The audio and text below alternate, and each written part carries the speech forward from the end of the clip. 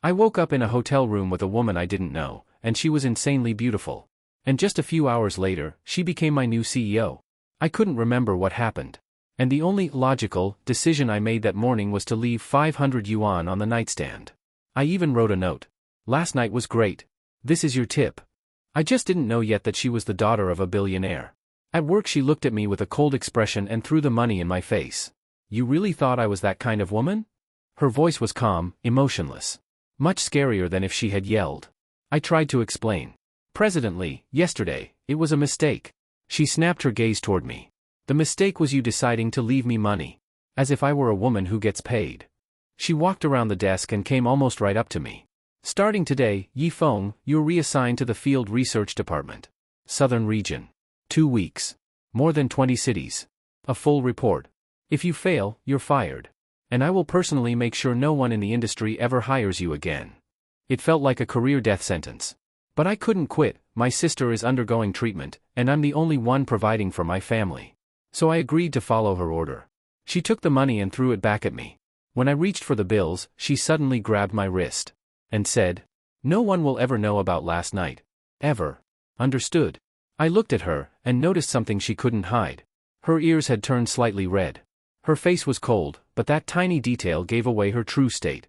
I adjusted my collar, revealing a small scratch on my neck, from her nails. "Hard to forget," I said quietly. "The marks remain. Get out." Li Mengyao's pupils contracted slightly, and she suddenly let go of his hand. Yifeng turned and left. As the door closed, he heard the sound of high heels slamming against it. Out in the hallway, he let out a long breath and realized his shirt was soaked with sweat and sticking to his back. But inside, an inexplicable excitement surged in his heart. His phone buzzed in his pocket. It was a message from his colleague Wang Hai. "Bro, are you still alive?" 1. Back at his workstation, Yifeng noticed his coworkers were sneaking strange glances at him. When he looked over, they quickly lowered their heads and pretended to work. Obviously, the news of him being demoted and transferred by the new president had already spread. "Yifeng, hurry up and pack your things. Get your ass to the market research department. Move it. Don't piss off President Lee." Chen Ming, the director of the marketing department, stood outside the cubicle with a mocking smile on his face. "Damn it, what a suck-up. Whoever's in power, he licks their boots." Yifeng cursed inwardly. Chen Ming was notorious in the group for being a bootlicker. With a distant family connection to the former president, he often made things hard for backgroundless employees like Yifeng. But what could a small-time worker like Yifeng do? He could only silently stand up and start packing his daily odds and ends. Suddenly, the phone next to his computer buzzed. Yifeng picked it up and looked. It was a text from an unfamiliar number, with just a few simple words. "Come to my office. Now." Immediately. After a moment's thought, Yifeng realized it was from Li Mengyao. His heart skipped a beat.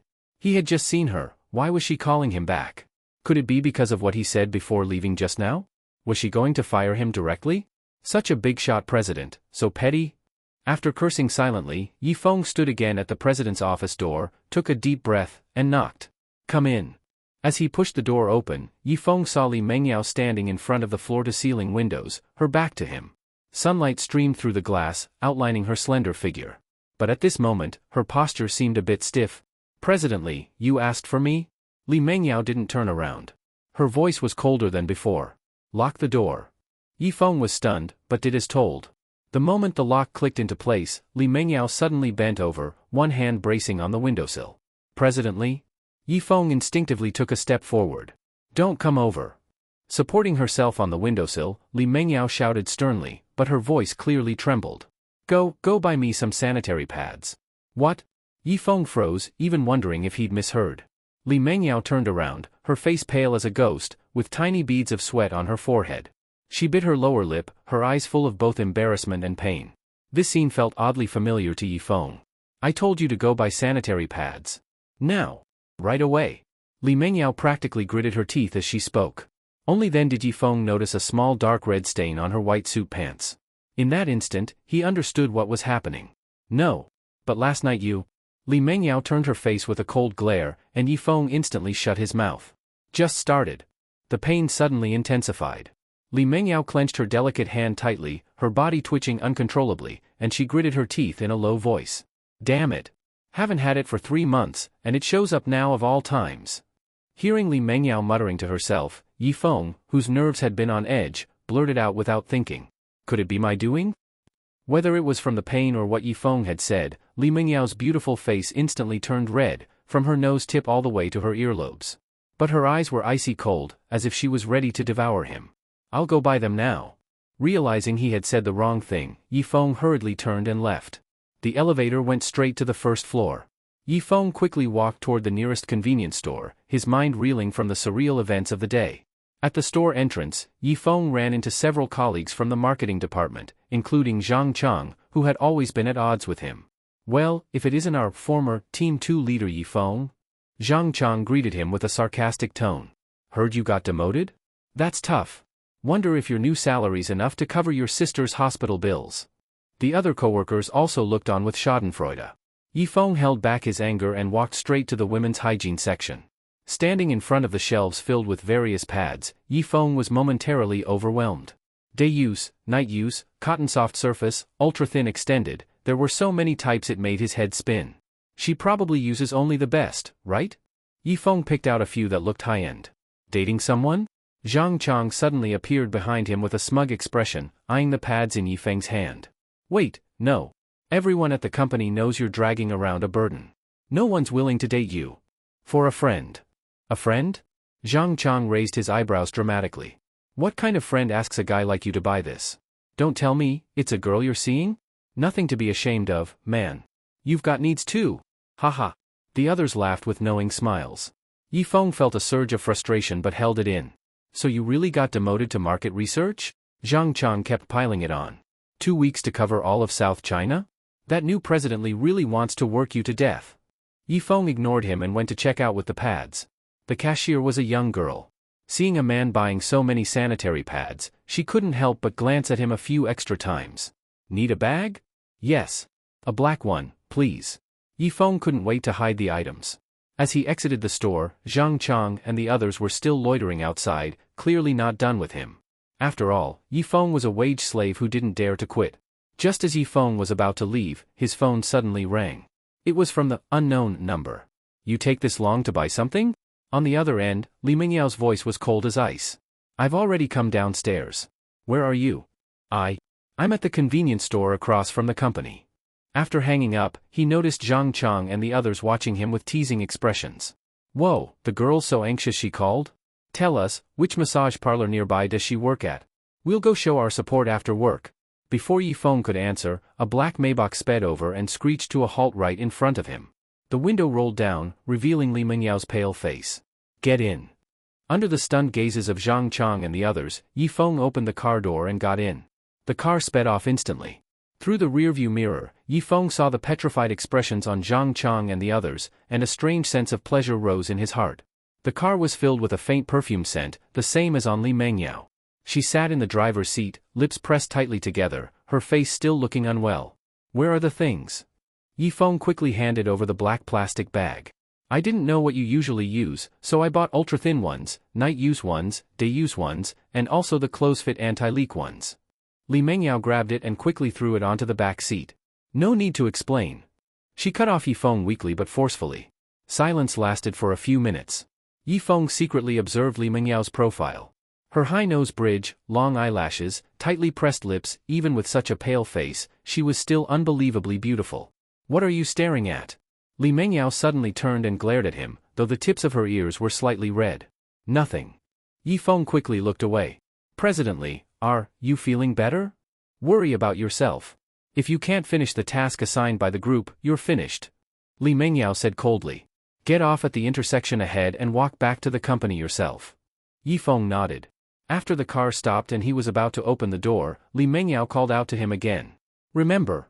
Watch your mouth. Or bear the consequences. Her voice carried a threat, which made Yi Feng feel slightly displeased. Don't worry, President, I've always been very good at satisfying my superior's requests.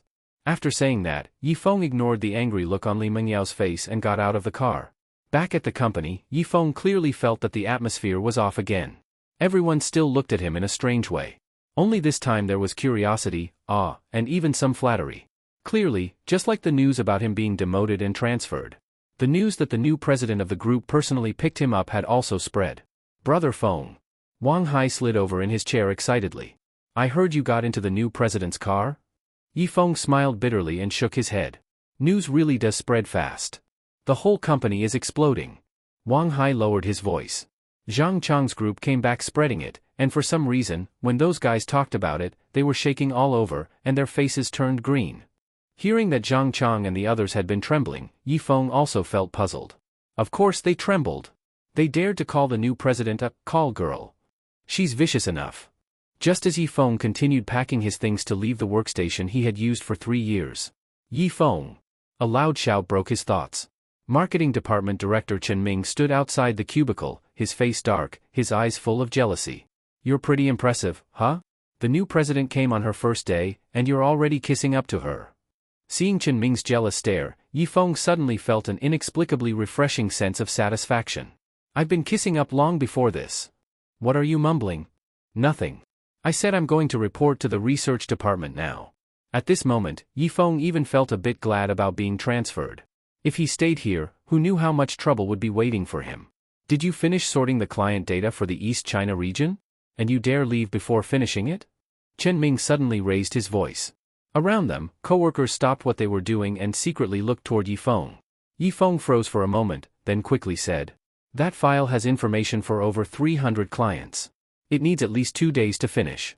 According to the department transfer procedure, I've already handed it over to. I don't care about any procedure. Chen Ming interrupted impatiently. Send me the completed data within half an hour, or forget about getting your bonus this month. After saying that, Chen Ming turned and walked away arrogantly. Wang Hai looked at Yifeng worriedly. Brother Feng, he's obviously making things hard for you. With over 300 clients, just checking them would take a whole day. Yifeng didn't speak. He opened the dense Excel sheet. Name, phone, company, cooperation records. Before, he needed at least 3 coffees to focus on this type of data. But today was strange. Those numbers and words entered his sight like they were carved straight into his mind. He looked at the 20 clients on the first page once, and he remembered all of them. This. Yifeng blinked in disbelief, then scrolled to the next page. The same thing happened again, everything was memorized instantly. At the same time, in the president's office. Li Mengyao had changed into a spare suit skirt and stood by the floor-to-ceiling window, letting out a slow breath. Her lower abdomen, which had been hurting so badly that she broke out in cold sweat earlier, no longer hurt at all. She raised her delicate hand and gently pressed her lower abdomen under her shirt. That swelling pain that had lasted for 3 months had disappeared along with the cramps. Her whole body felt unusually light and relaxed. Half a year ago, right after returning to the country, Li Mengyao was dragged into the family's inheritance fight. The huge pressure made her sleepless, leading to endocrine disorders and irregular periods. The abdominal swelling had troubled her for half a year. Chinese medicine and Western medicine did nothing. She never expected? Could it really be because of him? Thinking about it made her ears heat up. In the office area. Brother Feng, when did your typing get this fast? Wang Hai stared wide-eyed as Yifeng's fingers flew across the keyboard. The spreadsheet on the screen was being filled in at a speed visible to the naked eye. Yifeng himself was stunned. A task that usually took 2 days, he finished in 25 minutes, and every piece of data was completely accurate. Even after sending the email, Yifeng still felt like it wasn't real. Was this still the same him who'd been scolded since childhood for being slow-brained? However, 3 minutes later, Chen Ming's reply email arrived. There are errors in the file. Bonus deduction has been reported to HR. What? Yifeng opened the attachment and found the so-called mistake that Chen Ming highlighted. It turned out the font in the table wasn't the Kaiti font that Chen Ming personally demanded. Sitting beside him, Wang Hai slammed the desk angrily. He's clearly targeting you. Even if there's a problem, he could let you correct it. Who deducts the bonus right away? Yifeng clenched his fists. One petty action from Chen Ming, and his sister's hospital fee for next month was gone. I'm going to find him. Yifeng stood up, but saw Chen Ming already striding over. You useless piece of crap. You can't even make a simple spreadsheet.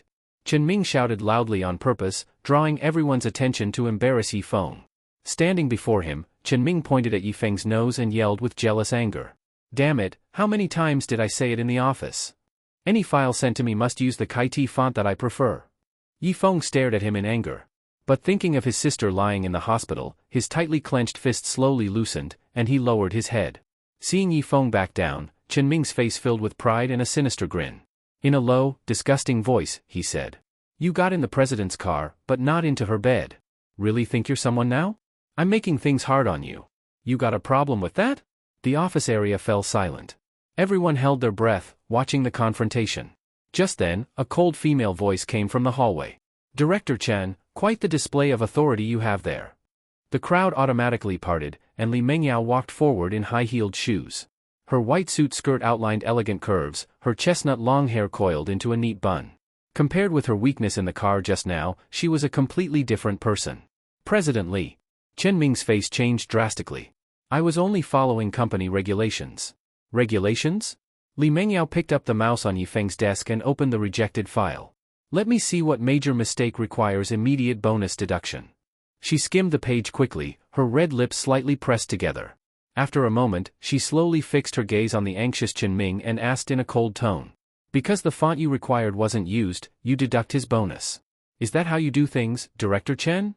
It's like this, the information of over 300 clients needs at least 2 days to sort, but Yifeng did it in just over 20 minutes. He's clearly faking it. Such behavior will bring immeasurable loss to the company. According to company rules he should be fired, but I only deducted his bonus. At that moment Yifeng suddenly spoke. President Li, I did not fake it. I really carefully sorted the information of those 300 plus clients. If you don't believe me you can verify. After hearing Yifeng's words, Chen Ming hastily pointed at him and said. If you truly have not made a single mistake, I'll refuse my year-end bonus. Stop standing there, verify it quickly, whoever dares to favor Yifeng I'll fire. With Chen Ming's words, the others hurried to start checking the spreadsheet Yifeng sent. During the verification, Li Mengyao didn't say a word, sitting in the swivel chair pushed over by Chen Ming and staring at Yifeng. She really couldn't understand why the man she had spent the night with would, when clearly knowing about the faking, still choose to insist. Yifeng also noticed Li Mengyao looking at him. Fixing his eyes on her puzzled ones, he gave a handsome smile. Seeing the smile on Yifeng's face, Li Mengyao's mind immediately pictured how she had entwined with him beneath him last night. Her ears turned red, and she hurriedly turned her head away from looking at him. What a task taking 2 days for one person, 20 people would need 2 hours for. 2 hours later. Wang Hai quickly raised his hand and said aloud. I've checked. My part has no problems. As soon as Wang Hai finished, another colleague raised his hand. I've checked too, no problem. Me too, no problem. +1. As everyone finished checking, they were shocked to find that the file Yifeng had completed in 25 minutes had not a single mistake. Chen Ming, riding high on imagined success and thinking he had Yifeng wrapped up, was stunned when he heard the others. Impossible. You bastards colluded to fool me and President Li, right? I see you don't want to work anymore. At that moment, Li Mengyao still didn't say anything. She stood up, clicked her heels and walked to Wang Hai's side, casually spot-checked some entries and compared them. Then she walked over to other people's desks. A few minutes later, Li Mengyao fixed her gaze on Yifeng, who was full of confidence.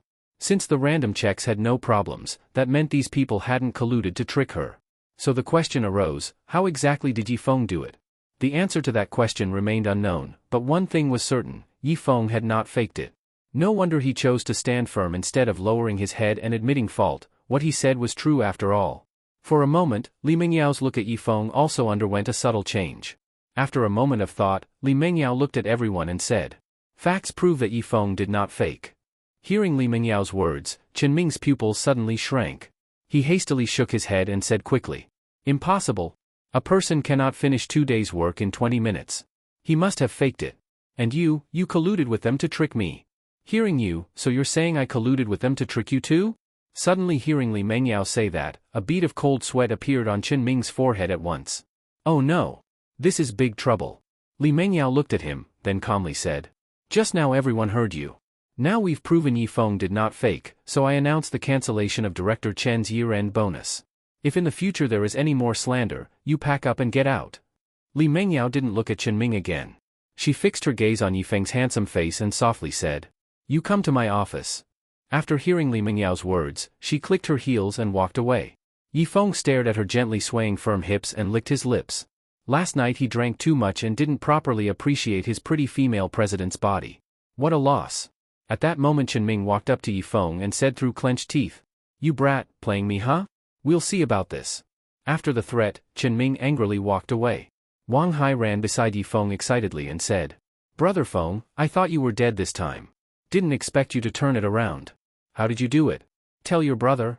Even Yifeng didn't know how he finished 2 days' work in 25 minutes, so he certainly wouldn't tell Wang Hai. He shook his head and gave a perfunctory answer, and then walked out of the office. That woman Li Mengyao calling him, is it because she's run out of sanitary pads? Could it be that I've poked the main artery? President's office. Yifeng knocked on the door. Hearing, "Come in," he pushed open the door and entered. Li Mengyao was bending over looking at documents. Without lifting her head she said, "Close the door." "Oh." Yifeng closed the door then stood at the entrance staring at Li Mengyao without speaking, not knowing why this woman called him here. 5 minutes later, Li Mengyao finally raised her head, looked at the somewhat hesitant Yifeng and curiously asked, "You finished 2 days' work in just over 20 minutes. How did you do it?" To this question Yifeng thought for a moment and earnestly said, "I'd say I have Kato Taka's golden finger. It greatly improved my keyboard efficiency. Do you believe that?" "Who is Kato Taka? Why does he have a golden finger?" Just when Li Mengyao was utterly at a loss, Yifeng laughed and said, "Just joking. Actually I have the power of photographic memory." "You really have photographic memory?" "Of course. I still remember the mole on your butt." "Li Mengyao." Li Mengyao jumped up, pointed at Yifeng and shouted angrily, "If you dare talk nonsense again I'll cut your tongue out." Seeing her getting upset, Yifeng hastily shut his mouth. Li Mengyao glared at him viciously again, took a deep breath, patted her high chest to calm herself, and coldly said, "You may leave now. Come here at 8 o'clock tonight." Hearing that he still had to come to the office at 8 in the evening, Yifeng said unwillingly, "Forced overtime is illegal." "Then pack up your stuff and get out now." "I'm working overtime voluntarily," he said unwillingly, then hurried out.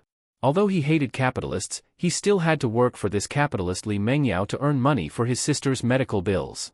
Sigh, endure. 8 o'clock in the evening. Yifeng, who didn't leave after work, came alone to the president's office. Standing at the door, he muttered quietly, "Why did she call me so late? Could it be I'm addicted to pain?" Just when he was about to knock, Li Mengyao's sharp scream suddenly came from inside the office. "Ah!" Hearing the scream, Yifeng had no time to think. He pushed open the office door quickly and said, "President Li, what's wrong? Holy shit!" At this moment Li Mengyao had taken off the small suit jacket she was wearing, jumping while using the jacket to swat at something. And her huge peak rose and fell violently with her body's motion. Yifeng, an old bachelor, had never seen such a seductive scene in his life. For a moment he stared dumbfounded. "Holy shit, do you get to see this without paying? It's almost going to make me faint." At this moment Li Mengyao noticed Yifeng and quickly shouted at him, "What are you still standing there for? Come over and kill that cockroach for me." "Kill a cockroach? So you're jumping and yelling in the office late at night just to kill a cockroach?" Indeed, cockroaches are the archenemy of most women. Yifeng shook his head and walked to the office desk. Sure enough, he saw a cockroach standing on the desk looking at him arrogantly. Li Mengyao hid behind Yifeng and asked anxiously, "Did you see it? Hurry and get rid of it." "Ah, got it," Yifeng said and reached out to grab the cockroach. But the cockroach sensed danger, flapped its wings and flew up. It skillfully dodged Yifeng's large hand, then flew around his body and landed steadily on Li Mengyao's nose tip. When Li Mengyao saw the cockroach on her nose looking at her with its two little eyes, her pupils suddenly shrank. "Ah!" She hastily used her hand to swat the cockroach off her nose, then reflexively jumped and hugged Yifeng who had just turned around, her slender long legs squeezed tightly around his waist. Yifeng also instinctively raised both big hands to support her rounded buttocks. Seeing the cockroach flap its wings and fly out of the office, Yifeng breathed a slight sigh of relief and said, "Don't be afraid, it's already flown out." Hearing the cockroach was gone, Li Mengyao still hugging him tightly said with lingering fear, "It just landed on my nose, I even saw its eyes clearly. Scared me to death. Don't be afraid." Li Mengyao was just about to complain that he couldn't even handle a cockroach, when suddenly she felt two large hands supporting her butt. She looked at Yifeng in front of her and only then realized how ambiguous their posture was. Li Mengyao hurriedly jumped off him, blushing, and questioned, "Where are your hands placed?" Facing her question, Yifeng then realized what he had just done, and hurriedly explained, "You suddenly jumped on me, so that was a reflex, I didn't mean to touch your butt." "You still say that. Shut your mouth." Okay. Seeing Yifeng obediently shut his mouth, Li Mengyao glared at him. Fearing the cockroach might come back, she quickly turned and walked toward the open door and shut it heavily, and only then exhaled. Looking at Li Mengyao who looked like she had survived an ordeal, Yifeng looked at his still warm hands, then said to her, "President Li, you called me here this late at night, surely it wasn't just to have me kill a cockroach for you. And anyway, was that a cockroach? It was clearly a matchmaker god." He even felt a bit regretful that the cockroach left too early. If it had stayed a bit longer, who knows if last night's scene would continue tonight. In response to Yifeng's question, Li Mengyao angrily walked to the desk holding her small suit jacket and said without good mood. Killing what cockroach? I called you here for something important. Come over. Yifeng obediently walked next to her, curious asked. What's up, President Li? Li Mengyao's slender finger clicked the mouse, then opened a spreadsheet and looked at Yifeng, saying. I discovered there are problems with our group's accounts. That's normal. No matter which company, there are always some issues with accounts.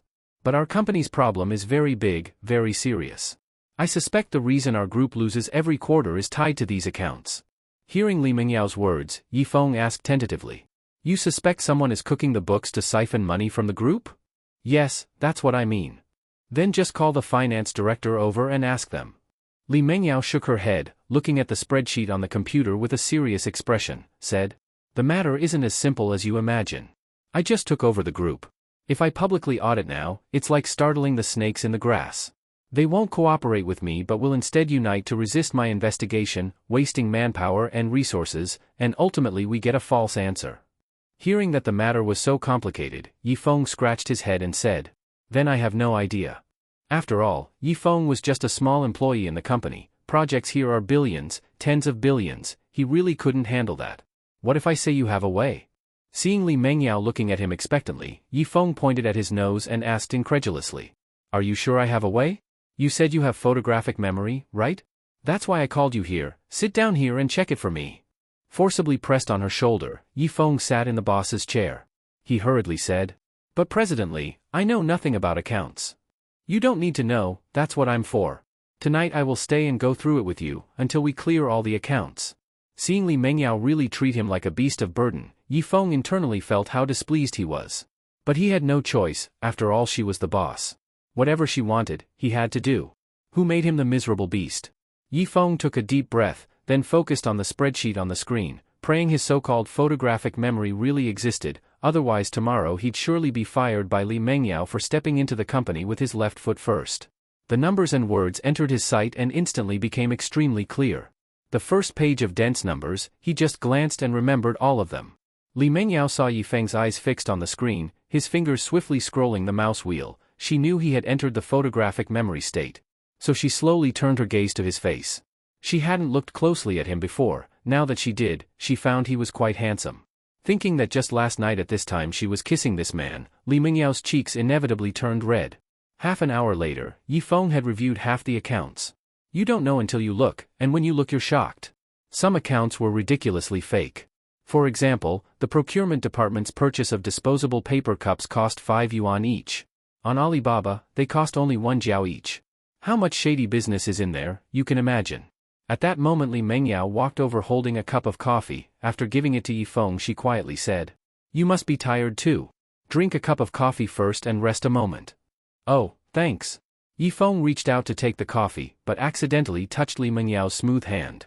In an instant, Yifeng's mind flashed back to last night when Li Mengyao interlocked fingers with him, and kissed his lips awkwardly. Li Mengyao hastily withdrew her hand, and looked at Yifeng with a meaningful expression, coldly said. Are you daydreaming again? Put away your filthy thoughts, hurry, and continue looking. Yifeng smirked, then turned his gaze to the computer screen preparing to continue reviewing when the office door was suddenly knocked on. Both of them almost simultaneously looked toward the closed door. Yifeng whispered to Li Mengyao. Did you call someone else over? No, I only called you. Then at this time, who's knocking? Li Mengyao thought for a moment, then asked toward the office door. Who is it? President Li, it's Zhou Jianing. Zhou Jianing, the group's financial director. Today is Li Mengyao's first day working at the group. Coincidentally, this financial director Zhou Jianing was on a business trip, so the two of them had not met yet. Now it seems Zhou Jianing's first thing after returning is to petition the faction head of me. He's standing at the office door waiting. Certainly I cannot not see him. But at this late hour I and Yifeng, a single man and woman alone in a room, plus the daytime rumors, if Zhou Jianing sees Yifeng here, the scandal between me and him will be confirmed. So after brief thinking, Li Mengyao quietly said to Yifeng. Don't stand dumb. Quickly find a place to hide. Hide? Why should I hide? Facing Yifeng's confusion, Li Mengyao coldly said. You don't care about rumors, but I do. Quickly find a place to hide, hurry. Facing Li Mengyao's urge, Yifeng helplessly shook his head, looked at the large office and wrinkled his brow. The president's office is very large, but besides one desk, a few filing cabinets and a coffee machine, there is nothing else. Where can I hide? Thinking quickly, Yifeng set his gaze under the desk. The space under the desk is large enough to hide himself easily. So without word he bent and crawled under the desk. Li Mengyao saw him crawl under the desk. She was about to call him out and tell him to change place, when at that moment Zhou Jianing standing outside the door said, "President Li, I just got off the plane and hurried back to the group. If it is convenient for you, may I report to you face to face?" Faced with Zhou Jianing's reminder, Li Mengyao looked at Yifeng squatting under the desk gazing at her, took a deep breath and sat in the chair, quietly said to him, "No sounds must happen, or you'll bear the consequences." Threatening Yifeng with that, Li Mengyao slid the chair forward to block the view under the desk, then toward the door said, "Come in." The office door was gently pushed open. The 40-something-year-old Zhou Jianing walked in, and looking at Li Mengyao he smiled and said, "President Li, you're working so late. It's my first day at the group and I'm still unfamiliar, so I stayed to do overtime at the company. President Li's enthusiasm for work is exactly what our group lacks. Tomorrow I will call everyone to learn from President Li." Hearing Zhou Jianing's flattery of Li Mengyao, Yifeng also thought no wonder he's reached financial director, his bootlicking skill is truly a masterpiece. "But your bootlicking skill, Zhou Jianing, is still inferior to mine, after all I really touched Li Mengyao's butt." In that instant the explosive scene from last night flashed into Yifeng's mind, making him subconsciously focus on what lay before him. Li Mengyao wore a tight white mid-short skirt, though this angle did not show extremely seductive scene, she could clearly see her evenly slender calves. It must be said the figure of Li Mengyao is truly unmatched, even her calves are perfect. After some small talk, Zhou Jianing got to his point. "President Li, today in Kyoto I visited your uncle. He said your work ability is very strong and told me to be sure to help you manage our Li real estate group well." Hearing Zhou Jianing say this, Li Mengyao slowly fixed her gaze on his sly eyes. Zhou Jianing's words clearly meant, "I am your uncle's man. For your uncle's sake you, newly appointed, cannot burn the fire onto me." How could Li Mengyao not understand the meaning of Zhou Jianing's words? But this time she returned home to take over the family enterprise in the Huaxi district of Donglin City, and she was here to work hard to prove her ability. So no one's threat mattered to her. Thus Li Mengyao refocused on the computer screen and calmly said, "Tell my uncle that he needn't worry. I Li Mengyao have the ability to manage our Li family's enterprise well." This basically told Zhou Jianing, "Bringing up my uncle doesn't work, since the family gave this enterprise to me, I call the shots here. No one else matters." Zhou Jianing also understood Li Mengyao's meaning. He smiled and said, "Since President Li says so, I will certainly go through fire and water without hesitation. Then I will not disturb your work. I'll leave first." Li Mengyao nodded, and said nothing further. But at that moment, under the desk where Yifeng hid, he discovered the cockroach that had flown away earlier had actually returned, and at this time it had crawled onto Li Mengyao's high-heeled shoe. Yifeng could not imagine that guy would show up under these circumstances. Zhou Jianing hadn't left the office yet. If that cockroach crawled onto Li Mengyao's leg, she would certainly scream like she'd seen a ghost. At that time, if Zhou Jianing ran over to see what's up, wouldn't everything be exposed? So Yifeng hurriedly reached out to catch that mischievous cockroach. But the cockroach again sensed danger, so it hurriedly flapped its wings and flew up. Seeing it about to fly away, Yifeng deeply exhaled. What a close call, almost let that guy expose things. However, Yifeng's relief hadn't finished yet. The cockroach, without bias, flew right into Li Mengyao's mid-short skirt. Seeing this, Yifeng's eyes instantly widened. Holy shit! Li Mengyao also heard Yifeng swearing. Not knowing what kind of lunacy this guy was in, she hurriedly raised her foot and viciously kicked him. Meanwhile, Zhou Jianing, one step away from leaving the office, faintly heard someone speaking. This made him turn and look at Li Mengyao curiously and ask, "President Li, did you just speak?" Facing Zhou Jianing's question, Li Mengyao covered her mouth and coughed once, then said, "My throat's a bit uncomfortable. Then I'll go buy you a pack of throat lozenges." "No need, I'll just drink more water." Before Li Mengyao finished speaking, her brows suddenly knit. At this moment she felt something crawling on her thigh. Urgently she fixed her gaze under the desk, then saw Yifeng pointing at her skirt while silently mouthing something like, "cockroach." Realizing a cockroach had crawled into her skirt, this made Li Mengyao's back chill, scalp tingle. Instinctively she was about to stand and scream, but Yifeng hurriedly grabbed her calf, then pointed to the direction of the office door. Li Mengyao immediately understood his meaning. After all, Zhou Jianing was still at the door watching her. At this moment if she stood and flailed and screamed, He would obviously see Yifeng hiding under her desk, and whether they had something going on or not, it would look like they did. Realizing Yifeng must not be seen by Zhou Jianing, Li Mengyao hurriedly gave him frantic eye signals, telling him to quickly remove that damned cockroach from her skirt.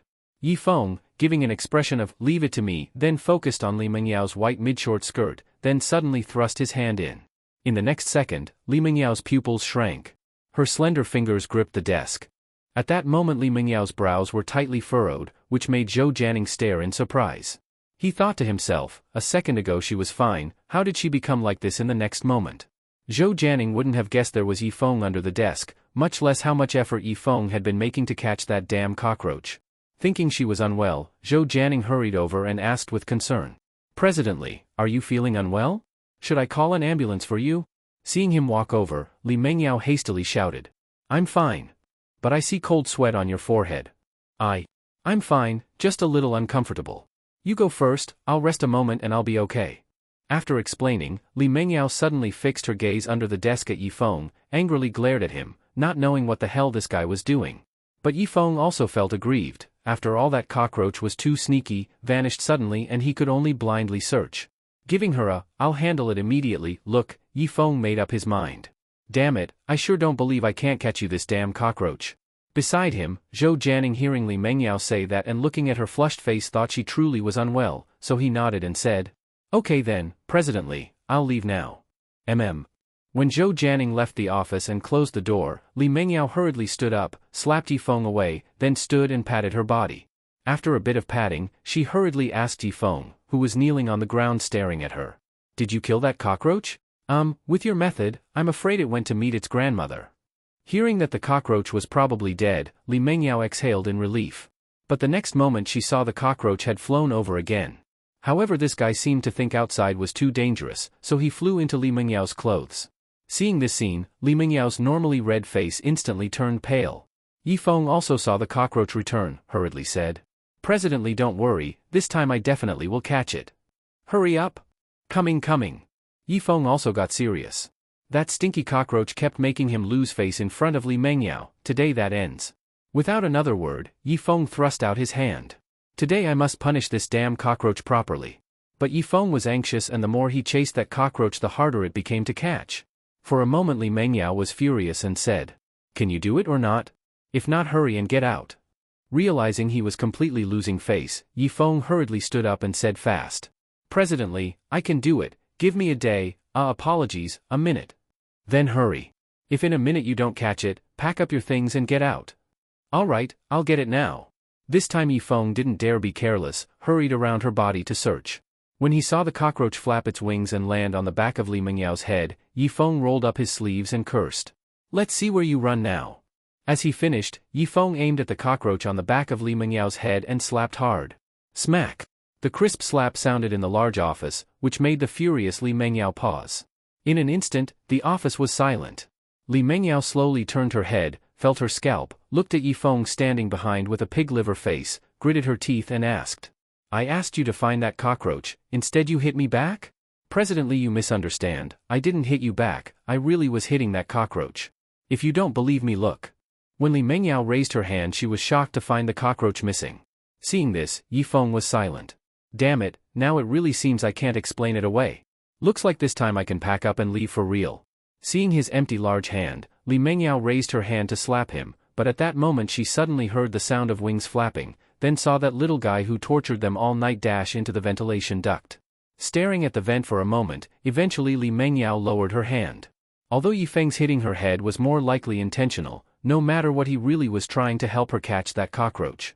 Glancing at the somewhat awkward Yifeng, Li Mengyao pointed at the chair and said, "Today I'll let you off for now.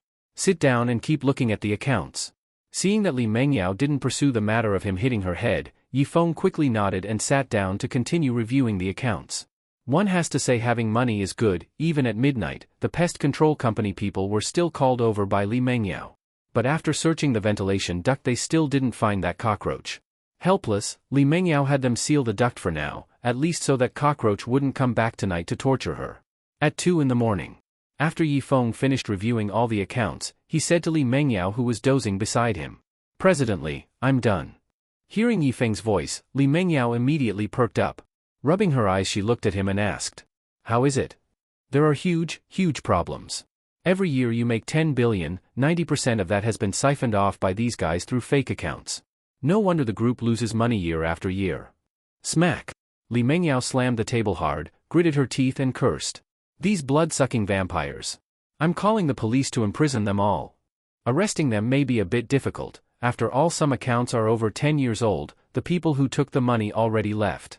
Those who dared steal from our Li family's money, even if they flee to the ends of the earth, I will bring them back. You tell me who made the fake accounts and siphoned off, I'll note them down, and first thing in the morning I'll deal with them." "All right. At 7 in the morning. Li Mengyao looked at the densely populated personnel list in her hand and coldly said, "If these bastards don't return the money to me, then go spend the rest of your life in prison. You worked hard all night. I'll give you a day off, go home and rest well."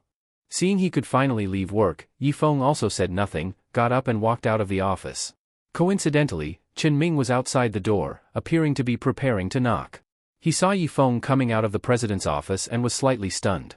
Yifeng saw Chen Ming's dazed expression and calmly said, "Good morning, Director Chen." "Well, you..." Before Chen Ming could finish, Yifeng cut in. "You here to see President Li? I advise you not to meet her at this time." "Why?" Regarding this question, Yifeng said with a hidden meaning, "I bet she just laid down. You and I have been working all night, my back and waist still ache." Yifeng left a "believe it or not" look and left Chen Ming standing there alone, disordered. After Yifeng entered the elevator, Chen Ming finally reacted and cursed toward the elevator. "Talking big. Is President Li really that cheap? She can look at trash like you, I spit." Chen Ming cursed, then smoothed back his pomaded big slick back hair like a bootlicker, turned around with a smiling face ready to knock on the door. However, when he saw Li Mengyao standing right behind him, looking at him with those cold eyes, Chen Ming's heart stopped beating. "President Li. Director Chen, in Q4 2019 there are 2 infrastructure payments totaling 470 million that you need to explain to me in person." An hour later, Chen Ming didn't even knock on the door and rushed into the financial director's office. He anxiously said to Zhou Jianing, "Director Zhou, you really must help me this time, otherwise I'm finished." Seeing Chen Ming almost crying, Zhou Jianing smiled and asked, "Director Chen, what's wrong that you're so anxious? Sit and tell me slowly." "Just now Li Mengyao uncovered my fake accounts and siphoning the group's money over the years, and gave me 3 days to return all the money, otherwise she'll call the police."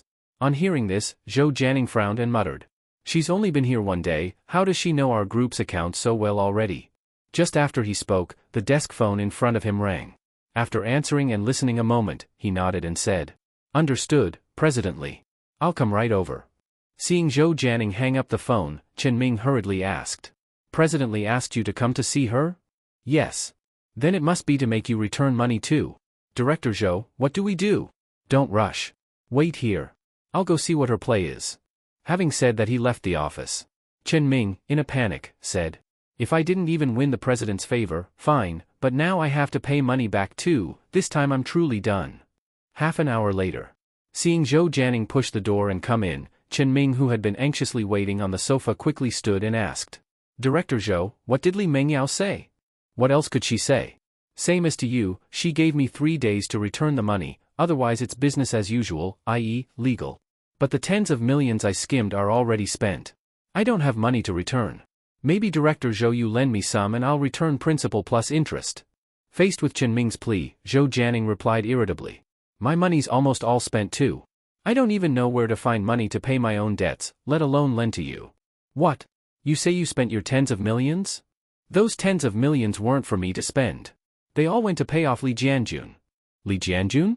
"Right. He is Li Mengyao's second uncle. If it doesn't work, you get him to sweet-talk Li Mengyao and write off our debt." "That's easy for you to say. I saw Li Mengyao last night, she was unwavering, not buying into Uncle Li's account. This 3 fires thing is going to burn us." On hearing Li Mengyao wouldn't even go easy on her uncle, Chen Ming's sky fell in. He slumped on the sofa, somewhat collapsed, and said, "This time I'm truly finished." "What are you worried about? The real problem is that Li Mengyao on her first day looked into our recent year's accounts and found everything. That's a problem." Seeing Zhou Jianing deep in thought, Chen Ming after a moment had a flash of Yifeng's image in his mind. He hurried to stand and walk to Zhou Jianing, then quickly said, "Director Zhou, there's something I must tell you. Under me there's a guy named Yifeng. He sorted over 300 client records in just over 20 minutes.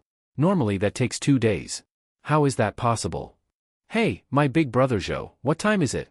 Why would I lie to you? I saw it with my own eyes, and the whole department was there.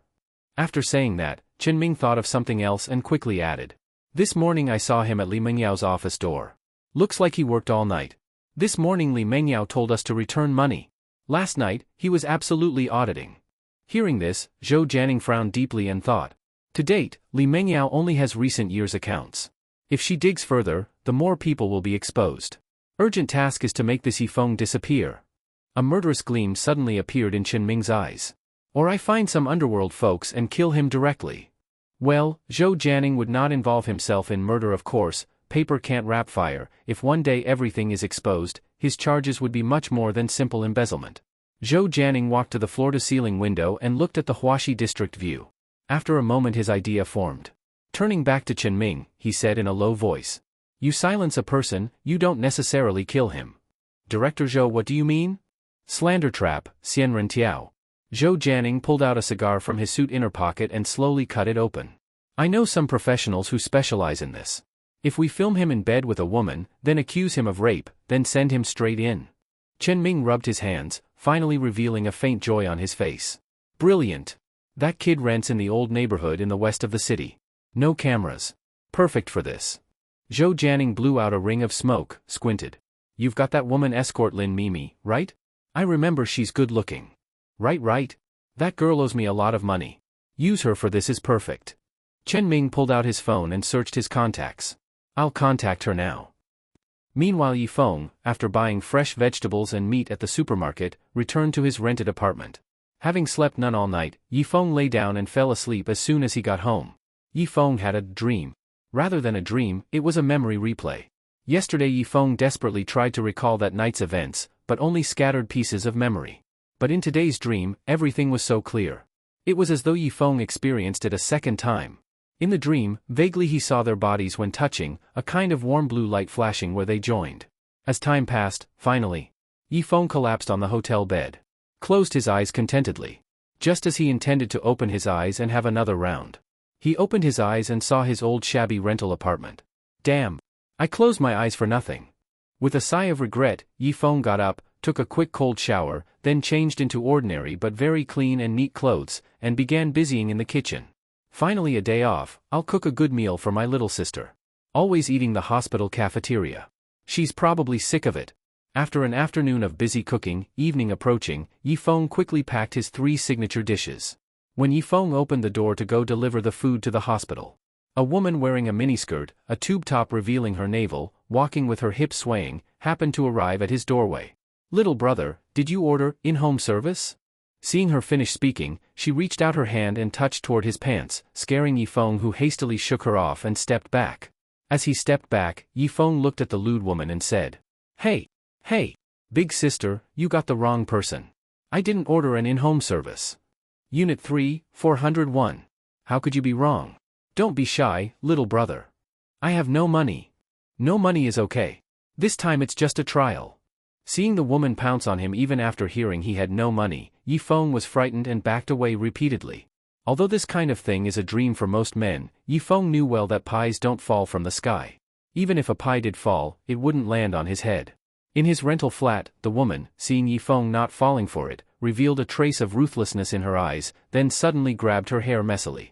Then she reached and pulled down the small vest she was wearing, exposing a trembling semicircle.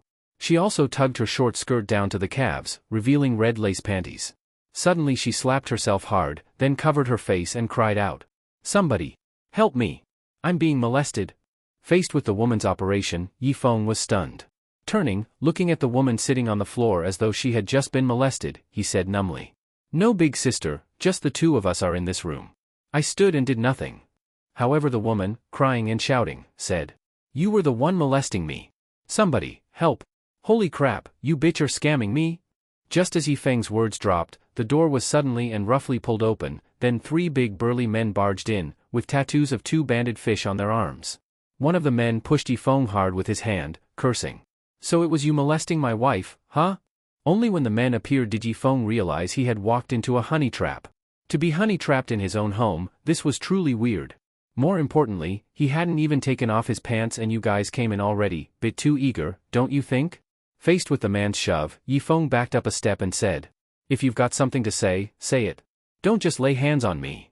The burly man who had pushed him told someone to shut the door and asked, "Say it, settle privately, or make it public." Seeing he truly was in a trap, Yifeng also sneered with anger. He roughly knew this was a setup.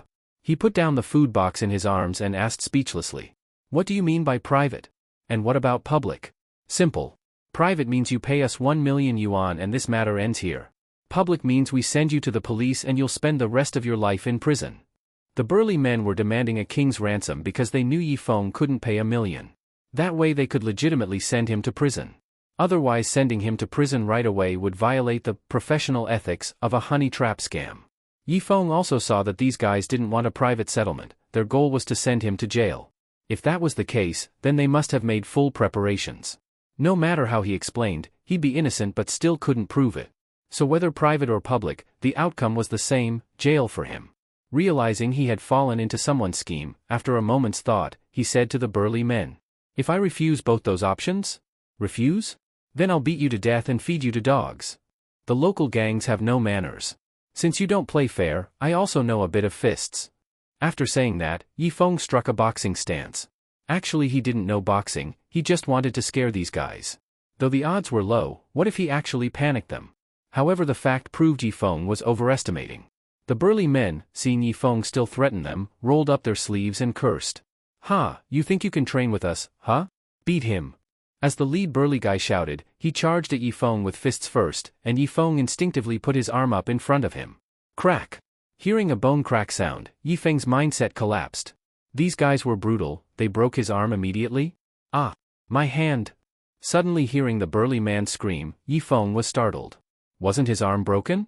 Why didn't he feel any pain? For a moment Yifeng was completely stunned, and hurriedly dropped his arm to check. Just now the burly man punched him, but his arm had no injury. That was a bit absurd. Meanwhile the burly man held his broken fist and looked at Yifeng in pain. His punch had done nothing to Yifeng, but instead he broke his own fist. Could he be a martial arts master? But the information Yifeng got said he was just a miserable office worker. Thinking that over, the burly man concluded maybe he hadn't had enough sun recently and his bones were weak.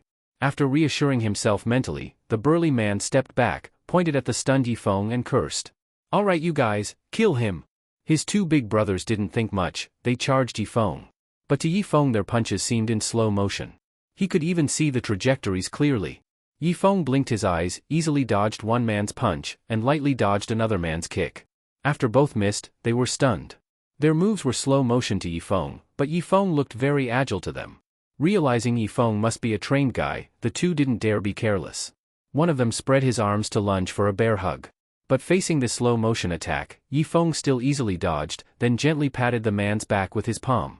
Bang! Just a light contact and the man went flying, smashed the coffee table and fell heavily. Seeing this the remaining man was shocked. Yifeng looked at his hand and said in surprise, "What the heck, when did I get this awesome?" Reason unknown for now, but now he no longer had to take this humiliation. With a nimble leap he came in front of the man, and before the man could react, he threw a punch. So fast the man didn't even have time to respond. Bang! This man, like his brothers before, crashed into the wall then slammed to the ground. The first burly guy saw his two friends down and instinctively locked eyes on Yifeng. And Yifeng had by now gradually accepted his little bit of badassery. Having suffered half a lifetime, he finally felt triumphant. "Bring it on. I'll take 10. Next door. The neighbor grandpa heard the crying and shouting next door, hurried back and shouted loudly. "Everyone stop it at once. If you keep fighting I will call the police." 3 seconds later the door opened, and then a burly man with a bruised face and a terrified woman walked out, each holding one of the men. Grandpa saw this and backed a few steps in fright. After the group fled in panic, a young man walked out. Grandpa saw the young man was unharmed, thought he was an accomplice of those guys, and hurriedly said, "If you don't stop I'll call the police and arrest you." In response to Grandpa's warning, Yifeng gestured with his hand and said, "Grandpa, you've misunderstood. I'm the one who got beaten." "You? Got beaten? You've not a scratch on you, and those people you talked about are bruised and 2 of them passed out, you trying to fool this old man." Seeing he couldn't explain things clearly to this grandpa, Yifeng did not further explain, picked up his food box and walked off. On his way by electric scooter to the hospital, Yifeng only then remembered he forgot to ask those guys why they set up a honey trap for him. By now they were long gone, trying to find them would be harder than climbing to heaven. Damn it, why did I forget to ask? Just as Yifeng was very depressed, he suddenly thought of something. He took out his phone and dialed the number of Li Mengyao. The phone connected, and Yifeng immediately burst out. President Li. From now on find someone else to check accounts. I'm done.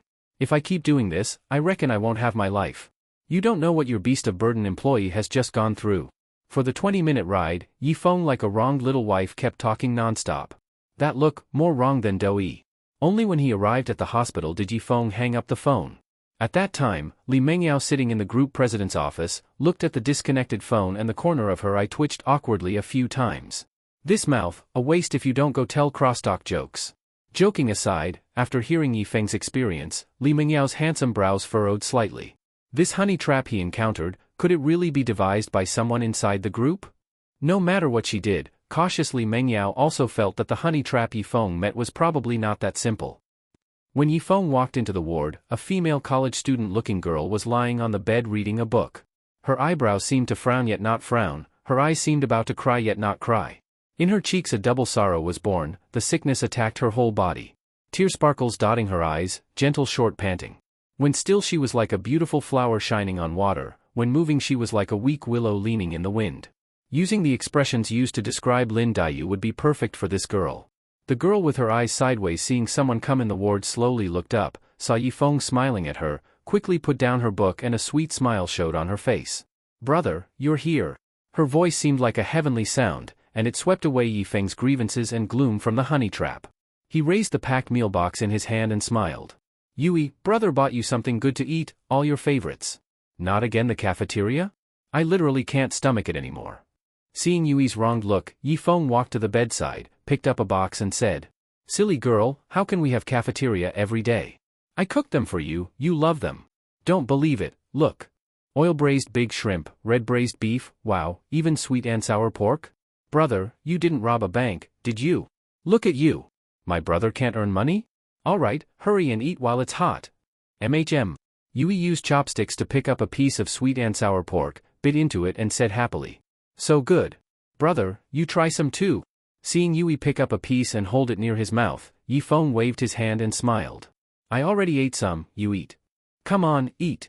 Hurry. Unable to resist Yui's plea, Yifeng opened his mouth and ate the sweet and sour pork.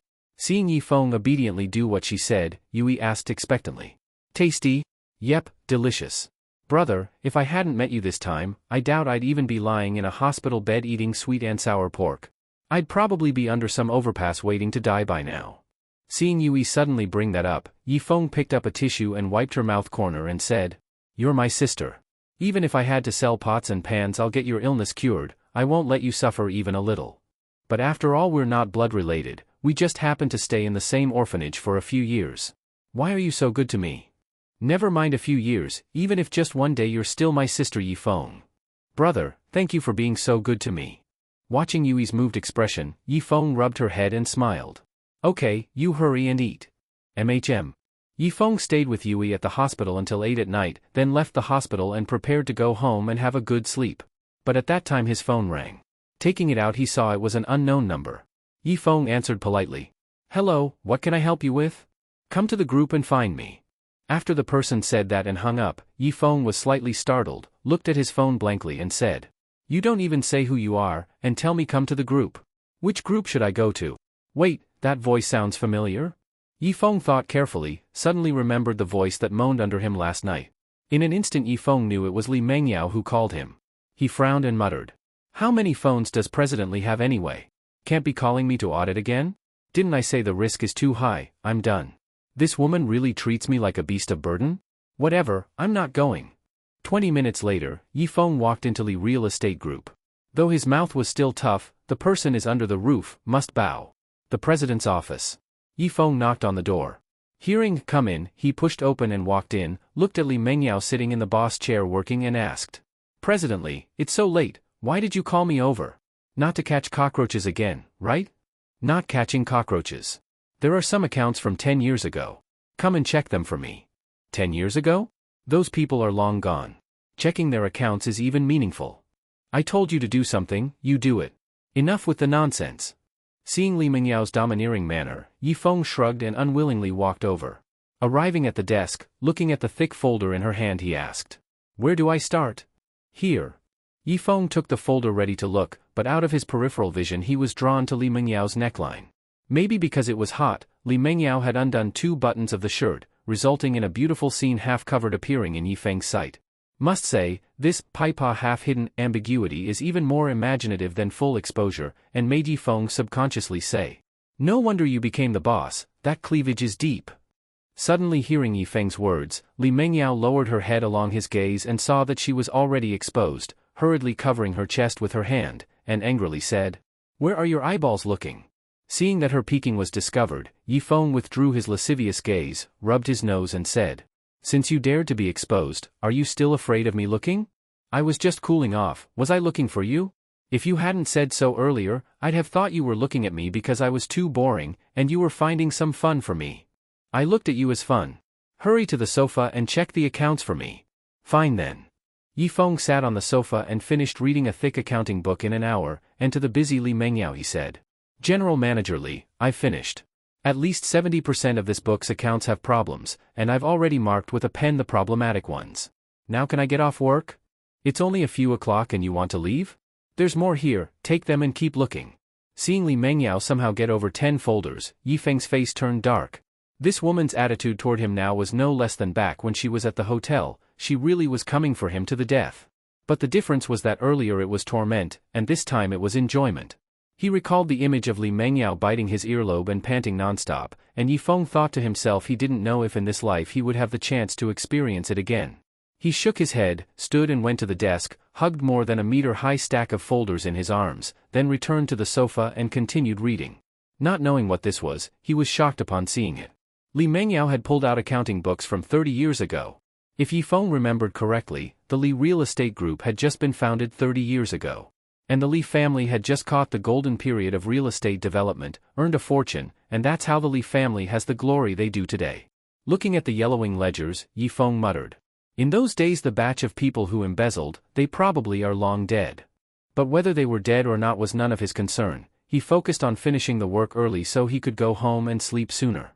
By the time Yifeng got busy, it was midnight 12. Li Mingyao, holding a packed meal, walked into the office, and seeing Yifeng still with his head down reading ledgers, a look of admiration appeared on her face. She wasn't afraid of a man lacking ability, only of a man not trying. Although she didn't want to have anything to do with Yifeng in the future, she still hoped he could do well. After all, they had once been husband and wife for one night. Walking to the desk, placing the meal boxes, she said to busy Yifeng, "Yifeng, take a break, come over and eat something." Hearing about a midnight snack, Yifeng, who was already famished, got up, looked at the meal boxes on the desk and said, "You almost had me starving. I thought I'd have to starve until dawn." "Don't worry. You work for me, I absolutely will not shortchange you. Hurry, come over." Although the midnight snack that Li Mingyao ordered wasn't luxurious, it cost at least 2,000 yuan. Li Mingyao took a bite of rice, saw Yifeng devouring his food and asked, "What do you think, with so many people sucking the blood of our group, where's the problem arising from?" At this question, Yifeng paused while gnawing on ribs. After a moment, he shook his head, ate while saying, "Sorry, General Manager Li. I'm just an ordinary employee, I can't answer that kind of question. Remember, don't lie to me, because I know you already have an answer in your mind." Hearing Li Mingyao say that, Yifeng thought a bit, then tossed the rib aside, wiped his greasy hands with a wet wipe and said to the waiting Li Mingyao, "Actually, the problem is simple, it lies with your Li family members." "Good, continue." "If your Li family members had not tacitly permitted those presidents, directors and project managers, at most they'd be small thieves, but definitely not stealing billions or tens of billions. So someone in your Li family allows them to do this. Of course the purpose is to keep the profits from flowing to outsiders." Hearing Yifeng's analysis matched her own suspicion, Li Mingyao put down her rice bowl and coldly said, "The worst thing a company can face is inside betrayal. How many cases are in front of our eyes, yet they not only don't restrain themselves, they become more and more outrageous. It's killing me with anger." After she finished her words she slammed the table, her peaks rising and falling with breath, and Yifeng secretly swallowed. It's no wonder Yifeng is unsuccessful. After meeting a beauty like Li Mingyao, which man could come out on top? Seeing Li Mingyao turn her gaze to him, Yifeng hurriedly withdrew his gaze, then kept his head down eating his meal. Watching Yifeng eating with relish, Li Mengyao thought for a while, then softly said to him, I'm planning to establish a department that is solely responsible for recovering the funds that have been embezzled from our group. After all, with such a huge workload I can't do it alone. Hearing that, Yifeng picked up a water cup and asked, Who are you planning to put in charge of that department? You. BFF. Yifeng sprayed the water he had just drunk, then pointed at his face in disbelief and asked, Did I hear wrong? You want me to collect debts? How come you can't? Don't you already know whether I can? Hearing Yifeng say that, Li Mengyao was slightly stunned. But since she was so smart, she soon realized what Yifeng was implying. Strictly speaking, Li Mengyao didn't know much about that type of knowledge, she just felt that night with him was pretty comfortable. So she wasn't sure whether Yifeng was capable or not. But the issue wasn't that now. Smack! Li Mengyao slammed the table heavily and pointed at Yifeng, scolding. If you dare talk nonsense again, see if I'll cut out your tongue. What nonsense did I talk? In your eyes, am I not capable? You still say that. How can I not say it? Look at the entries you marked in the books, which one wasn't done by me? Is my work ability noticeable or not? Seeing Yifeng refer to his work ability, Li Mengyao, mistakenly thinking he meant bed ability, turned red. No one would have thought that this guy would say such serious words at this moment. Aware of her guilt, Li Mengyao lowered her head, looking at her shoe tips and muttered. I didn't know you meant work ability. I wasn't talking about work ability, what else could I be talking about? Oh, did you misunderstand that I meant bed ability? Hearing Yifeng raise the topic awkwardly, Li Mengyao hastily raised her head and angrily said. Shut up. Fine, I shut up. I'm done eating, I'm going to pee. With that Yifeng got up and left the office. Li Mengyao muttered quietly.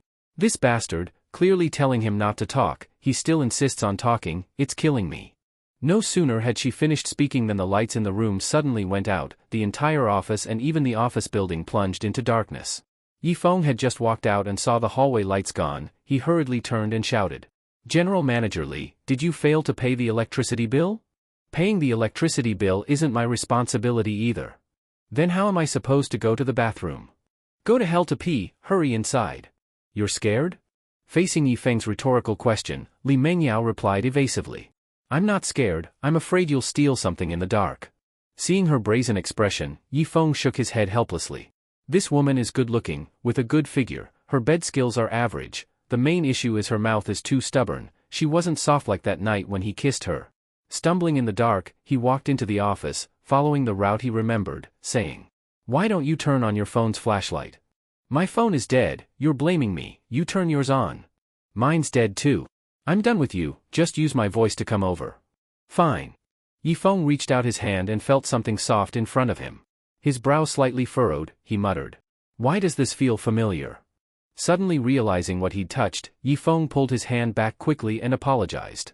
Sorry General Manager Li, I didn't know you were in front of me, I didn't mean to take advantage of you. But Li Mengyao's voice came from a bit further away. What nonsense are you talking about? You weren't in front of me? Damn, then why was there a woman in front of me? Yifeng froze, and subconsciously grabbed again. At this moment, a faint sound of a blade being drawn entered his ears. Although the sound was very light, he still heard it clearly. The next second, a sharp short blade slashed toward his throat. Thud! Sitting on the office chair waiting for Yifeng to come over, Li Mengyao heard something fall to the ground and quickly asked. Yifeng, was that you falling? But she didn't get Yifeng's reply, which suddenly gave her a bad feeling. Realizing there was someone else in the room, Li Mengyao hurriedly felt around beside her. She touched a folder, grabbed it in her hand, and nervously said into the darkness ahead. I don't care who you are, leave right now, or I guarantee you'll regret it. Facing her threat, the response was still silence. Tick, tick, tick. Hearing the sound of the clock turning, Li Mengyao's forehead was already covered in cold sweat. And in the darkness she couldn't see, a figure was quietly approaching her. In just a few breaths, the figure appeared in front of Li Mengyao. The figure gripped the short blade tightly, then slashed straight toward Li Mengyao's throat. Just as the blade was about to cut her throat, a big hand suddenly grabbed her slender wrist. The woman who was about to assassinate her paused slightly, and the next second Yifeng's cold voice entered her ears. Trying to kill me with a lousy knife, you're too naive. Seeing Yifeng still alive, the woman froze, then immediately reacted. She reversed her grip, and the blade that was originally meant for Li Mengyao swung backward straight toward Yifeng. But she didn't know that at this moment Yifeng was like he had night vision goggles on, seeing her every move clearly. Calmly stepping back, dodging the fast blade, he grabbed the woman's left wrist, the one holding the knife, and forcefully snapped it downward. Crack! The crisp sound of bone breaking entered the woman's ears, shocking her. To break her wrist single-handedly so easily, how strong was this man? More importantly, she was not an ordinary killer but a top-class assassin. Killing a special forces soldier was as easy as drinking water. Yet here she was having her wrist broken by an unarmed ordinary man. But even so, the woman didn't give up. She suddenly lifted her leg and kicked toward Yifeng. Her kick was fast, but in Yifeng's eyes it was just normal speed. He quickly moved behind her, spread his arms, and tightly grabbed her. Yifeng only had strength, but no fighting techniques at all. And this was his first time encountering something like this. So although he temporarily subdued the assassin, he didn't know what to do next.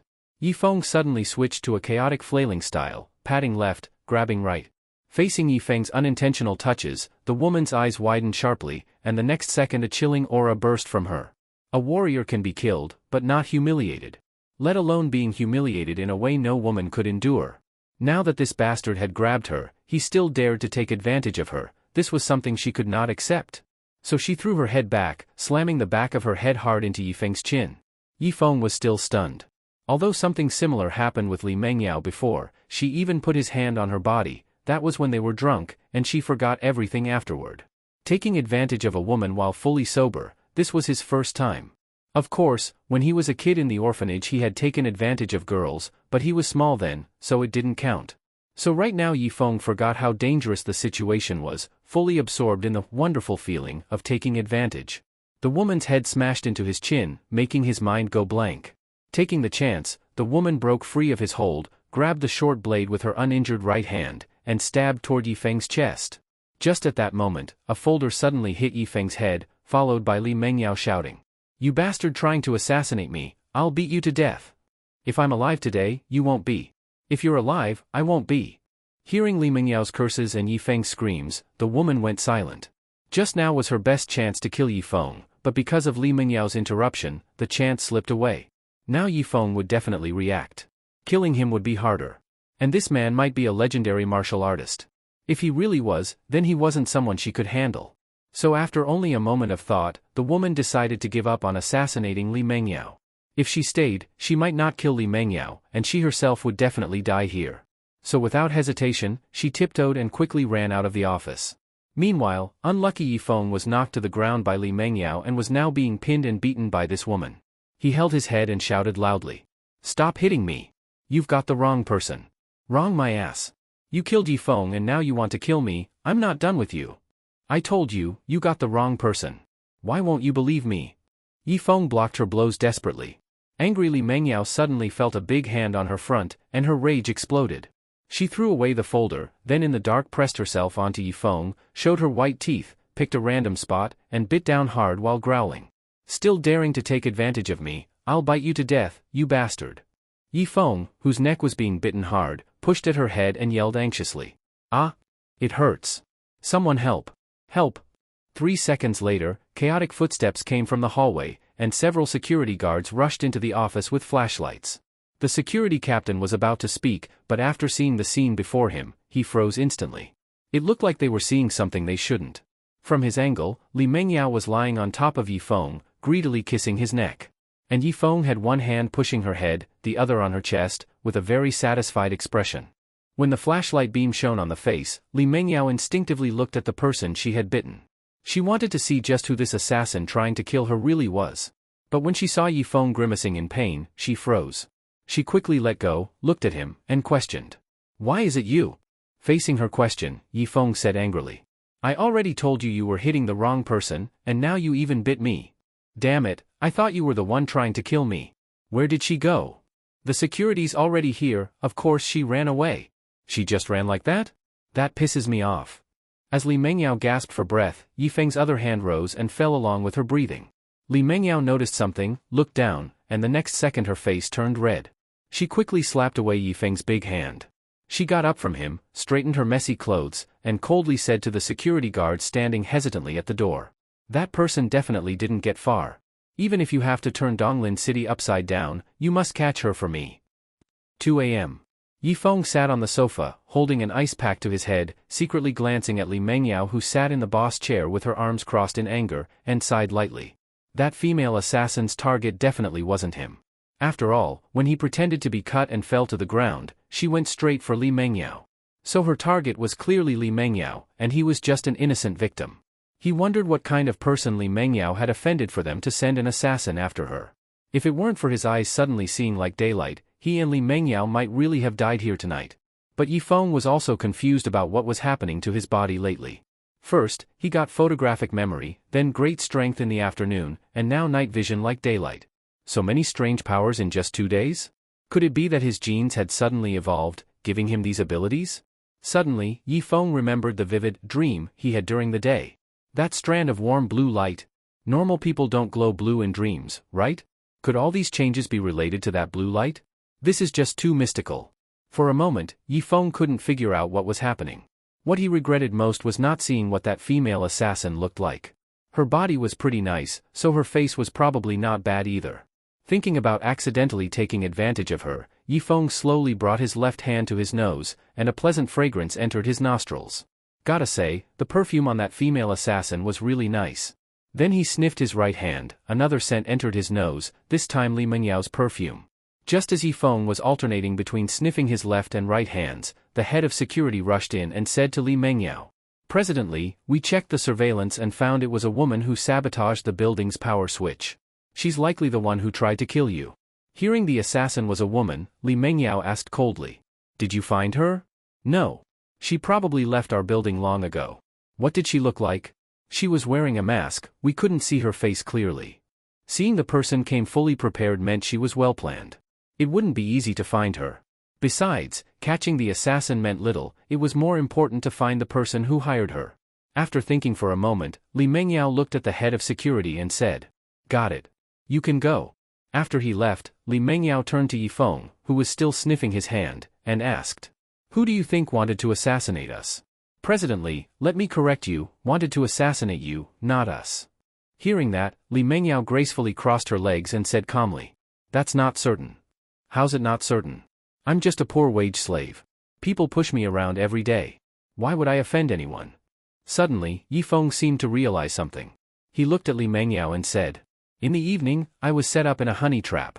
Like I told you on the phone, I don't think it was just some random trap, it felt like someone deliberately set it up to get me thrown in jail." "Keep talking."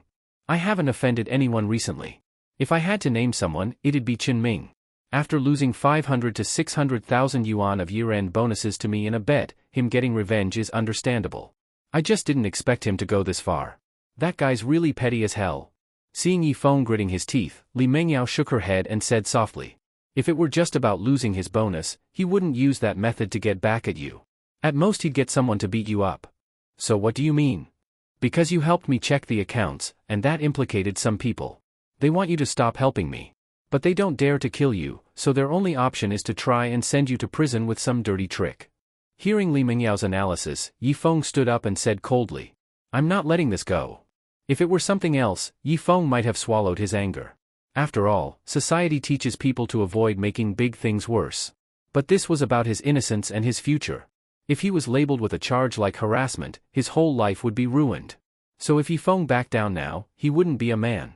Seeing the furious Yifeng, Li Mengyao clenched her slim fists and said coldly, "I just wanted them to return the money they took from the company.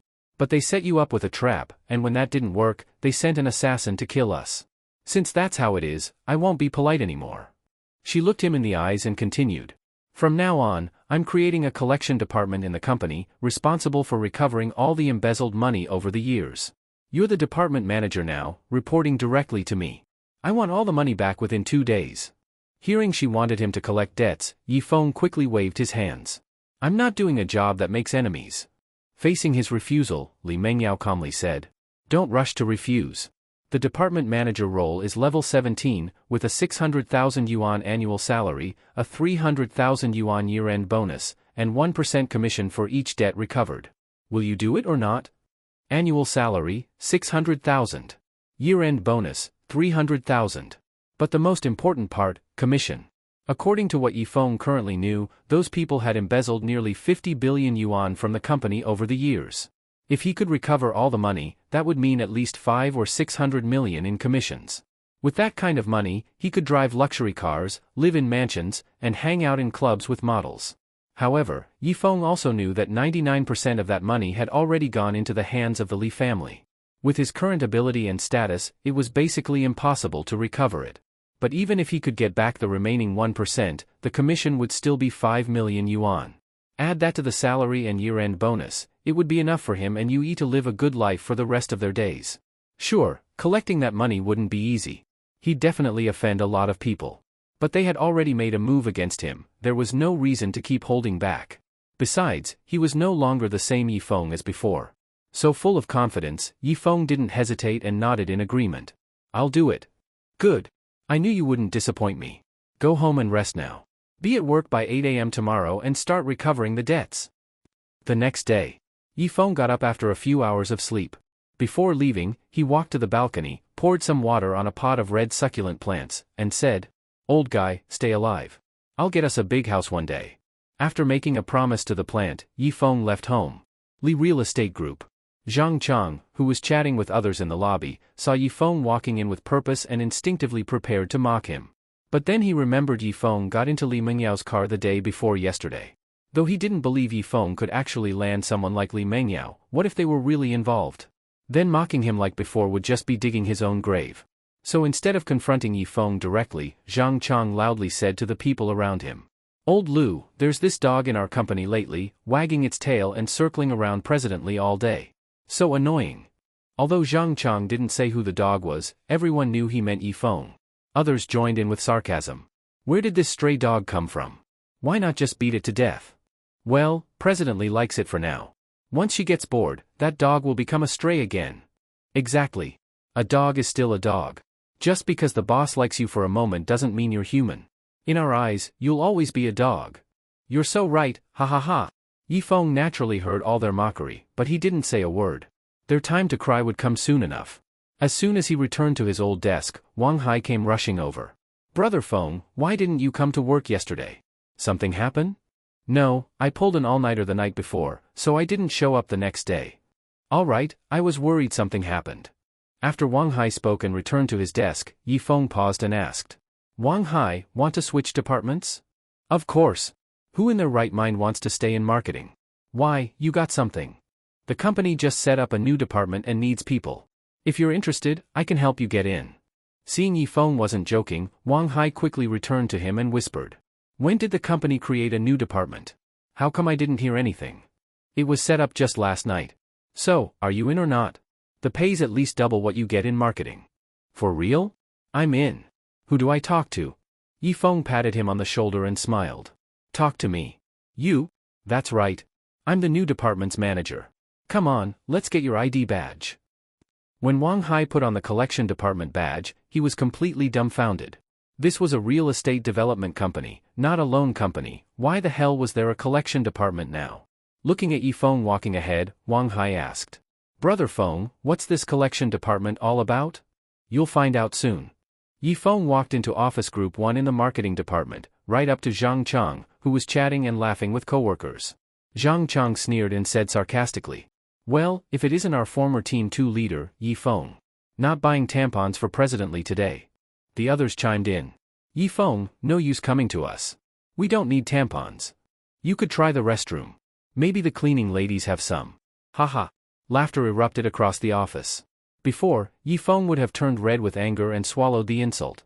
But this time, his face was expressionless as he opened the folder in his hands and read, "Zhang Chang, after the company's audit, you have 352 fake reimbursements over the past 3 years, totaling 186,500 yuan. The company is giving you one chance to make it right. Pay it back by the end of today, and that'll be the end of it. Otherwise, the company will take legal action." As Yifeng's firm voice rang out, the laughter instantly stopped. Zhang Chang's smile froze. He never expected Yifeng to demand that he repay company money. Panic started to set in. He'd already spent that 180k long ago. Where was he supposed to get it now? Besides, he stole that money with his own skill. Why should he return it? Thinking this might be revenge for the earlier mockery, Zhang Chang stared at Yifeng and said coldly, "You better have proof, or I'll sue you for slander." "Proof? It's all here. You claimed the expenses were for client meals, but after checking, I found you only treated 36 clients. The rest were completely made up. Yifeng dropped the folder in front of him. Everything he said was true. Zhang Chang hesitated and said, "Even if what you said is true, what does it have to do with you? Don't forget, you're in marketing." Yifeng raised the ID badge hanging around his neck, and a faint smile appeared on his lips. "Sorry. President Li just created a new collection department. I'm the department manager, appointed by her personally. Now you tell me, does this concern me or not?" Seeing "Collection Department Manager" written on the badge, Zhang Chang was stunned. Yifeng ignored him, turned to the others, and said, "Lu Tianliang, Zhao Shan, Zhang Jijun, Han Wenkai, you all know how much you stole from the company. Return the money to finance by the end of the day, or the company will call the police." After speaking, Yifeng turned to leave. Zhang Chang suddenly jumped up, grabbed him by the collar, and shouted, "You're doing this on purpose, aren't you?" Looking into his furious eyes, Yifeng smiled and replied, "How could I dare? I'm just a dog wagging its tail around President Li, remember?" Yifeng sarcastically replied and shook off Zhang Chang's hand, then quickly left with Wang Hai. Watching Yifeng's departing figure, Zhang Chang's body began to tremble. At that moment, a coworker said anxiously, "I already used that money to pay off my mortgage, how am I supposed to pay it back now? My 100,000 yuan went to help my wife's brother buy a house, I can't pay it back either." Seeing everyone panicking, Zhang Chang sat back down and scoffed. "What are you all freaking out about? It's not like we're the only ones who faked reimbursements. Everyone in the marketing department does it. Why should we be the only ones who pay it back? If none of us pay, let's see what Yifeng can do. But he said if we don't pay by the end of the day, he'll report us to the police. He's just bluffing. Between all of us, there are over 1,000 fake claims. No way he can verify them all in one day. Just ignore him." "True. Okay, Zhang Chang, we'll follow your lead. Trust me, we'll be fine." Zhang Chang looked at the office door and said coldly, "I'm not paying a damn thing, let's see what that dog can do." "Brother Feng, what if Zhang Chang and the others just don't pay? What then?" Yifeng, walking into the purchasing department, replied, "If they don't pay, they'll be eating prison food. The company's really going to call the cops? What, you think I'm joking with you?" Yifeng turned and shouted into the department, "Where's Manager Chen from purchasing? I'm here to collect." The entire day, Yifeng and Wang Hai rushed between departments. He had already emailed everyone who owed the company money that morning, but knowing many wouldn't take it seriously, he chose to confront them personally. 4:30 p.m. Wang Hai collapsed on the sofa in Yifeng's new office, groaning, "My legs are about to break from all this walking. Think of it as exercise. Come on, let's go check if anyone's paid up. I'm exhausted. Let's wait a bit. Wait too long and finance will close, get up." Yifeng dragged Wang Hai to the finance department. After checking, they found no one had paid back a single cent. No surprise. If collecting money were easy, Li Mengyao would have just told the department heads to pass the message down. She wouldn't need to hire Yifeng to lead collections. But Yifeng had already expected this. He pulled out his phone, dialed a number, and said after the call connected, "President Li, I've notified all the employees who owe money, but none of them have paid." "Got it."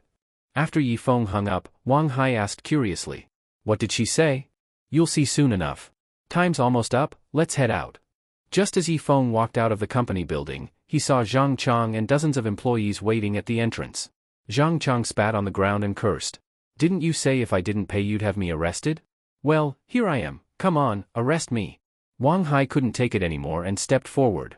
"Zhang Chang, you stole company money and now you're acting like the victim? Don't play innocent with me. Like you didn't take money too. Yifeng, don't think just because you've latched onto Li Mengyao you can show off. I'm not paying, and I've told everyone else not to pay either. What are you gonna do about it?" With Zhang Chang leading the charge, the others shouted, "Let's be real, I've got money, but I'm not paying a damn thing." "Yeah. We're not paying. My brother-in-law's a vice president, one call and you'll be out of here." That name drop made it clear this wasn't Wang Hai's fight. Yifeng calmly said, "Your brother-in-law is VP Wang, right? Well, I already notified him too. If he doesn't pay, he'll get arrested too." Just as he finished speaking, a middle-aged man walked out of the building and coldly said, "I'm right here today. Let's see who dares arrest me." Seeing his brother-in-law arrive, the man ran over and said, "Uncle, it's Yifeng, he said he'd have you arrested." VP Wang walked up to Yifeng and demanded, "You said you'd arrest me?" Yifeng replied calmly, "VP Wang, it's not me, it's President Li who's calling the police. Don't try to scare me with her. You're just her damn lapdog. And you're barking at me? You've got a death wish." If Yifeng's my dog, then what does that make you? The cold voice from behind made VP Wang freeze. Li Mengyao, in high heels, walked up beside Yifeng under everyone's gaze and stared at the sweating VP Wang. So you're VP Wang? Let me make this clear, anyone who dares not return the money they stole from the company will be reported to the police. Don't think your title makes you untouchable. People like you only shame the company. As president, I'm officially firing you. VP Wang panicked. I was appointed by headquarters, you can't just fire me. Remember, Li Real Estate's Huaxi branch follows my word. If I say you're fired, no one can stop it. Then she turned to the terrified Zhang Chang and asked. You led the refusal to repay, right? President Li, it was all a misunderstanding. Yifeng's falsely accusing me, I never took company money. Tell the police then, not me. She turned to the legal department head and said. I gave them a chance. They didn't take it. Call the police. Yes, President Li. Hearing that, those who only owed a few thousand couldn't take it anymore. Getting arrested over such a small amount wasn't worth it. President Li, don't call the police. I'll pay right now. With one person leading, the rest followed. In no time, all but Zhang Chang rushed to finance to repay their debts. Even VP Wang slipped away, likely to gather funds or call in favors. Li Mengyao walked up to Zhang Chang, who was soaked in sweat, and said coolly. Sure, Yifeng clung to my leg, but so what? I like it. You wish you had the chance, but you never will. You're not worthy. Then she walked away and got into a Rolls-Royce parked by the roadside. As she left, Yifeng walked up to Zhang Chang and said mockingly. I honestly didn't think you had such guts. I personally support your decision not to pay. Stand strong against the company. After tossing that sarcastic comment, Yifeng walked past. Zhang Chang gritted his teeth and cursed. Yifeng, you bastard. I won't let this go. Yifeng was in a great mood today. Promotion, raise, and best of all, Zhang Chang totally humiliated. Feeling good, Yifeng stopped by a small restaurant near the hospital, packed some dishes, and happily went to the hospital. Walking into the room, he smiled and said, Yui, look what I brought. Why? But his words stopped mid-sentence. Because at that moment, a beautiful woman was sitting by Yui's bedside, chatting. Yui smiled and said, Brother, do you remember Sister Wanwan? Wanwan. Instantly, an image of a little girl with pigtails flashed in Yifeng's mind. Her name was Lin Wanwan, his best friend from the orphanage. Their bond had even gone beyond that of ordinary childhood friends. Yifeng vividly remembered one stormy night when the scared Lin Wanwan crawled into his bed, hugged him, and said she'd marry him when they grew up. But he was just a little kid, he only wondered why boys' and girls' bodies were different. Later, Lin Wanwan left the orphanage. He heard she was adopted by a couple overseas, and they never contacted each other again. He thought he'd never see her again, but now, here she was.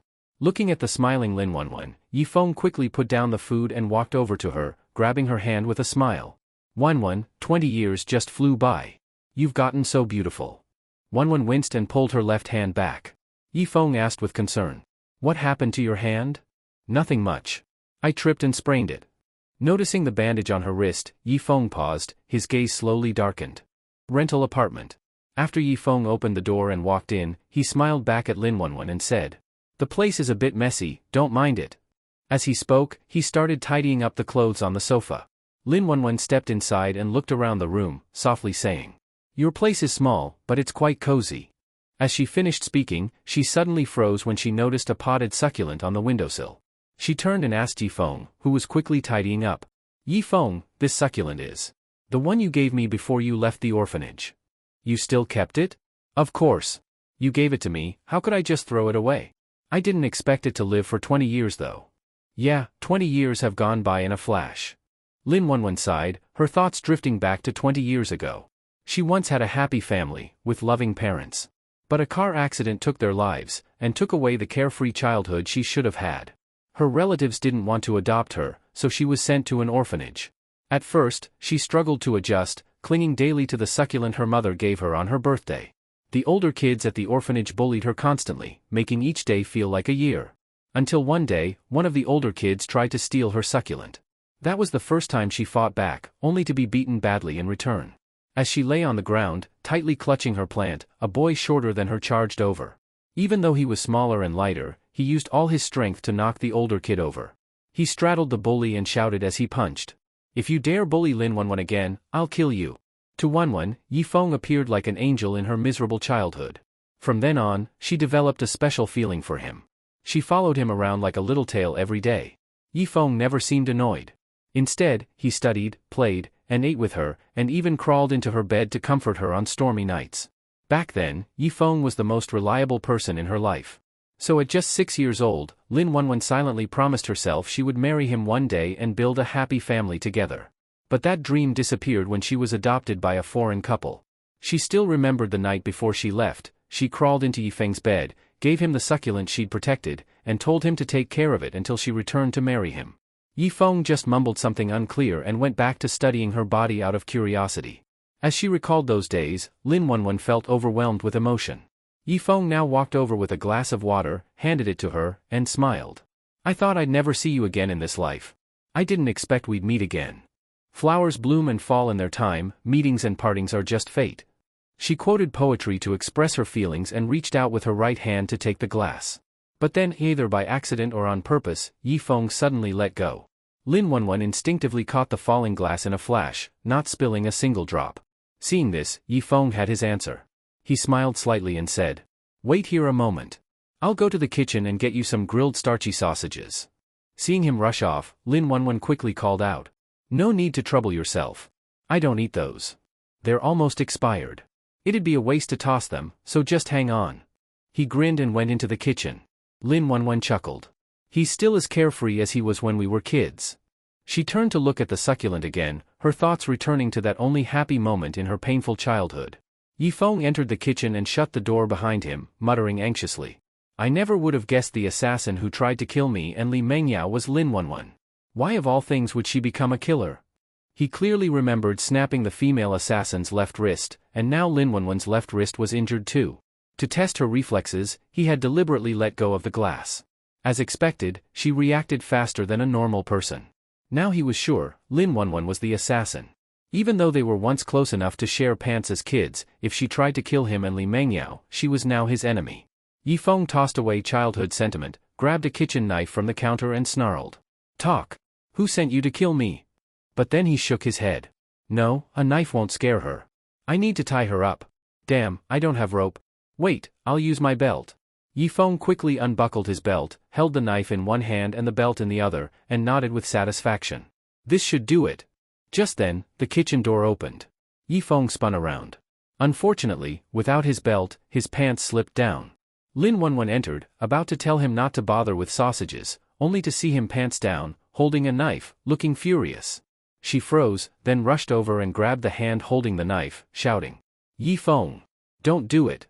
Yifeng thought she knew he'd figured out her identity and growled, "Too late to regret it now. I know I broke my promise, but you can't castrate yourself." "Castrate? Yes. You're doing this because I didn't come back and marry you, right?" "Yifeng. What the hell is going on? This woman lived abroad 20 years, did her IQ drop?" Realizing she misunderstood, Yifeng quickly explained, "You got it all wrong. I'm not castrating myself, I'd never ruin my future happiness like that." "Then what are you doing?" I'm cutting sausages for you." Hearing that lame excuse, Lin Wenwen looked down at his SpongeBob boxers, blushed, turned away, and muttered, "Still as inappropriate as ever." Blushing, she spun and hurried to the living room. Yifeng saw the opportunity. He grabbed the belt, ready to wrap her up and interrogate her. But he forgot, his pants were still around his ankles. As he stepped forward, he tripped, falling face first. In panic, he reached out, and accidentally grabbed Lin Wenwen's loose skirt. Rip! Yifeng hit the floor hard, holding a torn piece of fabric in his hand. Looking down at the cloth, he instinctively looked up, his eyes widened. Oh! My God! Because Yifeng had accidentally torn Lin Wenwen's skirt, her long, slender, beautiful legs were now fully exposed before his eyes. Wow! While Yifeng was stunned, Lin Wenwen also finally realized what this guy had done to her. Ashamed and angry, she snatched the torn skirt from his hand and ran out of the kitchen, face flushed red. As the kitchen door slammed shut, Yifeng blinked. Feeling guilty, Yifeng walked out of the kitchen and looked at Lin Wenwen, who was sitting on the sofa sulking. He swallowed and cautiously said, "Wenwen, I'm sorry, I really didn't mean to tear your skirt." Hearing his apology, Lin Wenwen took a deep breath and looked at him, speaking calmly. "Forget it, I won't argue with you. Do you have any clothes I can wear?" "I really don't. I live here alone, just a bachelor." "Yui doesn't live with you?" "No. Why not? Why should she live with me?" In response to his question, Lin Wenwen said with a subtle tone, I thought you two were so close, maybe you were living together. Well, come on, you and I are even closer, are we living together? Yifeng's reply left Lin Wenwen speechless. She shook her head and said, fine, forget it. Do you have a sewing kit so I can fix my skirt? I can't leave your house looking like this. Looking at the torn skirt covering her legs, Yifeng scratched his head awkwardly and said, sorry, I don't even have a sewing kit. No sewing kit? What kind of life are you living? Single bachelor life. Then hurry up and find a girlfriend. It's always better to have a woman at home. She suddenly added with a smile, I think Yui suits you. Hearing that, Yifeng waved his hand, walked to the wardrobe, and opened it while searching for clothes. No thanks on Yui. I've always seen her like a little sister. Besides, even rabbits don't eat the grass by their own burrow. Better to keep the benefits in the family. Yifeng thought, with how thin Yui is, what fat benefits. He took out his tracksuit and turned around, handing it to Lin Wenwen. If you don't mind, wear mine for now. Guess that's the only choice. Can you go out first? Oh, right. Seeing Yifeng rush out of the living room, Lin Wenwen helplessly shook her head. A minute later, Yifeng, who was in the kitchen debating whether to tie her up, heard Lin Wenwen say he could come back in, and returned to the living room. Although Lin Wenwen was 1.7 meters tall, Yifeng was 1.87. So his clothes looked oversized and baggy on her. But even so, the sportswear logo was stretched tight. Seeing her chest push up the fabric, Yifeng muttered. She was all skin and bones as a kid, didn't expect she'd grow up this well developed. What did you say? Nothing. Seeing his guilty face, Lin Wenwen didn't think too much. She brushed her hair back, picked up her torn skirt and said, I'll return your clothes after I go home and change. No rush. I'm in no hurry to wear them. Okay then, I'm off. She waved at him and walked toward the door. Yifeng hesitated for a moment, then looked at her slender back and said, Wenwen. She slowly turned and looked at him, curious. What is it? Could I get your number? We finally met again, I don't want to lose contact with you. Hearing his request, Lin Wenwen suddenly smiled. She walked to the table, picked up a pen and paper, and wrote down a number, handing it to him. This is my temporary number while I'm in the country. Temporary? You're leaving again? Yeah, I'm just here to handle some things. Once I'm done, I'll be gone. Hearing that, Yifeng thought, looks like she won't rest until she kills Li Mengyao. Though he wasn't close to Li Mengyao, they had at least been intimate. Yifeng didn't want her to get hurt. Lin Wenwen didn't know what he was thinking. She assumed he didn't want her to leave and said, the matter I'm handling is a bit tricky. It won't be resolved anytime soon, so I'll probably be staying a while. Oh. Seeing that even with such a clear hint Yifeng didn't get it, Lin Wenwen said nothing more. She said goodbye and left. After all, they lived in two completely different worlds now. It was impossible to return to their orphanage days, so there was no need for lingering attachments. As the sound of the door closing reached his ears, Yifeng looked at the number in his hand and muttered. What exactly did Wenwen go through abroad? Why did she become an assassin? Though he didn't know the details, Yifeng knew she must have gone through something unimaginable. Since Lin Wenwen wasn't going to stop until she killed Li Mengyao, and since he had once slept with her, Yifeng decided to call and warn her. At that moment, Li Mengyao was wearing a short silk nightdress, lazily half-lying on a soft sofa. With a wine glass in her left hand and a phone in her right, she listened to Yifeng's warning. After sipping some wine, she said meaningfully, How do you know she's going to try to kill me again? Don't tell me you know the assassin? Yifeng froze. He didn't expect this woman's sixth sense to be so strong. She even guessed he knew Lin Wenwen. But Yifeng also knew she was just speculating, so he explained. I don't know her. I just analyzed things today and figured she'd make another move. Then let her come. I, Li Mengyao, am waiting. Stop showing off already. Go hire a bunch of bodyguards.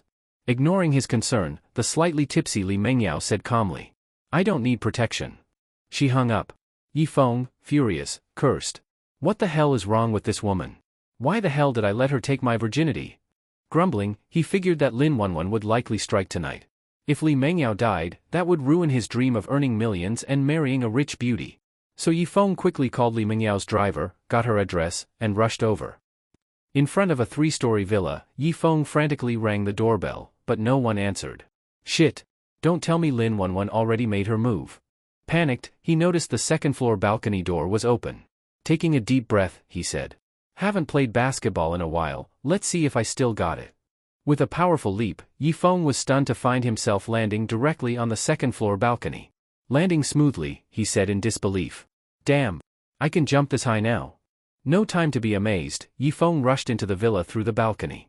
Seeing scattered slippers, a silk nightdress, and sexy lace panties on the floor, he turned toward a room with light coming from it. Could it be a pervert broke in? He quickly approached the door and gently pushed it open a crack. When he saw a breathtaking figure showering inside, his jaw dropped. At this moment Li Mengyao was standing under the shower. And Yifeng's mind conjured up a poem. Form graceful reflected in flower's shadow. Slender figure like a willow's branch. Beauty and brilliance beyond words. Magnificent and unmatched, tips one over.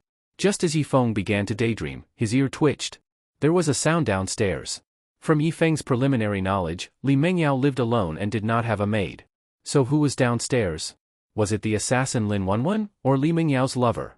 But his feeling was that Li Mengyao didn't seem like someone loose. So most likely it was Lin Wenwen.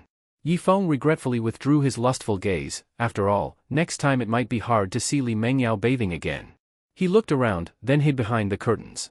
Just as Yifeng hid there, a masked woman tiptoed upstairs. She first scanned the second floor, then fixed her gaze on the bathroom door. Because she wore a mask, Yifeng couldn't see her face, but instinct told him this woman was Lin Wenwen. Sure enough, she would not give up. Seeing her take out a short blade from her pocket, Yifeng sighed deeply in his mind.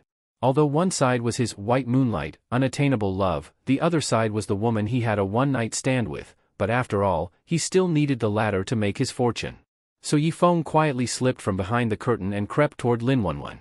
At this moment Yifeng walked soundlessly, so even a top assassin like Lin Wenwen did not notice him. Lin Wenwen reached the bathroom door, opened it slightly. Seeing Li Mengyao showering, she prepared to rush in and kill her. But at that moment a strong arm wrapped around her waist from behind. Lin Wenwen was shocked. Realizing she had walked into a trap, she swung the knife toward the man behind her, Yifeng. Yifeng reached out and grabbed the wrist holding the knife. If he wanted, he could break her hand in seconds. But Yifeng couldn't do that. Earlier in the office he didn't know she was Lin Wenwen, so he'd accidentally injured her left wrist. Now that he knew she was the assassin, he still felt a bit sorry for her. So unwilling to hurt Lin Wenwen, Yifeng pressed her wrist to the wall roughly. Fearing she might break free, he pressed his body against hers tightly. Because of this, the two of them ended up in an ambiguous pose. Yifeng's intention was simply to subdue her, he had no ill intent. Yet during the physical control, unavoidable contact occurred. Yifeng clearly felt Lin Wenwen's rapid breathing and tense body, which made him realize the pose was inappropriate. He quickly tried to reposition and create distance. Lin Wenwen was struggling fiercely, and suddenly noticed the man restraining her acting strangely. She sharply observed Yifeng's deliberate body shift, and recalling their previous encounter, her anger surged. "It's you again." Lin Wenwen gritted her teeth. It was this guy who disrupted her plan last time, and now he dare. Reaching that, she didn't hesitate, lifted her foot, and with her heel stomped hard on the top of Yifeng's foot. In pain, Yifeng immediately loosened his hold. Taking the chance, Lin Wenwen freed herself and struck him with an elbow. Yifeng turned away to dodge. He hurried to explain. "Wait. You misunderstand, I was just..." "Shut up." Lin Wenwen didn't give him a chance to explain. Her sharp attack continued. Yifeng had to focus entirely on defense, quietly cursing inside. This misunderstanding looks like it won't be cleared up anytime soon. Suddenly Yifeng felt ripping pain on the top of his foot, so reflexively he released Lin Wenwen and jumped in place holding his foot that had been stomped. Lin Wenwen spun around to kill the man, but at this moment the sound of running water abruptly stopped. Realizing Li Mengyao must have finished showering, Lin Wenwen immediately thought, should I fight this man first or kill Li Mengyao first? But she quickly realized that with this man here she couldn't kill Li Mengyao, and indeed she couldn't defeat this man. So after a brief thought, Lin Wenwen abandoned the assassination attempt. Without even looking at the man beside her, she dashed to the second-floor balcony and leapt off. Yifeng, seeing Lin Wenwen run away and about to pursue her, the bathroom door suddenly opened, and naked Li Mengyao, holding a towel and drying her dripping hair, stepped out. In an instant, their eyes locked. Slightly drunk Li Mengyao, seeing Yifeng standing at the door holding his foot in pain, sobered instantly. She hurried, barefoot, to Yifeng, pointed at his nose and asked, "How did you get into my home?" "I entered from the balcony." "You entered through my balcony? On what permission?" "I came to protect you, of course. If I hadn't arrived in time, that assassin would have killed you." Hearing someone came into her home to kill her, Li Mengyao's brows furrowed.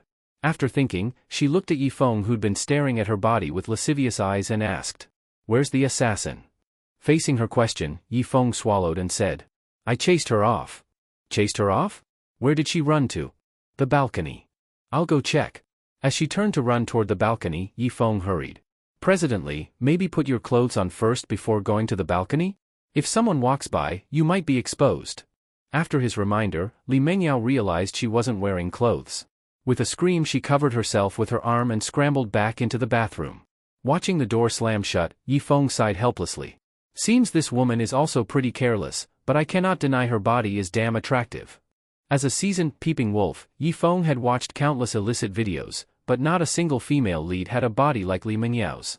A moment later, Li Mengyao sat on the sofa wearing a bathrobe.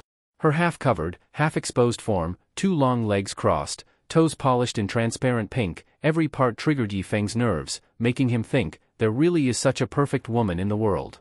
Even more, that such a perfect woman once slept with me. Seeing Yifeng's uneasy, embarrassed face, Li Mengyao said harshly. Cut it out. As if you've never seen a woman before. I haven't. Bullshit. Really. Before that night with you, I never even held a girl's hand. I'd always been single. Hearing his explanation, Li Mengyao raised an eyebrow. His awkwardness seemed genuine. Could it be my first time was with a pure little boy? If that's true, maybe I didn't lose out. Suddenly Li Mengyao's impression of Yifeng changed. With the alcohol kicking back in, she felt her heart pounding and said, "Come over and massage my feet. Then tell me in detail what just happened." A woman's feet are not easily touched by someone else. When Li Mengyao asked Yifeng to massage her feet, it sounded like commanding a slave, but in fact it marked a huge change in her attitude toward him. Up to now, Yifeng had been involved with only one woman, Li Mengyao, so he was not very clear on all the rules and nuances. He thought Li Mengyao simply wanted him to massage her feet, so after swallowing, he sat beside her.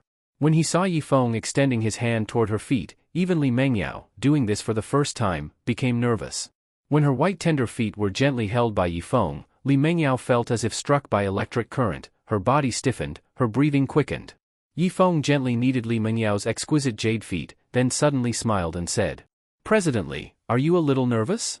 Facing Yifeng's question, Li Mengyao gripped the sofa armrest tightly, then hurriedly shook her head. "I'm not nervous. You can't fool me. Just by looking at you I can tell you're nervous. I'm not going to do anything with you, relax."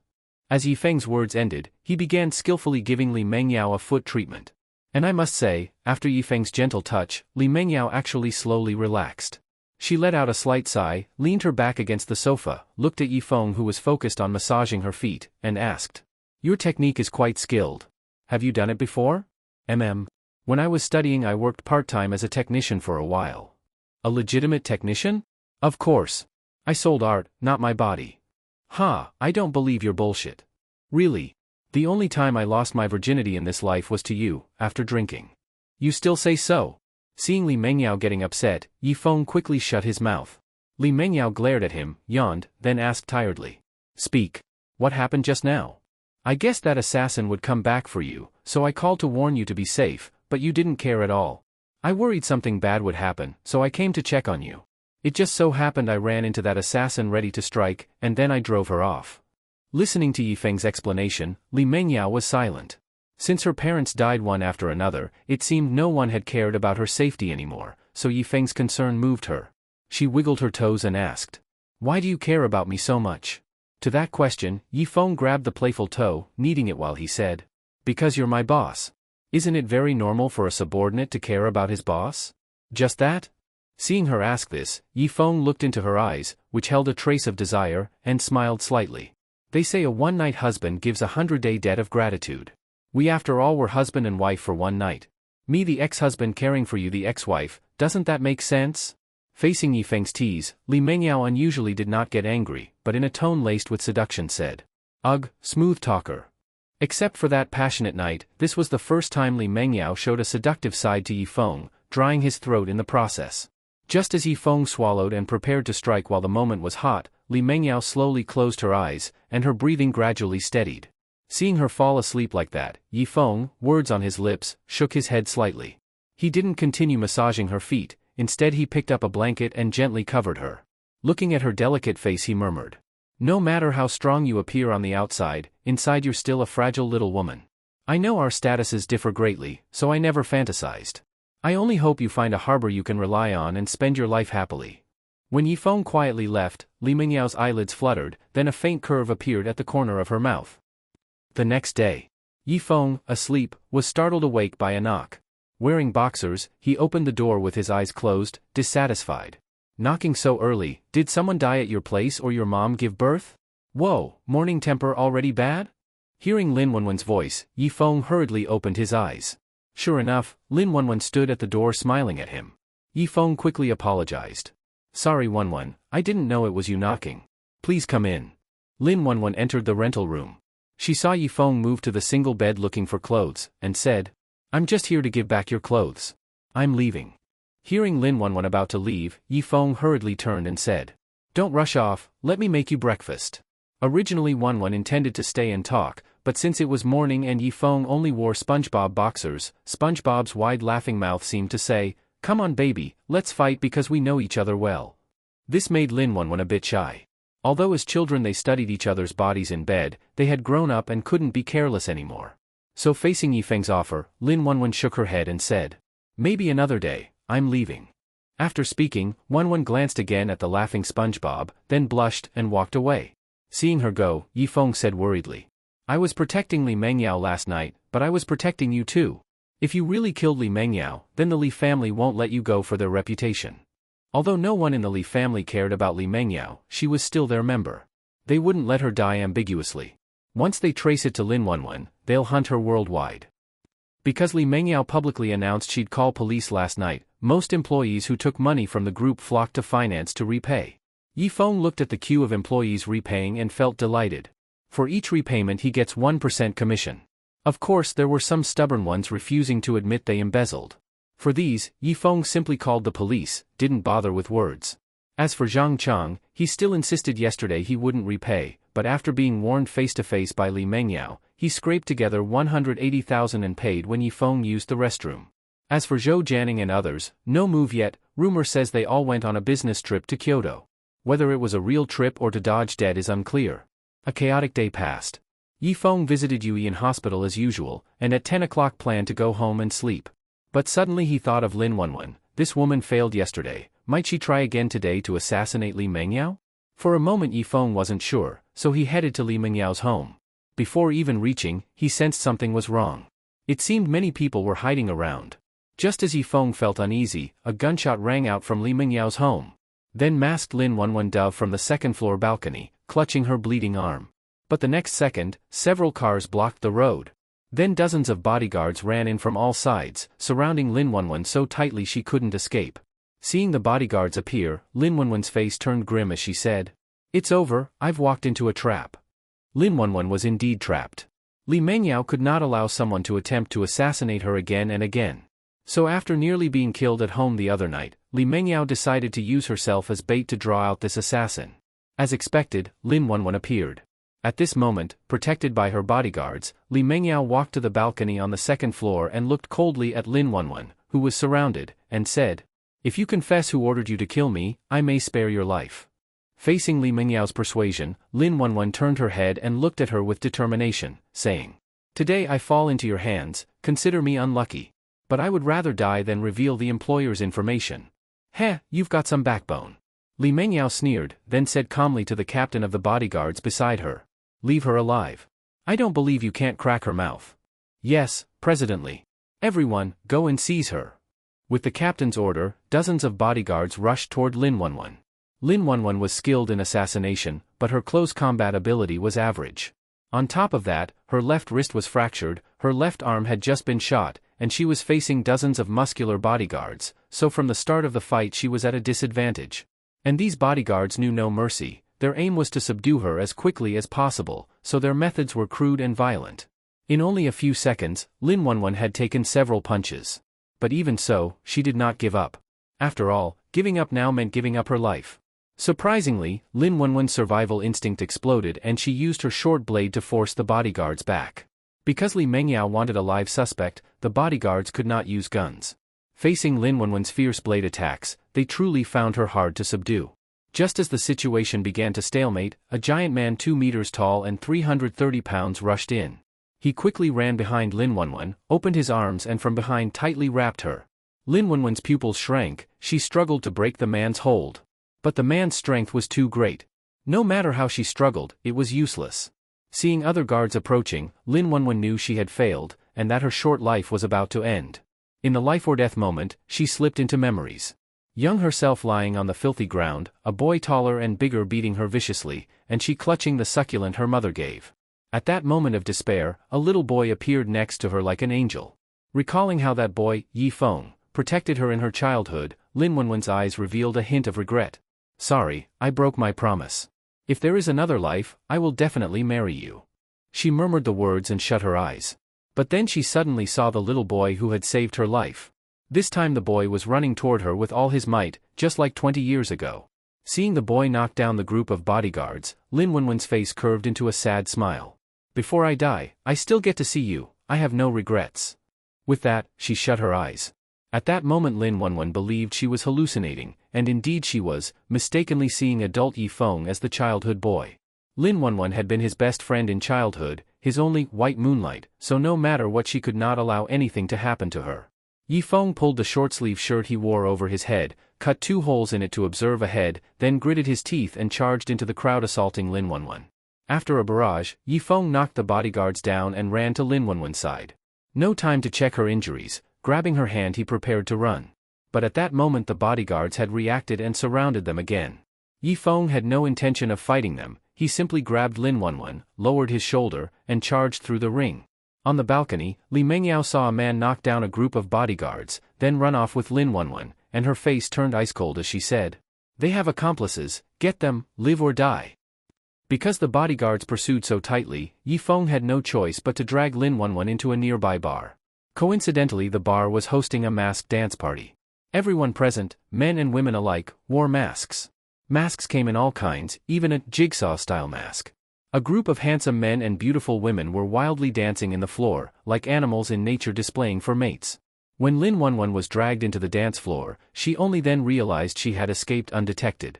She quickly turned her eyes to the man pulling her and was about to ask who he was when the man suddenly stopped. Yi Feng saw a group of bodyguards had already entered the bar, searching for them. Without hesitation, he pulled off the half-face painted mask from the man beside him, then grabbed a fox face half mask from a woman's face, and dragged Lin Wenwen deeper into the crowd. Seizing the moment, Yi Feng tossed the short-sleeved shirt on the ground, put on the half-face mask, and turning to Lin Wenwen said, "Don't just stand there, put this mask on quickly or we'll be in trouble when the bodyguards arrive." Looking at his exposed eyes and mouth and hearing his voice, Lin Wenwen tentatively asked, "I feel like I know you." "Ah, now's not the time for that." "Fine, I'll put it on you." Yi Feng didn't waste words, he quickly pushed the fox half-mask onto her pale face.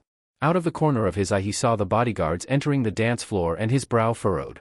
"Looks like today we'll have to take down the bodyguards." Then Yi Feng thought of something. He whispered to Lin Wenwen, "We'll act like we're very close, so they won't suspect us." "How do we act?" "Like this." He reached out, cupped Lin Wenwen's face with both hands, and under her confused gaze, gently kissed her lips. Lin Wenwen's mind instantly went blank at Yi Feng's move. Feeling Yi Feng's awkward kiss, Lin Wenwen was completely stunned. After all, she never imagined Yi Feng would kiss her at this moment. Seeing Lin Wenwen not reacting at all, Yi Feng quickly let go of her lips and whispered, "I know this is a bit sudden, but if we don't do this, they'll notice us. So please bear with it, and quickly hug me." Hearing Yi Feng's urging, Lin Wenwen finally realized why he kissed her. Even though the situation was urgent, how could he just kiss her like that? Just as Lin Wenwen was about to flatly reject him, Yi Feng saw a group of bodyguards approaching and immediately kissed her again. Seeing this, Lin Wenwen began to struggle, but Yi Feng directly pinned her against the wall and started kissing her forcefully. At that moment, 2 bodyguards walked over and stood beside them, sizing them up. Yi Feng noticed these 2 guys were suspicious of him, so he gently let go of Lin Wenwen's soft red lips and said to the bodyguards, "What's up, bros? You want a taste too?" Faced with Yi Feng's enthusiastic invitation, the 2 bodyguards looked at them one more time, then went to check on others. Realizing he had successfully tricked them, Yi Feng breathed a sigh of relief. Looking at Lin Wenwen in front of him, even though half her face was covered by a mask, he could still tell she was blushing. Yi Feng felt a bit awkward for a moment. After all, he had just kissed his white moonlight, the woman he secretly liked, so how could he ease the awkwardness now? Maybe just invite her to a hotel to do something more interesting? No, she might think he just wants her body. Though, truth be told, Yi Feng did. After all, with a figure and looks that didn't lose to Li Mengyao, few men wouldn't be tempted by Lin Wenwen. Just as Yi Feng was lost in thought, Lin Wenwen quickly pushed him away. Although she was angry, considering he did it to save her, her anger lessened a bit. Lin Wenwen wiped the saliva off her lips, looked at the awkward Yi Feng, and said, "No matter what, you saved me. Thank you." Seeing that Lin Wenwen was still a bit bothered about him kissing her, Yi Feng scratched his head and said, "It's nothing, just lending a hand." Lin Wenwen stared into his eyes for a moment and asked tentatively, "Do we know each other?" Yi Feng was about to reveal his identity when suddenly a man and a woman appeared with several bodyguards. Seeing that it was the couple from whom he had stolen the masks, Yi Feng gritted his teeth and cursed. "Just stole your masks, no need to snitch. So damn petty." After cursing, Yi Feng quickly said to Lin Wenwen, "Looks like we can't stay hidden anymore. I'll find a way to draw them off, sneak away when you get the chance." As he released her waist, Lin Wenwen quickly said, "I'll go with you." "No. Women only slow me down when I draw my blade." After showing off a bit, Yi Feng left Lin Wenwen. He went straight to the DJ, snatched the microphone from his hand, and shouted, "You bunch of idiots. Yeah, you guys in suits. Aren't you looking for me? I'm right here, come and get me." With that shout, the bodyguard spotted him and rushed toward him. Yi Feng threw away the mic and bolted. Lin Wenwen watched as the man who had just risked himself to save her attracted all the bodyguards away, and murmured, "Why does this man seem familiar to me? Who is he really?" After running out of the bar, Yi Feng dashed into a small alley, turned left and right a few times, and shook off the bodyguards. He quickly threw away the mask on his face, looked at his bare left foot, and cursed. "Damn it, lost a shoe too. Daddy, your daughter's calling you." Suddenly hearing the custom ringtone he set for Li Mengyao, Yi Feng quickly reached into his pocket. But when he pulled something out, he froze for a second, then looked at the lace panties in his hand and muttered, "Who stuffed underwear in my pocket?" Guessing some woman must have stuffed them there while he was escaping from the bar, Yi Feng shook his head and casually tossed the panties away. He answered the call and said, "Hey daughter, no, I mean, President Li, what's up? Where are you? I just visited my sister at the hospital. I was about to head home. Come to my place." As soon as she said that, she hung up. Looking at the phone screen, Yi Feng frowned and said, "Could she have found out it was me? But I had my face covered, she shouldn't know." After thinking it over, Yi Feng decided to go to Li Mingyao's house. If he went, maybe nothing would happen. If he didn't, it would look suspicious. Li Mingyao's house. When the door opened, Yi Feng looked at her in her nightgown and asked, "President Li, what's wrong?" Li Mingyao didn't reply. She turned around, walked over to the sofa on her long legs, sat down, picked up her wine glass with her left hand, gently swirled the wine, and asked Yi Feng, "Where were you an hour ago?" "The hospital." "You're sure?" "Of course. My sister can vouch for me." "President Li, what's going on?" Hearing Yi Feng's answer, Li Mengyao stared into his eyes. When a person lies, their eyes tend to dodge. But Yi Feng was acting completely normal, showing no signs of panic. So after staring at him for a while, Li Mengyao couldn't detect anything wrong and said calmly, "Nothing, just asking." Okay. If there's nothing else, I'll be leaving now." Seeing Yi Feng trying to leave, Li Mengyao said domineeringly, "Did I say you could leave? Sit down." "What for?" "Just sit, less nonsense." Seeing how bossy she was, Yi Feng curled his lips and sat next to her. At that moment, Li Mengyao put her beautiful legs on his, looked at him, and said, "Keep massaging my feet." After she said that and playfully wiggled her toes, Yi Feng looked at her oddly. Was this woman flirting with him? But aside from being handsome, well-built, having a sweet voice, being gentle, and skilled in bed, what other charms did he have? Why would she flirt with such a useless guy? Though confused, Yi Feng didn't overthink it. He reached out, grabbed her delicate feet, and gently started massaging. As Li Mengyao felt her body relax like never before, she let out a long sigh. Yi Feng's foot massage skills were really something, even Li Mengyao was getting addicted. Looking at his handsome face and watching him massage her feet made her heart race. After a moment, she bit her lip and asked, "Yi Feng, do you think my feet are pretty?" Faced with this question, Yi Feng seriously looked at Li Mengyao's feet and sincerely said, "A beautiful foot moves like drifting clouds, graceful and charming, stirring the heart." Hearing Yi Feng even quote poetry, Li Mengyao felt delighted and said, "Didn't expect you to know poetry too." "Of course. Otherwise, what was the point of going to college?" "What was your major in college?" "Chinese language and literature." "Chinese language?" Seeing Li Mengyao looking surprised, Yi Feng shrugged and said, "I've always had a strong interest in ancient literature, so I chose Chinese language and literature as my major." But the truth was, when Yifeng was in high school, he heard from classmates that the Chinese language and literature major had lots of girls and very few boys. A guy entering that major would be like a little lamb falling into a den of wolves. Being a groom every night wouldn't be a problem. Naive and innocent, Yifeng believed it. After his college entrance exam scores came out, he immediately applied to the Chinese language and literature major at a local university. But when Yifeng excitedly stepped onto the university campus, he realized he was too naive.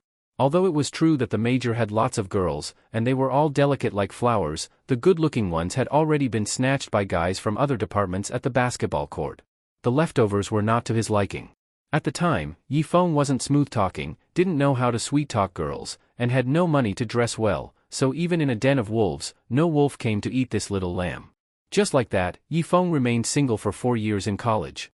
He thought that after leaving college, he could find a girlfriend in society. But after stepping into the real world, he realized just how harsh reality was. Li Mengyao had no idea about Yifeng's true thoughts. She thought he genuinely loved literature, so she curiously asked, "Since you majored in literature, why are you working in our company's marketing department? That doesn't match your major. These days, it's hard for liberal arts majors to find a job. My college classmates, those with money went into business, those with connections got into public institutions. As for someone like me, with no money and no connections, I just do whatever job I can get." "That's true. So what was your dream back then?" "To become a novelist. I even wrote a few novels before, but unfortunately, they got banned." Hearing that Yifeng had written novels, Li Mengyao suddenly became interested. "Why were they banned?" "Because the content was too explicit. I just don't get it. What I wrote was more proper than Jean Pingmei, so how was it considered too explicit?" Seeing that this guy didn't write proper novels, Li Mengyao immediately lost interest. She put her wine glass on the coffee table, sighed slightly, then closed her eyes and said, "Can't you write a serious novel? Who reads serious novels? TCH. Seeing Li Mengyao curl her lips and then start breathing evenly, Yifeng realized she had fallen asleep again and shook his head slightly. He picked up a blanket and gently covered her, then looked at her beautiful face and softly said, "Hope you have a good dream. Good night." The next day, Li Mengyao was in her office listening to the finance department manager's work report when her phone received a message. She glanced at it. It was from her second uncle, Li Jianjun, saying that this weekend would be the 80th birthday of the Li family's patriarch, Li Mengyao's grandfather. Since going abroad for study a few years ago, Li Mengyao had never celebrated her grandfather's birthday. Now that she had returned to the country and taken over the Li family's business in Huaxi district of Donglin City, it was time to go back and see the old man. After thinking for a moment, Li Mengyao replied, "Got it," then said to the finance manager, "That's all. Go tell Yifeng to come see me." A moment later, Yifeng knocked on the door and came in, looking at her curiously. "President Li, you wanted to see me? This weekend, go with me on a business trip to Kyoto." "But I have the weekend off." "Well, I'm telling you now that you don't. Stop complaining and get out." Seeing how domineering this woman was, Yifeng silently cursed all the women in her family, then left with a displeased look. Weekend, Kyoto. When Yifeng rode in the Rolls-Royce into an estate, he saw a castle that he had only seen in movies. In a place like Kyoto, where land is so valuable, there was actually such a big castle. The owner must be incredibly rich. But when he saw the words, "Li Residence," above the castle gate, he seemed to understand something. Damn, Li Mengyao brought him to her family home. No way, they had only slept together once, why was she already introducing him to her family? Things were moving too fast. But thinking carefully, it didn't seem likely. If she really was bringing him to meet her family, she would have told him beforehand. What on earth was this woman planning? While Yifeng was lost in thought, the Rolls-Royce stopped in front of the castle. Then a suited butler personally opened the back door and respectfully said to Li Mengyao, "Young miss, welcome back." Li Mengyao lightly nodded, got out of the car, and asked the butler, "Where's my grandfather?" "In the birthday banquet hall." "All right. Yifeng, stop spacing out and get out of the car." Hearing her urging voice, Yifeng finally came back to his senses. He quickly got out of the car and asked her in confusion, "President Li, why did you bring me to your home?" "What, I'm not allowed to bring you to my house." "That's not what I meant, it's just a bit sudden. You didn't mention it before." Realizing Yifeng misunderstood, Li Mengyao calmly said, "Today is my grandfather's birthday. I just needed someone to carry my bag, so I brought you. Take this." Seeing her hand over her purse and sway her hips as she walked into the castle, Yifeng curled his lips and grumbled, "Knew it, just brought me here as a laborer. Capitalists really aren't good people." After entering the luxurious castle with Li Mengyao, Yifeng finally realized that the lives of rich families shown in movies were just the tip of the iceberg. Just one painting on the wall, he had seen it in a museum before. With the Li family status, there's no way they'd hang a fake. Which meant, the museums. The more he thought, the scarier it became. Yifeng didn't dare think further. When they followed the butler into the grand birthday banquet hall, a lively scene unfolded before Yifeng's eyes. The massive hall had over 100 tables, and each was nearly full. Damn, your grandpa is really impressive. Facing Yifeng's shock, the unfazed Li Mengyao calmly said, "My grandpa is an old-school capitalist. Every year, lots of famous people come to celebrate his birthday. You call your grandpa a capitalist? Because he is one. Enough talk, go with me to greet him." Just as Li Mengyao was heading toward the head table, a sharp and sarcastic voice reached their ears. "Well, look who it is. Turns out it's our Li family's dear young lady. So you finally remember you have a grandfather?" Hearing that voice, Yifeng instinctively turned around. Not far behind him stood a dignified and elegant woman. She looked to be in her early 40s, but was extremely well maintained, clearly the kind of person who never lifted a finger for chores. Facing the woman's sarcastic tone, Li Mengyao still wore her cold expression. "Second aunt, I'm only back to celebrate my grandfather's birthday, not to compete with my second uncle for the family inheritance. So there's no need for this attitude. Listen to yourself. Do you really think the Li family's assets can be taken by a little girl like you who hasn't even fully grown?" Hearing second aunt say this, Li Mengyao narrowed her eyes. Just then, Yifeng suddenly interrupted. "I disagree with that statement." Seeing Yifeng dare to interrupt, second aunt said coldly to him, "Who are you? Is this your place to speak? Who I am isn't important. I just want to correct your claim that President Li hasn't fully grown. I can confirm, she has." Before Yifeng could finish, Li Mengyao suddenly realized what he was about to say and fiercely pinched his waist, making his face twist from the pain. She gave him a vicious glare, then turned to second aunt and said, "I didn't come back today to argue with you. I'm not in the mood either." After she finished speaking and dragged Yifeng away by the waist, second aunt was so angry she spat and cursed. "Is that how you talk to your elders? All your years of studying must have gone to the dogs." After walking some distance, Li Mengyao coldly questioned Yifeng. "Will you die if you don't speak?" "President, I was just being truthful. After all, you really have grown fully. You damn well better shut up." Furious, Li Mengyao lifted her foot and gave him a hard kick on the calf. At that moment, a sexy woman in a tight pencil skirt came over, clinging to a handsome man in a suit. The woman looked at the annoyed Li Mengyao and teased. "Mengyao, who's this handsome guy? Aren't you going to introduce him to your sister?" Li Mengyao looked at the woman, released Yifeng's waist, and said flatly, "Just a friend." "Just a friend? Then give him to me. I could use a double shot tonight." After she said that and reached to grab Yifeng's arm, Li Mengyao instinctively stepped in front of him and said unhappily, "Li Mengyao, if you want to be slutty, go find someone else, don't harm my friend. Don't be so stingy. It's not like you're using him." "Who says I'm not using him?" As soon as she said it, Li Mengyao realized she misspoke and quickly corrected. "That's not what I meant." But her explanation sounded weak to Li Mengyao, who giggled and said, "Don't explain, I get it. Handsome, come find me when you get bored of her." After flirting with Yifeng, Li Mengyao swayed her hips and walked off, hanging on the man's arm. This made Yifeng frown deeply. He had thought a big family like the Li's would be full of classy, well-spoken elites. Instead, it felt like he was visiting a brothel. Just missing a madam at the door waving a handkerchief and calling out, "Sir, come in for some fun." Still, credit where it's due, Li Mengjiao's little but looked nice, though it probably had plastic surgery. Seeing Yifeng staring at Li Mengjiao's behind, Li Mengyao smacked him hard on the head and snapped, "Look again and I'll dig your eyeballs out. Give me the bag." Li Mengyao snatched back her purse, took out a delicate box, then deliberately swayed her hips as she walked away. She refused to believe her all-natural curves couldn't beat Li Mengjiao's fake ones. Seeing her act like that, Yifeng rubbed his head and muttered, "Women really love to compete, even over who sways their hips better." Li Zhong, sitting on the head chair, never stopped smiling. After all, who doesn't like receiving gifts, especially on their 80th birthday? Since many people were giving birthday wishes, Li Mengyao and Yifeng had to line up. Just as their turn came, Li Mengjiao suddenly cut in. She shoved Li Mengyao aside with her butt, then smiled at Li Zhong and said, "Grandpa, this is a South Sea pearl from your granddaughter. May you stay youthful like the pine tree, blessed through all seasons. Like the stones of Nanshan, may peace and good fortune follow you year after year. Wishing you longevity and happiness." Seeing this, Li Mengyao thought to herself that things were bad. because what she had prepared was also a South Sea pearl. And whether in quality or size, hers couldn't compare to the one Li Mingjiao just offered. If she presented her pearl now, she'd completely lose face. For a moment, Li Mingjiao didn't know what to do. Yi Feng also noticed her pale face and the sweat forming on her forehead. He quietly asked, "What's wrong, President Li? Your period's still not over." Li Mingjiao really didn't have the energy to scold him right now. She turned her head and anxiously said, "I prepared a South Sea pearl too, but it's clearly not as good as Li Mingjiao's. If I give mine now, I'll never be able to hold my head up in the Li family again." Hearing her anxious tone, Yi Feng realized how serious this was.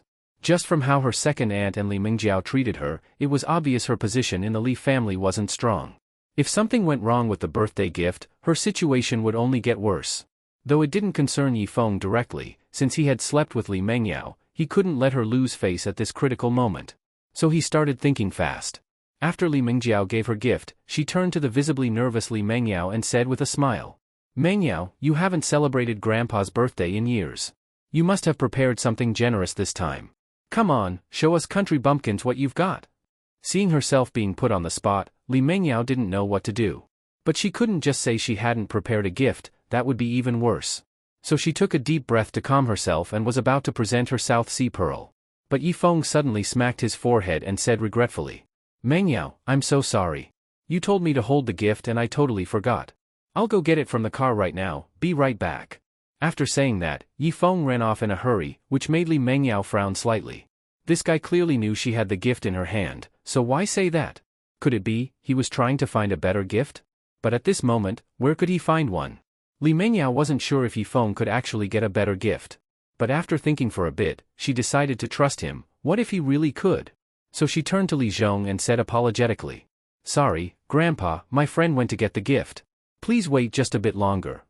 Hearing this, Li Zhong smiled and said, "Gift or no gift, I'm already very happy that you came to celebrate with this old man. Come here, let me take a good look at you."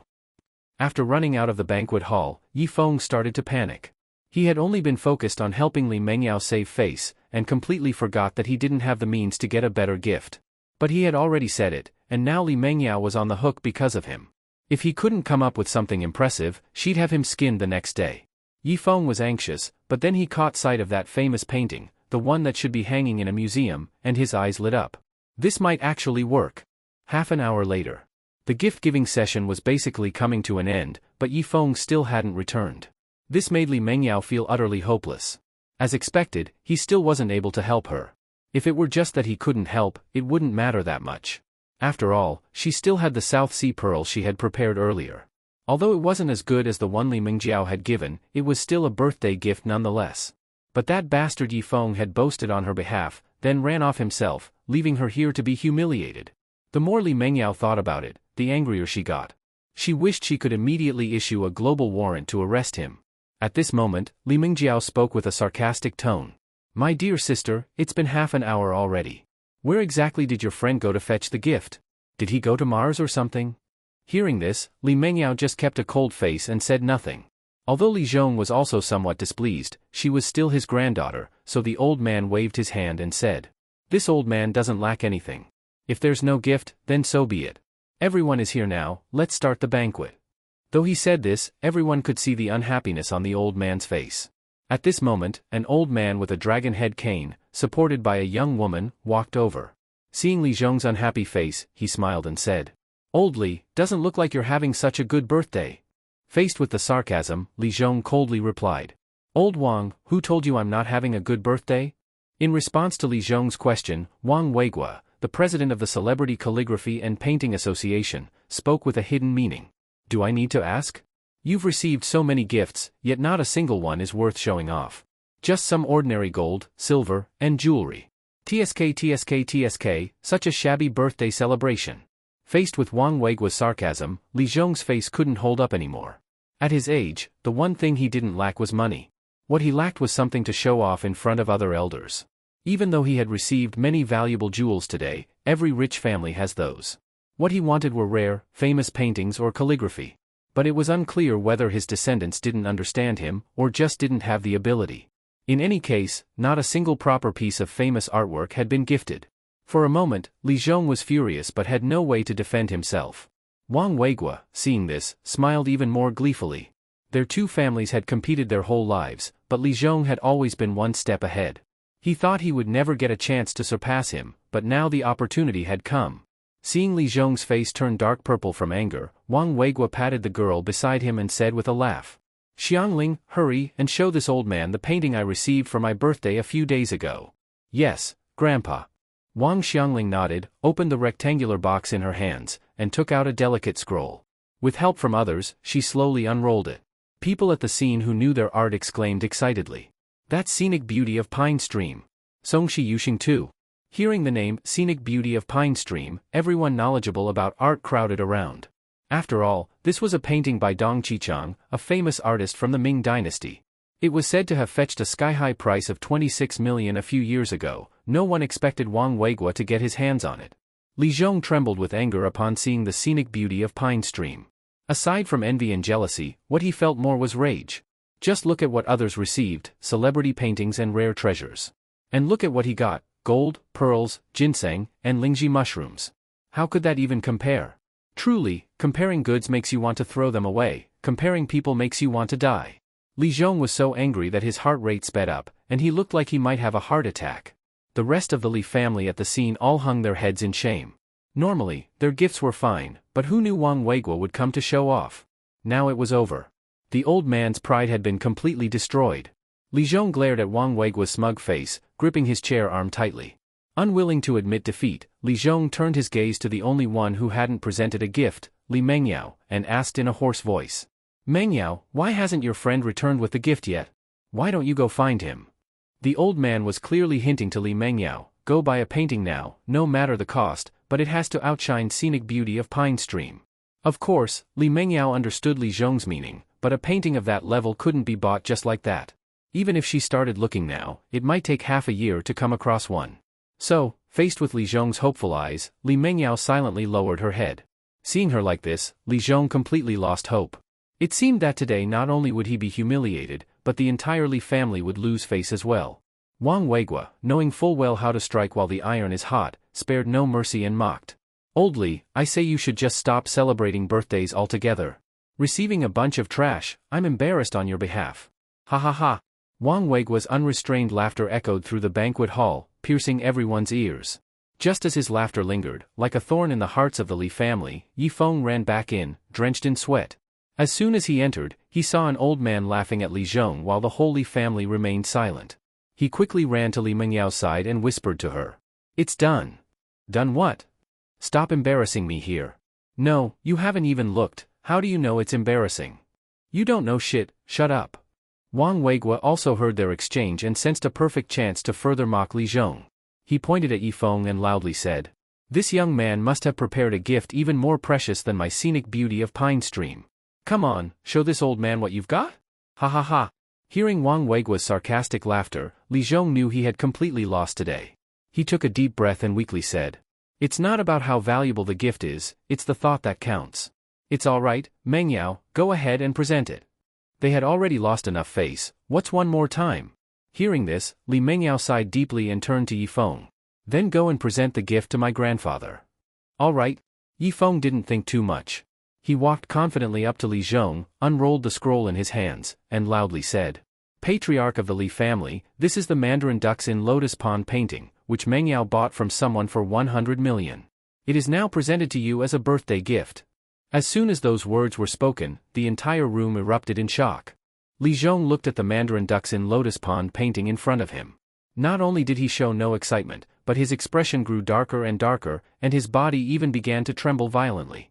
Wang Weiguo, seeing that Yifeng had actually brought out a Mandarin ducks in lotus pond painting, burst into uncontrollable laughter, even to the point of tears. At this moment, Li Mengjiao said coldly to Li Mengyao, whose face had turned extremely pale, "Li Mengyao, are you trying to anger Grandpa to death on purpose?" Li Mengyao also hadn't expected Yifeng to bring out the Mandarin ducks in lotus pond. They all knew that a real Mandarin ducks in lotus pond painting was already hanging in the first-floor main hall of the Li family's residence. That meant the one Yifeng presented must be a fake. Not only did it fail to win honor for her grandfather, it dragged his reputation through the mud. Li Mengyao was beyond regretful. Had she known Yifeng was this unreliable, she would never have brought him here today, no matter what. Li Mengyao hurried to Yifeng's side, grabbed his arm, and gritted her teeth. Hurry up and put that junk away. Junk? Mengyao, this is a genuine piece. Pfft. Just as Yifeng finished speaking, Wang Weiguo, who was drinking tea, sprayed it everywhere.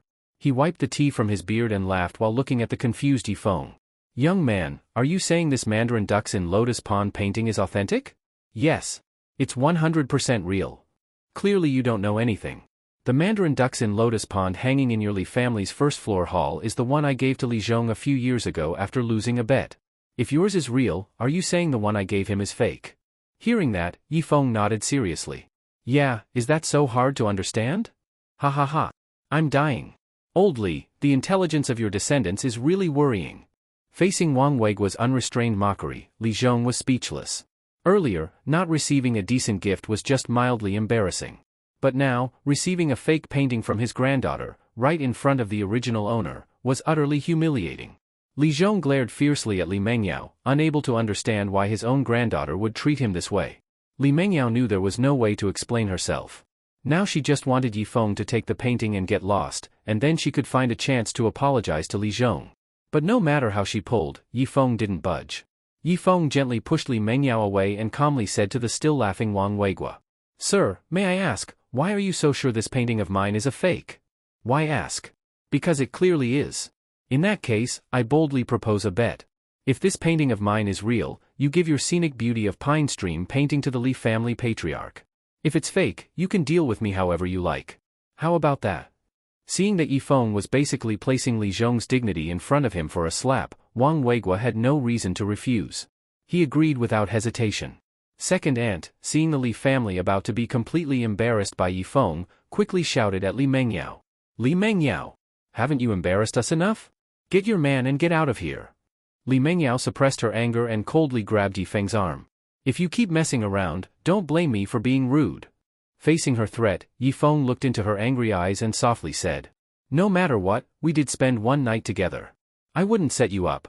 Trust me, I'll help the Li family regain all the face it lost. Staring into his firm gaze, Li Mengyao was momentarily stunned. For some reason, at that moment, she actually believed Yifeng could restore the Li family's reputation. After thinking for a moment, she looked at Yifeng and reminded him. If you fail, the consequences will be more than you can imagine.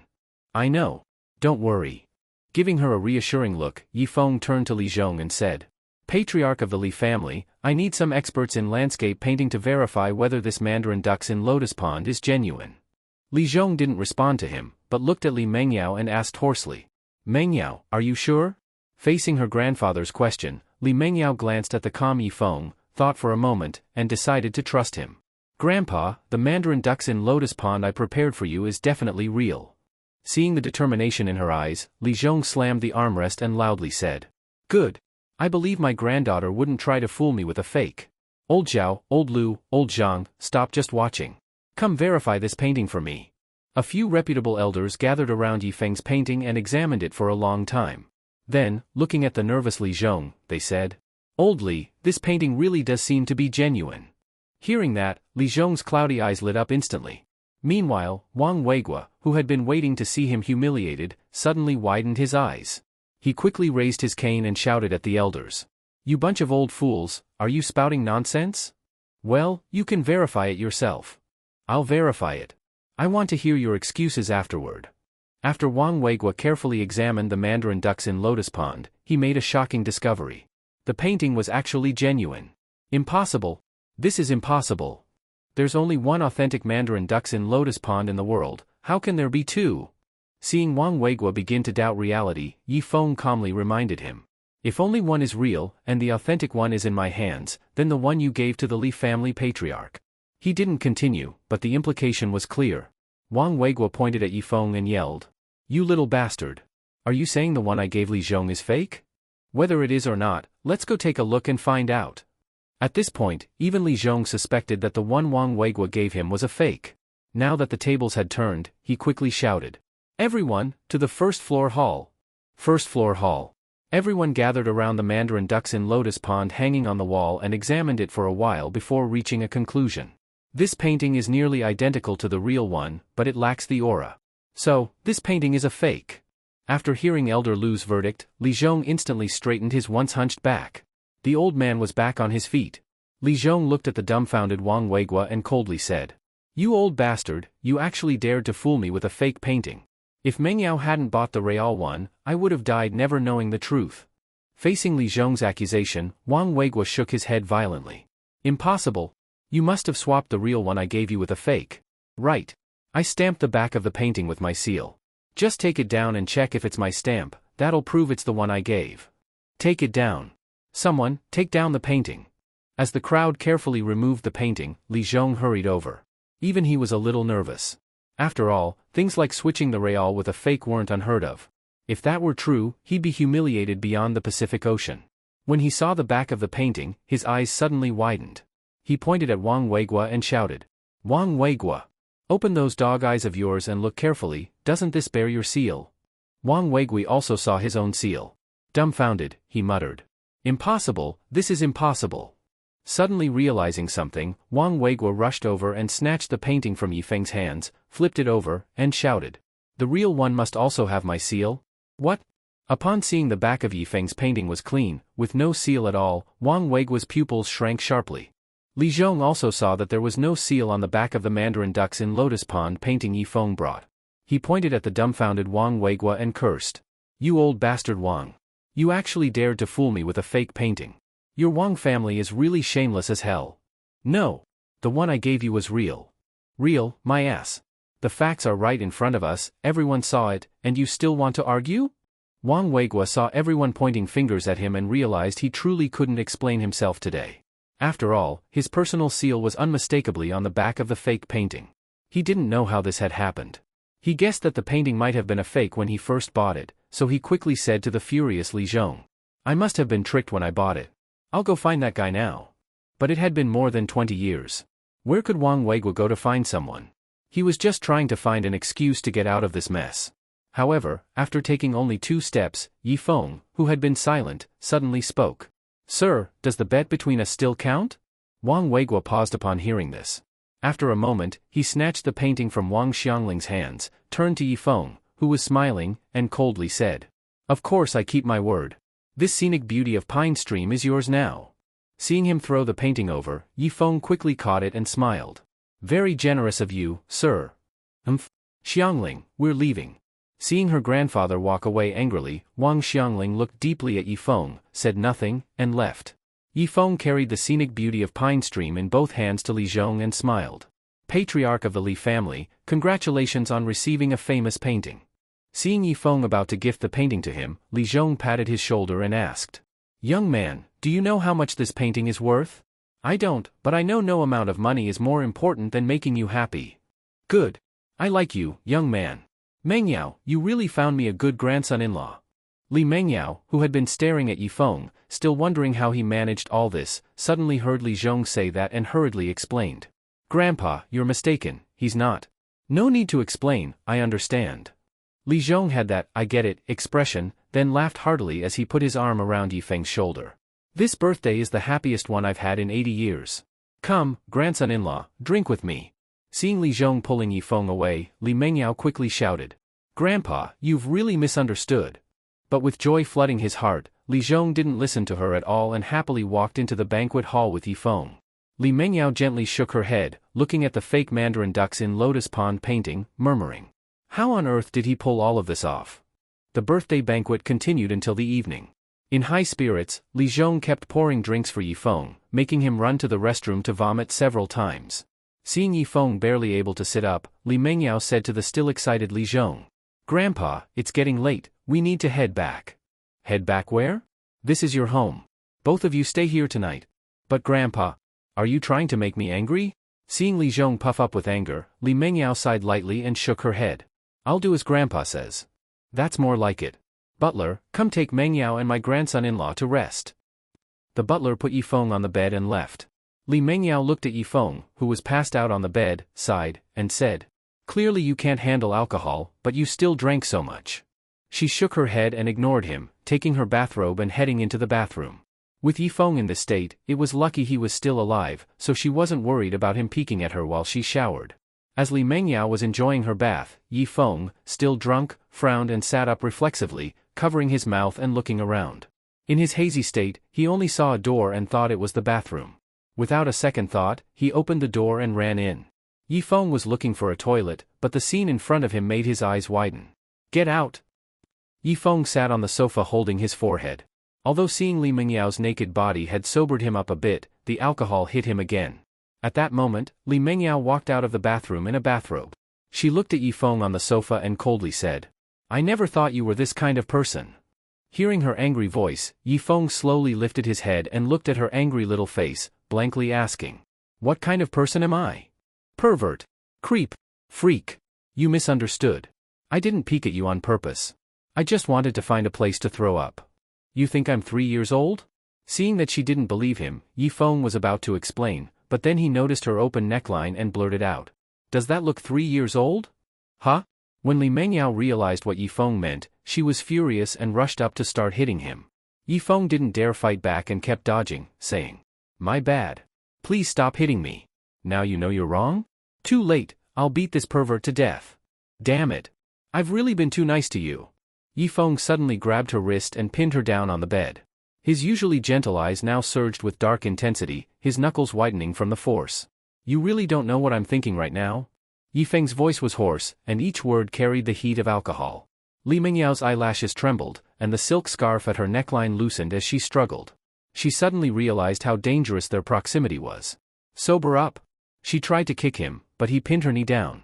Her hair spread out like ink across the white bed sheet. Yifeng braced himself above her, his Adam's apple moving. All his restraint broke into ragged breaths as she squirmed. "Don't move." He suddenly gripped the hand that was trying to slap him, leaving crescent-shaped red marks in his palm. Li Mengyao froze. She had never seen such a violent side of him, it was tearing apart his last shred of rationality. A sudden burst of fireworks outside startled both of them. The glass reflected their entwined shadows. Yifeng saw the red in the corners of his eyes in the reflection, then suddenly let go and took a step back. "Sorry." He yanked off his tie and threw it on the floor. As he turned, he knocked over a vase. Clear water spread over the shattered pieces, like something about to cross the line but halted abruptly. "You're not getting away tonight. Bastard." Li Mengyao gritted her teeth and cursed. She tried to struggle, but Yifeng's strength was too great, making her resistance completely useless. She sighed deeply in her heart. Looking at Yifeng, who seemed to be savoring a delicious feast, the anger from being violated instantly dissipated. From the bottom of her heart, she didn't actually dislike Yifeng, she even admired him a lot. This man was brave and intelligent, stayed calm in the face of trouble, had a good personality, was gentle, and listened to her. Aside from not having money, he basically had no shortcomings. But in her eyes, that one flaw wasn't even a problem. After all, she had more than enough money. If she could be with him, it actually seemed like a good choice. First, after what happened today, Li Zhong had a very good impression of Yifeng. Second, if she was with him, her family wouldn't keep trying to arrange a political marriage for her. However, suddenly thinking of something, Li Mengyao shook her head and stopped thinking about it. In the end, fatigue overcame desire, and Yifeng fell asleep right on top of Li Mengyao. Seeing that this guy could fall asleep even in this situation, Li Mengyao said helplessly, "Really drank too much, he's useless now." She pushed the sleeping Yifeng aside and sat up, looking at the kiss marks on her chest. She said with annoyance, "Not gentle at all." She reached out wanting to slap him a few times to vent her anger, but seeing his sleeping face, she couldn't bring herself to do it. After all, he didn't intentionally violate her. She'd deal with him after he sobered up. Shaking her head, Li Mengyao straightened her bathrobe and walked out of the room. The next day. By the time Yifeng woke up, the sun was already high in the sky. The first thing he did after sitting up was clutch his head, then said in pain, "Damn it, how much fake liquor did they make me drink last night? You're awake?" Suddenly hearing Li Mengyao's cold voice, Yifeng quickly turned his head toward the bedside. He saw Li Mengyao sitting in a chair, coldly watching him. Looking around the room, Yifeng asked curiously, "Where is this?" Seeing him like this, Li Mengyao crossed her arms and said coldly, "Don't think pretending to have amnesia will get you out of this." "Amnesia? President Li, what did I do last night? What do you think?" Faced with her counterquestion, Yifeng frowned slightly. At this moment, Yifeng truly didn't remember what happened afterward. He only remembered being forced to drink cup after cup by Li Zhong. After thinking for a while, Yifeng shook his head. "I really don't remember. How about you tell me what I did last night?" Seeing that he didn't seem to be lying, Li Mengyao thought about it and decided not to hold it against him. After all, they had already done worse things before. Him taking some small advantage was no big deal. So Li Mengyao stood up and said calmly, "If you don't remember, then forget it. Hurry up and get dressed, we're heading back." After she finished speaking, she walked out in high heels. Yifeng stared at her swaying hips and muttered, "What on earth did I do last night? Could it be she slept with me again?" Li Zhong had wanted Li Mengyao and Yifeng to stay a few more days. After all, Yifeng not only helped him turn things around yesterday, but also completely embarrassed his old rival, Wang Weigua. Li Zhong genuinely liked him. But Li Mengyao insisted on returning. There was a ton of company business waiting. Seeing that, the old man didn't say anything more. Just as the two walked out of the castle, a Bentley drove up. The back door opened, and a middle-aged man in a suit stepped out. "Mengyao, where are you two going?" Facing the man's question, Li Mengyao, who was about to get into the Rolls-Royce, looked at him and replied calmly, "Second uncle, we're heading back to Donglin City." "Leaving so soon?" "Yes." Seeing she was about to get in, Li Jianjun walked up and smiled. "I know you've been auditing the company's accounts lately. Zhou Jianing used to work under me. A few days ago, he came to me begging for help. You know your second uncle, I can't refuse him. So, could you do me a favor and stop checking his accounts?" Realizing Li Jianjun was pleading on Zhou Jianing's behalf, Li Mengyao smiled and said, "Sure. Mengyao, I knew all those years of pampering you as a child weren't in vain. As long as you help Zhou Jianing pay back the money, I'll stop. Otherwise, no matter what, I'm taking that money back." After saying that coldly, she got into the car, and the smile on Li Jianjun's face slowly disappeared. Inside the car, seeing Li Mengyao radiating an icy aura, Yifeng thought for a moment and said, "Presidently, aren't you pushing too hard? What if they get desperate? Haven't they already? They even hired assassins. Why should I keep pretending nothing happened?" "That's true." After Yifeng said that and went quiet, Li Mengyao turned to him and questioned, "What's the deal with that painting?" Yifeng knew she was asking about the mandarin ducks in Lotus Pond, so he answered a bit smugly, "You still don't know my capabilities?" Hearing that, Li Mengyao instinctively glanced at his crotch. Thinking he meant that, her face instantly flushed, and she angrily cursed. "Pa! You pervert! Is there anything else in your head besides dirty thoughts?" Covered in her spit, Yifeng wiped his face and speechlessly said, "I meant my photographic memory, what were you thinking about?" Realizing she misunderstood again, Li Mengyao quickly turned her head to look out the window and defensively said, "Well, you didn't explain clearly. So now it's my fault? Whose else would it be? All right. Yesterday after I left the banquet hall, I borrowed a brush and rice paper from your butler, then ran to the storage room and painted a fake mandarin ducks in Lotus Pond on the spot. Then, when no one was paying attention, I swapped it with the real one." After hearing that, Li Mengyao looked back at him and curiously asked, "What about the seal? I could copy the painting perfectly, what's a seal in comparison? As for the real seal, I covered it with paint that matched the color of the cardboard, so no one noticed it. But if Wang Weigua had carefully examined the area where the seal was covered, he definitely would have found something wrong, right?" "Yeah, but too bad Wang Weigua was so stunned he instinctively assumed he'd been tricked, so he didn't bother checking carefully." Hearing this, Li Mengyao stared into his eyes and asked, "What if he hadn't been stunned?" Yifeng met her gaze and smiled. "I bet he would be. You're that confident? Life is a gamble.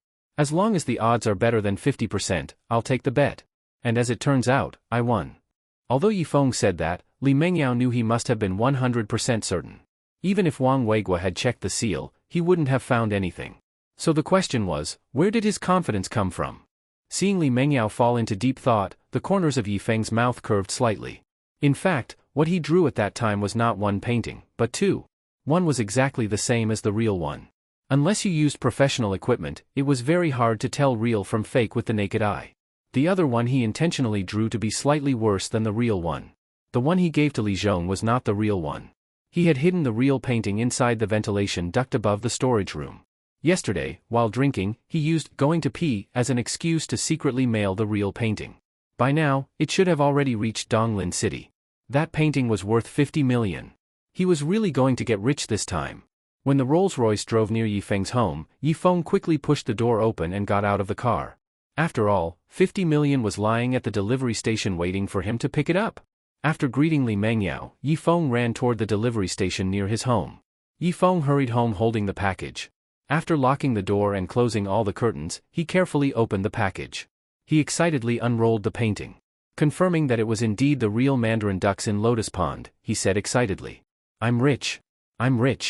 I'll never have to let people bully me again. Marrying a rich beauty and reaching the peak of life is really just around the corner now. But excitement was excitement. Yi Feng wasn't stupid enough to sell the painting now. If word reached Wang Weiguo or Li Zhong, he'd be screwed. He packed the painting again, put layer after layer of plastic bags over it, and placed it on top of the wardrobe. Dusting off his hands, he smiled and said, "In a while I'll find a way to sell this painting abroad, and then for the rest of my life I can enjoy good food and good drink with you." Just as he finished speaking, someone knocked on the door. Yi Feng opened it and saw a pretty girl standing there, wearing a pink JK skirt with 2 long, white legs exposed. She looked about 18 or 19. Yi Feng asked in confusion, "Girl, who are you looking for?" The girl answered expressionlessly, "Already pretending not to know me? We just met yesterday." "Yesterday, oh. I remember, you're the old Wang's granddaughter. Why are you here?"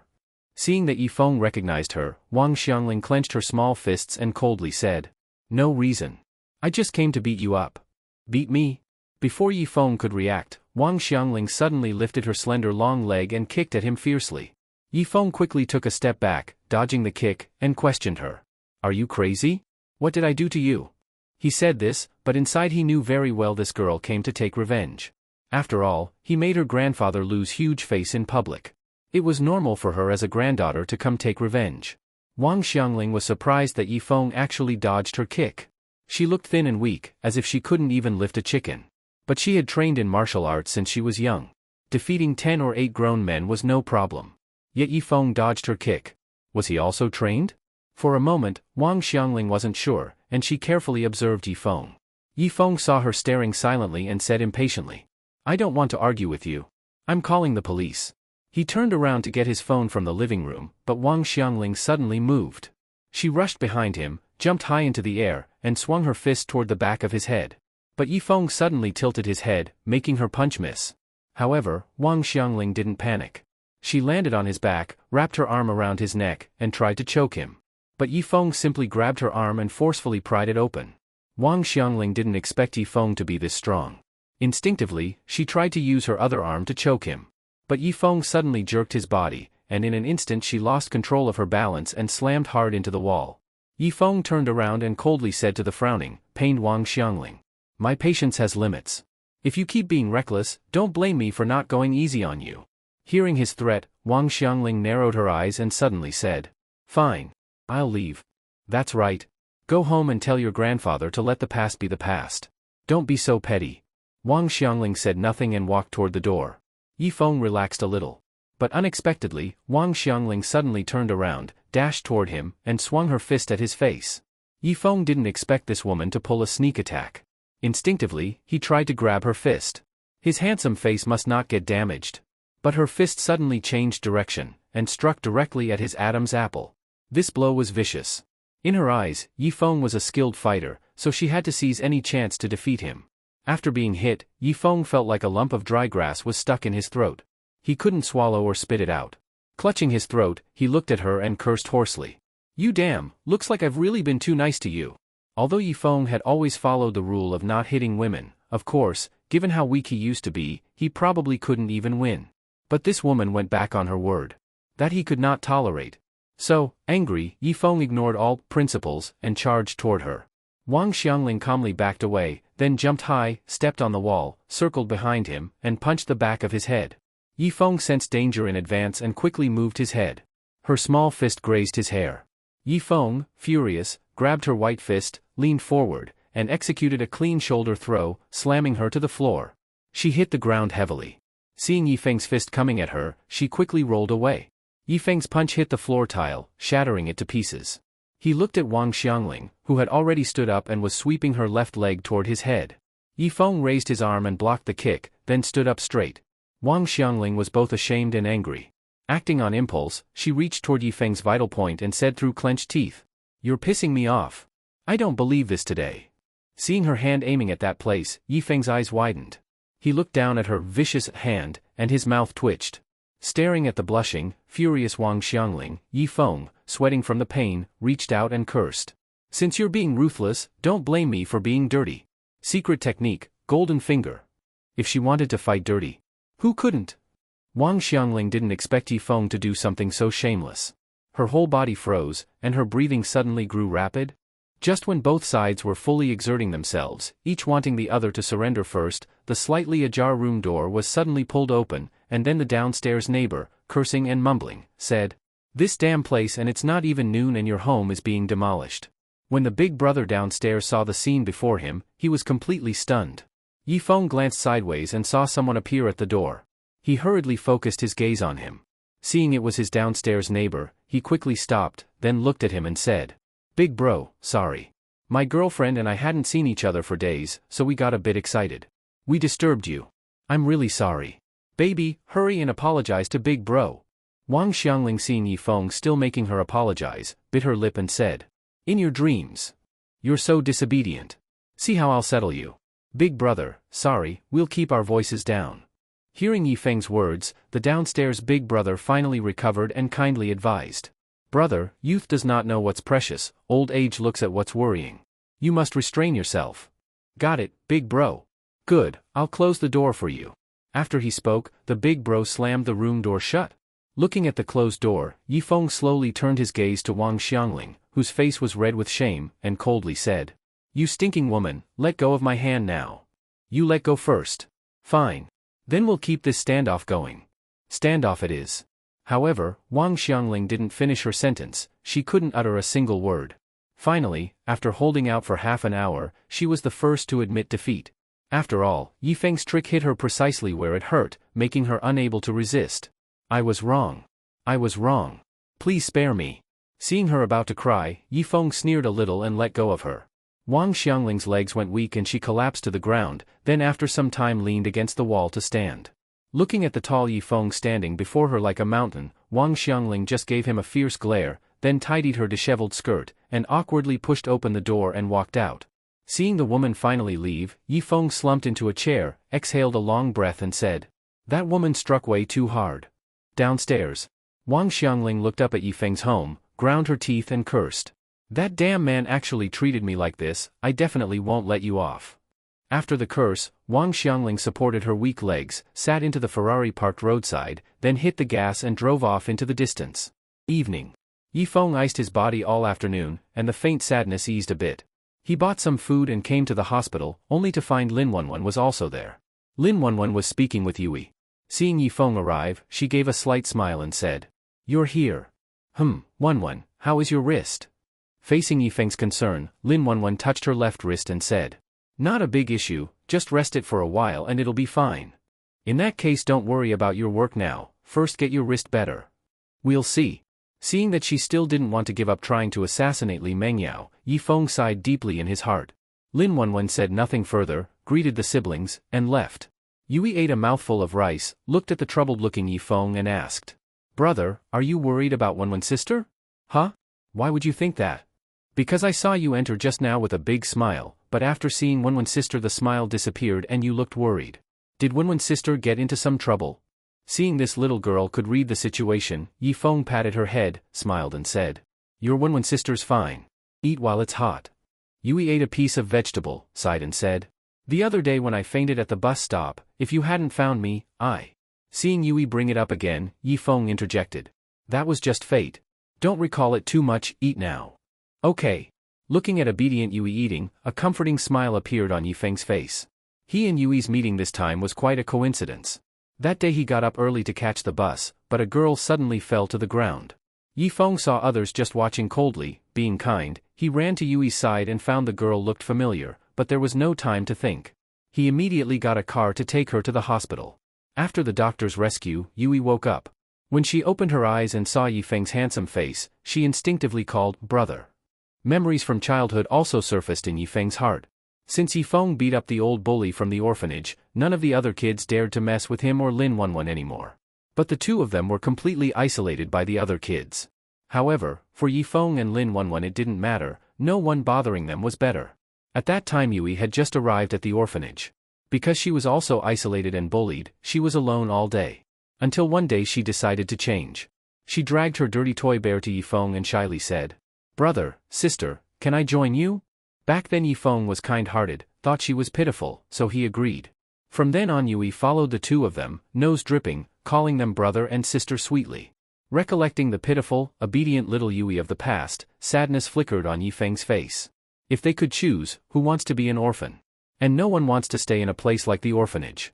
Just as Yifeng was feeling sentimental, the head nurse walked into the ward.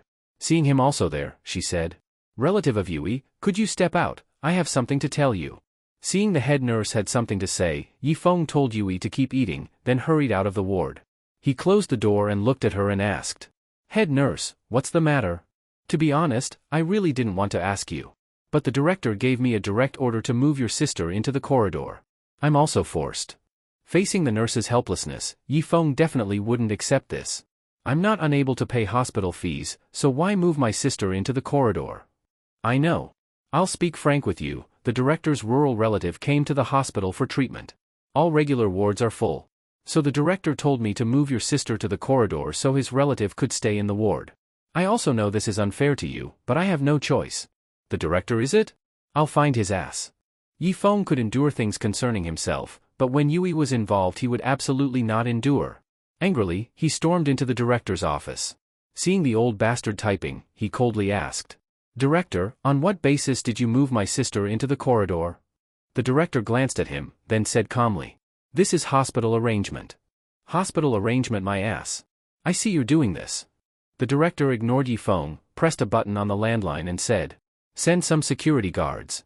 I have a hospital disturbance in my office."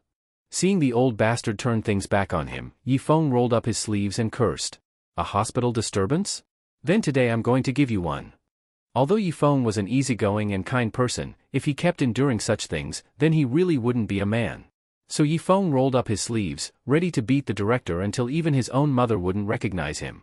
But just then, several security guards rushed in from outside and immediately went forward to hold him down. Seeing the security guards arrive, the director gained confidence. He suddenly slapped his desk and stood up, pointing at Yifeng's nose and cursing. "You still want to be a hospital troublemaker? You think you're worthy? Let me tell you straight right now, from this moment even the hallway beds are gone. Your sister can only stay in the bathroom. Hurry up and throw him out."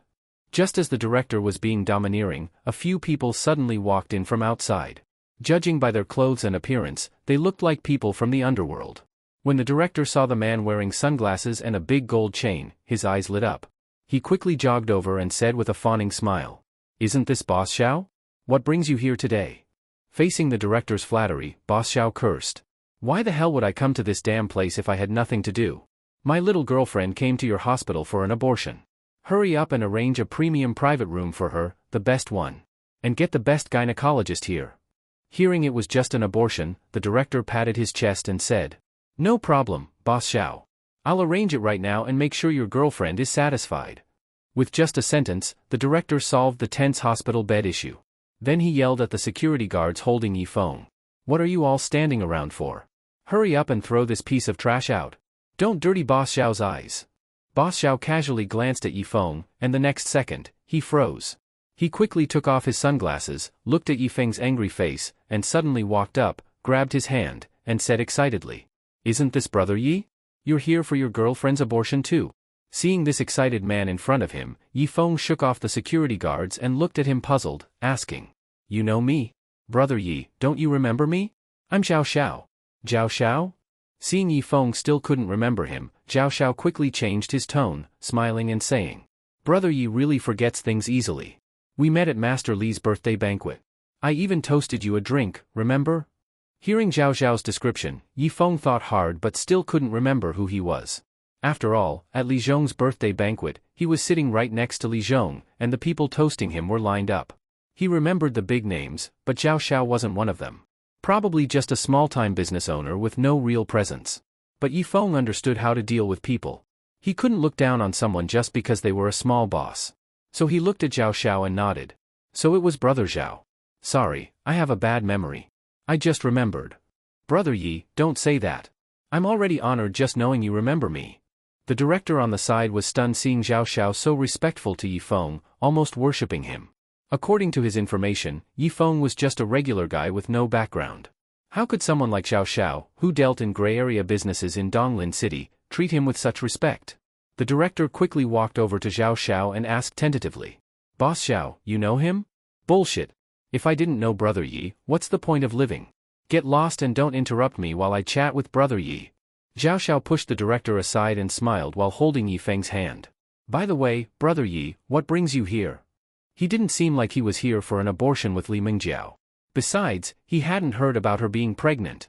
Facing Zhao Zhao's question, Yi Feng looked at the sweating director and coldly said, "Nothing much. He just took my sister's hospital room for his relative and wanted to make her stay in the bathroom." Hearing this, Zhao Xiao immediately saw his chance to shine. After all, at Li Zhong's birthday banquet, President Li kept calling Yi Feng his grandson-in-law. Anyone with a brain would know Yi Feng was going to marry Li Mingjiao. And Li Mingjiao controlled the biggest company in Donglin City, which meant Yi Feng would be the future boss of Li Real Estate Group. If he could suck up to Yi Feng now, there'd be huge benefits later. So Zhao Xiao, knowing exactly what to do, suddenly raised his hand and slapped the director hard, then pointed at him and cursed. "You blind mutt, you must be tired of living. You dare take Brother Ye's sister's hospital room?" The director didn't even dare get angry after getting slapped. After all, Zhao Xiao dealt in shady businesses and had his own gang. If he offended him, his days would be over. The director covered his red, swollen face and anxiously said, "I'm sorry. I didn't know he knew you, Boss Xiao. If I had known, I wouldn't have dared do that." Hearing that, Yi Feng interjected. "So what you're saying is, if he didn't know Boss Xiao, you would have still taken my sister's room?" Zhao Xiao immediately understood Yi Feng's point. Who was Yi Feng? The grandson-in-law of the Li family in the capital, the boyfriend of Li Mingjiao. Someone like that wouldn't need to rely on anyone else's help. Realizing that the director's words were hurting him, Zhao Xiao broke into a cold sweat. He quickly slapped the director again and kicked him to the ground, then pointed and cursed. "If you can't talk properly, then shut the hell up. It's my honor to know Brother Yi. And you say he's riding on my coattails?" Zhao Xiao cursed again, then looked at Yi Feng apologetically and said, "Brother Yi, don't listen to his nonsense." Seeing Zhao Xiao was genuinely scared, Yi Feng smiled and said, "Brother Zhao, you're overthinking it." Yes, I was overthinking." At this moment, the director crawled to Yi Feng's side, completely losing his earlier arrogance. Anyone who could make Zhao Xiao so respectful, he, just a small hospital director, couldn't afford to offend. If he'd known Yi Feng had such strong backing, he'd have treated him like a god from the start. Realizing he'd caused big trouble, the director's voice trembled as he said, "Mr. Yi, I'm sorry. It's all my fault. I was blind. I'll immediately arrange a VIP room for your sister. Please forgive me." Zhao Xiao yelled from the side. "Arrange what VIP room? I think your office is nice, vacate it now for Brother Ye's sister. Go." The director didn't dare object. Forget his office, even his house would be fine. He quickly nodded and ran out to make arrangements. Seeing the director run off, Zhao Xiao pulled out a business card and handed it to Yi Feng, smiling. "Brother Yi, this is my card. If you ever need anything, call me anytime. I'll make sure it's taken care of." Yi Feng took Zhao Zhao's card, reached into his pocket, pulled out one of his own and said, "This is my card." Zhao Xiao accepted it with both hands, excitedly saying, Great. Then I won't bother you anymore." After saying that, he ran out of the room like a 200-pound child in joy. Yi Feng looked at the card in his hand and muttered, "Seems like going to the capital with Li Mingjiao this time was really worth it." Previously Yi Feng didn't understand, but now he really understands. In the eyes of ordinary people the hospital director is the ceiling, but in the Li family's eyes he's nothing more than an insignificant bottom-layer person. To pinch him to death is really no different from pinching an ant to death. Having sighed, Yi Feng strode out of the office. The director's work efficiency can be described as light speed. In just a few minutes Yui was pushed into the director's office. Lying on the hospital bed, Yui somewhat dazedly looked at Yi Feng. "Brother, what's going on?" In response to Yui's question, Yi Feng touched her somewhat pale little face and said, "The director said that an ordinary ward isn't suitable for you to recuperate in, so he specially cleared out his office so you can stay there first." Huh? No matter how stupid Yui is, she knows this is simply impossible. But Yi Feng didn't explain, instead he glanced at the director standing to the side, cold sweat streaming, body trembling. The director, seeing his gaze fixed on him, immediately understood he should speak, so he hurriedly smiled and said, Yes, in an ordinary ward your condition would not do well, so I discussed it with your brother, and moved you into my office." Hearing that her illness is so serious, Yui grabbed the bed sheet and worriedly said, "My illness, the cause hasn't been found yet? I'm forming a consult with experts nationwide tonight and will definitely find the cause as soon as possible." After the director finished speaking and ran out, Yi Feng sat on the bed beside Yui, holding her somewhat cold little hand and comforted. "Don't worry, brother promises you, you will definitely get better." In response to Yi Feng's comfort, Yui nodded and nestled into his embrace. When Li Mengyao opened the door and looked at Yifeng standing in the doorway, she folded her arms and asked, "You come to my house more often than you go to work. If you don't want me here, I'll leave now." Seeing this guy turn his head to leave, without a trace of pause, Li Mengyao shook her head slightly, then turned and walked into the villa and said, "Close the door." Hearing her say that, Yifeng knew she had allowed him in, so he happily ran into the villa. Li Mengyao lazily reclined on the sofa, sipping red wine while watching a useless TV drama. Yifeng didn't stand on ceremony. He sat directly next to her, placed her beautiful leg across his lap, then held her jade-like foot and gently began to rub.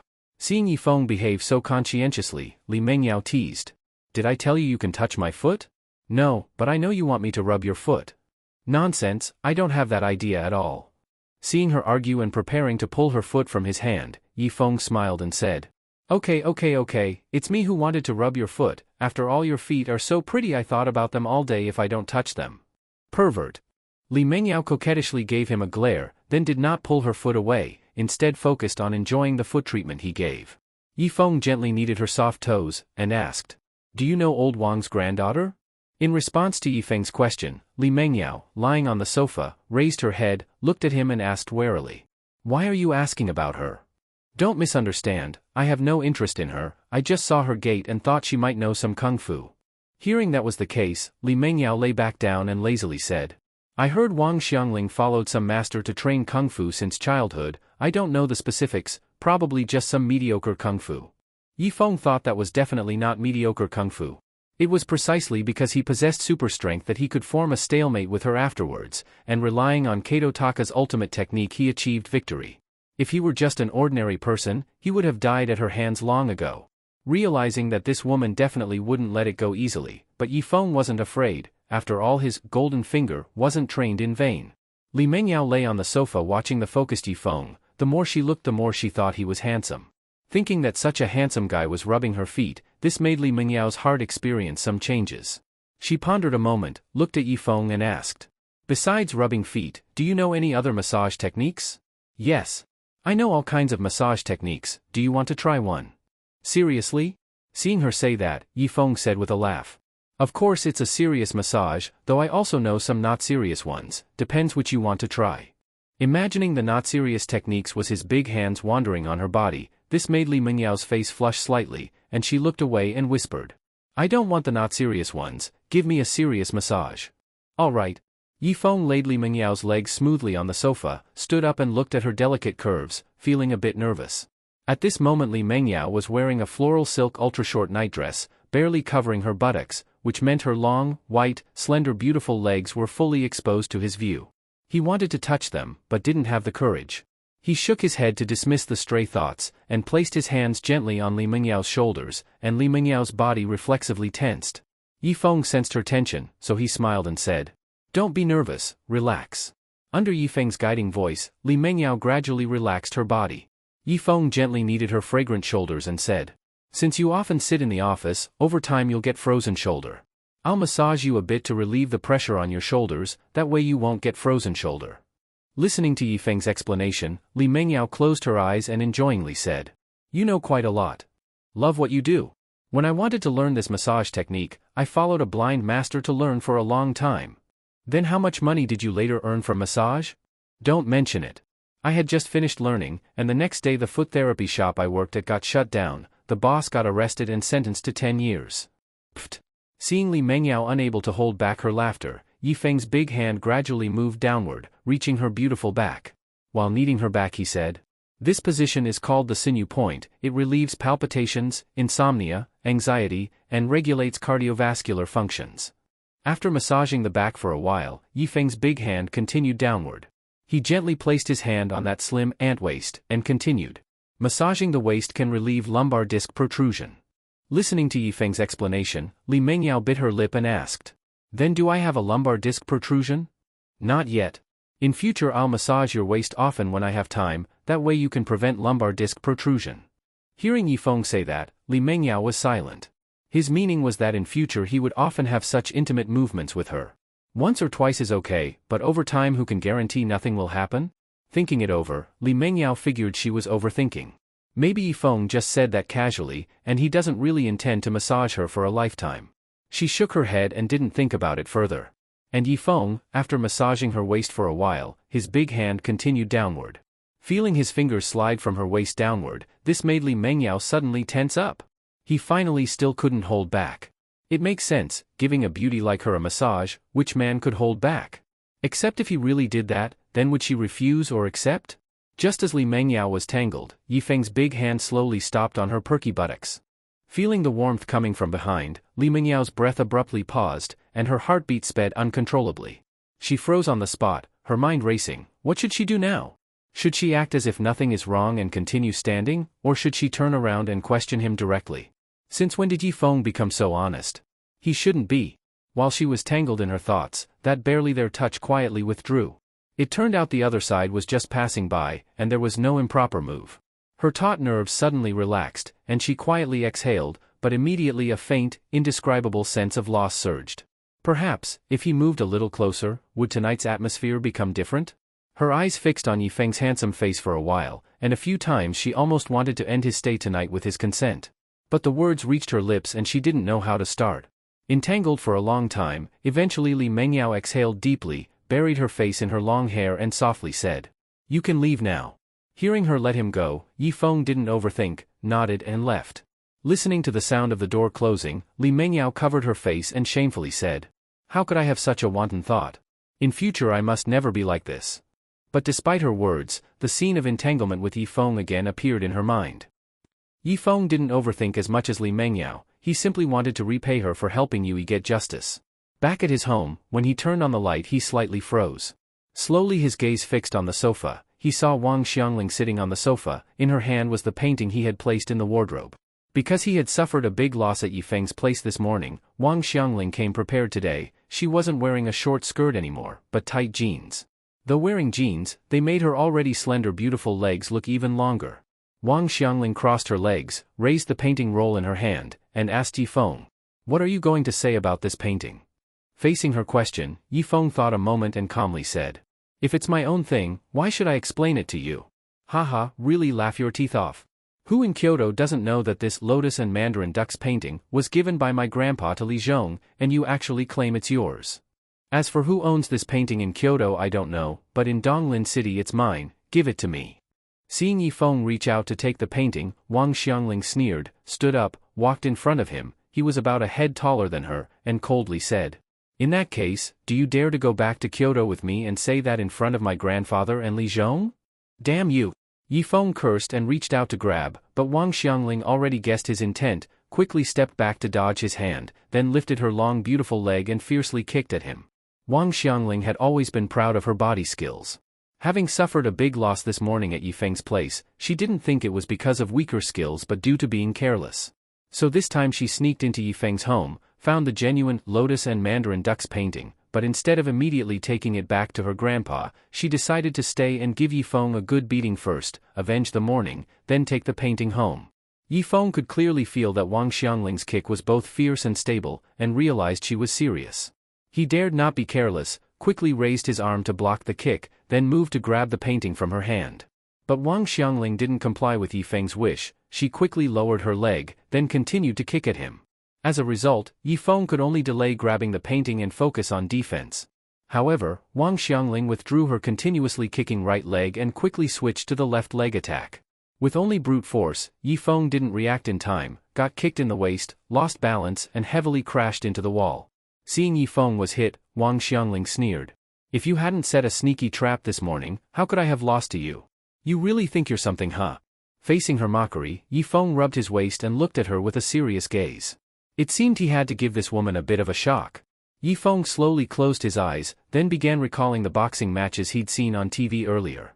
He memorized all the boxing techniques in his mind, then opened his eyes and looked at her coldly, and said, "You say I'm no good? Then I'll show you whether I'm capable or not."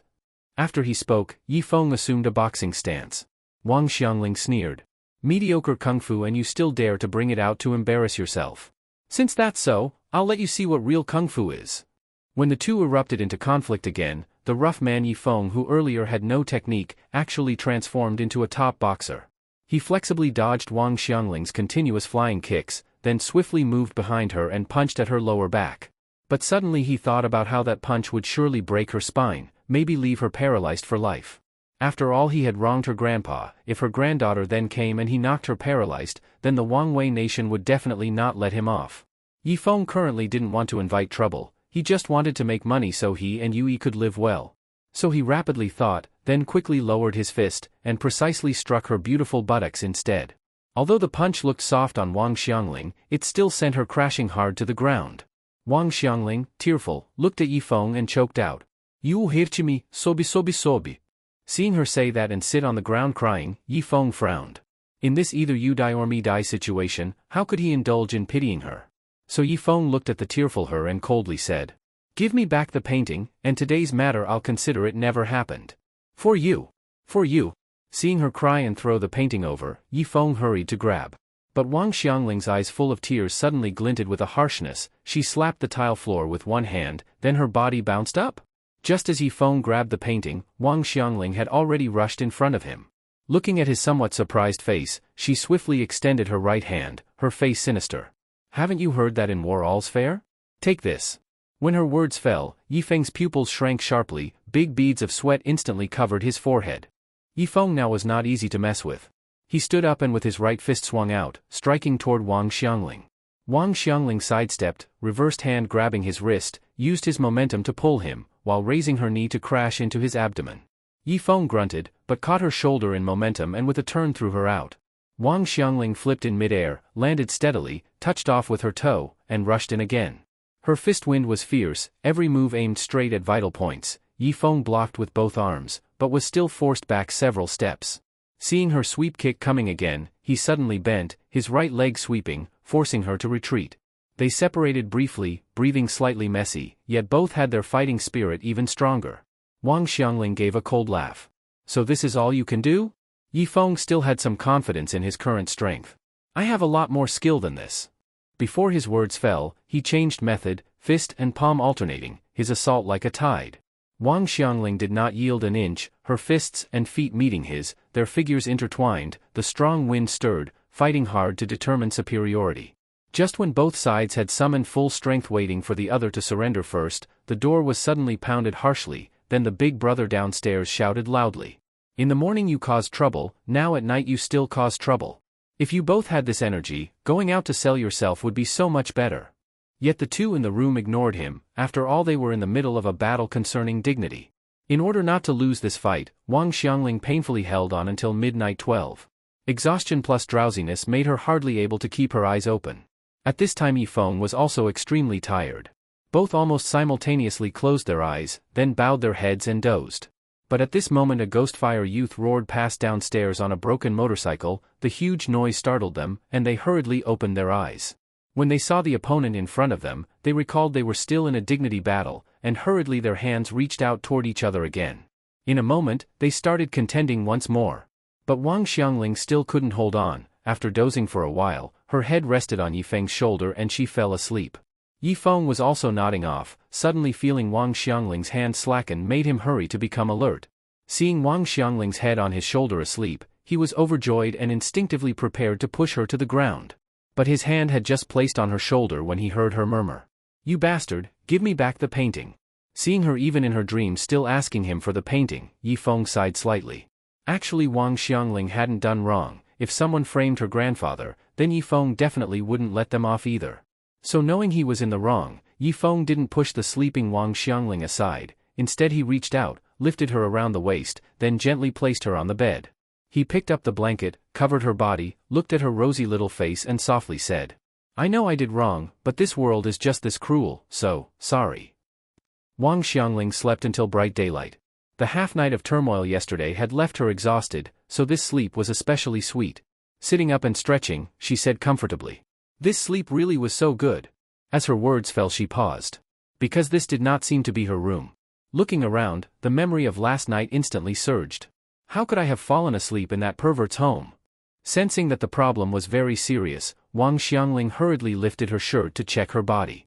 Clothes were intact, no marks of assault, even the pants Yifeng had torn were replaced by a pair of sweatpants.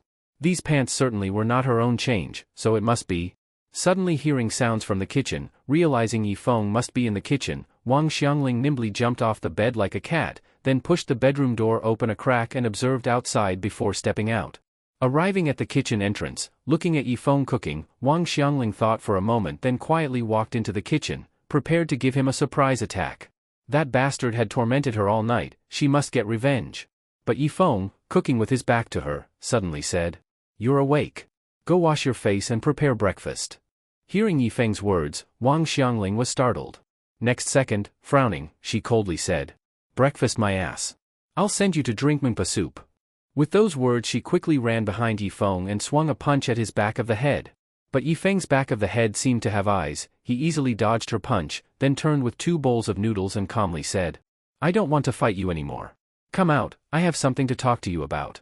When he finished the words he carried the noodles out, this made Wang Xiangling coldly say, "Saying no fight, you're dreaming." Fuming, Wang Xiangling walked out of the kitchen prepared for a final duel with Yifeng, but seeing Yifeng seated at the dining table, seeming to await her taking a seat, she fell into thought. After yesterday morning and evening's fight, Wang Xiangling truly recognized she could not beat this man. Continuing the fight meant humiliation for herself. So Wang Xiangling changed her original idea, and coldly said to him, "I want to see what tricks you still can play." Yifeng saw Wang Xiangling sitting across from him looking coldly at himself, put his chopsticks in front of her and smiled and said, "I made clear soup noodles for you, try it. Spare me this act? Speak, how do you want to talk to me?" To this question, Yifeng picked up his chopsticks, stirred the noodles, and said, "About that painting, it's true I was wrong. I'm here to apologize to you." If apology worked, then what would I need to do? I know you will not forgive me. I also don't expect you to forgive me. After he finished the words, he started eating. This made the waiting Wang Xiangling, who had waited so long for his next words, say angrily, "You could continue speaking." "Finished speaking." "You're finished? Are you teasing me?" Facing her dissatisfaction, Yifeng put down his chopsticks and calmly said, "I'm not teasing you. What I mean is I owe you an apology. I admit I was wrong. But I will not give you the painting back. And I will not go to Kyoto to tell your grandfather about this." Smack! Wang Xiangling slammed the table hard, pointed at Yifeng's nose and fiercely said, "You are plainly humiliating me. I tell you, the Wang family is not easy to bully. We'll see." After saying that she stormed out, this made Yifeng slightly shake his head. But the next second Wang Xiangling returned, lifted her bowl of noodles, coldly snorted at Yifeng who looked a bit stunned, then stormed off. Seeing Wang Xiangling so angry yet still not forgetting to eat, Yifeng scratched his head and muttered, "Really can't understand this woman? Oh right, after you finish, remember to return the bowl to me. You big-headed ghost." Wang Xiangling muttered softly then hurried downstairs, got into her Ferrari, took a small bite of the noodles and immediately her face lit up with surprise. So delicious. Didn't expect this guy's cooking to be pretty good too. Li Real Estate Group. Yifeng had just entered when Wang Hai hurried over. "Brother Feng, Zhou Jianing and them came early this morning, waiting to see you." "Why does Zhou Jianing want to see me?" "Not sure, maybe it's about paying back money." "Go to finance to pay back money, what use is seeing me?" Yifeng replied and went straight to his office without seeing Zhou Jianing and the others. Looking at the repayment form from finance, he saw 80% of active employees had repaid, far exceeding his expectation. He initially estimated 30% would repay and he'd consider it a big blessing, but after Li Mengyao personally stepped in and told that group to repay, the efficiency increased greatly. The remaining non-repayers were old employees who had long since left, some emigrated overseas, some could not be contacted, some were even dead, so recovering money from them would be very hard. While Yifeng was somewhat troubled, the office door was knocked, then Zhou Jianing pushed it open and walked in. Previously Zhou Jianing always haughtily acted, even if Yifeng greeted him he never responded. But now he smiled proactively. "Manager Yi, are you busy?" "Oh, isn't this President Li? What wind blew you here?" "I came about the money repayment matter." "Telling me about the repayment doesn't help. I only execute President Li's commands. If you have things to talk about, go talk to her." Hearing this, Zhou Jianing said helplessly, "President Li gets angry at me just seeing me now, so I hardly dare talk to her." "Then I can't help you." "Don't, Brother Yi, it's not that I refuse to repay, just that I can't pull out that much money right now. So can you talk to President Li and give me some time to gather money?" With that Zhou Jianing came to Yifeng and with a sly smile said, "Brother, I know you and President Li are close, so I trouble you." Saying that he shoved a bank card into Yifeng's hand, making Yifeng raise an eyebrow. "Mr. Zhou, what's this?" "Just a token of goodwill, don't worry, I won't tell anyone." Heh. CEO's office. "President Li, this bank card is the one Mr. Zhou tried to bribe me with. After I received it I came to you. Inside is 200,032 yuan, I've not touched a cent. After all, it was the first time someone tried to bribe him, so Yifeng really felt hard not to look at how much money it had. Hearing Yifeng's truthful report, Li Mengyao looked at the bank card on the desk and softly said, "You're very honest. You can keep this card as a reward for your work lately." Hearing she asked him to accept Zhou Jianning's bribe, Yifeng asked in surprise, "You mean you want me to accept a bribe? If you keep it without my approval, that's a bribe. But if it's with my approval, it's a reward, understand?" In an instant Yifeng understood Li Mengyao's meaning, quickly took the card and said with a smile, "I understand." After putting the bank card away, he suddenly thought of something and asked Li Mengyao, who was still working at her desk, "How should I respond to Zhou Jianning? After all, I've accepted the gift. He and the others borrowed huge amounts and the number of people involved is too complicated. Even if we send them to the police, we won't get the money back. Give them 1 more month to gather the funds." Hearing this, Yifeng smiled and said, "Understood. I'll tell Zhou Jianning. Go ahead." After Yifeng left, Li Mengyao slightly shook her head. She knew that 99% of the money taken by Zhou Jianning from the group went into Li Jianjun's pocket. Getting that money back was harder than climbing to heaven. Actually, Li Mengyao didn't truly need all the money recovered, she just needed to tell him and the rest of the Li family that now the Li family enterprises in Donglin City are decided by me, Li Mengyao. If you still want to feed off this place like before, don't blame me for being unkind. When Zhou Jianning learned he had 1 month to gather money, he thanked Yifeng profusely. After all, people in the group had already been arrested for failing to repay. People like Zhou Jianning definitely did not want to be sent to prison, but selling houses and cars takes time. That was why he approached Yifeng. Faced with his thanks, Yifeng waved his hand and said, "We are colleagues after all. If I can help you, I will." "All right, hurry to gather the money. I must get busy too." Evening. After a busy day, Yifeng hurriedly left the company when Wang Hai chased him. "Brother Feng, come on, I'll treat you to a drink." Earlier, Wang Hai was like a grandson in the marketing department, punished by leaders, cursed by clients, even scolded by the cleaning lady for making a mess in the toilet. But now he's so full of himself, wherever he goes people greet him Brother Wang. Even pretty young women actively fawned on him. So Wang Hai is hugely grateful to Yifeng. However, Yifeng waved his hand and said, "I need to deliver food to my sister. Maybe another day. Then I'll come with you, then we'll have a drink after." "Maybe another day, gotta go." Yifeng didn't not want to drink with Wang Hai, he worried about Yue. Last night one call from Li Mengyao got Director Wu dismissed. Yifeng truly feared this guy might retaliate against Yue. He bought some food and hurried to the hospital. Just as he entered the director's office, he was stunned. Yue was sitting on the bed, in front of her were refined dishes. Seeing this scene, Yifeng curiously asked, "Yue, where did this food come from?" "Brother, the head nurse just came and said the hospital will cover all my food and lodging. Then they sent me all these dishes. I don't know how it happened, so I didn't dare eat." Hearing this, Yifeng was not too surprised. After seeing Li Mengyao's power last night, even the nation's top medical experts came to see Yue. He didn't feel too much. After all, that's the benefit of privilege. After eating dinner with Yue, Yifeng went home, and downstairs he ran into Lin Wenwen. He hurried over and happily said, "Wenwen, what are you doing here? I came to chat with you, not sure if you're free." "As a single man I'm obviously free, come up." Yifeng opened the door, then turned to Lin Wenwen behind him and said, "My place is a bit messy, don't mind." Before Yifeng finished speaking, a knife full of murderous aura slid out from the door and slashed toward his throat. Yifeng hadn't reacted yet, after all the guy swung the knife too quickly. Seeing the sharp blade about to scrape his throat, at that moment Lin Wenwen behind him suddenly pushed him aside, then pulled a short blade from her arms, colliding with the knife that was trying to take Yifeng's life. In an instant, sparks flew. The man inside the door didn't expect Lin Wenwen, the Chang Yao Jin, to suddenly pop out, hurriedly sheathed his knife and prepared to deal with her first. But Lin Wenwen charged straight in holding the short blade. The two only exchanged a few rounds, the opponent got cut several times, while Lin Wenwen, fighting single-handed with him, was unscathed. The man immediately realized he was no match for Lin Wenwen, so he didn't fight on, he ran over to the window and jumped out. Lin Wenwen walked to the window and saw the man limping away, which made her brow crease slightly. She thought this man came to kill her, but looking at his level it's obvious he's weaker than herself. Coming to kill her is basically suicide. If not to kill her, could it be to kill Yifeng? At that moment Yifeng also ran to Lin Wenwen's side. Seeing that the man had already vanished, he cursed. "This place of mine's like a public toilet, anyone can come in." Hearing him say that, Lin Wenwen frowned and asked, "Has anyone else come in?"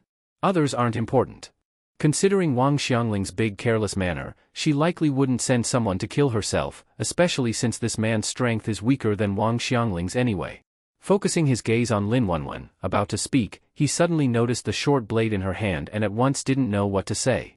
Anyway, he knew she was an assassin. Should he expose her identity now? Lin Wenwen saw Yifeng staring at the knife in her hand. Realizing that he had seen how she fought the killer earlier, she hurriedly explained. I like eating apples, so I carry a knife to peel apples. Reasonable, right? Lin Wenwen's explanation only made Yifeng ask. You carry a 40-centimeter long knife to peel apples? Sometimes I also use it to cut watermelon. Okay, you're awesome. Seeing she didn't intend to confront him, Yifeng didn't push further. The two sat on the sofa. Lin Wenwen looked at the pensive Yifeng and asked. Have you recently offended someone? Yifeng had offended quite a few. Chen Ming, Zhang Chang in the company, Wang Xiangling in Kyoto. Wang Xiangling could basically be eliminated, so left were Chen Ming and Zhang Chang. But he was collecting debt at Li Mengyao's instruction. If they were unhappy they'd go kill Li Mengyao, not him. He didn't know who exactly did it, so he shook his head. Seeing he didn't know, Lin Wenwen took off her coat and said. Then I'll stay tonight. Don't misunderstand, I'm afraid that person will come back for you. Alright, then you sleep in the bed, I'll sleep on the sofa. No need. Don't be polite, it's late, hurry, lie in the bed. Seeing Yifeng still cared for her like when they were kids, Lin Wenwen felt the feeling of being protected again after 20 years. Because Yifeng rented a one-bedroom, bedroom plus living room in one, he could lie on the sofa and still talk with Lin Wenwen on the bed. Yifeng covered himself with the blanket and asked. Wenwen, have you been alright abroad? To Yifeng's question, a memory she didn't want to recall surged. Shaking her head she softly said. Okay, I guess. Really okay? Then I'm relieved. Ever since you were adopted I've been worried about you abroad, afraid you'd be bullied.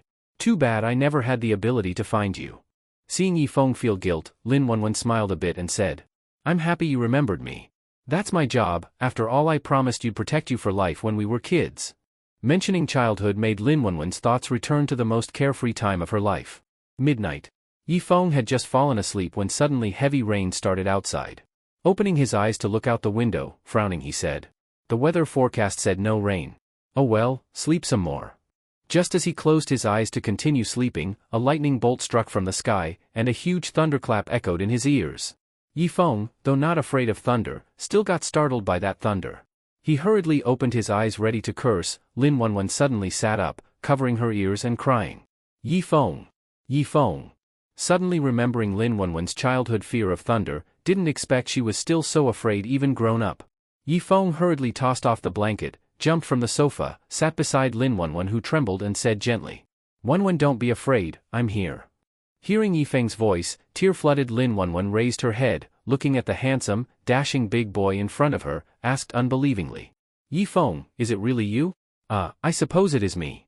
Getting his answer, Lin Wenwen, still half asleep, stretched out her hand and tightly hugged him, crying. I'm so glad you're still by my side. Seeing herself so important in Lin Wenwen's heart made Yifeng silent. Gently stroking her head he softly said. Don't be afraid, I'll always stay by your side. We'll never part. Okay, never part, sleep now. After gaining Yifeng's promise, Lin Wenwen nodded quickly and slowly closed her eyes. Seeing her soon fall back asleep made Yifeng sigh deeply. Looking at her face still with tears, he said in pain. I don't know how you've gotten by all these years. If I'd known you were treated poorly after adoption, back then I should have taken you away from the orphanage, at least I could always protect you. With a sigh, Yifeng laid down holding her. Morning. Yifeng woke up in a suffocating feeling. Discovered his face buried in a fluffy mass. Last night he accidentally rolled the blanket into a ball and got smothered. Just as he wanted to adjust, he heard a light laugh next to him. Turning he saw Lin Wenwen hugging a pillow, mischievous look on her face. You sleep like you're fighting a fight? She couldn't help laughing. Just now I heard you mumble, don't crush me, and you rolled into a dumpling blanket.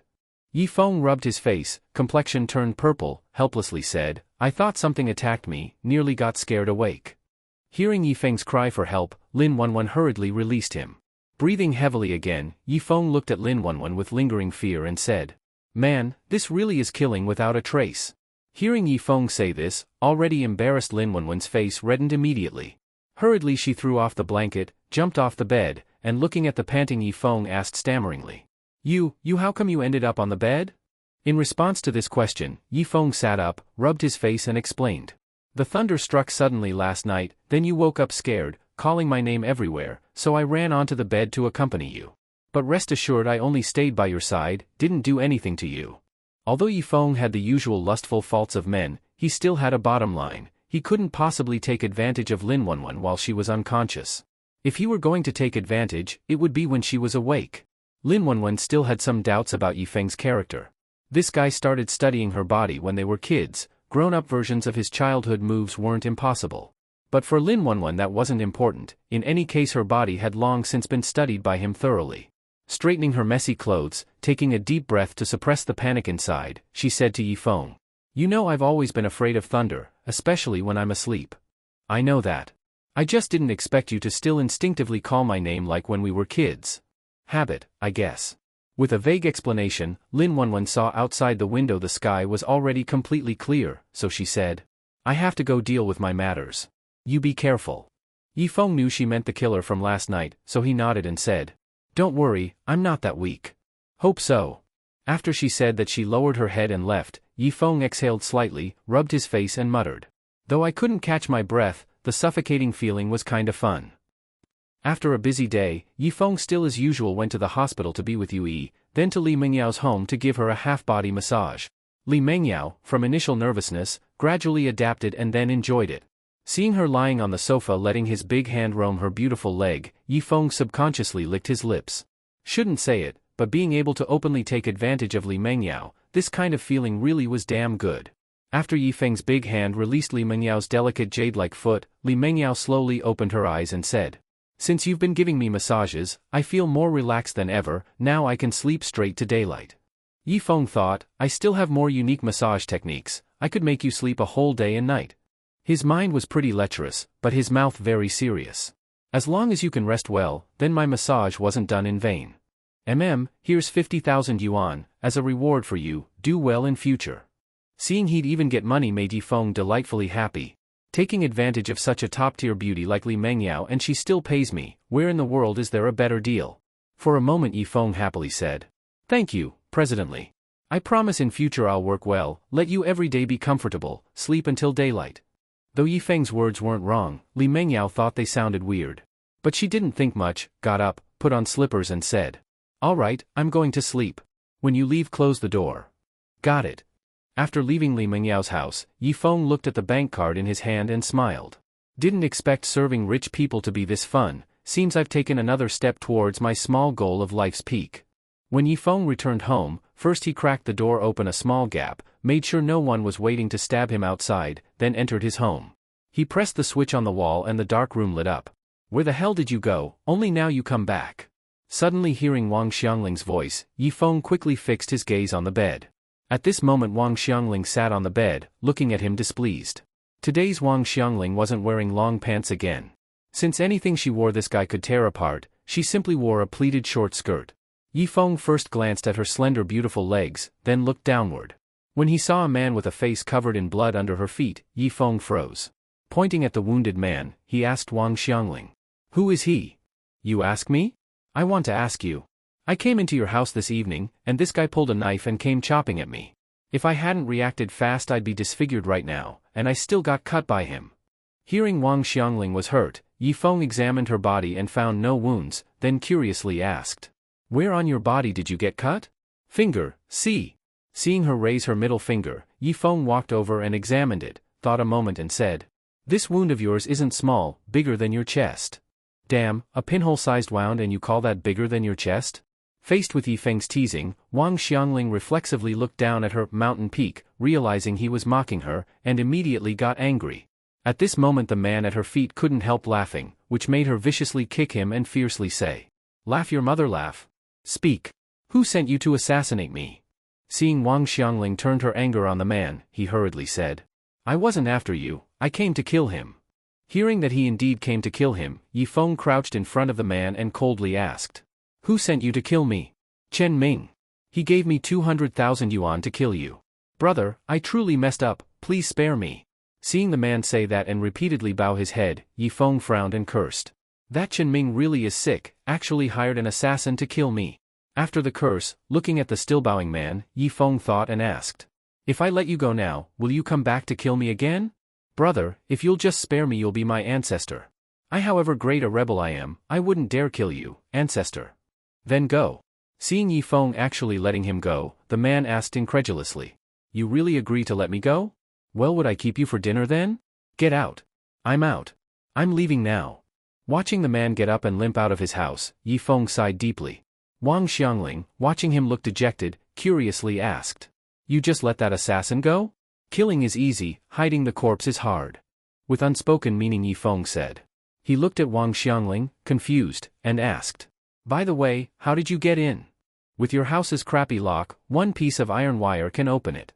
Seeing she held a piece of iron wire in her hand, Yi Feng muttered quietly. Looks like tomorrow I'll have to ask the landlord to change the lock. You come to my house again for what? In response to this question, Wang Xiangling stood up, walked in front of him, sneered and said. Of course I came to settle a contest with you, goddess picking peaches. Yi Feng directly opened the hand she extended, cursed. Picking your mother's, wait, you're not addicted to this yet, are you? Facing Yi Feng's question, Wang Xiangling's pretty face instantly turned red. She hurried to argue. How could I be addicted? I just want to take the lotus and mandarin ducks painting back to my grandpa. I'm done with this. Yi Feng was truly annoyed by Wang Xiangling. Even though the lotus and mandarin ducks painting was worth 50 million, he couldn't let Wang Xiangling keep bothering him forever. Besides, if time went on, more people would definitely find out. By then, not to mention selling the painting, even not getting chased by both the Wang family and the Li family would be a blessing. To keep things from becoming even more serious, Yi Feng could only spend money to avoid disaster. He walked into the kitchen, took out the painting hidden behind the dish rack, tossed it to her and said impatiently. Here's the painting. Stop bothering me from now on. Wang Xiangling looked at the painting in her hand, then at Yi Feng's annoyed face, thought for a moment, then walked over and hugged his arm, saying. Then come back with me and explain things clearly to Li Zhong. Seeing her pulling him toward the door, Yi Feng shook off her hand and coldly said. I already gave you the painting. Stop pushing your luck. I am pushing my luck. Just tell me, are you going back to Kyoto with me or not? Go back to your damn mother. Then it's my fault now? Fairy picks peaches. As soon as she finished, she stretched her hand toward him. Yi Feng rubbed his forehead helplessly. Big sister, can you use a different move? If you aren't tired of it, I am. You know nothing, this is called one move that works everywhere. This is my final warning, let go of my hand. Facing Yi Feng's threat, Wang Xiangling raised her chin proudly. I'll never let go. Not in this life. I'm really done with you. Since Wang Xiangling was already being shameless, he no longer had any reason to be polite. Midnight. Looking at Wang Xiangling sleeping contentedly on his bed, Yi Feng sitting on the sofa felt more and more that something was wrong. After a moment, he looked at her pretty face and muttered. This woman is definitely addicted. If I knew this would happen, I wouldn't have used that move on her. Damn, what am I supposed to do now? Yi Feng knew very well, inviting a god is easy, sending one away is hard. If Wang Xiangling really clung to him, that would be troublesome. Even though she was pretty, had a great figure, and a good family background, her family was the mortal enemy of Li Mengyao's family. Her staying 1 or 2 days was fine, but what if she stayed longer? What if Li Mengyao found out? So Yi Feng decided to talk to Wang Xiangling properly after sunrise. Next morning, Wang Xiangling woke up, stretched, and happily said, that sleep was so good. She walked barefoot to the kitchen and urged, is breakfast done yet? I'm starving. Hearing her urge him, Yi Feng's lips twitched unwillingly. People who didn't know might think she was his girlfriend. When Yi Feng didn't answer, she rolled her eyes and went into the bathroom. After using the toilet, she looked at the toothpaste and toothbrush and asked, do you have any unused toothbrushes here? No. Then forget it, I'll just use yours. She finished speaking and grabbed Yi Feng's toothbrush. Hearing the brushing sound, Yi Feng rushed in. Seeing her use his toothbrush, he said speechlessly. Big sis, that's my toothbrush. I know. So what? What do you mean, so what? A toothbrush is personal. You don't have a spare one. So I can only use yours. Stop being stingy. Go cook the noodles. She shoved him out of the bathroom. Yi Feng's face turned black. Damn, she really started freeloading. After washing, Wang Xiangling sat down and started eating without hesitation. Seeing her eat so happily, Yi Feng said, Miss Wang, I returned the painting. Can't you just let me go? Hearing this, she ate a mouthful of noodles and mumbled. No. What will make you let me go? Come back to Kyoto with me to explain everything to Li Zhong. Otherwise I'll bother you every day. Yifeng thought, bother me? You're clearly coming over to enjoy yourself. He sighed and ate his noodles. Whatever. Do what you want. Seeing Yifeng compromise, a subtle smile appeared on Wang Xiangling's lips. After breakfast she left. Yifeng went downstairs and saw Lin Wenwen. He rushed over smiling. Wenwen, why didn't you come up? I knew you'd be leaving for work soon, so I didn't go up. Did that killer come again? He came. But after catching him, I got him to confess who sent him. You caught him? Seeing her surprised face, Yifeng didn't know how to explain Wang Xiangling. And he couldn't reveal that trick he used, it would ruin his heroic image in her heart. So he shrugged. Not me. My friend caught him. Lin Wenwen thought he meant a male friend and smiled. Seems your friend is quite good. Something like that. Then I'm relieved. Go to work, I'm leaving. Watching her walk away, Yifeng murmured. You still care about me deep down, right? At the company, he didn't look for Chen Ming. He acted like nothing had happened. Chen Ming, seeing Yifeng alive and well, quickly called the assassin, but the phone didn't connect. Thinking the killer took the money but didn't work, Chen Ming slammed the table. Damn. Killers these days have no work ethics. Evening. Chen Ming got into his car to meet a real estate agent to sell his house. He had already been brought in for questioning and was told to return the money to get leniency. Having no other choice, he had to sell his property. Just as he was about to leave, the passenger door opened and Yifeng sat in. Seeing Yifeng suddenly appear, Chen Ming jumped in fear. But thinking Yifeng shouldn't know he sent someone to kill him, he calmed down and asked coldly. Yifeng, why are you in my car? Yifeng curved his lips slightly and smiled. Nothing much. Just wanted to talk about you hiring someone to kill me. Hearing this, Chen Ming's pupils shrank. In the suburban area, in a certain deserted wild place.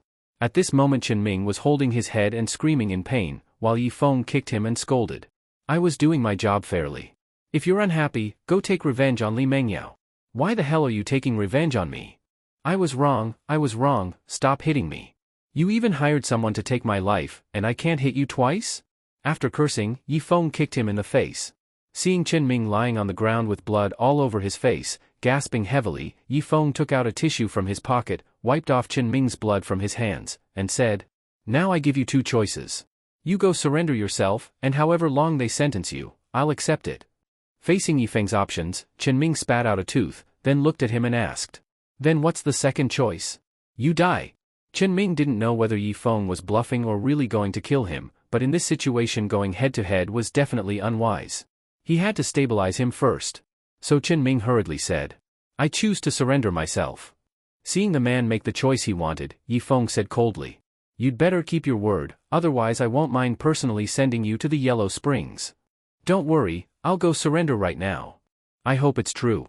After Yifeng finished speaking, he shot him another cold look, then turned around preparing to leave.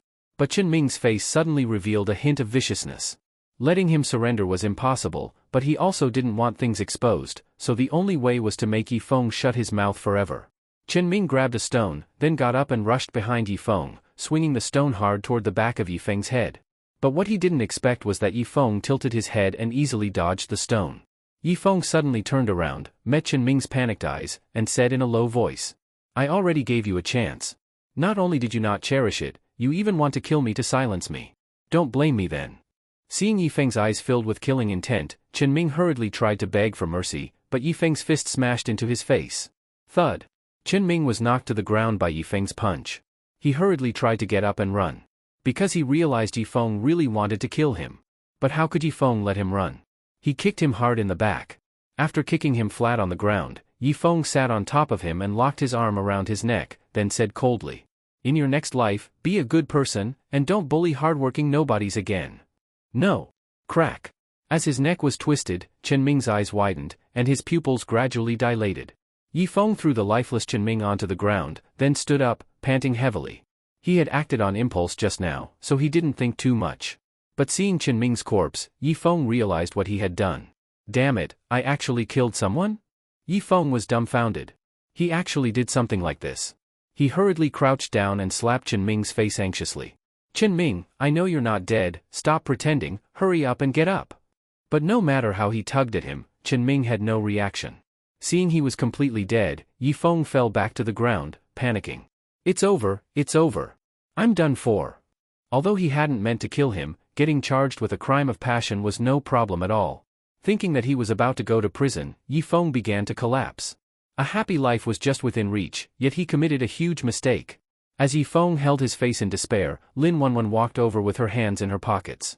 She first glanced at Chen Ming's body, then said to the mentally collapsing Yifeng, "Dead is dead. He deserved to die anyway." Hearing Lin Wenwen's voice, Yifeng quickly looked up. Seeing her indeed standing before him, Yifeng muttered, "But even if he deserved it, it shouldn't have been me who killed him. Alright, don't think too much. Rest here, I'll take care of him." After speaking, Lin Wenwen grabbed Chen Ming's leg and dragged him into a nearby grove. Yifeng took a deep breath to calm himself, then stood up and walked into the grove dazed. Lin Wenwen was very professional. After burying Chen Ming, nothing could be seen from outside. She clapped the dust from her hands, then looked at Yifeng staring silently at her and smiled. "I used to be a pet burial master, so I'm pretty experienced at burying bodies." Seeing she was still trying to fool him, Yifeng looked at the flat ground and asked worriedly, "But is this really okay? Trust me, no one will find out. Come with me to take care of his car." After she finished speaking she walked off. Yifeng looked once more at the burial spot, then said nothing and followed. The two drove Chen Ming's car to a reservoir. Lin Wenwen poured gasoline over the car, took out a matchbox, and set the car on fire. Watching the burning flames, Lin Wenwen turned to Yifeng and smiled. "When only the frame is left, we'll throw it into the reservoir." Hearing her explanation, Yifeng, now calm, looked at her and asked meaningfully, "Destroying evidence is also something you learned as a pet burial master?" "We're not destroying evidence, just burning a car nobody wants." After she said this plainly and turned her head away, Yifeng sighed deeply. After dismantling the charred frame and throwing it into the reservoir, the two walked back to the city. Midnight. Downstairs at Yifeng's building, Lin Wenwen looked at the absent-minded Yifeng and said, "I'll stay with you tonight." Yifeng, who had never even killed a chicken before and had now done something so serious, really needed someone with him. So he nodded and brought her upstairs. They entered the apartment. Seeing that Wang Xiangling was not there, Yifeng quietly sighed in relief, otherwise he wouldn't know how to explain. Lin Wenwen saw Yifeng heading toward the sofa and said, "Sleep with me on the bed." Isn't that bad? Did you forget how we slept together every day when we were kids? Come here." Since Lin Wenwen requested it herself, Yifeng didn't refuse. As soon as they lay down, Lin Wenwen reached out and hugged him, gently stroking his head. "Don't worry, it's all over. I'm not really worried about myself. I'm worried you'll get implicated." Seeing he was worried about dragging her down, Lin Wenwen looked into his eyes and asked seriously, "If this had happened to me, you would do the same for me, right?"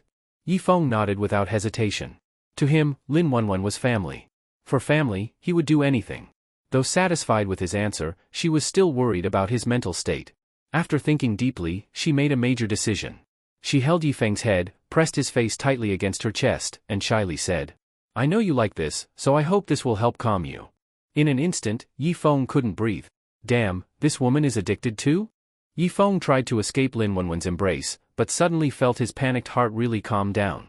So hesitating briefly, Yifeng did not struggle further, drew a deep breath, inhaled Lin Wenwen's fragrance into his lungs, and slowly closed his eyes.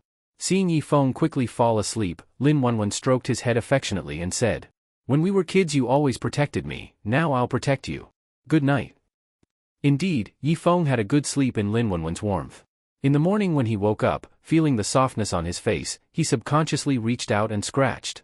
Suddenly hearing a soft moan from Lin Wenwen, Yifeng then realized what he had done, and hastily withdrew his hand.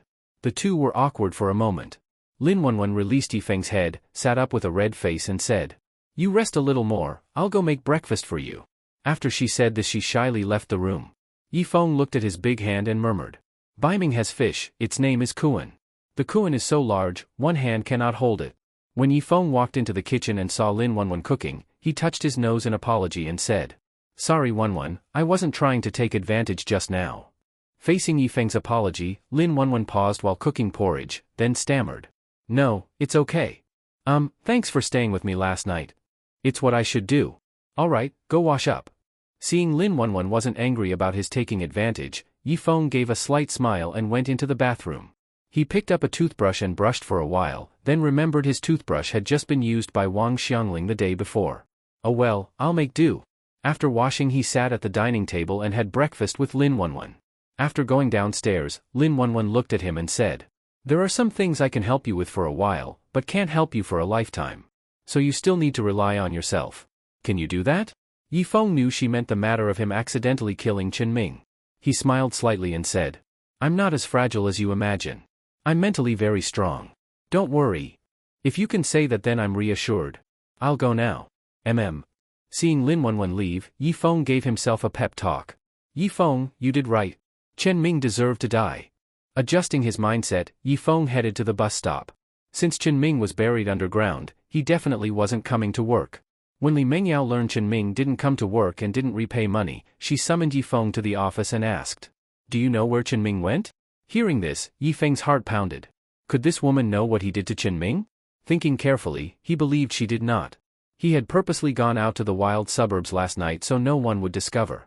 He took a breath to calm his racing heart and said, I don't know. He didn't come to work. No. His phone can't be reached.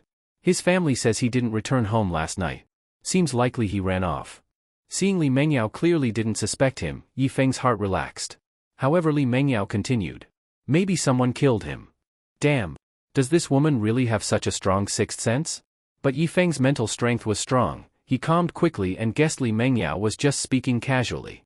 So he said calmly, Who's got time to kill him? Murder cover-up. Cover-up? Yes, because Qinming knows many unknown things, so someone shut his mouth, that way he won't talk. Hearing this, Yifeng tentatively asked, You mean the person is? Forget it, I'm just saying. What did you do last night anyway? Why didn't you come to my house to give me a massage? Facing her question, Yifeng scratched his nose and lied. Last night I stayed with my sister too late. I thought you were asleep so I didn't bother you. Hearing Yifeng said he stayed with Yue and not with some wild woman, Li Mengyao said nothing. She rubbed her shoulder and said with a hint, This shoulder of mine kinda hurts. Yifeng immediately understood Li Mengyao's meaning. He hurried behind her, grabbed her shoulders and while kneading said, Presently, I'll massage you and it won't hurt anymore. Massage properly. Don't worry. While his hands pressed her shoulders, his eyes were fixed on her neckline. Today Li Mengyao wasn't wearing a white shirt but a white tight camisole, and her grand waves of curves were ready to erupt. Indeed, when Yifeng focused his mind on Li Mengyao's curves, the little anxiety inside him gradually disappeared.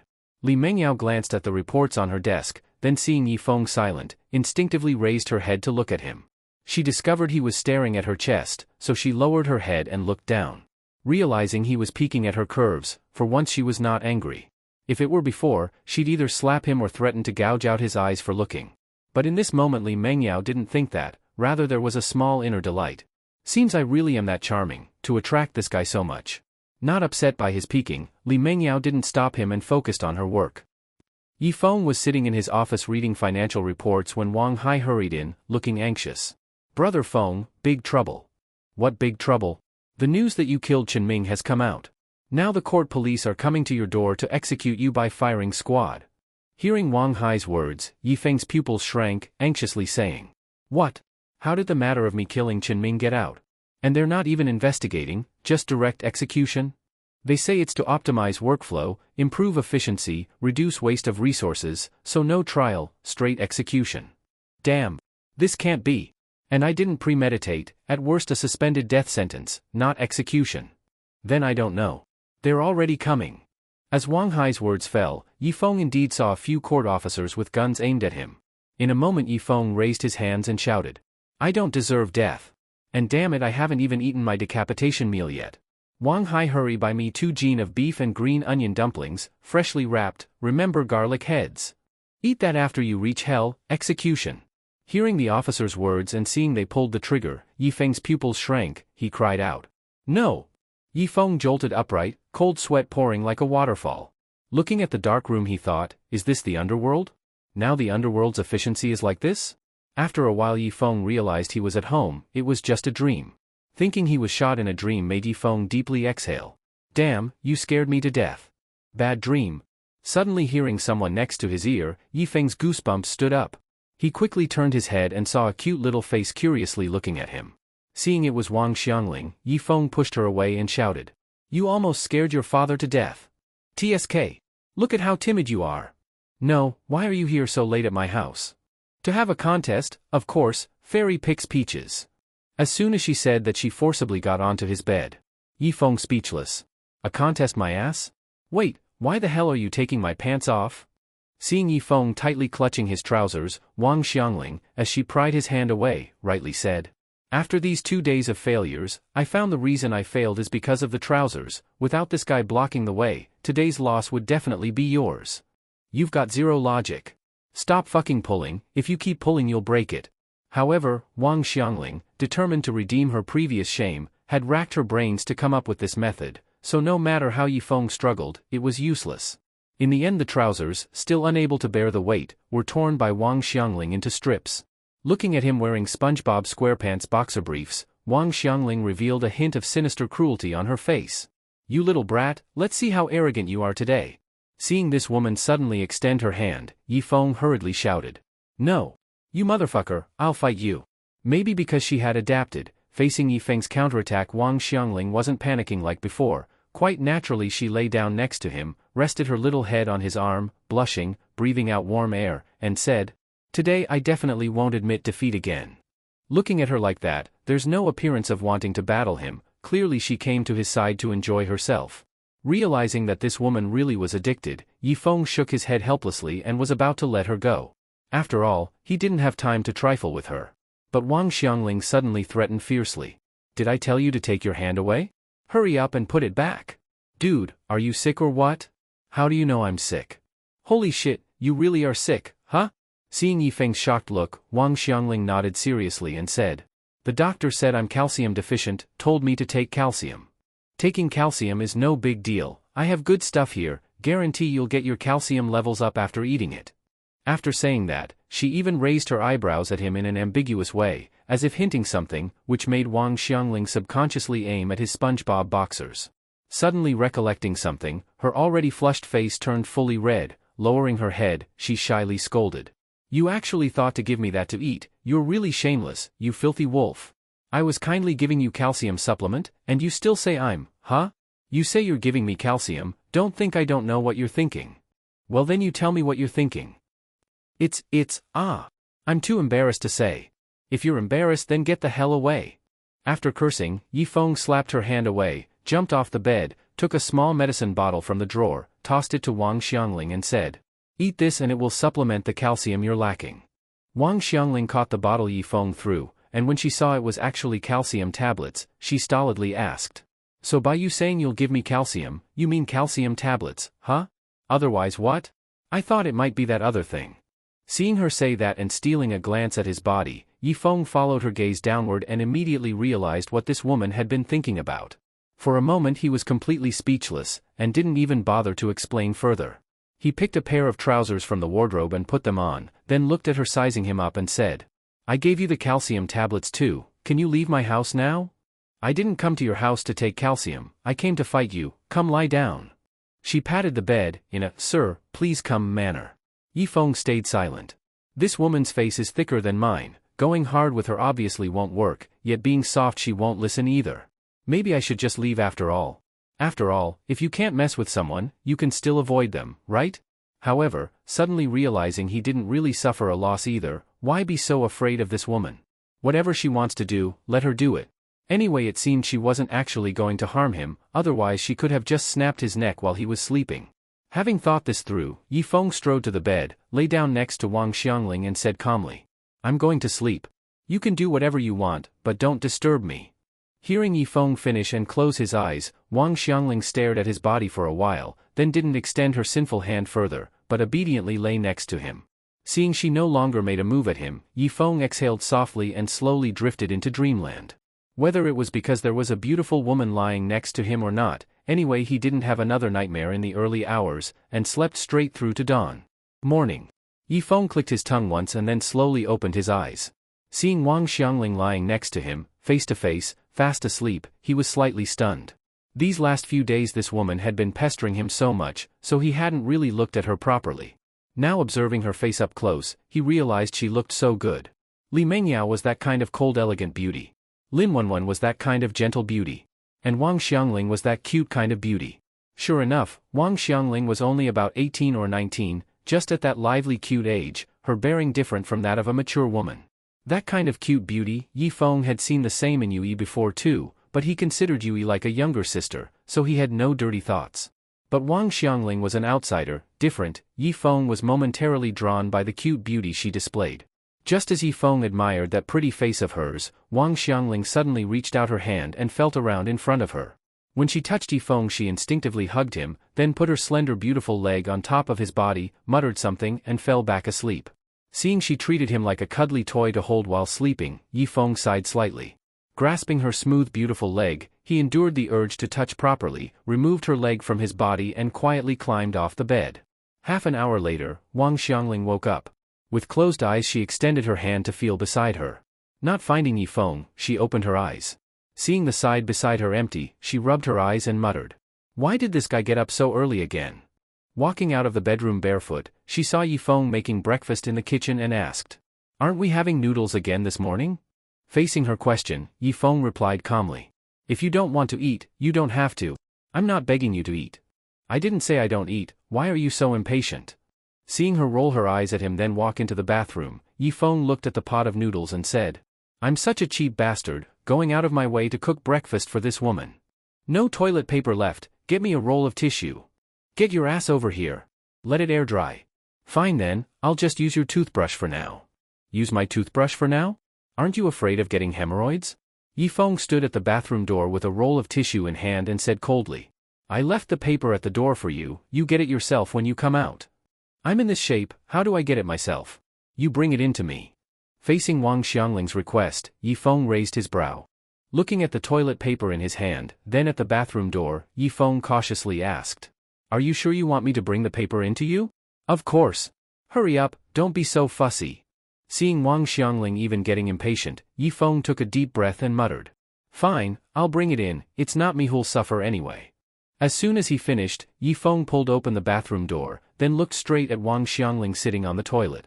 He instinctively glanced toward that mysterious area, but Wang Xiangling still had some shame. She covered it with her hand beforehand, then shyly said to him, "Hurry and throw me the paper." Facing her urging, Yi Feng didn't dare keep looking. After tossing her the paper, he quickly closed the door.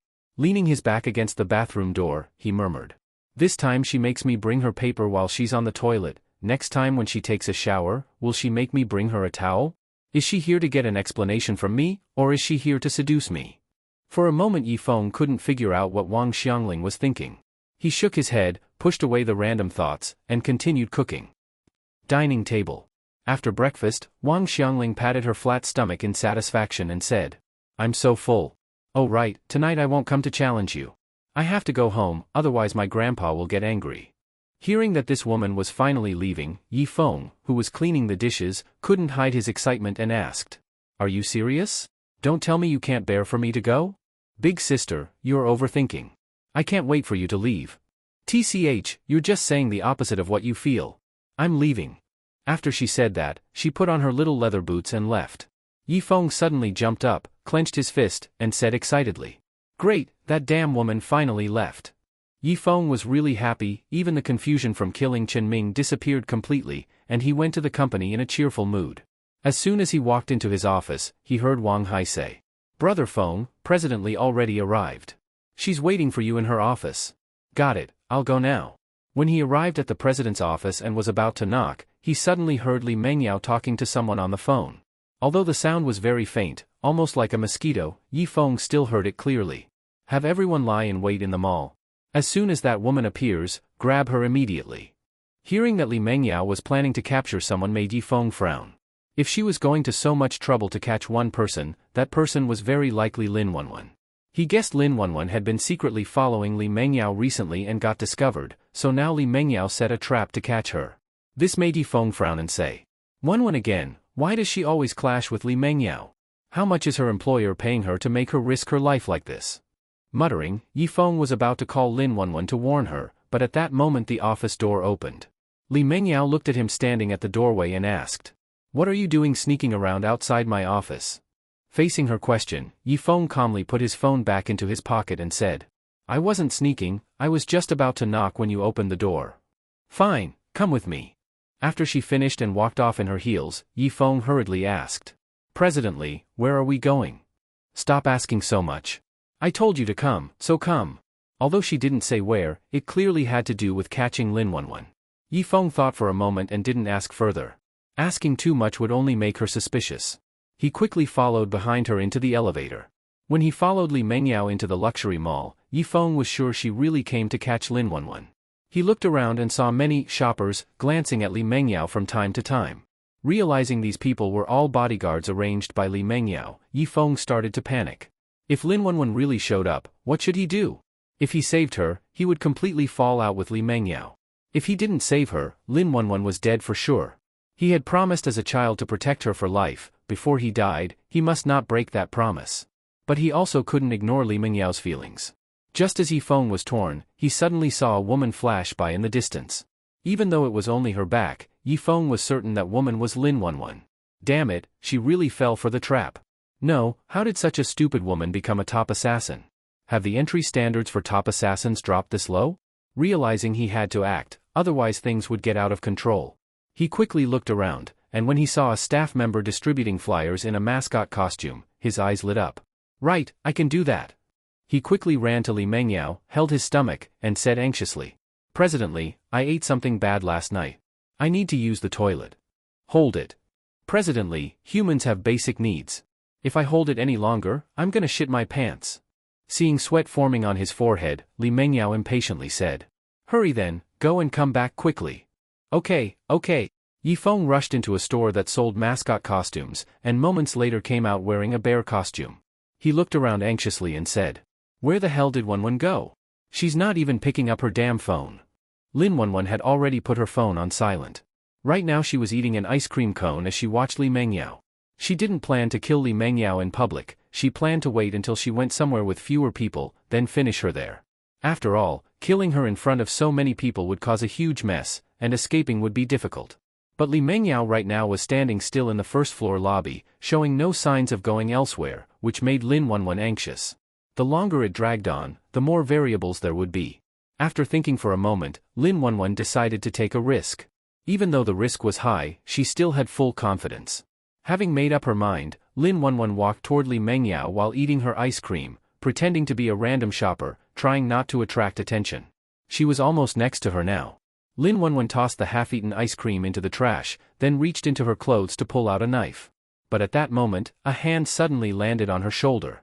Thinking she had been discovered, Lin Wenwen quickly turned around, only to find someone in a bear costume standing behind her. She was slightly stunned, but when she saw the bear costume's smiling face, a familiar figure appeared in her mind. That man who had appeared when she was most helpless and saved her life. The one who had given her a second chance at life. Looking at the man in the bear costume, she said in surprise, You're the one who saved me last time. Miss, our store is having a promotion. Come take a look with me. Hearing his voice and seeing the flyers in his hand, Lin Wenwen suddenly realized she had mistaken him for someone else and instantly felt disappointed. Of course, how could it be so easy to meet him again in this sea of people? She sighed softly, about to refuse, when from the corner of her eye she saw someone else wearing the same bear costume clumsily running toward her. Since it was Yifeng's first time wearing the thing, he had no experience. After 3 steps, he fell, tumbling all the way to Lin Wenwen's feet. Before she could even react, he quickly got up, bumped the flyer distributing worker aside with his butt, and anxiously said to her, Don't just stand there, come with me, quick. Hearing his voice, Lin Wenwen was overwhelmed with joy. This man, he was the one who had saved her before. She hurriedly grabbed his arm and happily said, I thought I'd never see you again. I didn't expect to meet you here. Aya. This is no time to catch up. This is a trap, you've been exposed. Come with me, now.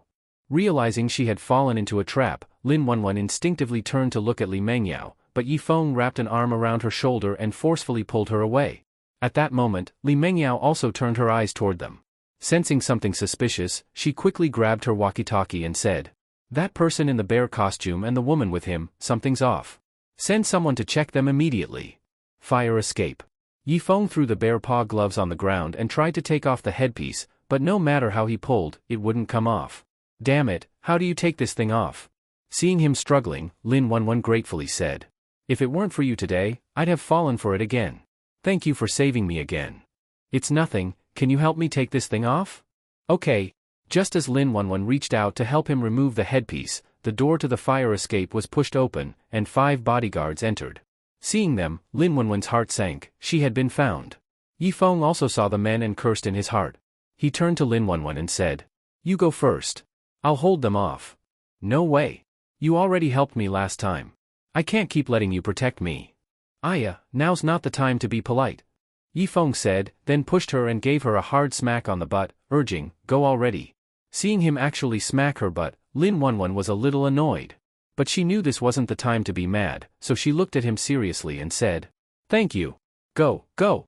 Lin Wenwen nodded and quickly ran downstairs. Yifeng turned around to face the bodyguards rolling up their sleeves, and he sneered. Even though I'm still wearing this clumsy costume, beating you guys up is as easy as spanking a kid. Faced with Yifeng's arrogance, the 5 bodyguards exchanged looks, then approached him with cold faces.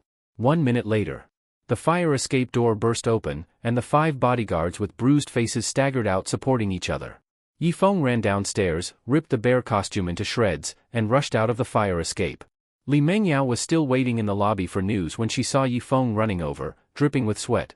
She frowned and asked, why are you sweating so much just from going to the bathroom? Hearing this, Yifeng scratched his head and realized his hair was soaked. There was no helping it, the bear costume was thick and hot, with no ventilation. Wearing it was like steaming in a sauna. Wiping the sweat from his face, he made something up. I'm constipated. Didn't you say you had diarrhea? How come now you're constipated? I thought it was diarrhea, but turns out I'm constipated instead. Weird, right? Facing his excuse, Li Mengyao crossed her arms and said coldly, I don't think you're constipated, or had a stomachache at all. Hearing this, Yifeng's heart skipped a beat.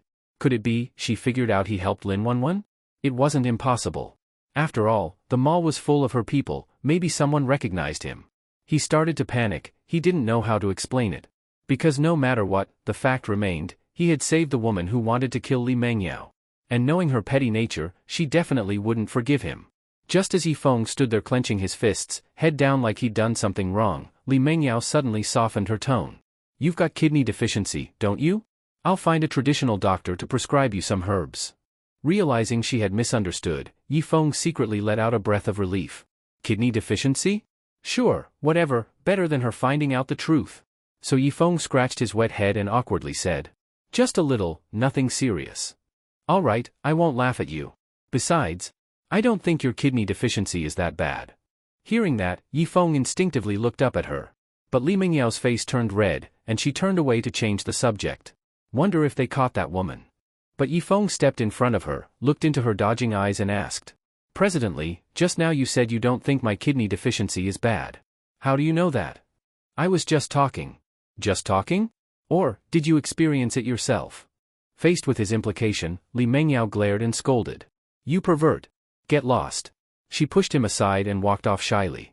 Yifeng watched her swaying hips and muttered while pinching his chin. I actually slept with a woman with such a great body. What a pity I was drunk that night, if only I wasn't. What are you muttering about? Hurry up and get over here. Yifeng was still reminiscing about that night's passion when he heard Li Mingyao's voice calling, and he snapped back, replying quickly. Coming, coming. When Li Mengyao learned from the bodyguards that Lin Wenwen escaped with the help of someone in a bear costume, she was furious. Damn it, she escaped again. But why the hell was that guy in a bear suit? Thinking about it, Li Mengyao slowly turned her eyes toward Yifeng, who looked completely nonchalant, and with hidden meaning asked. Yifeng, were you really in the bathroom just now? She asked this kind of question at this critical moment, which meant she had already started to suspect him. Well, his behavior was indeed too suspicious, it was hard not to arouse suspicion. Yifeng quickly adjusted his state of mind, nodded seriously, and said, Yes, I was in the bathroom the whole time. Who can vouch for you? The bathroom stalls are single rooms, who could vouch for me? Unless it's the poop I left behind. Want me to go to the sewage pit and fish it out for you so you can interrogate it properly? Psycho! Come back to the group with me. Seeing her curse and storm off, Yifeng let out a sigh of relief. Looks like she had temporarily ruled him out. He would have to be more careful from now on. Back at the company, Yifeng looked at Li Mengyao, who was sitting silently in her office chair. He rubbed his nose and walked behind her, placing his hands on her shoulders and massaging as he said, Presently, I've figured it out. You didn't take me to the mall to shop, you set a trap to catch the woman who tried to assassinate us, right? Hearing Yifeng's words, Li Mengyao, who had her eyes closed and was enjoying the massage, calmly said, She's been following me recently, so I set up the trap to catch her. In the end, her accomplice ruined it. That means her accomplice is pretty smart. Yifeng complimented himself and then looked at her collar. But since Li Mengyao was wearing a white shirt today, there was no scenery to enjoy. Just as Yifeng was feeling disappointed, Li Mengyao took the initiative to unbutton the top 2 buttons, then fanned herself with her hand and said, if her accomplice was really smart, she wouldn't have let her come to the mall today. Why is it so hot? Is the air conditioner broken? Seeing Li Mengyao pick up the remote and press buttons, Yifeng licked his lips at the deep cleavage and smiled. Presidently, you're right. So her accomplice is a fool too. No, I suspect her accomplice didn't know she came to the mall to kill me. That's why she took her away before she could act. But why does her accomplice always cover their face? Is it because they're afraid I'll recognize them? If that's the case, then it must be someone I know. Seeing she was going down this line of thought again and would soon suspect him, Yifeng quickly pointed at her collar and said, a cockroach just flew into your shirt. Hearing cockroach, Li Mengyao instinctively jumped up and started slapping her shirt, panicking. Help me get it out, quick. Don't worry, I'll help you right now. Yifeng immediately reached into her white shirt with his big hand. Feeling his hand roaming freely inside her shirt, Li Mengyao bit her lip and anxiously asked, did you catch it or not? Almost, got it. Yifeng pulled his fist out of her shirt and asked, boss, do you want to see it? See my ass. Hurry and throw it away. Okay, I'll go throw it out. Seeing Yifeng rush out of the room, Li Mengyao, with her messy shirt, looked up at the ventilation duct and muttered, where are all these cockroaches coming from? 10 p.m. evening. Yifeng dragged his tired body back home. Massaging Li Mengyao wasn't physically tiring, but it was mentally exhausting. There wasn't a single flaw on that woman's body. Massaging her made him feel things. He was practically on edge the whole time. Suppressing that urge was more exhausting than anything. As soon as he opened the door, he was stunned. The kitchen light was on. Then he heard sweeping sounds coming from the bedroom, and instantly realized, it was that woman Wang Xiangling again. He had thought she finally left for good and he could enjoy some peace. Who knew that clingy woman came back again? Yifeng was instantly furious. He yanked the bedroom door open, ready to curse, but then he saw Lin Wenwen inside, holding a broom and cleaning. He froze. Wenwen.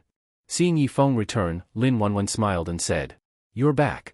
Yeah, I'm back. How did you get in? Facing his question, Lin Wenwen took out a piece of wire and said, pick the lock with this.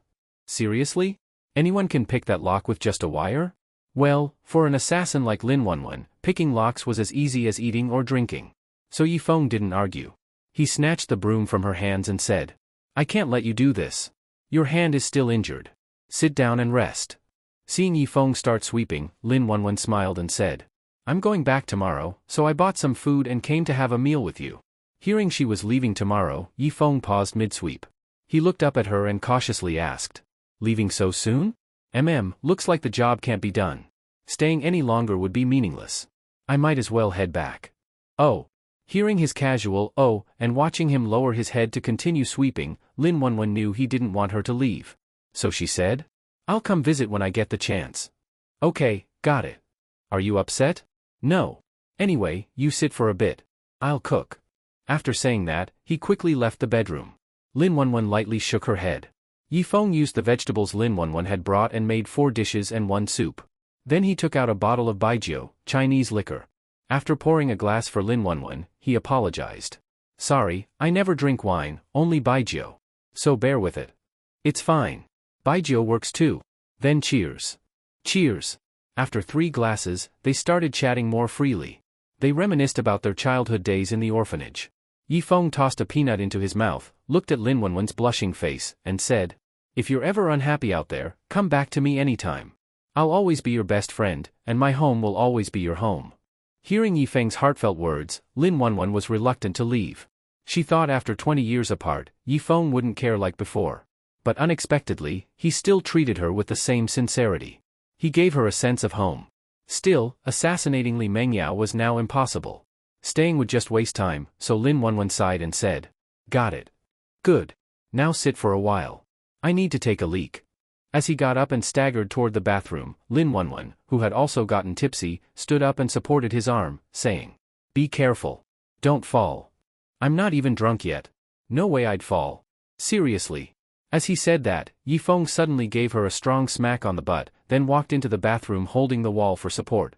Lin Wenwen stood still, staring at the closed bathroom door, dazed. Just now, when Yifeng smacked her butt, it felt strangely familiar. After relieving himself, Yi Feng staggered out of the bathroom and saw Lin Wenwen standing at the door. She gently supported his arm and said kindly, "I'd better hold on to you." Yi Feng didn't refuse and, with her support, made his way back to the dining table. In the end, Yi Feng drank an entire bottle of baijiu by himself. You could say he was happy. It was the first time in 20 years that he had such a heartfelt conversation with Lin Wenwen. But you could also say he was sad, because this might be the last time they would ever talk like this in their lives. So, with mixed emotions, Yi Feng ended up drinking himself drunk. Lin Wenwen helped Yi Feng onto the bed. As he kept muttering about wanting more wine, she gently said, "You've had enough today. Drink more next time." "But I won't see you again after today, so I have to drink tonight." "Who said you won't see me again? You'll see me often in the future." Hearing that, Yi Feng, whose head was spinning, tried hard to focus on her and slurred, Really? Of course it's true. If you don't believe me, we can pinky promise." Seeing her extend her pinky, Yi Feng hooked his with hers. Then he closed his eyes and muttered, "Pinky promise, hang ourselves, never break it for 100 years. After saying that, he fell asleep. A gentle smile appeared on Lin Wenwen's face. She picked up the blanket and covered him. Looking at his sleeping face, she softly said, "Sweet dreams." As Lin Wenwen turned to leave, Yi Feng suddenly grabbed her hand in his sleep and mumbled, Don't leave me, don't go." Seeing how much he cared for her, Lin Wenwen's heart warmed. She no longer chose to leave. Instead, she took off her shoes and lay down beside him. As soon as she lay down, Yi Feng tightly hugged her. Then, as if on instinct, he groped around her body, found the right spot, and buried his face in her chest. Despite Yi Feng's pervy behavior, Lin Wenwen didn't get angry.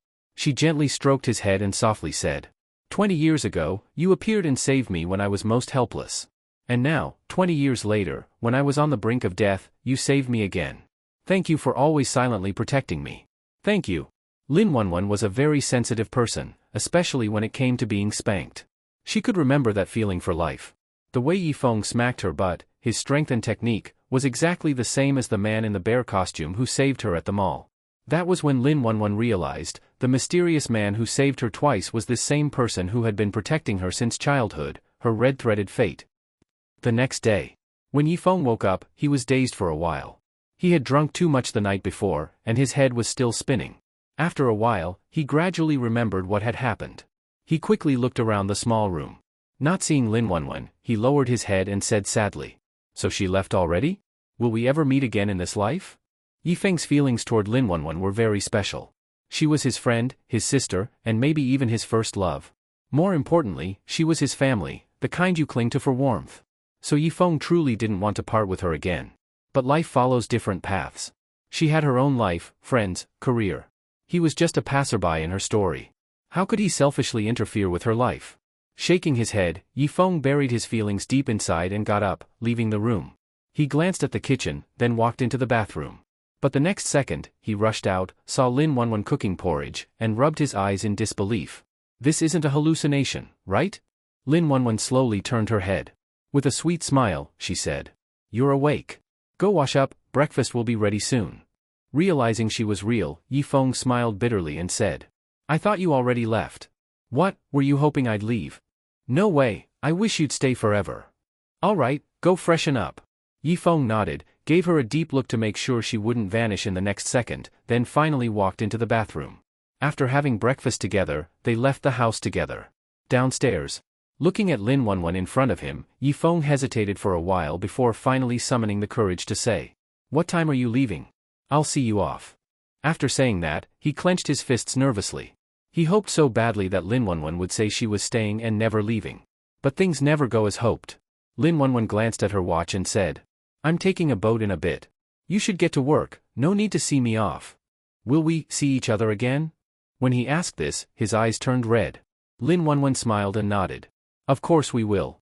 Eat well and stop staying up so late. You too, I'm going now. As she waved goodbye and walked away, Yi Feng let out a long sigh. Looking up at the sun in the sky, he muttered, Everyone has their own fate. Living my own life well and taking care of you is my mission. As for Wenwen, I just hope she'll be okay. At the company, seeing Yi Feng sitting on the sofa lost in thought, Li Mengyao curiously asked, What's going on with you? Facing her question, Yi Feng shook his head slightly. Seeing he didn't want to talk, Li Mengyao continued asking, Got dumped? Yi Feng wasn't dumped, but emotionally, it felt just like that. Of course, he wouldn't tell her about Lin Wenwen, this was personal.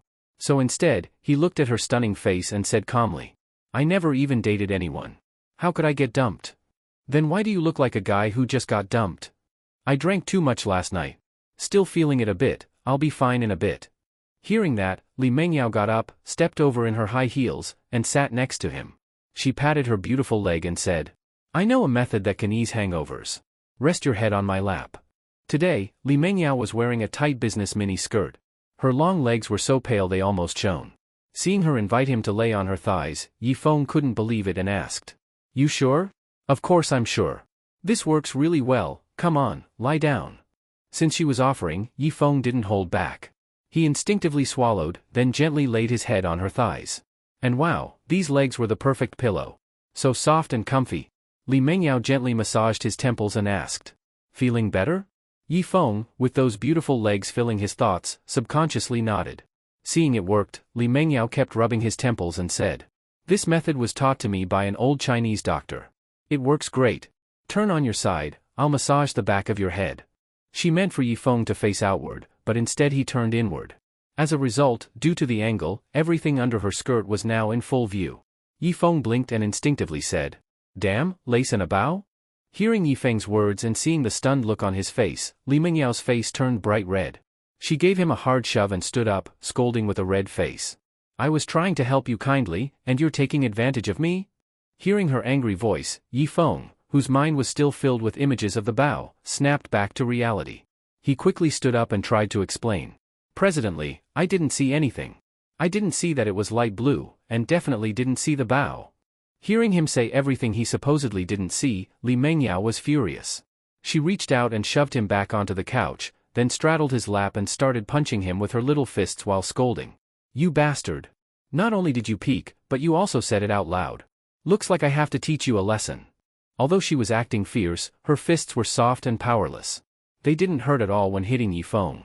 It looked less like punishment and more like a girlfriend throwing a tantrum at her beloved boyfriend. And Yifeng knew better than to resist at a time like this. If he did, she'd only get angrier.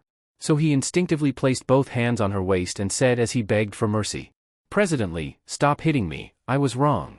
That's what he said, but in his heart, he was praying, please hit me a few more times, this feels way too good. While Yifeng was enjoying the moment, the office door suddenly got knocked, and before Li Mengyao could react, it was pushed open. Her secretary stepped in and quickly said, Presidently, someone from the Feng family is. But she froze before she could finish. Li Mengyao was sitting on Yifeng's lap.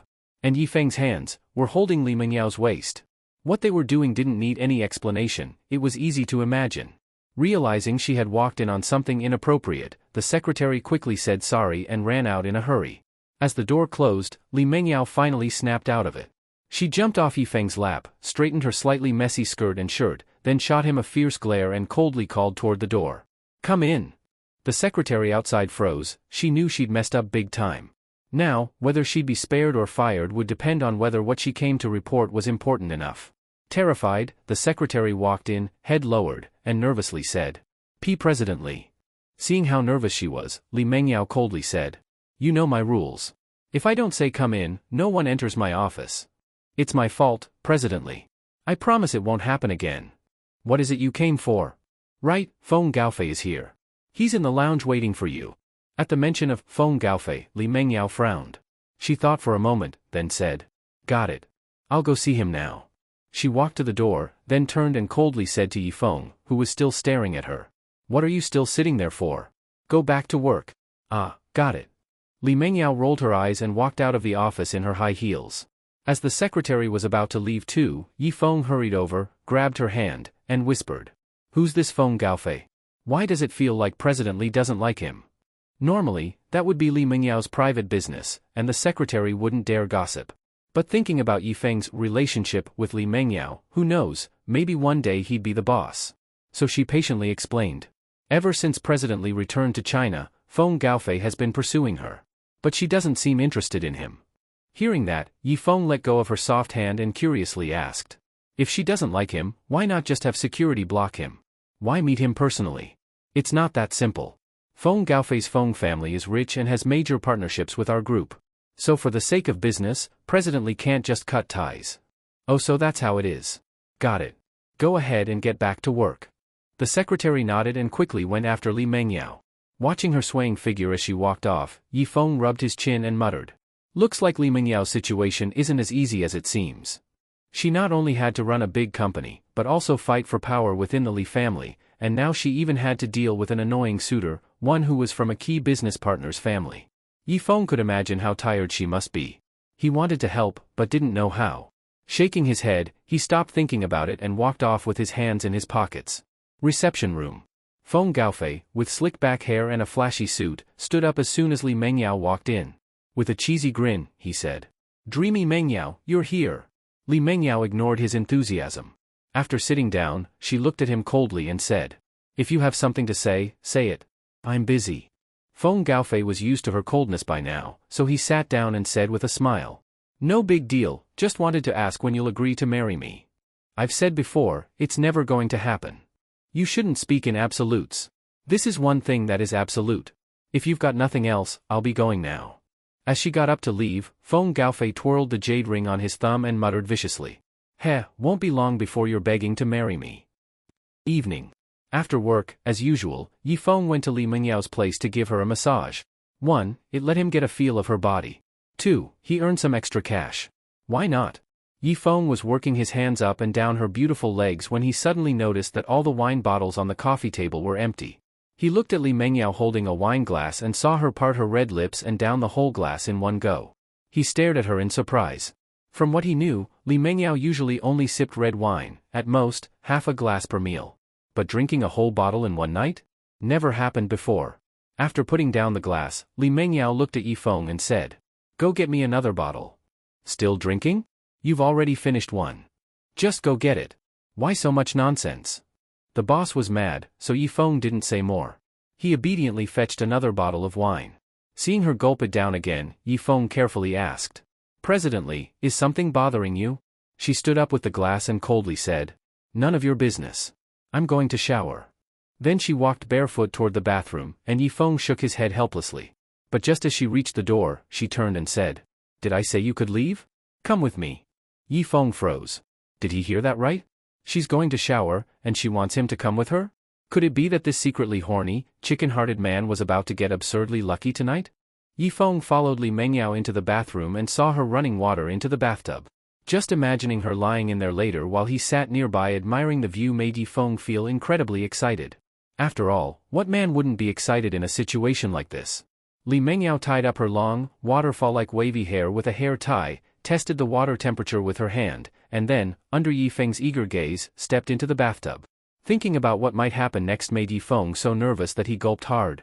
He was finally going to see it all, and this time, while sober. But what he didn't expect was for Li Mengyao to get into the bathtub still wearing her nightgown. He'd been anticipating this moment for so long, and this was it?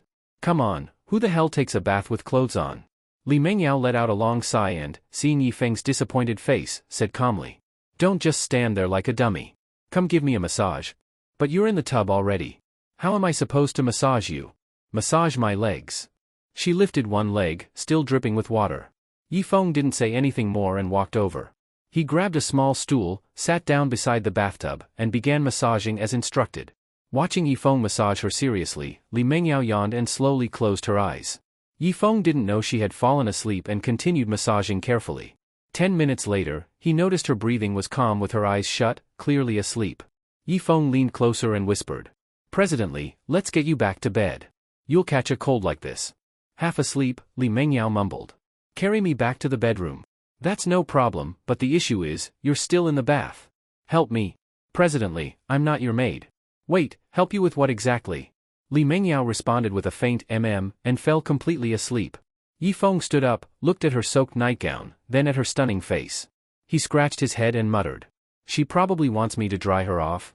Do I help her or not? What she just said was probably unconscious rambling. If he actually did what she asked, she might accuse him of being a pervert the next day. But if he left her like that, wouldn't she get all pruny? Yi Feng didn't know what to do.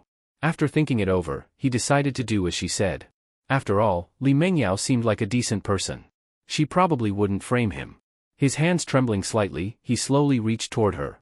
A while later, Yi Feng wiped the sweat from his forehead and complained. That really was exhausting.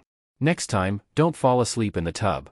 After grumbling, he looked at her again, took a deep breath to calm his racing heart, then stood up and grabbed a dry towel. Looking at the still sleeping Lee Mengyao, he muttered. I didn't do this to take advantage of you. Don't blame me when you wake up. After shifting the blame in advance, he began gently drying her body with the towel, like he was handling a delicate work of art. Time flew by, an hour passed in the blink of an eye. Yifeng straightened up and wiped the sweat from his forehead. He wasn't just physically tired, he was mentally exhausted too. Even back when he worked part-time at a pet store, washing a 100-plus kilo Alaskan Malamute wasn't this tiring. Looking at Lee Mengyao asleep in the tub, Yifeng muttered. You're lucky it was me, a rare gentleman. Anyone else, and you'd have no place to cry. After praising himself, Yifeng suppressed his inappropriate thoughts and carefully lifted her into his arms. Carrying Lee Mengyao to the second-floor bedroom, he gently placed her on the bed, then went to the wardrobe and found a nightgown. He was about to dress her but hesitated.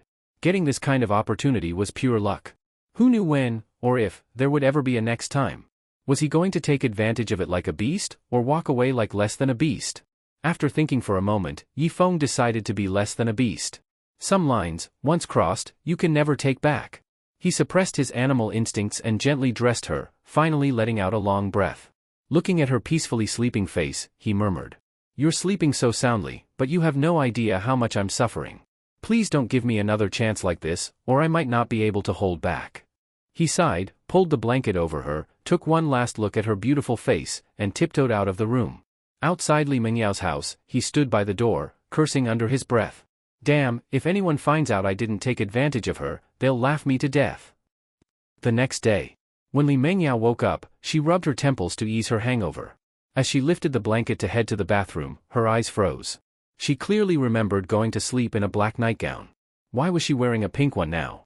After thinking for a moment, she suddenly recalled falling asleep in the tub while Yifeng was massaging her, but everything after that was blank. Yifeng's handsome face popped into her mind. Holding the nightgown, she narrowed her eyes and said coldly, Did that guy do something to me? Downstairs. Taking a bite of bread, Lee Mengyao tapped on her laptop. A surveillance video appeared. She lived in such a big house alone, of course she had surveillance cameras. She wanted to see if Yifeng had done anything to her. Although she trusted his character, with her figure, she couldn't rule out the possibility of temptation. The moment she saw Yifeng carrying her out of the bathroom, she crushed the bread in her hand. Clenching her teeth, she continued watching the footage from the bedroom. Seeing Yifeng lay her on the bed and stare at her without moving made her nervous. She truly admired Yifeng and didn't want to believe he'd do anything to her. If he did, she wouldn't call the police, but she'd never speak to him again. So she silently prayed, Please, Yifeng, resist the temptation. Watching him stretch out his hand in the video, she shouted at the screen. Yifeng. Hold it in. Don't disappoint me. It was as if heaven had heard Lee Mengyao's prayer. When she saw that the Yifeng in the video only helped her put on her nightgown and then left the room, she let out a deep sigh of relief. She threw away the bread in her hand and smiled, saying, This guy actually has pretty good character. Looks like I wasn't wrong about him. Group headquarters. Wearing a white blazer and a short skirt, Lee Mengyao walked into the office and said to the secretary behind her, Tell Yifeng to come over. The secretary nodded and quickly went to find Yifeng. At that moment, Yifeng had just arrived at the office, still thinking about what happened the night before. Of course, what he was really thinking about was Lee Mengyao's flawless body. After all, her figure was amazing. Just then, Lee Mengyao's secretary knocked on the door and said, Manager Yi, President Lee wants to see you. Hearing that Lee Mengyao was looking for him, Yifeng guessed it must be about last night. He took a deep breath and said toward the office door. Got it, I'll go now. President's office. Seeing Lee Mengyao sitting in the boss chair signing documents, Yifeng cautiously asked. President Lee, you wanted to see me? Without looking up, Lee Mengyao said. Explain what happened last night. Last night? You mean when I helped you change into the nightgown? What else? You asked me to. You said to carry you back to your room, and also asked me to dry you off. I originally didn't want to help, but thinking that leaving you in cold water all night would definitely make you sick, I had no choice. But President Lee, don't worry, I only dried you and helped you change into the nightgown, nothing else. Hearing Yifeng's explanation, Lee Mengyao slowly raised her head and looked into his eyes. Seeing her silently staring at him, Yifeng knew she was trying to judge whether he was lying by looking into his eyes, so he adjusted his mindset and tried to relax. After looking into his eyes for a while, Lee Mengyao suddenly smiled and said, I was just asking. All right, go back to work. Seeing that she just believed him like that, Yifeng gave her a strange look. Did this woman really trust his character, or did she just not care whether something had happened or not? Of course, Yifeng had no idea that Li Mengyao had already seen everything through the surveillance cameras. Noon. Yifeng was preparing to take a nap in the office when Wang Hai suddenly rushed in, excitedly saying, "Brother Feng. The finance department just transferred some money to me, said it was a bonus from President Li. A whole 20,000 yuan." Hearing that even Wang Hai, a junior employee, got a 20,000 bonus, Yifeng, as a department manager, figured he should at least get 50,000. However, when Yifeng eagerly checked his bank account, he found no money had been transferred in. Seeing Yifeng frown, Wang Hai curiously asked, "Brother Feng, how much did President Li give you?" "Not even a penny." "Not a penny? That's impossible. Right? You got 20,000, there's no way I got nothing." Hearing this, Wang Hai murmured, "Maybe President Li's taken a liking to me, so she gave me a bonus just for that?" Hearing Wang Hai mumble to himself, Yifeng walked over to him, pulled 10 yuan from his pocket, handed it to him and said, "Buddy, go buy yourself a mirror and look at your face. Then consider taking that back." After Yifeng mocked him and walked out of the office, Wang Hai quickly shouted, "Brother Feng, maybe President Li just likes ugly guys." President's office. Seeing Li Mengyao eating a boxed lunch, Yifeng thought for a moment and asked, "President Li, you eat boxed lunches too?" Facing Yifeng's question, Li Mengyao calmly said, "Am I not worthy of eating boxed lunches? That's not what I meant. I just thought you'd eat out at a restaurant for lunch. Who eats out every day? No matter how much money I have, I can't waste it like that." Seeing that Li Mengyao was actually quite frugal, Yifeng touched his nose and didn't say anything more. Li Mengyao glanced at Yifeng, who was standing there silently, then thought for a moment and asked, "Have you eaten?" "I just finished my tasks. Haven't eaten yet. I can't finish this. You eat it for me." Seeing that she wanted him to eat her lunch, Yifeng blinked and said, "President Li, that's not really appropriate, is it? You dislike me?" "No, no, no, how could I ever dislike you?" "Then hurry up and eat. Stop wasting time." Facing Li Mengyao's domineering tone, Yifeng didn't say anything more and obediently walked over to her. Just as he was about to take the lunchbox to the couch to eat, Li Mengyao stood up and pointed to the boss chair. "Sit here and eat." Seeing her point at the chair only she usually sits in, Yifeng was slightly stunned, but didn't think too much and just sat down to eat. Whether it was because Li Mengyao had already eaten from it, or because today's food was just good, in any case, Yifeng found the boxed lunch especially delicious. Seeing him eat so happily, Li Mengyao placed a bank card in front of him and said, "You've been doing quite well lately. This is your bonus. The password is the last 6 digits of your ID number." Seeing that Li Mengyao had also prepared a bonus for him, Yifeng quickly swallowed the food in his mouth and said in a falsely modest tone, "President Li, it's just what I should be doing. You don't need to be so generous." "All right, stop pretending. Take it." "Thanks, boss." Although he didn't know how much money was on the card, it must be more than Wang Hai's. Seeing how happy Yifeng was, a bright smile appeared on Li Mengyao's face too. This man really was easy to please. Evening. After work, Yifeng rushed to a nearby bank. Looking at the balance on the card, he muttered, 1, 2, 3, 4, 5, 6, 1 followed by 6 zeros. How much is that? He scratched his head and then suddenly realized what that meant. Yifeng said in shock, 1 million? Li Mengyao opened the door and saw Yifeng at the entrance quickly say, "President Li, did you give me the wrong card?" "Nope. But there's 1 million in this card." Seeing that it was about this, Li Mengyao turned around and walked into the villa, saying, "As long as you perform well, I won't shortchange you." Seeing that she really meant to give him 1 million yuan bonus, Yifeng didn't know how to thank her. He quickly followed her into the villa, smiling as he said, "Boss, don't worry, I'll definitely do my best. I believe in you. Take this." Seeing her hand him a small bottle, Yifeng looked at the label and muttered, "Moisturizing massage, what does this mean?" Just as he finished speaking, he suddenly saw Li Mengyao, back facing him, slowly remove her nightgown. Then, under Yifeng's stunned gaze, she lay down on the sofa. Li Mengyao turned her head to look at him and flirtatiously asked, "You know how to do spa, right?" Yes, I do." "Then what are you standing there for? Start." Yifeng instantly understood what Li Mengyao meant. Looking at the massage oil in his hand, he dumbly said, "Did I just get unbelievably lucky again?"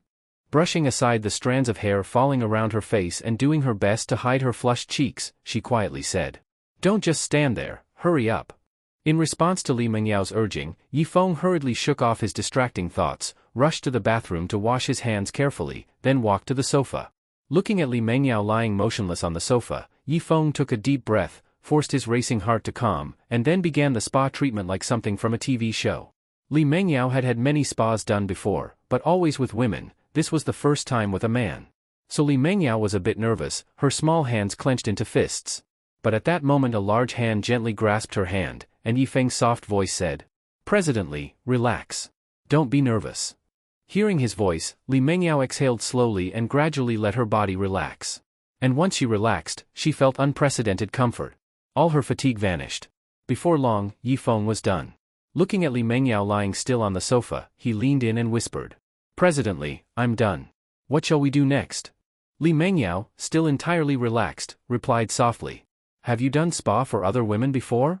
Because Yi Feng's technique was as good or better than those in beauty salons, Li Mengyao suspected he had done spa for other women, maybe at least 100, otherwise he wouldn't be so skilled. Suddenly she felt a tinge of jealousy. How dare he touch other women's bodies? It was too much. Yi Feng didn't realize she was jealous. He thought she was just asking casually, so he answered honestly, "I haven't done this for others before, you are my first client." "Impossible." Li Mengyao immediately retorted, then looked him coldly in the eyes and said, "Your technique is more professional than the professionals, and you still say you've never done it for others? You mean that? Back when I was an intern vet, a farmer's pigs ate too much and got bloated, I would massage those pigs. That's how I developed this technique." "Pigs?" Seeing Li Mengyao's shocked expression, Yi Feng, not realizing how serious the problem was, nodded and obediently said, "Yes. Pigs. But they weren't as obedient as you. They ran around. It was exhausting just to catch them. But you don't run, don't fear me." Yi Feng suddenly stopped mid-sentence because of Li Mengyao's dagger-like gaze. "Damn. Seems I said the wrong thing. I just compared top beauty Li Mengyao to pigs." Realizing she was angry, Yi Feng quickly tried to explain. "President Li, I didn't mean you're a pig, after all you're far cuter than pigs." If he hadn't explained, maybe it would have been fine, but after his explanation, Li Mengyao's once rosy face turned deathly pale. Knowing he was only digging a deeper hole, Yi Feng simply walked toward the door and said, President Li, if there's nothing else I'll go ahead. If I don't leave now, when will I?" Seeing Yi Feng preparing to run, Li Mengyao glared at him and said angrily, "Did I say you could leave? Come back." "Not right now, President Li, I was just joking, please don't retaliate." "Retaliate my ass. Get back here and keep massaging me, if you don't serve me well, you'll pay the price." Hearing it was just more massage, Yi Feng breathed a big relief, then hurried back over. Just as Yi Feng was about to resume the massage, the second-floor balcony door was suddenly pushed open. Though the sound was faint, Yi Feng heard it clearly. Realizing someone had snuck into Li Mengyao's house, Yi Feng quickly looked at Li Mengyao on the sofa and whispered, "President Li, someone broke in. They're upstairs on the second floor." Li Mengyao, with her eyes still closed, on hearing that someone sneaked into her home, quickly turned her head toward the stairs. After a moment's thought, she asked Yi Feng, "Who is it?" "I don't know, but most likely they're not here for niceties. We should hide." "Hide where?" "The first floor cloakroom." "Quickly carry me there." "Got it. But can't you walk yourself?" Seeing Yi Feng's confusion, Li Mengyao silently cursed him for being obtuse. She raised her foot then said, "If I walk I'll still have to put on slippers, stop talking and carry me now. You're lazy as hell." With a grumble, Yi Feng tossed the nightgown from the sofa to her, and, watching her put it on, reached his arms under her and princess carried her. Li Mengyao instinctively wrapped her arms around his neck. From the girlfriend's POV, watching this man carry me like this, I'm looking better and better. If he could carry me like this for life, maybe it wouldn't be so bad. When she imagined herself and Yi Feng walking into the wedding hall, she froze for a moment. What the heck am I thinking? She quickly shook off the weird imagery. Yi Feng rushed the carried Li Mengyao to the first-floor cloakroom, opened a cupboard door, and placed her inside.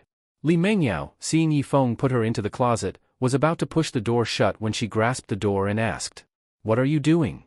"I'm going to check what kind of person it is." "No, I'm scared." Seeing her vulnerable side, Yi Feng was a little stunned. That formidable woman Li Mengyao, always composed, when did she ever show fear?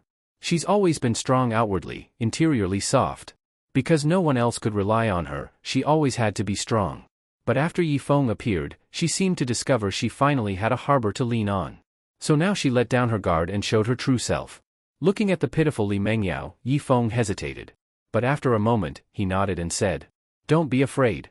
I'll stay with you." Hearing Yifeng promise to stay, Li Mingyao's expression softened into a sweet smile, and she quickly made space beside her.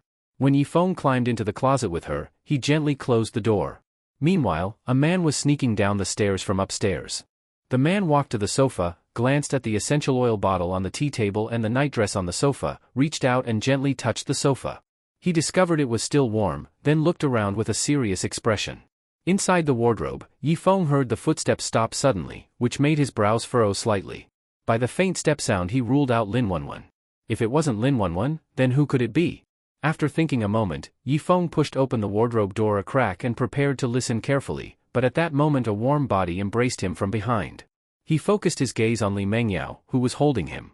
Feeling her soft body, Yifeng swallowed, instinctively, and softly said, holding her slender waist, "Don't be afraid. I'm here. I won't let anyone hurt you." At Yifeng's promise, Li Mengyao looked into his determined eyes through the sliver of light at the door, nodded gratefully and said, "Thank you. This is what I as a man should do." As Yifeng said this, Li Mingyao's eyes filled with love for a moment. Just as she was about to lean in to kiss him, Yifeng's ears twitched. Someone from outside was coming.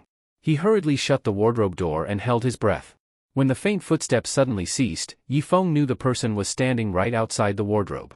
The man stood before the wardrobe, glanced at the door, then extended his hand toward the handle. Just as his hand was about to touch it, the wardrobe door burst open from inside and Yifeng dashed out. The man saw someone rush out, instinctively jumped off his toes and retreated swiftly. Yifeng hadn't expected the man to react so fast. After missing him, Yifeng pushed off the floor and lunged toward the man again. The man dodged underfoot, then raised his leg and kicked toward Yifeng's body. Yifeng didn't react in time and got hit in the waist, then slammed heavily into the wall. The man, not letting Yifeng a chance to fight back, stepped in behind him, wrapped one arm around his neck and prepared to twist and break it. But Yifeng quickly grabbed his arm and with both hands squeezed hard, a bone-cracking sound echoed in his ear. The man's eyes popped wide open. Because Yifeng's hand power had actually broken his arm. Realizing Yifeng's strength was greater than expected, the man did not dare underestimate him. He raised his knee and rammed toward Yifeng's spine. But Yifeng, like an eel, twisted his waist and slipped past the knee, then snapped his elbow up and back fiercely. Bam! Yifeng's elbow struck the man's neck hard and accurately, sending him flying out of the wardrobe, crashing heavily to the ground. The man was indeed tough. After taking Yifeng's iron elbow he still staggered to his feet. He shook his head, wiped the blood from his nostril and, looking at Yifeng like a professional boxer, said, "So you think knowing some boxing means you can beat me? You're too naive. I'll show you real kung fu now." As the man finished speaking, his hands formed eagle claws, and he shouted, "Eagle claw fist." In an instant his speed multiplied, and in one breath he reached Yifeng's front. His nails, like sharp blades, full of murderous intent, flew toward Yifeng's chest.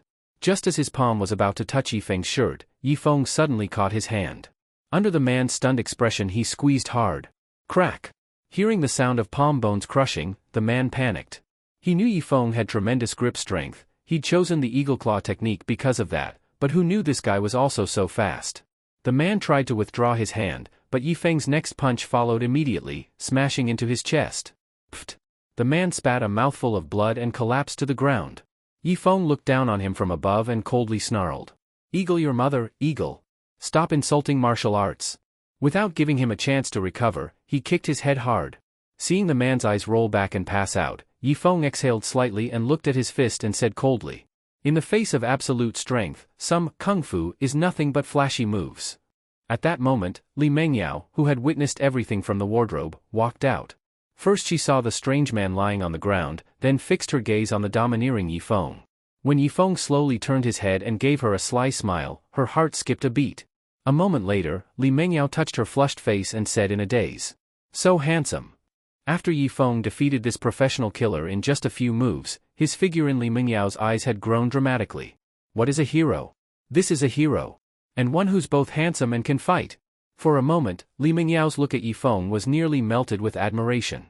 Yifeng found a rope and tied the man up, then asked Li Mengyao, who was standing beside and looking at him with affection, "President Li, what should we do with him?"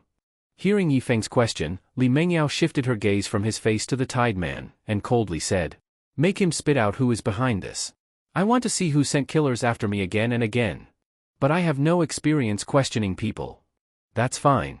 I'll have someone else do the questioning. I'm calling right now." After Li Mengyao turned and waddled off to call, Yi Feng looked at the unconscious man and mocked.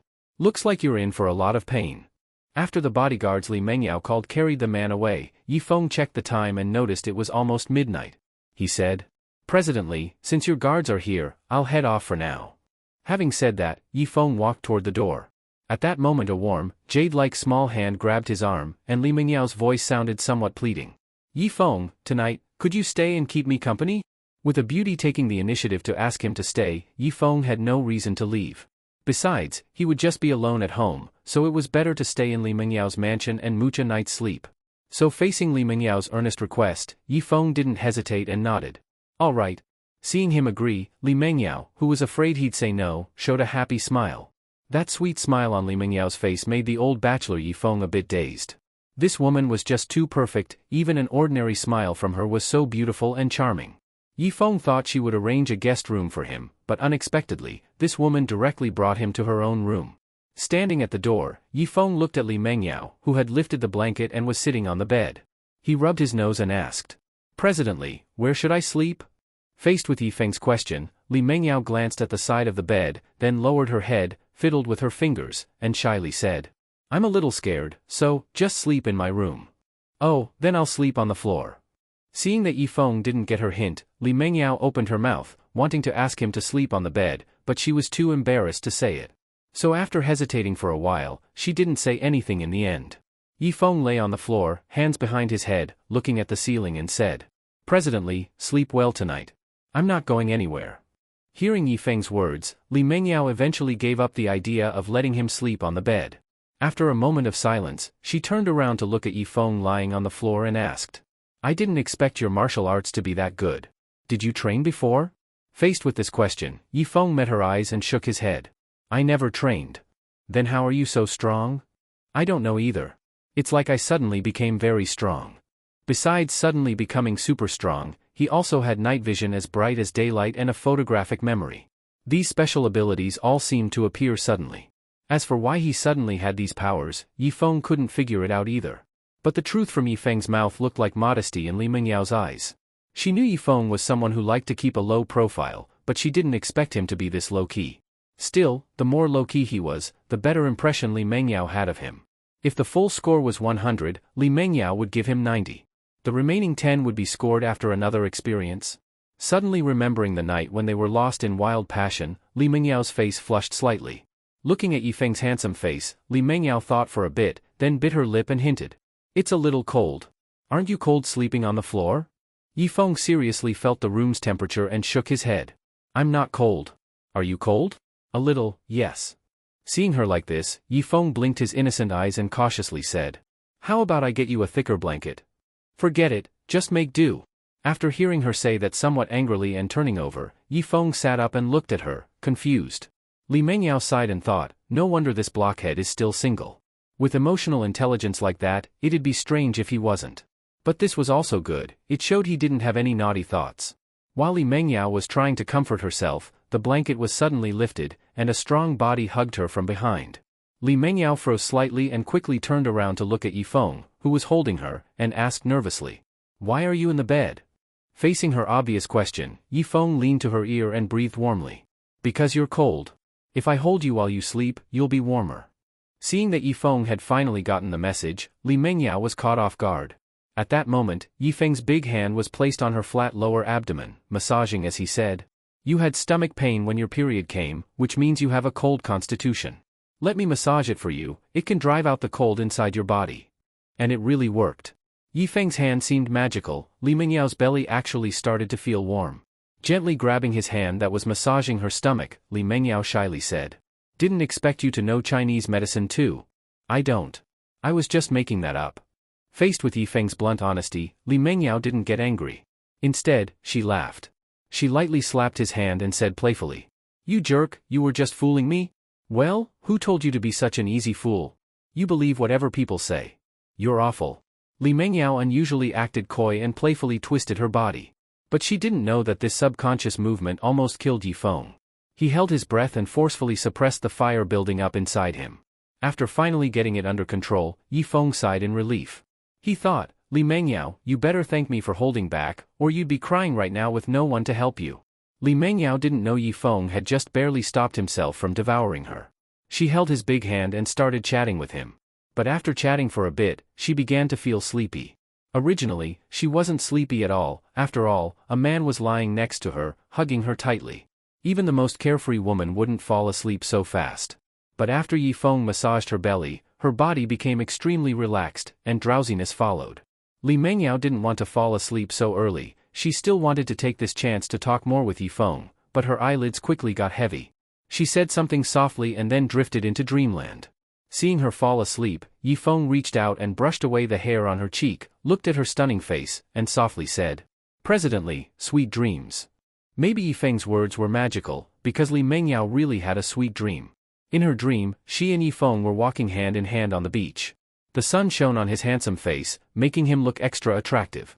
As Li Mengyao stared blankly at his face, Yi Feng reached out and cupped her cheeks, then kissed her bright red lips as she nervously looked at him. When Li Mengyao woke up and realized that beautiful scene was just a dream, she said a little disappointed. If only that dream had lasted longer. That kiss really felt so real. With a sigh, Li Mengyao closed her eyes, trying to return to that happy dream. But at that moment, a big hand wrapped around her slender waist, and a deep magnetic voice entered her ear. "You're awake?" Suddenly hearing Yi Feng's voice, Li Mengyao was slightly stunned. Instinctively, she turned around and looked at Yi Feng's handsome face with a faint smile. Her heart started racing, and her breath became rapid. Right after the atmosphere suddenly changed dramatically, Yi Feng suddenly reached out and covered her eyes, then teased. "If you keep looking at me, I'll start charging." Seeing the nice atmosphere ruined just like that, Li Mengyao felt a bit regretful in her heart. After all, if Yi Feng had kissed her just now, she definitely wouldn't have refused. She grabbed his big hand and shyly said, I wasn't looking at you. If you weren't peeking, why are you blushing?" "I'm not blushing." "Really? Then let me take a good look." As Yi Feng finished speaking, he released his hand from her eyes, then stared intently at her rosy little face. Honestly, this face was truly beautiful, no problem being called a femme fatale in ancient times. Li Mengyao was being looked at so closely by Yi Feng, she could even feel his breath, making her already slightly flushed face turn as red as an apple. She tightly clutched her nightdress and looked down shyly, saying, "You look at me like that, of course I'd blush. How about this then?" Yi Feng lifted her delicate chin as he spoke, then smiled brightly. Yi Feng might be a pure-hearted young man, but Li Mengyao wasn't exactly an experienced flirt either. Being teased like that, she was overwhelmed for a moment. But just then, the phone on the bedside table rang inappropriately. The ringtone snapped Li Mengyao, who was lost in the moment, back to her senses. She quickly pushed Yi Feng away and shyly said, "You jerk." She gave him a charming glance, then turned around to pick up the phone. Seeing that the call was from the bodyguard captain, a hint of displeasure appeared on her face. This guy didn't call earlier or later, but right when she was having a moment with Yi Feng, was he doing it on purpose? So when Li Mengyao answered the call, her tone was cold as she asked, "What is it? Speak." Yi Feng was amazed how she could switch from a shy little woman to a strong businesswoman in just 1 second. After hearing the bodyguard captain's report, Li Mengyao frowned and asked, "Are you sure that's what he said?" "All right, got it." After hanging up, Li Mengyao looked at her phone and murmured, "Didn't expect it to be like this." Muttering to herself, she shook her head slightly, then lifted the blanket to get up. But when she saw Yi Feng staring straight at her body, she poked his forehead and charmingly said, "You pervert, stare any more and your eyeballs are gonna fall out." After being poked, Yi Feng finally pulled back his lustful gaze, scratched his head and awkwardly said, "You're just too beautiful, I couldn't help but take another look." "You bad guy, get up already." After speaking, she got out of bed and, wearing slippers, walked into the bathroom. Looking at the closed bathroom door, Yi Feng let out a long sigh and muttered, "If this keeps up, I'm bound to fall under this little seductress spell." When Li Mengyao changed into a business suit, a tight mid-length skirt, and high heels, she transformed back from a charming little woman into a domineering CEO. After the two walked out of the villa and got into the Rolls-Royce, Yi Feng looked at the beautifully made-up Li Mengyao and asked, "Presidently, did that assassin confess?" Li Mengyao was silent for a moment, then said calmly, "He did." "Who hired him? Your second uncle?" "No. Not your second uncle?" Hearing this shocked Yi Feng. After all, Li Mengyao had always believed it was her second uncle who hired the killer. If it wasn't him, then who was it? Facing Yi Feng's shock, Li Mengyao turned her gaze to the scenery outside the window and said nothing more. Seeing that she wasn't willing to say, Yi Feng didn't press further. After all, with Li Mengyao's strong personality, asking more would just make her mad. You have to handle a stubborn person gently. All day, Li Mengyao sat in the office daydreaming, not even looking at the documents that needed her signature. Even when Yifeng made an excuse to check on her, she didn't say a word. Seeing her so deep in thought, Yifeng thought for a bit and decided not to say anything. Back in his own office, Yifeng saw Wang Hai playing games aimlessly. After a moment of thought, he asked, Wang Hai, what does it mean if a woman is all smiley 1 minute, but suddenly becomes quiet and full of thoughts after hearing something? Wang Hai put down his phone and asked curiously, did someone close to her die? No. Then she's thinking about her ex-boyfriend. Hearing Wang Hai's firm analysis, Yifeng perked up, sat beside him and asked curiously, how do you know she's thinking about her ex? Because I get like that when I think of my ex, quiet, avoiding everyone, just wanting to be alone. That feeling sucks. Wait, what? You had a girlfriend? Seeing his shocked expression, Wang Hai flipped his bangs proudly and said, I may not look as good as you, but I've never been short on girlfriends. Not like you, still a virgin. Virgin, my ass. I lost it a long time ago. If you knew the stunning boss of our company is the one I slept with, your jaw would hit the floor. But Yifeng wasn't the kind of guy to show off, especially not about that, so he didn't respond to Wang Hai. He turned around and walked to the floor-to-ceiling window, staring at the city view and muttering. Could she really be thinking about her ex? Evening. As usual, Yifeng went to Li Mengyao house to give her a massage. When the door opened and he saw the tipsy Li Mengyao, Yifeng frowned and asked, you just got off work, how are you already this drunk? None of your business. Li Mengyao snapped, then staggered off holding a bottle of wine. Yifeng walked into the villa and saw Li Mengyao sitting on the couch gulping down wine. He gossiped. Damn, who pissed you off? Tell me so I can have a laugh. Laugh, my ass. Come give me a massage. Yifeng walked over and sat beside her. Looking at her flushed face, he gently said, sometimes when you can't hold it in anymore, find someone you trust to talk to. It's nothing to be ashamed of. Hearing that, Li Mengyao looked at him and, breathing out the scent of alcohol, asked, can I trust you? No matter what, I was your one-night ex-husband. I think I'm someone you can trust. Hearing Yifeng say that, if it were before, Li Mengyao would have definitely scolded him for being shameless, but at this moment, she just slightly shook her head. Nothing to say. Seeing she still wasn't willing to talk, Yifeng didn't keep asking. The situation was already very obvious, Wang Hai had likely hit the mark.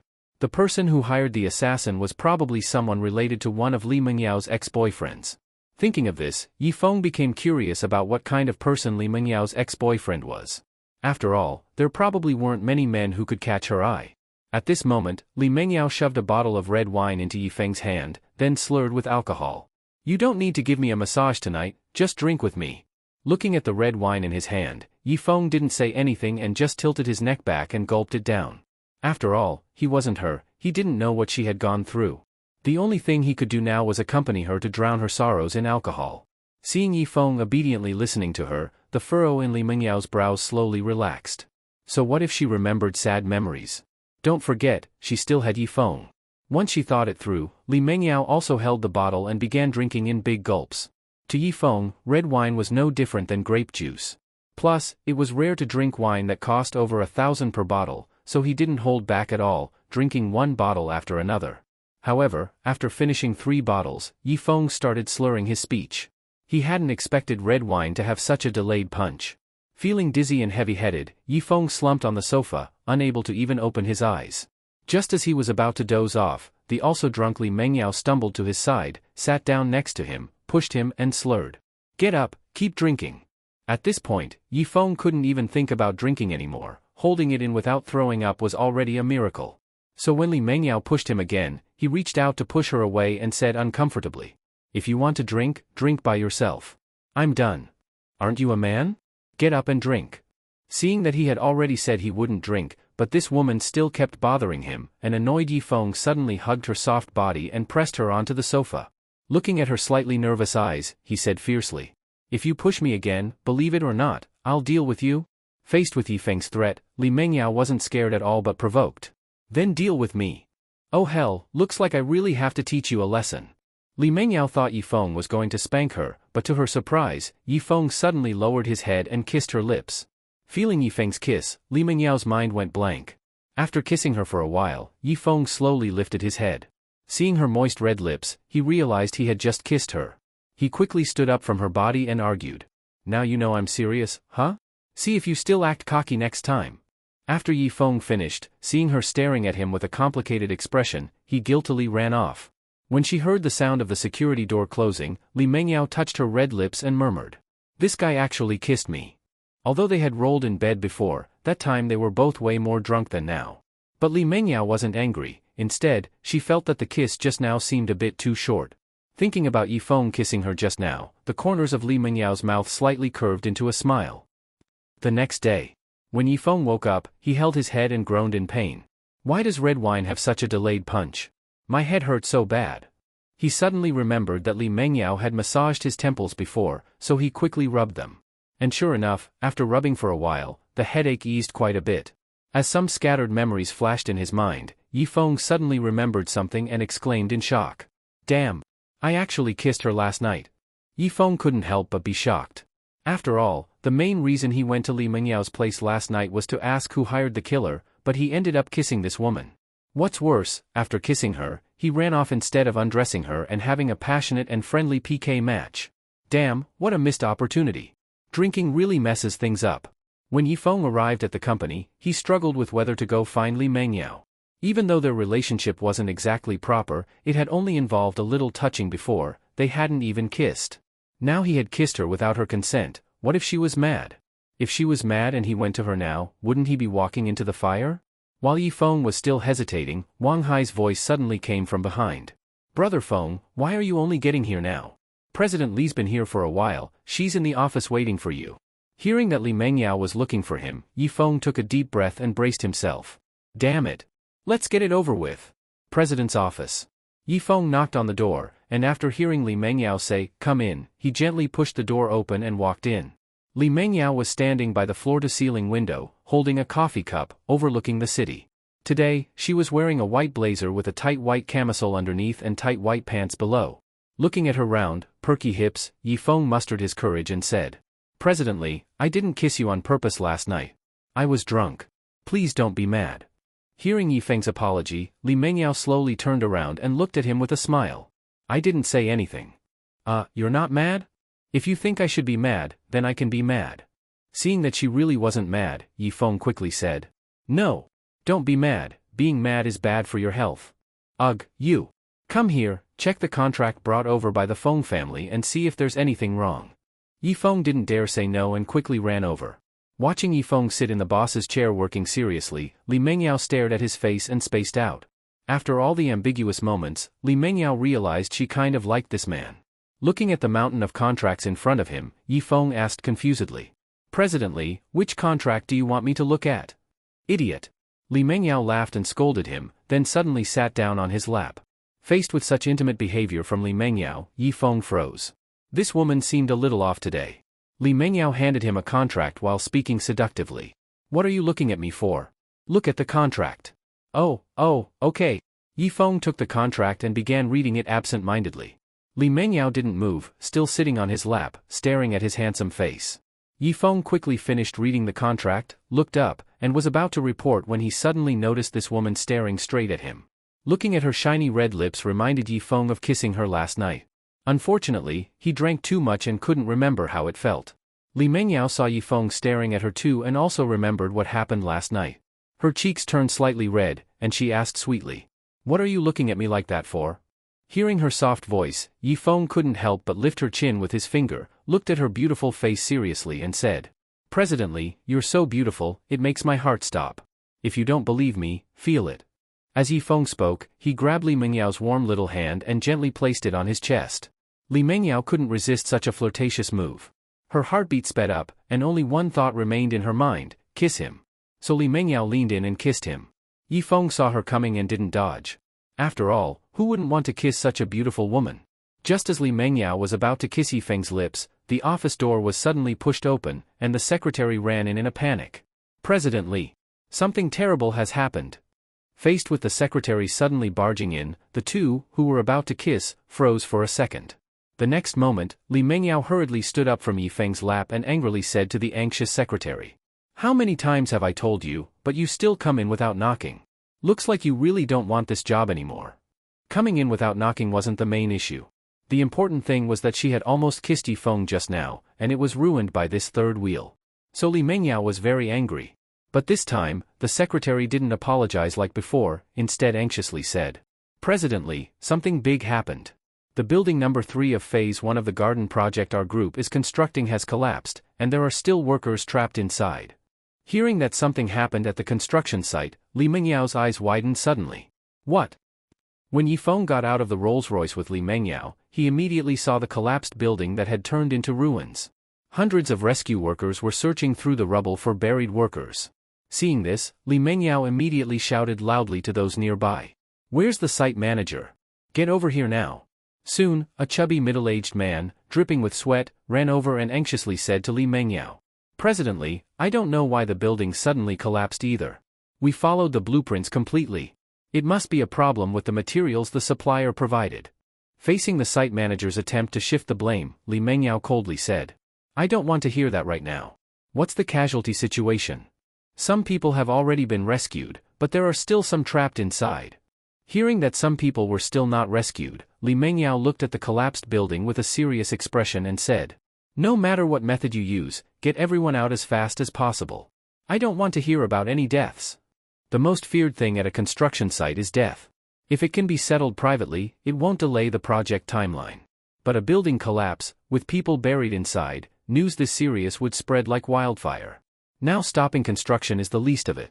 If things go badly, Li Mengyao, as the legal person, could end up in jail." Yifeng also realized how serious the problem was and said to the solemn-looking Li Mengyao, "President Li, you can't panic right now. You must stay calm." Of course, Li Mengyao knew she had to stay calm, but she just couldn't. This incident was too big. By evening, the search and rescue ended. In the end, some people still weren't rescued. Now all residential buildings under construction in Phase 1 of the garden project were halted. It would be years before they could resume. Every day delayed would result in massive losses. And a collapse during construction would definitely affect housing prices. This time, the group suffered heavy losses. But the company's loss wasn't the main concern. Yifeng was more worried about Li Mengyao. With such a serious incident and deaths involved, she had already been taken for questioning as the legal representative in the afternoon, and it wasn't clear whether she would be released. "No, I have to find a way to get some information." But Yifeng's network was too limited, so it wasn't easy to gather intel. After thinking for a bit, he guessed that Zhou Jianing might know something, so he quickly called him. Even though something this big had happened to the group, Zhou Jianing wasn't worried at all. He was even drinking and celebrating with friends. Seeing Yifeng calling, he picked up the phone with disdain and said, "Now that your backer's in trouble, even the lackey is panicking." Mocking him, Zhou Jianing answered the call and said indifferently, "Hello, who is this?" "President Zhou, it's Yifeng. Do you have any news about President Li?" In response, Zhou Jianing clinked glasses with a friend and said impatiently, "How would I know anything about her? Don't call me again." After speaking, he rudely hung up the phone, making Yifeng's veins pop with anger. Staring at his phone, he cursed. "This bastard. Forgot how he used to beg me for help." Although Yifeng was furious with Zhou Jianing's attitude, he understood that Li Mengyao was probably in real trouble this time, or else Zhou wouldn't have spoken that way. Rubbing his temples and thinking hard, Yifeng decided to go to Li Mengyao's house. Given the Li family's power, even if something this big happened, she probably wouldn't be held in a detention center. So Yifeng didn't waste time and hurried to her home. When he arrived, he saw several cars parked at the door, and a few men chatting outside. Yifeng muttered, "Who are these guys?" He ignored them and quickly walked over to ring the doorbell, but the men stopped him. Yifeng quickly said, "I'm President Li's subordinate. I need to see her for something important." One of the men pushed him and coldly said, "The family decided, no one is allowed to see Li Mengyao. Go wherever you want, just not here." Hearing that the Li family had put Li Mengyao under house arrest made Yifeng frown. He didn't expect the situation to be so serious. But the more serious it was, the more Yifeng wanted to see Li Mengyao. No matter what, confirming her safety came first. He didn't waste any more words with those men and just turned around and left. Inside the villa, Li Mengyao stood by a second-floor window and saw Yifeng leave. She murmured, "If you're still smart, you shouldn't come looking for me now. You should be cutting ties with me completely." Li Mengyao knew she probably wouldn't survive this crisis. Not to mention others, just Li Jianjun, who was fighting her over the inheritance, would never miss this chance. Not to mention Li Zhong's brothers, who'd been eyeing her assets for a long time. She was placed under house arrest because they all agreed on it. Li Mengyao knew this was a major crisis. If Yifeng didn't take this chance to cut ties with her, he would have no place in the group. Of course, the truth was even if Yifeng did cut ties, he still had no place in the group. To collect debts before, he'd offended almost everyone in the company. Without Li Mengyao's backing, resignation was the only option. Li Mengyao sighed slightly. She couldn't do anything about it. After all, she was barely surviving herself. Tired, she walked into the bedroom and was about to lie down when she suddenly heard someone calling her name. Walking to the window and looking out, she saw Yifeng waving at her from outside the iron fence. She quickly opened the window and whispered, "Didn't you leave? Why did you come back? I was worried about you, so I came to check." "I'm fine. Don't worry. Go home now." Just as Li Mengyao was about to close the window, Yifeng quickly said, "Don't close it yet, or how am I supposed to get in?" Seeing that Yifeng still wanted to come inside made Li Mengyao feel warm.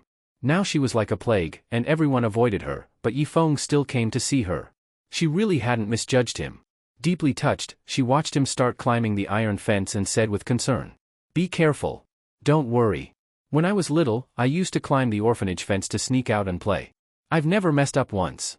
As soon as he said that, he climbed to the top of the fence and then leaped over. Ryup. Yifeng landed safely on the ground, but his pants were caught by the spike on the fence, turning them into crotchless pants. He looked down at his pants, then awkwardly asked the giggling Li Mengyao, "President Li, do you have any underwear I can wear?" Facing Yifeng's question, Li Mengyao rolled her eyes and said, "I'm single, you know that. Where would I get anything for you to wear? All right, come in first, we'll talk."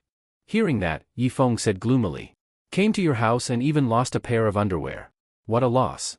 When Yifeng grabbed the second-floor window ledge and jumped into the bedroom, Li Mengyao instinctively glanced at his pants, her face turned red, and she quickly turned around, handing over a pair of sweatpants.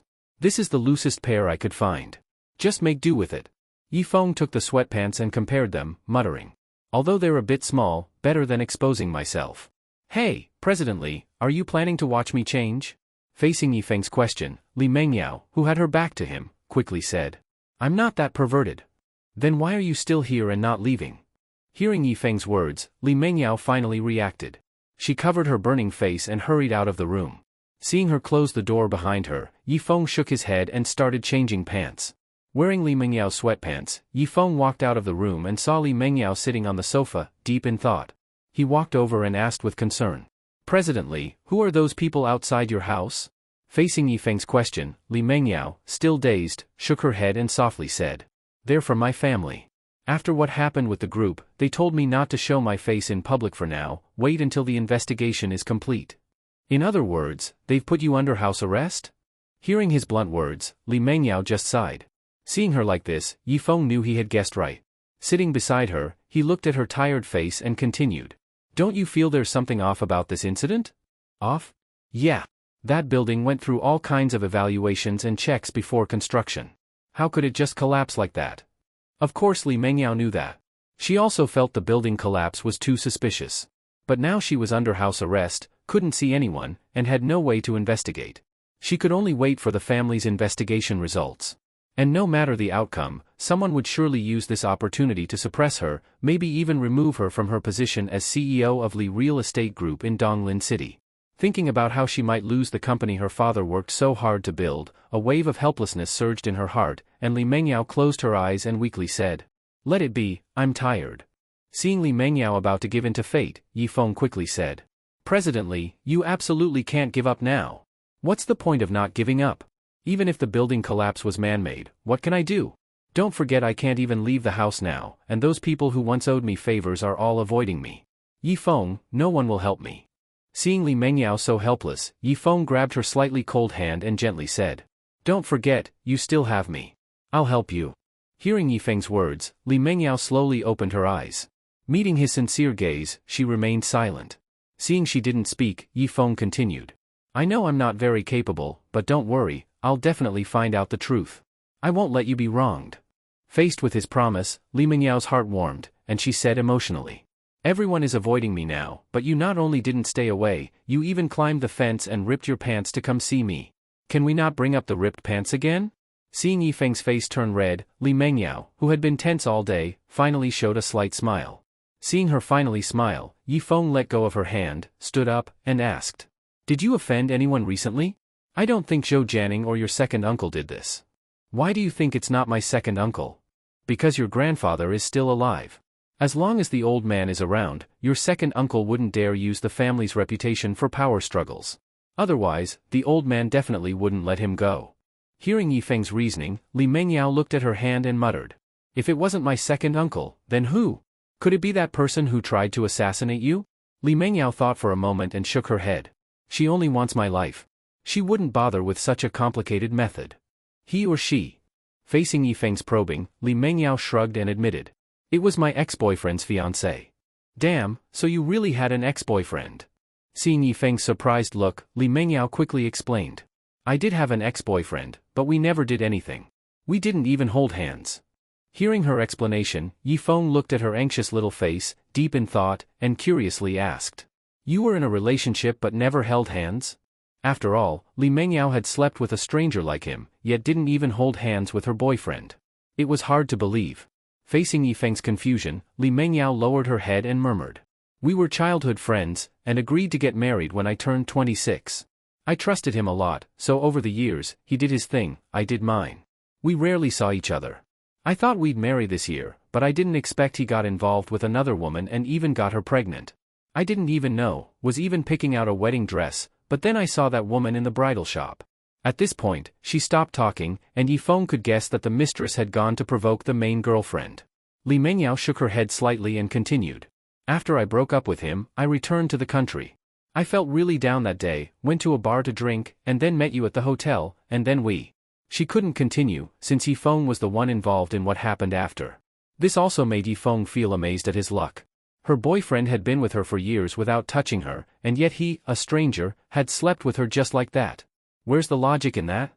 After reflecting for a moment, Yifeng sat beside her again and asked. Since that woman already stole your boyfriend, why would she still try to have you killed? I don't know. Honestly, I don't get it either. I already backed off, why would she still want me dead? Seeing Li Mengyao shaking in anger, Yifeng grabbed her hand and comforted. I think the assassination might be related to your ex-boyfriend. Ask him sometime and you'll probably find out why. Sigh, let's talk about it later. Right now, I need to figure out why the building collapsed. Was someone trying to take me down? According to Yifeng's gut, someone definitely was. But who? Yifeng was about to speak when someone outside suddenly shouted. Mengyao! Your dear big brother is here to rescue you. Good brother? You have a brother? Facing Yifeng's curious question, Li Mengyao stood up and walked toward the window while saying. I'm the only child in my family, where would a brother come from? When Li Mengyao got to the window and saw Feng Gaofei excitedly waving at her from outside, she slightly frowned. What is this guy doing here? Li Mengyao opened the window and coldly asked Feng Gaofei, who was smiling. Feng Gaofei, what are you here for? Of course I'm here to see my good little sister. Tell the people at your door to let me in. Sorry, those people were sent by my family. What I say doesn't matter. If you're not here for anything important, leave. I don't have time for you. Seeing that Li Mengyao was about to close the window, Feng Gaofei hurriedly shouted. Mengyao! I'm here to save you. You're saving me? Yeah. I can go to your grandfather right now and tell him you agreed to marry me. Then you'll be the Feng family's daughter-in-law, and we'll fully support you. I believe your grandfather, for the sake of our family's relationship, won't pursue your responsibility too much. Don't you think? To be fair, Feng Gaofei's idea could actually help Li Mengyao. After all, the Feng family and the Li real estate group in Donglin City had many business collaborations. If the Feng family really backed her up, then Li Zhong might not push the matter too far for the sake of both families' partnership. But Li Mengyao had zero interest in Feng Gaofei. Asking her to sacrifice her happiness, no way. So Li Mengyao said to Feng Gaofei impatiently. Thanks for your kindness, but I don't need it. I'll wait for my family's investigation to finish. Seeing Li Mengyao reject him and close the window forcefully, Feng Gaofei muttered under his breath. Keep pretending now, but in a few days when you can't take it anymore, you'll be on your knees begging me to marry you. Yifeng also overheard their conversation, which made him touch his chin in thought. Li Mengyao turned around and saw Yifeng like that, thinking he misunderstood something between her and Feng Gaofei, so she walked over quickly to explain. Even though Feng Gaofei has always wanted me to marry him, I've never been interested in him, so you can relax. Hearing her explanation, Yifeng, deep in thought, instinctively replied. I'm relieved. Wait, why am I relieved? Li Mengyao also realized she had said too much and quickly shook her head. Nothing. Anyway, it's so late, aren't you going home? Normally, Yi Feng would have left, but he knew Li Mengyao needed someone with her right now. He was one of the few people who could be by her side, how could he leave now? So he teased with a smile. It's so late, aren't you afraid I'll run into a female thug? TCH, stop flattering yourself. Seeing Li Mengyao roll her eyes and walk into the master bedroom, Yi Feng looked out the window and muttered. Could Feng Gaofei be involved in this incident? Yi Feng lay in the guest room, tossing and turning, unable to sleep. Even though Feng Gaofei's behavior of taking advantage was disgusting, he had shown up at just the right moment, as if everything had been planned. Could this Feng Gaofei be related to the building collapse? Yi Feng seemed to smell a conspiracy, which made him jump out of bed and rush into Li Mengyao's room. At this time, Li Mengyao had just finished bathing and walked out of the bathroom wrapped in a towel. Seeing Yi Feng burst in, she thought he had bad intentions and nervously said, "You, what are you doing?" Yi Feng was about to share his guess, but he got distracted by her fresh out of the shower look. However, Yi Feng quickly pushed aside those thoughts, looked into Li Mengyao's beautiful eyes, and quickly asked, "What kind of person is Feng Gaofei?" Feng Gaofei? From what I know, he's an idle rich kid who only knows how to eat, drink, gamble, and womanize, a typical second-generation heir. None of the elders I know have anything good to say about him. Why are you asking? Facing Li Mengyao's question, Yi Feng didn't reveal his suspicions. After all, he had no solid evidence yet to prove Feng Gaofei was connected to the construction site incident. Better to wait until he had proof. So Yi Feng shook his head and said, "Just asking. I've said it, I don't like Feng Gaofei. I didn't before, and I definitely won't in the future. I'd rather have nothing than marry him." It seemed like she was explaining, but really, she was reassuring Yi Feng. Because from his expression, it looked like he was afraid of losing to Feng Gaofei. Yi Feng didn't realize Li Mengyao misunderstood. When he saw her lift the blanket and sit on the bed, drying her wet hair with a towel, he quickly walked over, took the towel, and gently wiped her smooth hair while saying, "You've been suspended anyway. Just rest well at home. I'll go out and investigate, see if I can find any clues." Li Mengyao tilted her head slightly as he dried her hair and felt very touched by his words. Everyone else was avoiding her, afraid of being implicated. But Yi Feng not only stayed, he was even willing to help her. This made Li Mengyao like him more and more. For a moment, her gaze toward Yi Feng changed. Yi Feng noticed her silence, looked down, and saw her staring affectionately at him. He playfully tapped her nose and said with a smile, "Am I that handsome? You're about to drool." Faced with Yi Feng's teasing, Li Mengyao blushed and turned her head away, muttering, "Stop being so full of yourself. I wasn't looking at you. You're just being stubborn. Your hair's almost done." Once her hair was dry, it meant Yi Feng would leave her room. But now, Li Mengyao didn't want him to go. Being with him made her feel especially safe, like all her worries disappeared. So after taking the towel from him, Li Mengyao said, "Give me a massage. I'm sore and tired from today." "Sure, lie down." Seeing Li Mengyao lie down obediently, Yi Feng rolled up his sleeves and started massaging her. Since something so serious had happened during the day, Yi Feng knew she was mentally troubled, so his massage was gentle and measured. Under Yi Feng's considerate massage, Li Mengyao gradually grew sleepy. Just before falling asleep, she grabbed Yi Feng's large hand, placed it on her lower belly, and softly said, "My stomach feels cold. Lie down and help me rub it." It looked like Li Mengyao was asking Yi Feng to rub her stomach, but in fact, it was a hint for him to stay. Only with Yi Feng by her side would she stop overthinking things. Yi Feng wasn't someone who didn't understand such signals. He nodded and lay down beside her. Gently rubbing her lower abdomen, he looked at her stunning face, filled with emotion. He had never thought that someone like him, an ordinary person, would one day meet a rich and beautiful woman like Li Mengyao. What good deed had he done in a past life to mistakenly enter her room that night? If that night he hadn't gotten drunk, hadn't been sent to the hotel by Wang Hai, hadn't gone to the wrong room, then he, a humble office worker, would never have this moment with the high and mighty Li Mengyao. But because of a series of coincidences, they met, and their feelings rapidly grew. Just as Yi Feng was becoming more and more emotional, wondering if all of this was arranged by fate, Li Mengyao slowly reached out and tightly hugged him. To have someone you can rely on in times of great crisis is so rare. Li Mengyao understood this, which is why she was truly grateful to Yi Feng. And at the same time, she had completely fallen in love with this man. Smelling the fragrance on Li Mengyao's body, Yi Feng took a deep breath and also hugged her soft body, gently patting her back and softly saying, "Don't worry, everything will pass." Facing Yi Feng's comfort, Li Mengyao nodded and fell asleep in his embrace. Looking at her delicate face, Yi Feng secretly vowed, "Don't worry. I'll definitely find out the truth and clear your name." The next day. When Yifeng opened his eyes, the first thing he saw was Li Mengyao's beautiful face. Looking at her perfect features, Yifeng couldn't help but marvel, how could such a beautiful woman exist, and he had actually slept several nights while holding her. At that moment, Li Mengyao's eyelashes fluttered, and then she and Yifeng opened their eyes almost at the same time. Seeing Yifeng's handsome face, Li Mengyao smiled and sweetly said, "Morning. Morning. Did you sleep well?" I didn't even dream, slept straight till morning." "That's good." After Yifeng spoke, the two fell silent again, as they were still hugging tightly. Their faces were almost touching, which made the quiet atmosphere suddenly turn ambiguous. Both of them couldn't help wanting to kiss each other, but considering the current situation, they thought it wasn't appropriate. Especially Yifeng. Li Mengyao was in trouble right now, and he came to help her through it, not to make out. So Yifeng broke the awkward silence. He lifted the blanket and sat up, saying, "You must be hungry, I'll make you something to eat." "Whoa!"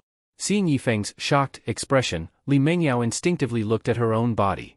When she saw that her bath towel had somehow fallen off, her face turned red like a ripe apple, and she hurriedly grabbed the blanket to cover herself. Yifeng came to his senses, realizing that this was her most embarrassed moment, so he quickly jumped out of bed and said, "Keep sleeping, I'll go make breakfast." Hearing the door close, Li Mengyao turned and looked at it. After confirming that Yifeng had left, she lifted the blanket, picked up the towel, and muttered, "When did this towel fall off? I didn't even notice." Right now, Li Mengyao preferred to believe the towel slipped off by itself and not that Yifeng took it off secretly, because she knew with Yifeng's character, he would never do such a thing. Kitchen. Yifeng opened the fridge and looked at the food inside, muttering, "I can't sleep next to her anymore, things could really go wrong." After muttering, Yifeng focused on making breakfast. After preparing a simple meal, Li Mengyao came downstairs. Even though she was wearing loungewear, her great figure was still hard to hide. Seeing Yifeng's slightly heated gaze, Li Mengyao quickly lowered her head, fiddled with her shirt hem, and shyly asked, "Is breakfast ready? I'm a bit hungry." Seeing her bashful look, Yifeng quickly looked away and smiled. "Yeah, it's ready. Let's eat." At the dining table. The two were still a bit embarrassed, so they just ate quietly without speaking. After eating a piece of bread, Yifeng looked at the elegant Li Mengyao and said, "President Li, I won't be staying with you today." Hearing that Yifeng was leaving, Li Mengyao quickly looked up and asked, "Where are you going?" "I need to find out the cause of the building collapse. I still believe someone did it on purpose." Knowing he wasn't abandoning her but going to help her, Li Mengyao felt warm inside and smiled. "Thank you for helping me." "No need to thank me. I can't take your 1 million reward for nothing." "You're only helping me because of the reward?" Seeing the trace of disappointment in her eyes, Yifeng quickly explained, "The reward's just an excuse. I really want to help you, but I was too embarrassed to say it, so I used the reward as a cover." Hearing that, Li Mengyao softly said, "Dummy. Hee hee." After breakfast, Yifeng jumped out the window again. After landing steadily, he heard Li Mengyao say, "Be careful this time. Don't tear your pants again."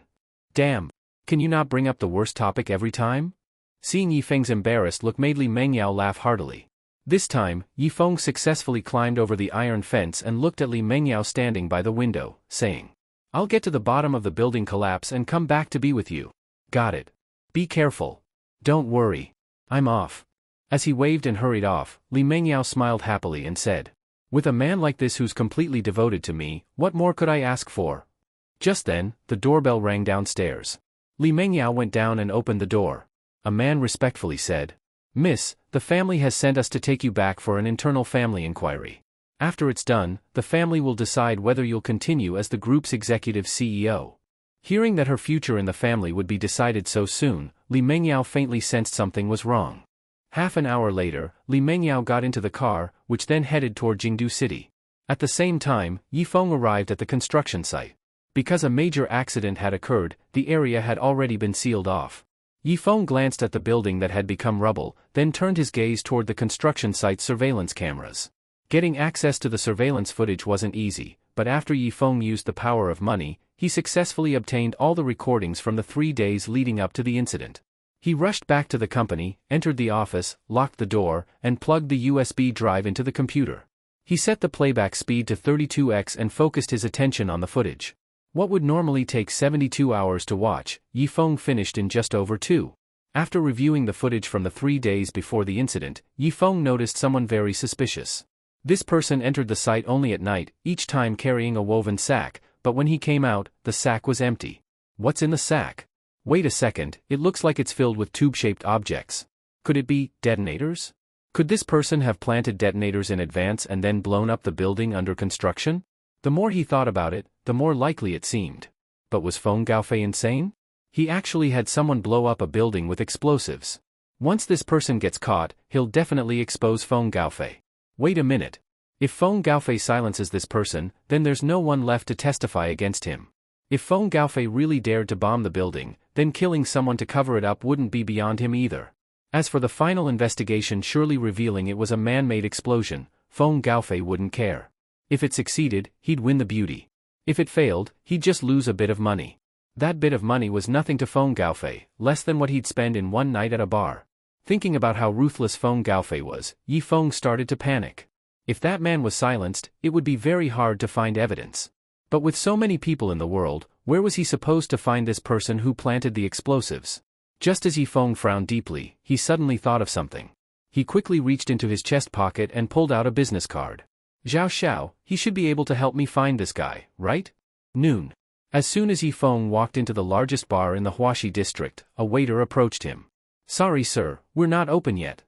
I'm here to see Boss Xiao. As soon as Yi Feng finished speaking, Zhao Xiao shouted loudly. Are you blind, you idiot? Don't you see this is my brother Yi? Get out of here. Zhao Xiao shoved the waiter aside and laughed as he looked at Yi Feng. Brother Yi, it's my greatest honor that you've come to visit your big brother. He had also heard about the Li real estate group incident, but didn't choose to stay away from Yi Feng. Because Zhao Xiao knew clearly, even if something huge happened, the Li family could settle it easily. And Li Mengyao would always be the Li family's noble heiress, that would never change. So even if Li Mengyao got implicated, as long as he had ties to her, he could still make a fortune. That was why Zhao Xiao was still so enthusiastic toward Yi Feng. Yi Feng didn't waste time and got straight to the point. Brother Zhao, you've probably heard about the collapse at the Li real estate construction site. Yeah, I heard. Poor sister-in-law, how'd she end up in such a mess? Just too unlucky. It's not bad luck. Someone deliberately blew up the building, to target Mengyao. Hearing this, Zhao Xiao was stunned. Blowing up a building just to go after someone, this was something even he, a seasoned gangster, had never heard of. Zhao Xiao thought for a moment, then looked at Yi Feng and asked. So, what are you saying, brother? I've got a rough idea of who did it. Now I need you to help me find this person. After Yi Feng finished speaking, he handed Zhao Xiao a photo. Zhao glanced at it and said. All right, I'll have my guys look for him now. As long as he's still in Donglin City, I promise I'll find him for you. Seeing Zhao Xiao agree to help, Yi Feng smiled and said. You're the best, brother Zhao. I'll make sure to speak well of you in front of Mengyao. Haha. Then I'll thank you in advance. No more talking, I'll go arrange for someone to find this guy. Watching Zhao Xiao rush off with the photo, Yi Feng breathed a sigh of relief. There was no way to go through official channels. By the time the procedures were complete, that guy would have already been killed by Feng Gaofei. That's why Yi Feng turned to Zhao Xiao, who operated in the gray areas. Zhao Xiao's men were fast. It only took them an afternoon to find clues about the guy. Unfortunately, he was already dead. The crime scene had already been cordoned off. Yi Feng looked at the man's body from a distance and asked Zhao Xiao with a serious expression. Are you sure it's the guy I'm looking for? I talked to his family. It's definitely him. Brother, who's targeting your sister-in-law? Not only did they silence him, they stabbed him over 50 times, turned him into a beehive. Even Zhao Xiao, who was used to the underworld, thought this was too brutal. Facing Zhao Xiao's question, Yi Feng didn't respond. He narrowed his eyes, staring at the man's corpse, and said. I still underestimated him. He thought Feng Gaofei wouldn't silence the man so quickly, but he was wrong. The guy had been killed on the same night he detonated the building. Makes sense, after doing something like that, how could Feng Gaofei let him live past that night? This guy thought he could collect his money and enjoy life abroad, but what awaited him were over 50 cold stabs. Li Mingyao's home. When Yi Feng saw that the people the Li family had stationed outside were gone, he had a bad feeling. He quickly jumped in through the window into the villa. He searched all over but couldn't find Li Mengyao. Suddenly, he spotted a note on the coffee table. He rushed over and picked it up. It was a note from Li Mengyao. I've gone back to the Li family. Wait for me to return. At this point, Li Mengyao definitely didn't want to go back to the Li family, which meant she had been taken back by force. Yi Feng didn't know exactly what going back to the Li family meant for Li Mengyao, but he knew it couldn't be good. If things went wrong, she might come back to find herself with nothing. Originally, Yi Feng planned to find the man who planted the explosives and take him and Li Mengyao to the Li family to explain everything and clear her name. But that man had been silenced, and the lead was now completely cut off. Li Mengyao had returned to China to fulfill her father's last wish and worked hard to manage the group, only to have it all ruined by that bastard Feng Gaofei. Thinking of how sad, heartbroken, and helpless Li Mengyao must be, Yi Feng couldn't help but clench his fists. As his eyes turned fierce, he looked up at the setting sun outside the window, gritting his teeth and cursing. Feng Gaofei, you son of a bitch, since you silenced him, I'll have to take you to the Li family and explain everything myself. Although Yi Feng always discouraged violence with violence, dealing with someone like Feng Gaofei without force was definitely no longer an option. But Yi Feng also knew that Feng Gaofei's bodyguards certainly weren't slack, so he didn't go directly to confront him.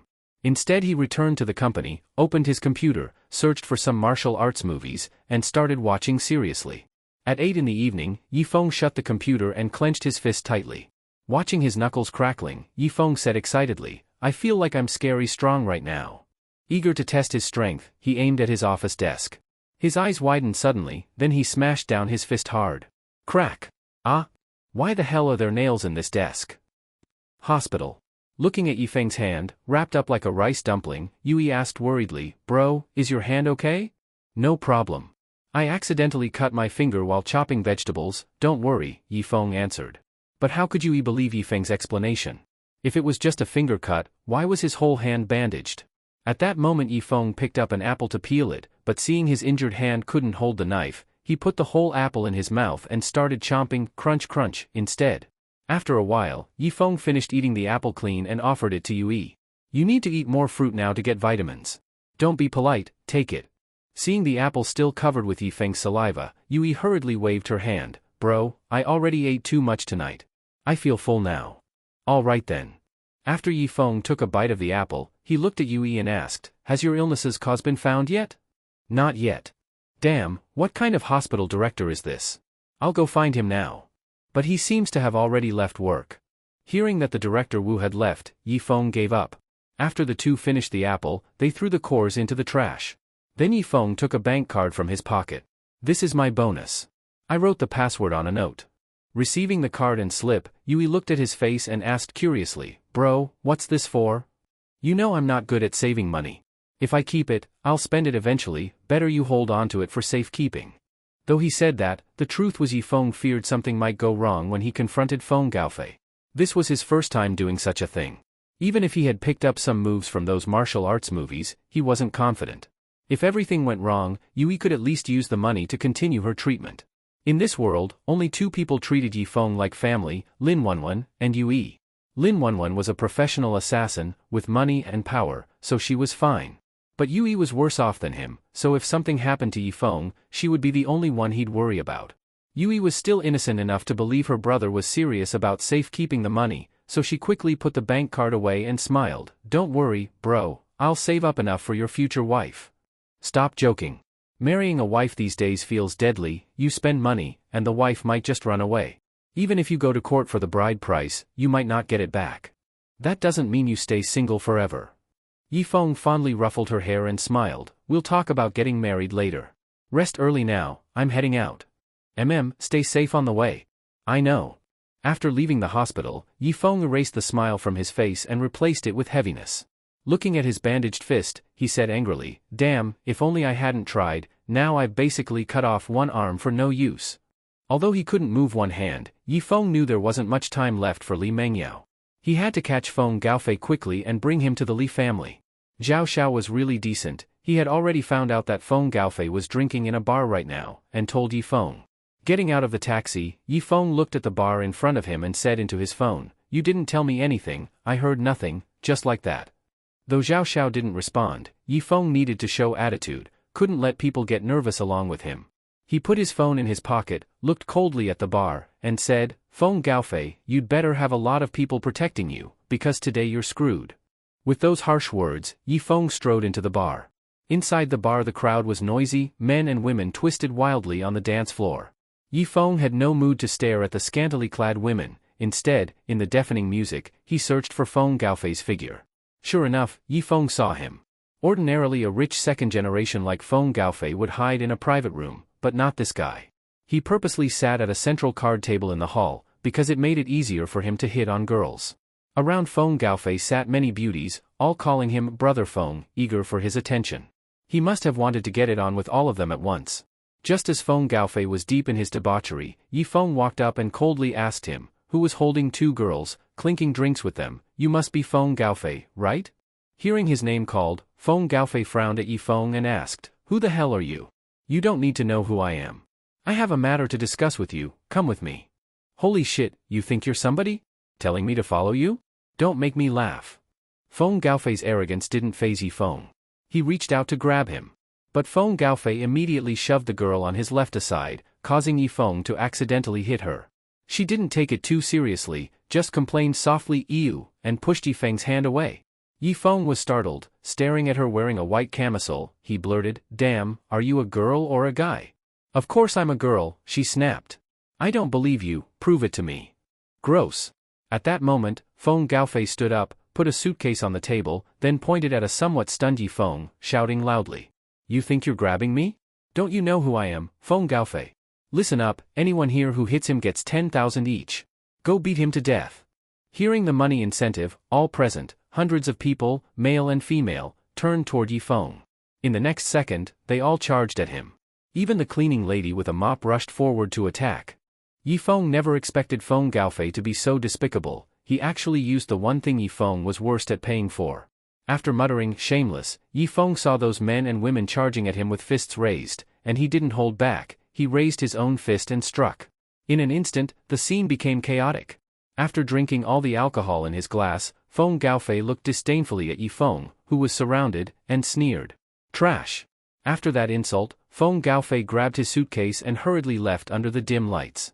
Although Feng Gaofei had money, he was extremely stingy, otherwise he wouldn't have gone to meet Li Mengyao so many times without even bringing flowers.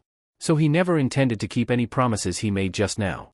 When he walked out of the bar, he got into a Bentley parked at the door and said to the driver, "Let's go, find another place to keep partying."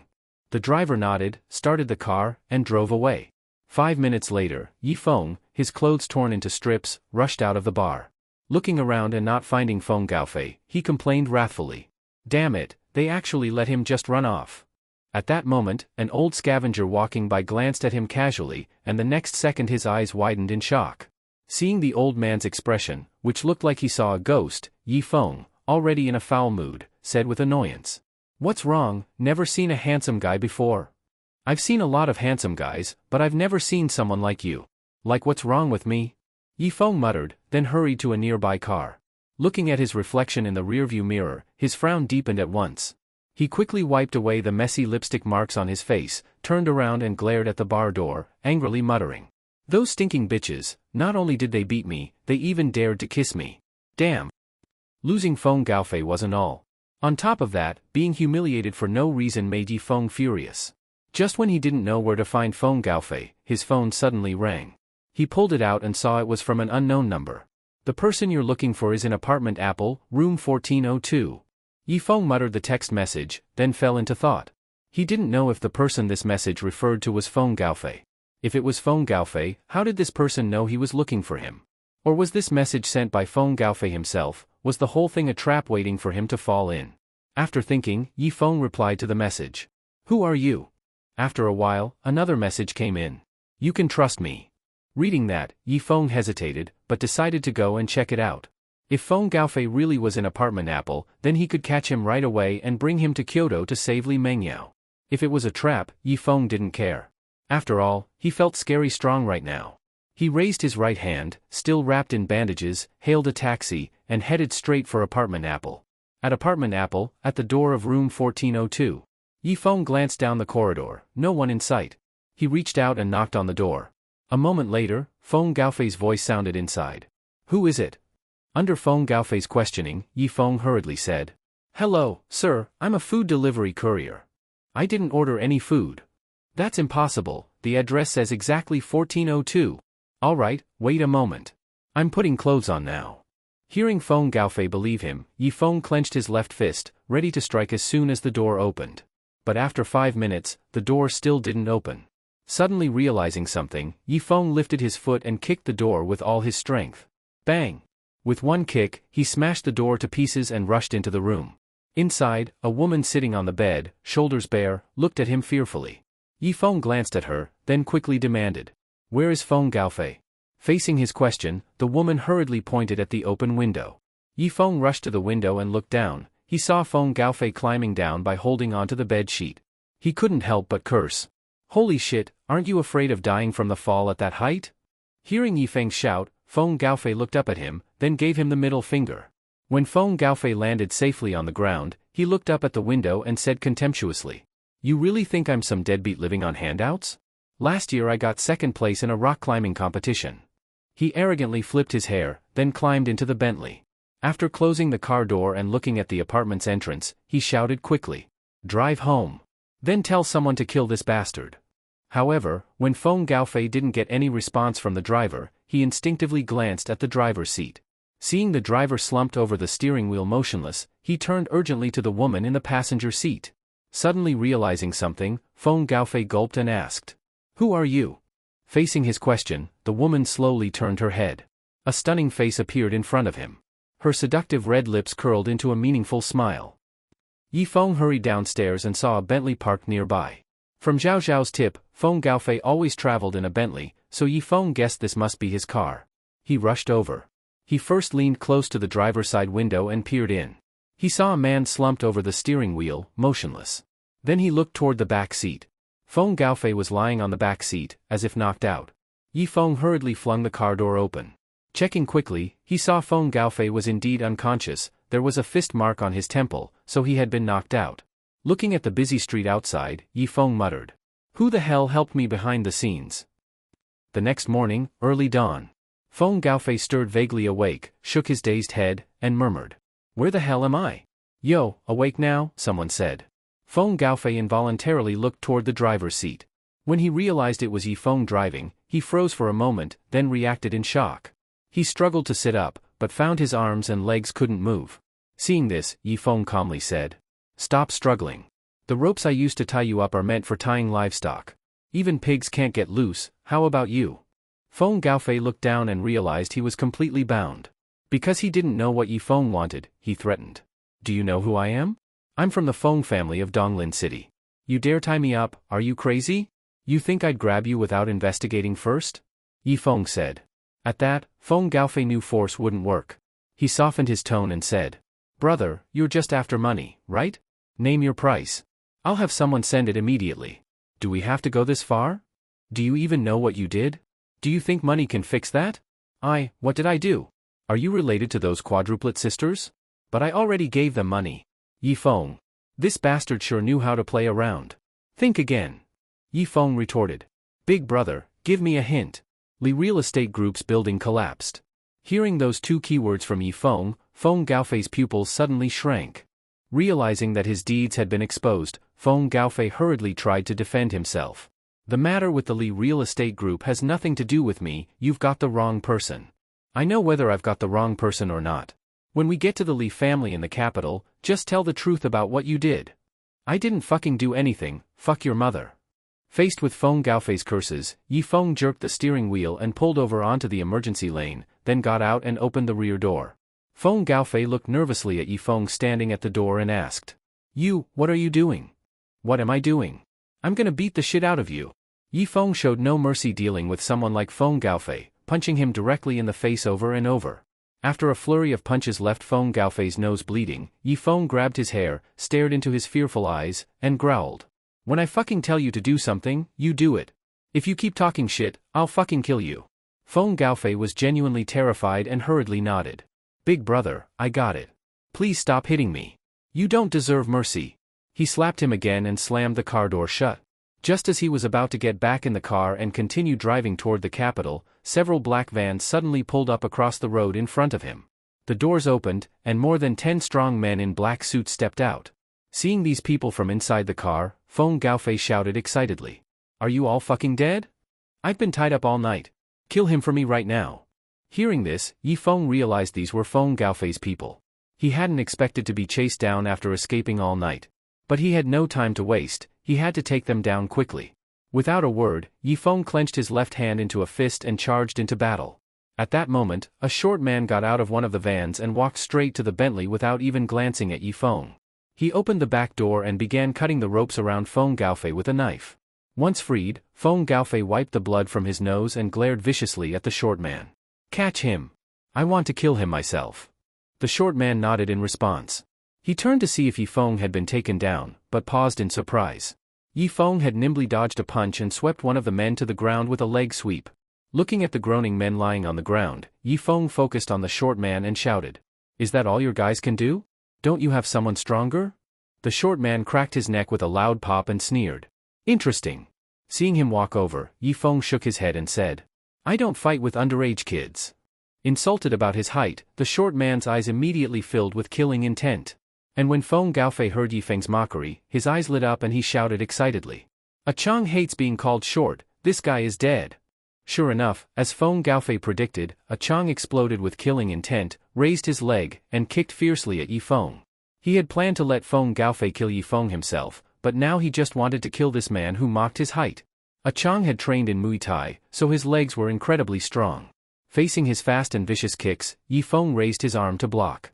But a Chang quickly pulled back and kicked again with even more force.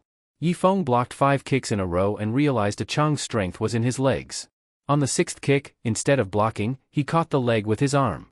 Seeing his leg caught, a Chang panicked and tried to pull it back, but Yi Feng raised his bandaged right hand and smashed it down on his leg.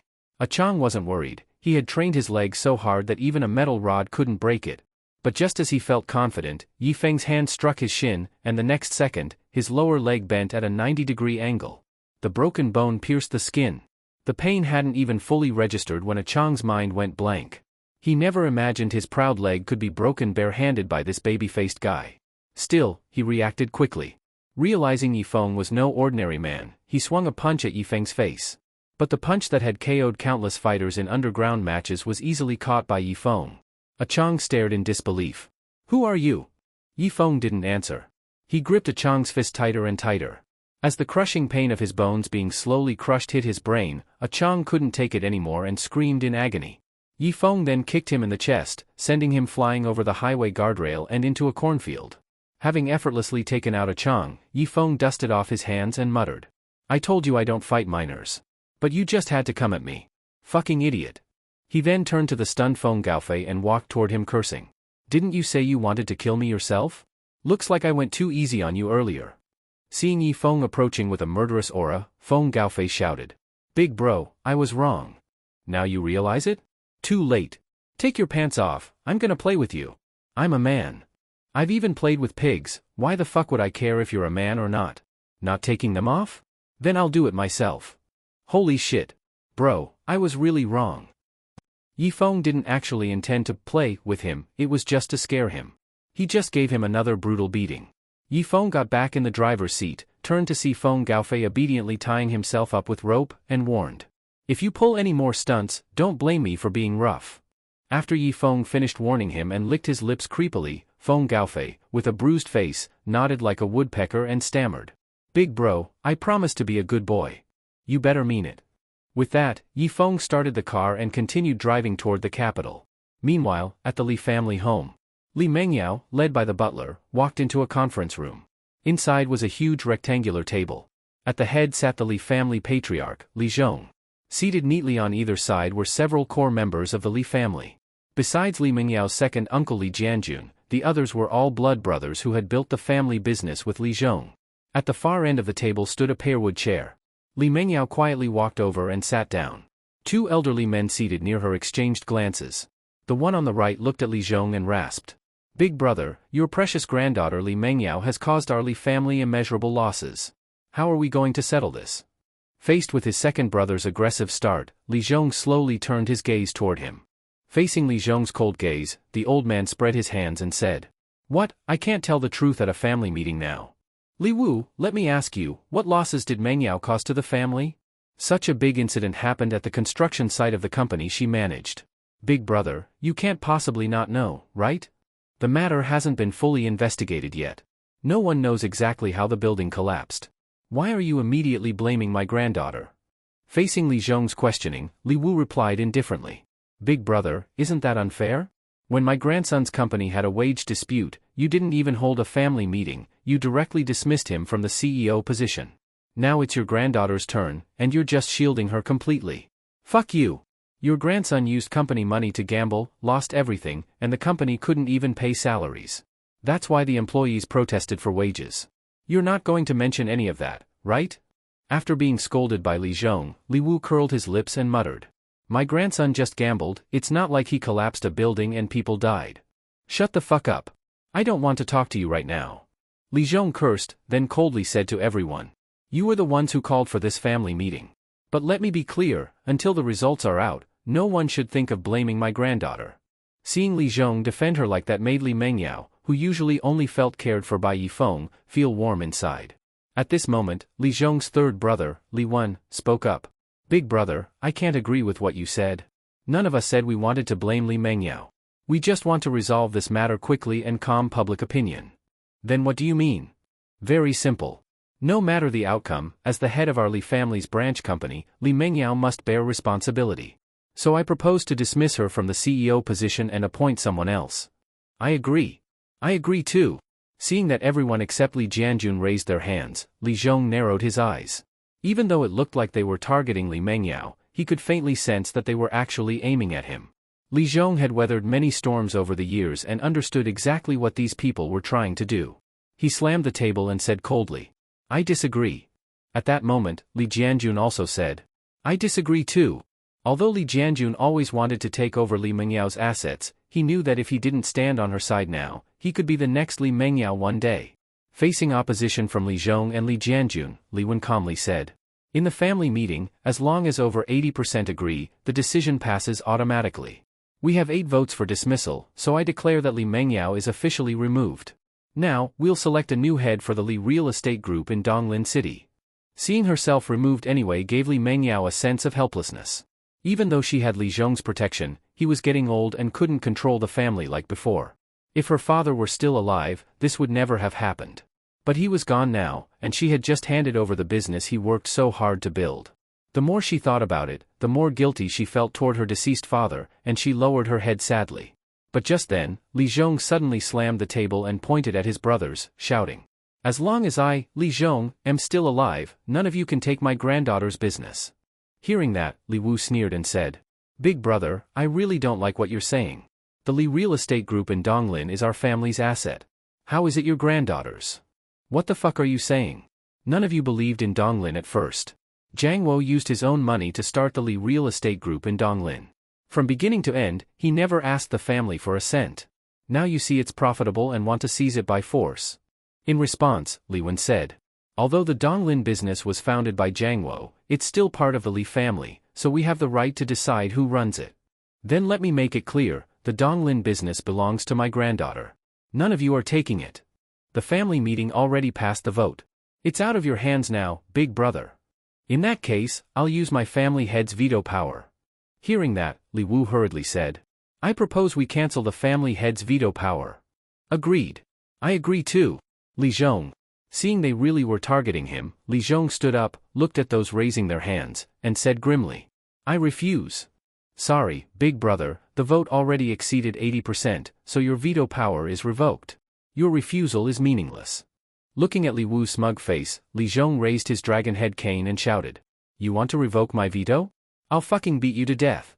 As the furious Li Zhong resorted to violence, the huge meeting room descended into chaos.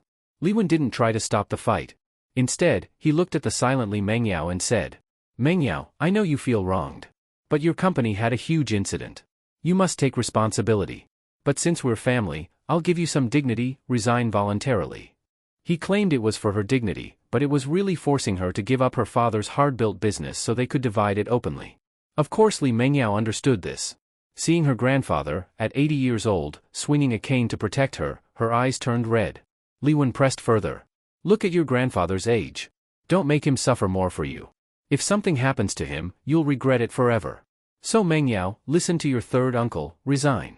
Faced with Li Wen's persuasion, Li Mengyao hesitated for a long time, then sighed deeply. She raised her head, looked at Li Zhong still beating Li Wu, and said with a choked voice, Grandpa, stop fighting. I agree to resign as CEO. Hearing that, Li Zhong froze with his cane raised. Li Wu, having taken several hits, shouted excitedly. You heard her.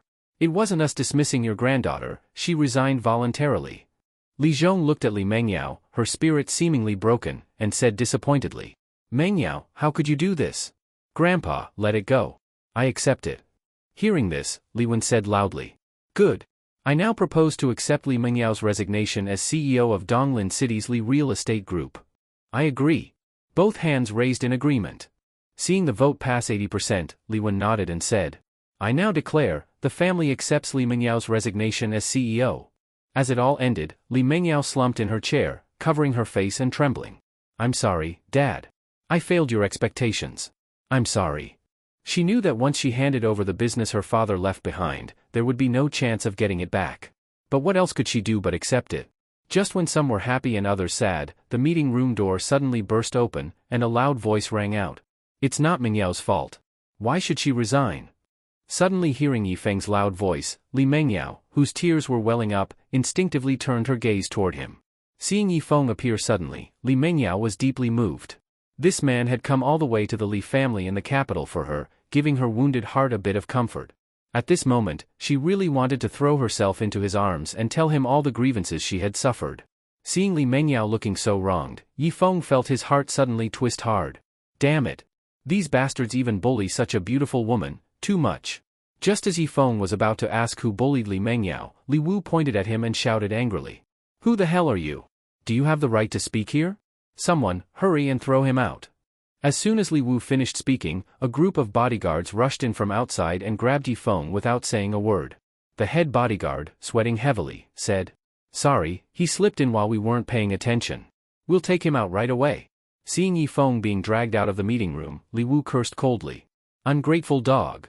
After cursing, he looked at Li Mengyao as if mocking her. What belongs to you, I'm taking today. Li Mengyao didn't care about the company anymore. She only hoped Yifeng wouldn't get hurt. Even if she lost the company, she still had Yifeng. As long as they worked hard, they could still live a good life. So Li Mengyao didn't look at Li Wu. She stood up, ready to go out and find Yifeng. But at that moment, sounds of punching, kicking, and screams suddenly came from the hallway. Her eyes widened, and she shouted anxiously. Don't hit him. Seeing Li Mengyao cry and run toward the door, Li Wen smiled at Li Wu, then loudly said to the others. Alright, now let's discuss the new CEO of the Li Real Estate Group in Donglin City. I propose second brother's eldest grandson take the position. Just as Li Wen finished speaking, the meeting room door was pushed open again. Yifeng, completely unharmed, patted the dust off his sleeve and cursed. I thought the Li family's bodyguards were strong, but they're so weak. This got my blood boiling. Standing at the door, Li Mengyao stared at Yifeng, shocked that he wasn't injured at all. She hurriedly grabbed his big hand and, looking into his eyes, asked with concern. Yifeng, are you hurt? Silly girl, don't you know what I'm capable of? As long as you're not hurt, as long as you're not hurt. Muttering twice, Li Mengyao reached out and hugged him tightly. As long as this man was by her side, even if she had nothing, so what? Yifeng didn't expect Li Mengyao to be so affectionate. Seeing the others staring coldly at him, he patted her back and said softly. President Li, if you want a hug, wait until we return to Donglin. I'll let you hug all you want. Let me handle your situation first. After speaking, Yifeng looked coldly at Li Wu and the others. You bunch of old bastards, bullying my Mengyao, right? Hearing Yifeng dare to insult him, Li Wu slammed the table and cursed. You bastard, who do you think you're talking to? I'm talking to whoever bullied Mengyao. Who the hell bullied her? We're doing things according to family rules. And who the hell are you? What does our Li family business have to do with you? Hearing this, Yifeng gently pushed away the clinging Li Mengyao, grabbed her small hand under her teary gaze, and said to Li Wu, Who am I? Then I'll tell you today, I am Mengyao's fiancé, Yifeng. Hearing that Yifeng was Li Mengyao's fiancé, everyone was stunned. Li Mengyao also froze. She really didn't expect Yifeng to say that. After all, they weren't even boyfriend and girlfriend, at most a one-night stand, far from being engaged. She didn't understand why Yifeng said it, but right now he looked incredibly charming in her eyes. At this moment, Li Mengyao felt that even if the sky fell in the next second, Yifeng could hold it up for her. Hearing Yifeng's introduction and seeing him holding Li Mengyao's hand, Li Wen thought for a moment, then said coldly. Even if you're her fiancé, you have no right to speak in our Li family meeting room. Someone, take him down already. But after Li Wen finished speaking, no one came in. He shouted toward the open door. Are you all dead? Someone get in here. They're not dead, they just can't follow your orders right now. Hearing Yifeng's mocking tone, Li Wen felt something was wrong. At that moment, Li Jianjun hurried out of the room. Seeing dozens of bodyguards lying in the hallway, he was shocked. He rushed back in, glanced fearfully at Yifeng, then said to Li Zhong with a grave expression, "Dad, they're all down in the hallway." Li Zhong naturally knew they'd referred to the Li family's bodyguards. But instead of being angry, Li Zhong looked excited and smiled at Yifeng. "Good. Truly worthy of being my grandson-in-law." Facing the praise, Yifeng waved his hand and said, "Patriarchally, praise me later. I didn't come here to show off. I came to reveal the truth behind the building collapse." Then Yifeng shouted impatiently toward the hallway. "What are you waiting for? Get in here." A second later, the bruised and swollen Feng Gaofei rushed into the meeting room. Looking around and spotting Li Zhong, he quickly said, "Patriarchally, do you remember me? You are? When you turned 75, I came to congratulate you. I gave you a calendar." "Oh, then I don't remember. I gave you a pure gold calendar." "Feng Gaofei, right?" Seeing Li Zhong recognize him instantly, Feng Gaofei nodded quickly and grinned. Yes, old master, your memory is amazing." At that moment, Yifeng kicked him hard and cursed. "Did I bring you here as a guest? Hurry and tell them exactly what you did, or you know what will happen to you." Facing Yifeng's threat, after witnessing his brutality all the way here, Feng Gaofei instantly broke into a cold sweat. He shouted loudly to everyone, "It was me who ordered people to use explosives to blow up the Li real estate group's building under construction. Call the police and arrest me. I confess everything. Just don't hand me over to him." As soon as he said that, the room erupted in shock. Facing Feng Gaofei's voluntary confession, Li Mengyao quickly looked at his sweaty face and asked in disbelief, "Feng Gaofei, what did I ever do to offend you, that you would treat me like this?" Facing Li Mengyao's question, Feng Gaofei said bitterly, "I originally planned that after something happened to you, I would use the excuse that the Feng family was protecting you to make you marry me, but who knew you still wouldn't agree? Just because of that, you had people blow up the building, ignoring other people's lives. Are you even human? In ancient times, to make a beauty smile, they lit beacon fires to amuse the lords. Now, I, Feng Gaofei, blow up a building to marry you, that is love." Just as he finished speaking, Yifeng slapped the back of his head. "Love your mother's love? Hurry up and keep explaining." "I've explained everything. I ordered people to blow up the building, it was all my fault." At this moment, Li Wen sensed danger. He had planned to use this incident to take Li Mengyao's business, but now that Yifeng brought back the real culprit of the collapse, their plan would not work. After thinking for a moment, Li Wen looked at Li Wu. Li Wu saw Li Wen giving him a signal and quickly shouted, "Just because you say you did it, we should believe you? I say maybe you were threatened by Li Mengyao and are giving false testimony." After speaking, Li Wu gave Feng Gaofei a look, meaning, "I'm giving you a chance, quickly change your testimony." But Feng Gaofei was truly terrified of Yifeng. He knew that if he dared to change his words now, the rest of his life would be worse than death. That guy was just too terrifying. So Feng Gaofei would rather spend his remaining life in prison than fall into Yifeng's hands. Feng Gaofei quickly raised his hand and shouted loudly, "I'm not lying. I ordered people to blow up the building, every word I said is true.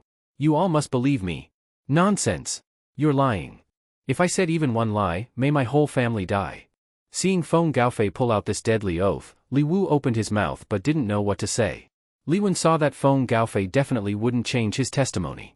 After thinking for a moment, he said to everyone, "Even if this Feng Gaofei ordered people to blow up the building, the root cause is still Li Mengyao. If she hadn't had an unclear relationship with him, he wouldn't have blown up the building to force her to marry him. So I think Li Mengyao has unavoidable responsibility." Hearing this, Yifeng wasn't even the first to get angry, Feng Gaofei was. He rushed to Li Wen, looked at his wrinkled face, and cursed. "You old bastard, are you trying to harm me on purpose? I already said it's entirely my responsibility, why are you blaming Li Mengyao?" Hearing Feng Gaofei dare to insult him, Li Wen pointed at him and asked in disbelief, "You dare call me an old bastard? I won't just call you an old bastard, I'll fucking beat you too." Feng Gaofei was truly furious. He grabbed a teacup from the conference table and smashed it on Li Wen's head. In an instant, Li Wen's head split open, and blood flowed down his forehead. Seeing this, the others rushed up to beat Feng Gaofei. They didn't dare hit Li Zhong, but you think they wouldn't dare hit you, Feng Gaofei? Chaos erupted instantly. Li Zhong, leaning on his cane, quickly walked to Li Mengyao. Seeing her slightly red eyes, he said distressed, "Mengyao, it's Grandpa's fault for letting you be wronged. But now that Feng Gaofei has explained everything clearly, don't worry, no one can take what belongs to you. Facing Li Zhong's promise, Li Mengyao gently nodded, then looked at Yi Feng's handsome face. Last time, he saved Li Zhong's dignity with his quick thinking. This time, he saved her at a critical moment again. What good deed had she done in her past life to meet such a good man in this one? Yi Feng also felt someone staring at him. When he slowly met Li Mengyao's affectionate gaze, a bright smile appeared on his face. The Li family eventually called the police. As the blood-covered Feng Gaofei was being taken out, he hurriedly asked Yi Feng. Big brother, I said everything, you can spare me now, right? That depends on your future performance. I understand. I understand everything. I'll confess everything honestly. Seeing Feng Gaofei happily taken away, Li Mengyao tugged Yi Feng's hand and asked curiously. What did you do to make him so obedient to you? Yi Feng couldn't tell her it was because he scared Feng Gaofei by threatening to play with him. If he said that, the heroic image he'd built in her heart would collapse on the spot. So Yi Feng spoke mysteriously. With your smart little brain, you'll figure it out. The more mysterious Yi Feng acted, the more interested Li Mengyao became. After the chaos settled down, Li Zhong sat back at the head seat and looked coldly at the heavily bandaged Li Wen. You all heard what Feng Gaofei said. This matter is entirely his responsibility and has nothing to do with Mengyao. So both the dismissal and resignation are void. Hearing Li Zhong overturn the family's previous decision, Li Wu said unhappily. Why should your one sentence overturn the family's decision? Don't forget, your veto power has already been cancelled. Hearing this, Li Zhong said calmly. If you insist on this, then don't blame me for being merciless as your elder brother. Facing Li Zhong's warning, Li Wu crossed his arms and mocked. Oh, merciless? I'd like to see what you can do. Audit the accounts. Start from 50 years ago. Anyone who secretly took family money must return every cent. Whoever doesn't pay back, I'll punish with family law.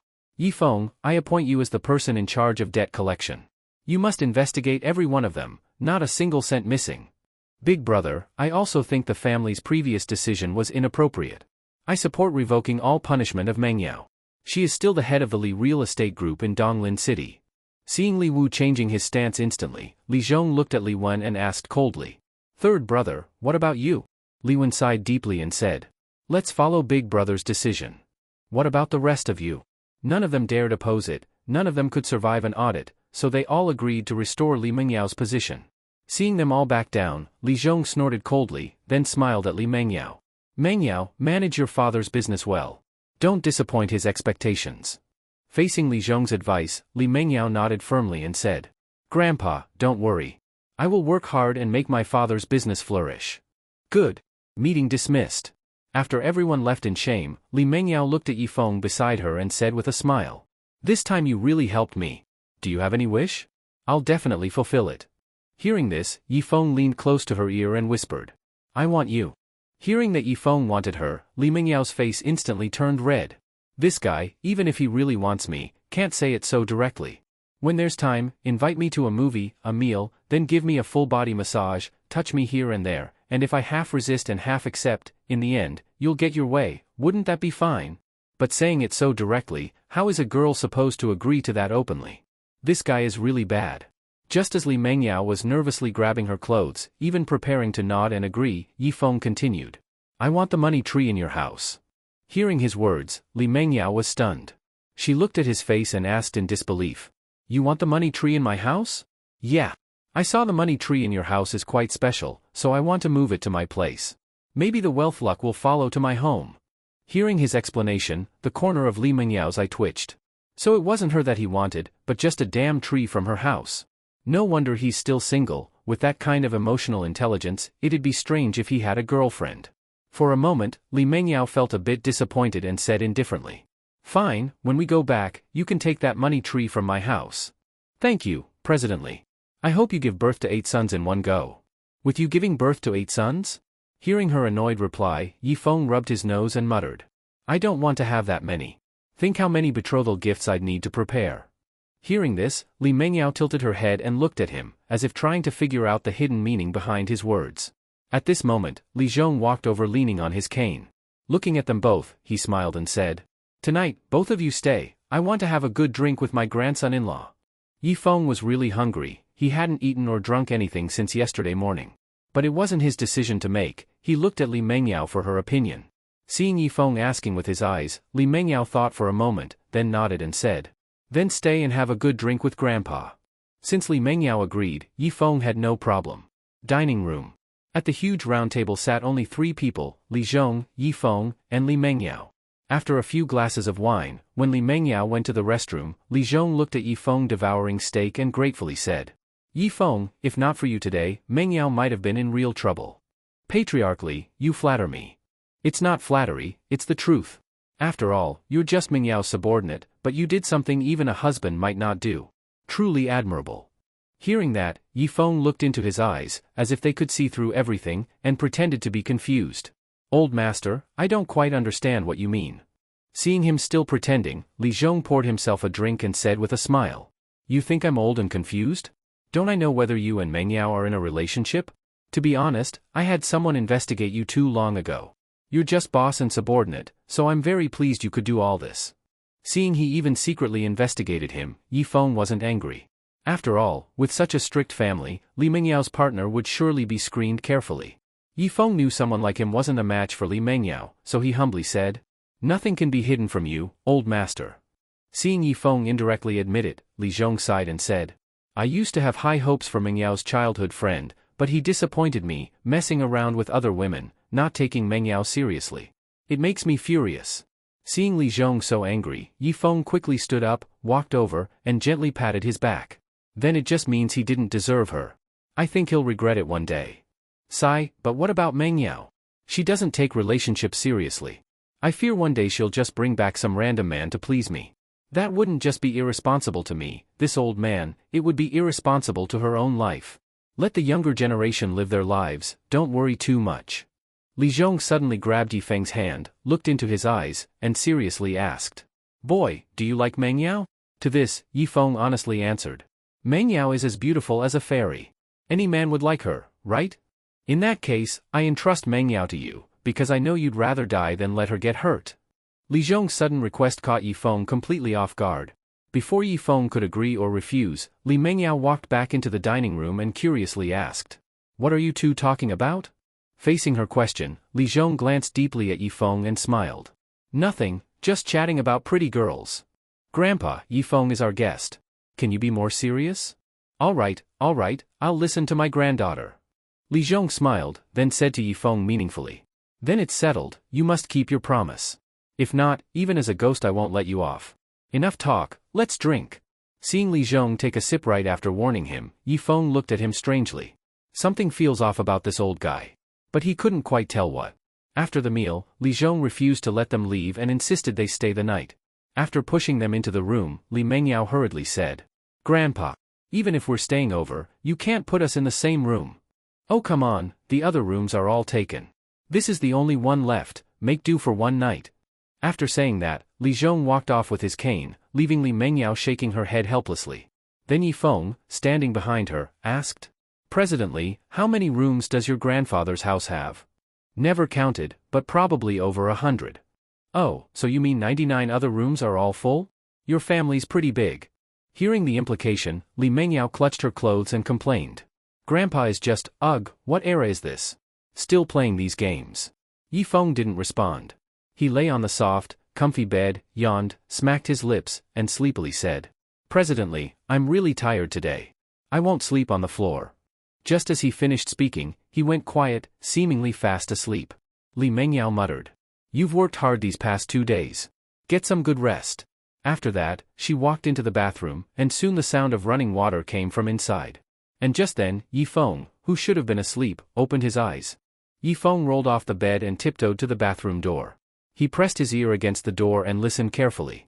After confirming that Li Mengyao was taking a shower, he quietly slipped out of the room. What Li Zhong had said at the dinner table earlier made Yifeng feel something wasn't right, so he wanted to talk to him face to face. After all, relationships aren't decided by just one person. Even though he didn't mind, it still had to be with Li Mengyao's agreement. What if she ended up with another man in the end? "You, old man, can't crawl out of the coffin to scare me." However, once Yifeng left the room, he realized the seriousness of the problem. He didn't know which room Li Zhong was staying in. With over 100 rooms, how long would it take to search one by one? To find Li Zhong as quickly as possible, Yifeng hurried to the first-floor hall to ask the butler, But for some reason, maybe due to Li Zhong's instructions, there wasn't even a single cockroach, let alone the butler. Standing alone in the spacious hall, Yi Feng scratched his head and muttered. A house this big, and not a soul around. Don't tell me it's haunted. Right after he said that, a gust of cold wind blew across his body, making him quickly turn around in fright. When he saw no one behind him, he thought for a moment, didn't stay any longer, and rushed into the elevator. Back in the room, he quickly shut the door and let out a long breath. Aren't you supposed to be sleeping? Where did you go? Suddenly hearing Li Mengyao voice, Yi Feng quickly turned around. At that moment, Li Mengyao was sitting on the bed in a bathrobe, looking at him curiously. Yi Feng hadn't expected her to finish showering so quickly. He rubbed his nose and explained. I suddenly got thirsty and went out to find some water. Isn't there a fridge right here? Seeing her point at the fridge, Yi Feng shrugged and said. I wanted tea. There's a water dispenser and tea leaves here. I meant iced red tea. Seeing him like this, Li Mengyao shook her head helplessly, got up, walked to the dispenser, made him a cup of hot tea, and said, better drink less soda. Have some hot tea instead. Taking the cup from her and seeing her graceful legs walk back and sit on the bed, Yi Feng thought for a moment and said, well, I'll sleep on the floor. He thought she'd agree, but unexpectedly she softly said, no need. The bed is big enough for both of us. You sure? You're the guest, how could I make a guest sleep on the floor? Come on, lie down. Seeing her lift the quilt, Yi Feng saw no need to hold back. After sipping the tea, he walked over and lay down. Once Li Mengyao lay down too, the room became very quiet. Listening to her steady breathing, Yi Feng turned to face her beautiful face and explained. Presently, about earlier, I didn't mean to say I was your fiancé. If I hadn't, your family wouldn't have let me speak. Facing Yi Feng's explanation, Li Mengyao also turned to face him, smiled slightly, and said. It's okay. Glad you're not mad. You helped me so much, how could I be mad at you? She didn't say the rest of what she was thinking, if only you really were my fiancé. Yi Feng didn't know what she was thinking. Meeting her affectionate gaze, he suddenly reached out and covered her eyes, teasing. Keep staring, next time I charge. Jerk. Hearing her sweet voice and seeing her slightly open collar, Yi Feng suddenly felt his throat go dry. Although he could control his desires once or twice, if this kept happening, he wouldn't be able to resist forever. Seeing Li Mengyao stay still with her eyes covered, Yi Feng licked his lips and asked cautiously. Tired? Want me to give you a massage? Faced with his offer, imagining his big hands moving over her body, Li Mengyao's breathing quickened. She gently nodded and softly said, Seeing her agree, Yi Feng didn't waste any more words. He let go of her eyes and was just about to move his evil hands toward her. But when Li Mengyao saw his hand wrapped in bandages, she quickly grabbed it and asked with concern. What happened to your hand? I hit a nail. Why were you hitting nails for no reason? Let me see how bad it is. As she spoke, she unwrapped the bandage from his hand. Yi Feng smiled and said, just a little wound. When Li Mengyao saw the injury, she quickly jumped off the bed, went to the cabinet, opened it, and searched while saying, this is not a small wound. If not treated properly, it could get infected. She returned with a first aid kit and carefully treated his hand, making Yi Feng feel warm inside. He had seen her fragile side, her charming side, but this was the first time he saw her so gentle and caring. After disinfecting the wound with iodine and rewrapping it with bandage, Li Mengyao looked up and reminded. Disinfect it with iodine every 3 days until it heals, got it? Looking at his hand, Yi Feng teased. With that tone, people might think you're my girlfriend. Hearing that, Li Mengyao lowered her head and looked at her delicate toes, quietly saying. I actually wish I were your girlfriend. What did you say? Nothing. I'm tired. Going to sleep.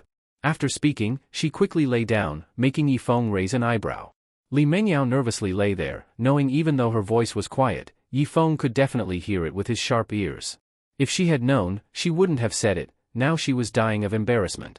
While she was feeling anxious and shy, an arm suddenly slipped under her neck, and another rested on her stomach.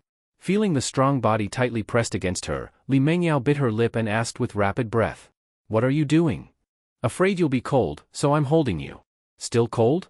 Faced with Yi Feng's question, Li Mengyao didn't answer, she just smiled slightly. Just as she was enjoying the peace and happiness of the moment, footsteps suddenly echoed in the hallway. Yi Feng was just thinking about sliding his hand upward to test her limits, but upon hearing the noise, he looked at her and asked. What's going on outside? No idea. I'll go check. Yi Feng rolled off the bed, opened the door, and saw several maids running into the elevator. He quickly shouted. What happened? One of the maids, panicked, replied. The master just suddenly lost consciousness, he's in critical condition. What? It's true. The butler already notified the family, they're rushing over. After she said that and the elevator doors closed, Yi Feng was for a moment stunned. After all, a few hours ago he was drinking with Li Zhong, how could a person just suddenly become unable? At that moment, Li Mengyao came out of the room, looked at Yi Feng and asked. Who just said someone was not okay? Facing Li Mengyao's question, Yi Feng took a deep breath, turned to look into her eyes and said. President Li, you have to prepare yourself. Your grandfather, he might not make it. Hearing that Li Zhong might not make it, Li Mengyao froze for a moment and hurriedly shook her head. Impossible. That can't be true. I don't believe it either, but the servant just said exactly that. Seeing Yi Feng wasn't joking, Li Mengyao rushed toward the elevator. First floor hall. As the two stepped out of the elevator, they saw the butler running toward the front door. Li Mengyao shouted anxiously. What exactly happened to my grandpa? The master's condition is critical. Miss, hurry, go see him, I'll fetch a doctor. Seeing him run off hurriedly, Li Mengyao knew for sure that something had happened to Li Zhong. She dashed toward the room where he was supposed to be. Inside the room were more than 10 servants. Since the incident happened suddenly, the Li family members had not yet arrived. Li Mengyao ran to the bedside. Seeing Li Zhong barely breathing, gasping for air, she held his hand and called anxiously. Grandpa. I am Mengyao, wake up. Seeing Li Zhong on his deathbed, Yi Feng couldn't help but sigh. Although he didn't know Li Zhong well, he understood the old man truly cared for Li Mengyao. Maybe it was guilt, maybe pity, but mostly grandfather's love for his granddaughter. As the Li family members gradually arrived, the room immediately became lively. Everyone stared at the doctor doing the check, waiting to hear news about Li Zhong's condition. After examining carefully, the doctor shook his head to everyone. Prepare for the final rites. Hearing that Li Zhong truly wouldn't make it, all the Li family, except Li Mengyao and Yi Feng, brightened their eyes. After all, they came here in the middle of the night hoping for this good news. Once Li Zhong dies, the family head position and all property will be redistributed. Li Mengyao will be the first to be stripped of assets. During the day, Li Wen and others already planned to forcibly seize Mengyao's assets. After forcing Li Zhong to promise an audit, they paused, but now. Once Li Zhong dies, they can openly divide Mengyao's assets. All of them were secretly hoping Li Zhong would die the next second. Li Mengyao refused to accept the news. She looked at the doctor and asked anxiously. Doctor Yu, you are the miracle-working physician, please save my grandpa. I'm not refusing because I don't want to. But under your grandfather's current condition, I'm powerless. Hearing that, Li Mengyao, indescribably tense, asked again. There is no way at all. It's not that there's absolutely no way.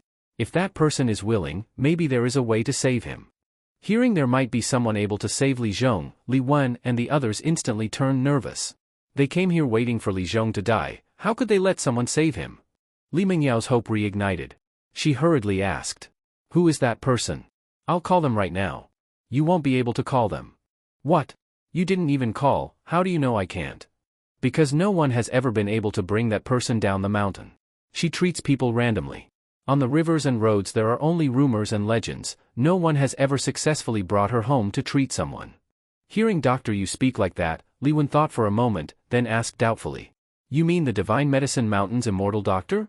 That's right, the immortal doctor. Hearing that, Li Wen and the others simultaneously breathed a sigh of relief.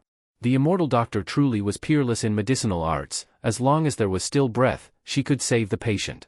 That's why people called her, Immortal Doctor. It was the first time Li Mengyao heard of the Immortal Doctor. She turned quickly to Dr. Yu and said, I can offer her a large amount of money. Ha! Li Wu couldn't help but laugh. Then he looked at Li Mengyao and sneered coldly. You really understand nothing. The Immortal Doctor never cares about money. Even if you put 1 trillion in front of her, she wouldn't even look. Stop wasting time. Hurry and prepare his shroud. Seeing that not a single person supported her attempt to call the Immortal Doctor, Li Mengyao turned to look at the one person she trusted the most, Yi Feng. Yi Feng saw tears welling in her eyes, how could he not feel pity? Actually, Yi Feng had heard the name Immortal Doctor from Wang Hai before, but he always thought it was nonsense. He didn't expect this person really existed. Though he believed the chances of bringing the Immortal Doctor to treat Li Zhong were almost zero, since his beautiful boss looked at him with pleading eyes, Yi Feng decided to try no matter what. So Yi Feng, who had been silent until now, spoke under Li Mengyao's hopeful gaze. I can try to bring the Immortal Doctor to treat the old master. Hearing this, Li Wu's eyes bulged. You try? You can't even bring a common healer home, you dare bring the immortal doctor? Shut your mouth. I get angry just hearing you speak. Then what if I do manage to bring the immortal doctor?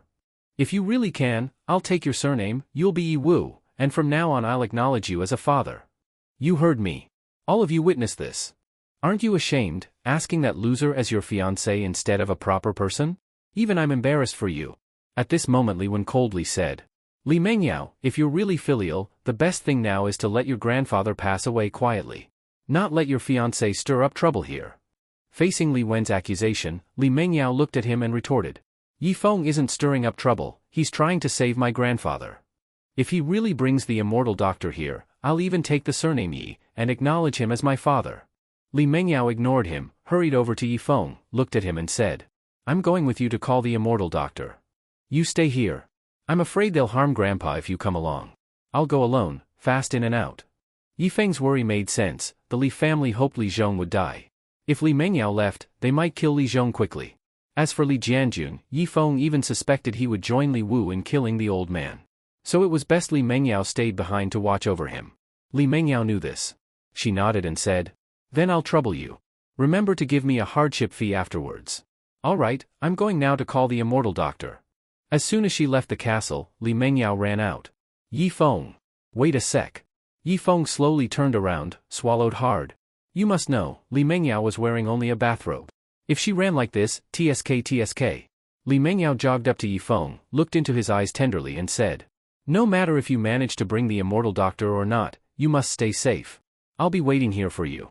Don't worry, I will bring the immortal doctor back to save your grandpa. I believe you. Li Mengyao nodded. Seeing no one around, she stood on tiptoe and quickly gave Yifeng a kiss on the cheek. After a shy glance, she covered her face and ran back inside. Looking at Li Mengyao's tempting back, Yifeng touched the cheek she kissed and murmured. With that one kiss, even if I can't bring the immortal doctor, I'll tie you up and drag you back anyway. Li Mengyao even went so far as to use her beauty to invite the immortal doctor. How could Yifeng not give it his all? Early morning. Yifeng arrived at the foot of a mountain in a car arranged by the Li family. Looking up at the mist-covered mountain, he murmured. This mountain is really tall, almost as tall as Li Mengyao. Taking the chance to praise Li Mengyao's figure by comparing it to the mountain, Yifeng looked at the driver and said. Wait for me here. I'll bring the immortal doctor down as soon as possible. The driver nodded and got back in the car. Yifeng looked up again at the spirit medicine mountain in front of him, took a light breath, and said. Hope everything goes smoothly. Don't be fooled by how confident Yifeng seemed at the Li family home, he wasn't certain inside. After all, if he really managed to bring her down, then Li Wen and Li Wu would have to call him dad. Those two old guys would never joke about something like that, so it shows just how hard it is to invite the immortal doctor. But to protect Li Mengyao's business, Yifeng had no choice but to go all out. Even with Yifeng's current physical strength, it still took him a full 2 hours to climb to the top of Spirit Medicine Mountain. Standing on the stone steps, Yifeng bent over and caught his breath, saying, Good thing Li Mengyao didn't come. Just climbing the mountain would have worn her out. Muttering to himself, Yifeng looked up and saw an old gate. Seeing the building at the mountain top was not small, Yifeng wiped the sweat from his forehead and walked to the gate. He reached out and knocked, then stood patiently to the side. A moment later, a pleasant voice entered his ears. What business do you have? Hearing someone speak, Yifeng quickly looked around. But aside from 2 old locust trees by the door, there was nothing else. He dug his ears and muttered. Am I hearing things? If you have nothing important, please leave. Hearing the voice again, Yifeng suddenly realized something and said to the old gate in shock. Could this be the legendary voice transmission over 1,000 miles? That's supposed to be a skill only immortals or martial arts masters can use, found only in novels or movies, not something that exists in real life. At that moment, Yifeng indeed didn't see anyone, yet he could hear the voice clearly. What else could it be if not voice transmission? Realizing that this immortal doctor was definitely someone incredible, Yifeng dared not be careless anymore. But what he didn't see was that each of the 2 locust trees had a Bluetooth speaker. Yifeng took a deep breath and said respectfully. Hello, immortal doctor. I really need your help with something important. After Yifeng spoke, it was a while before the voice came again. If you came to ask me to go down the mountain to treat someone, then don't bother saying anything. Damn, I haven't even said why I'm here, and this woman already guessed it. She's sharp. But why won't she treat people? Is she too ugly to show her face? Watch your words, or don't blame me for being rude. Hearing the woman's warning, Yifeng was startled. Then he realized, since she can do voice transmission, it wouldn't be strange if she also had sharp hearing.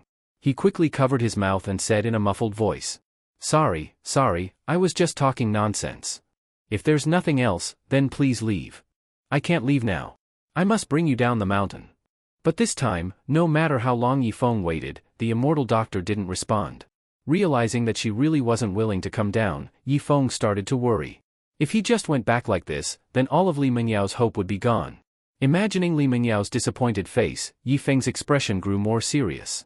Looking at the ancient gate, he said with determination, if you won't come down with me, then I'll have to offend you. So what if she can transmit her voice over 1,000 miles? He had great strength. He didn't believe that with his strength, he couldn't handle a woman. Targeting the courtyard wall next to the gate, Yifeng walked over without another word. The wall was 5 meters high. If there were an iron fence with electric wire on top, it'd look like a prison. He easily climbed to the top and saw a beautiful courtyard. Seeing koi fish swimming in a clear artificial lake, Yifeng muttered, didn't expect the courtyard to be so beautiful.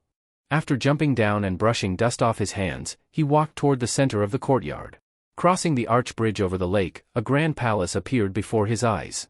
The Li family's house was the biggest he'd seen, but compared to this palace, it was nothing. No wonder the immortal doctor isn't greedy. Someone with a house this big couldn't be short on money. With that thought, Yifeng strode toward the palace.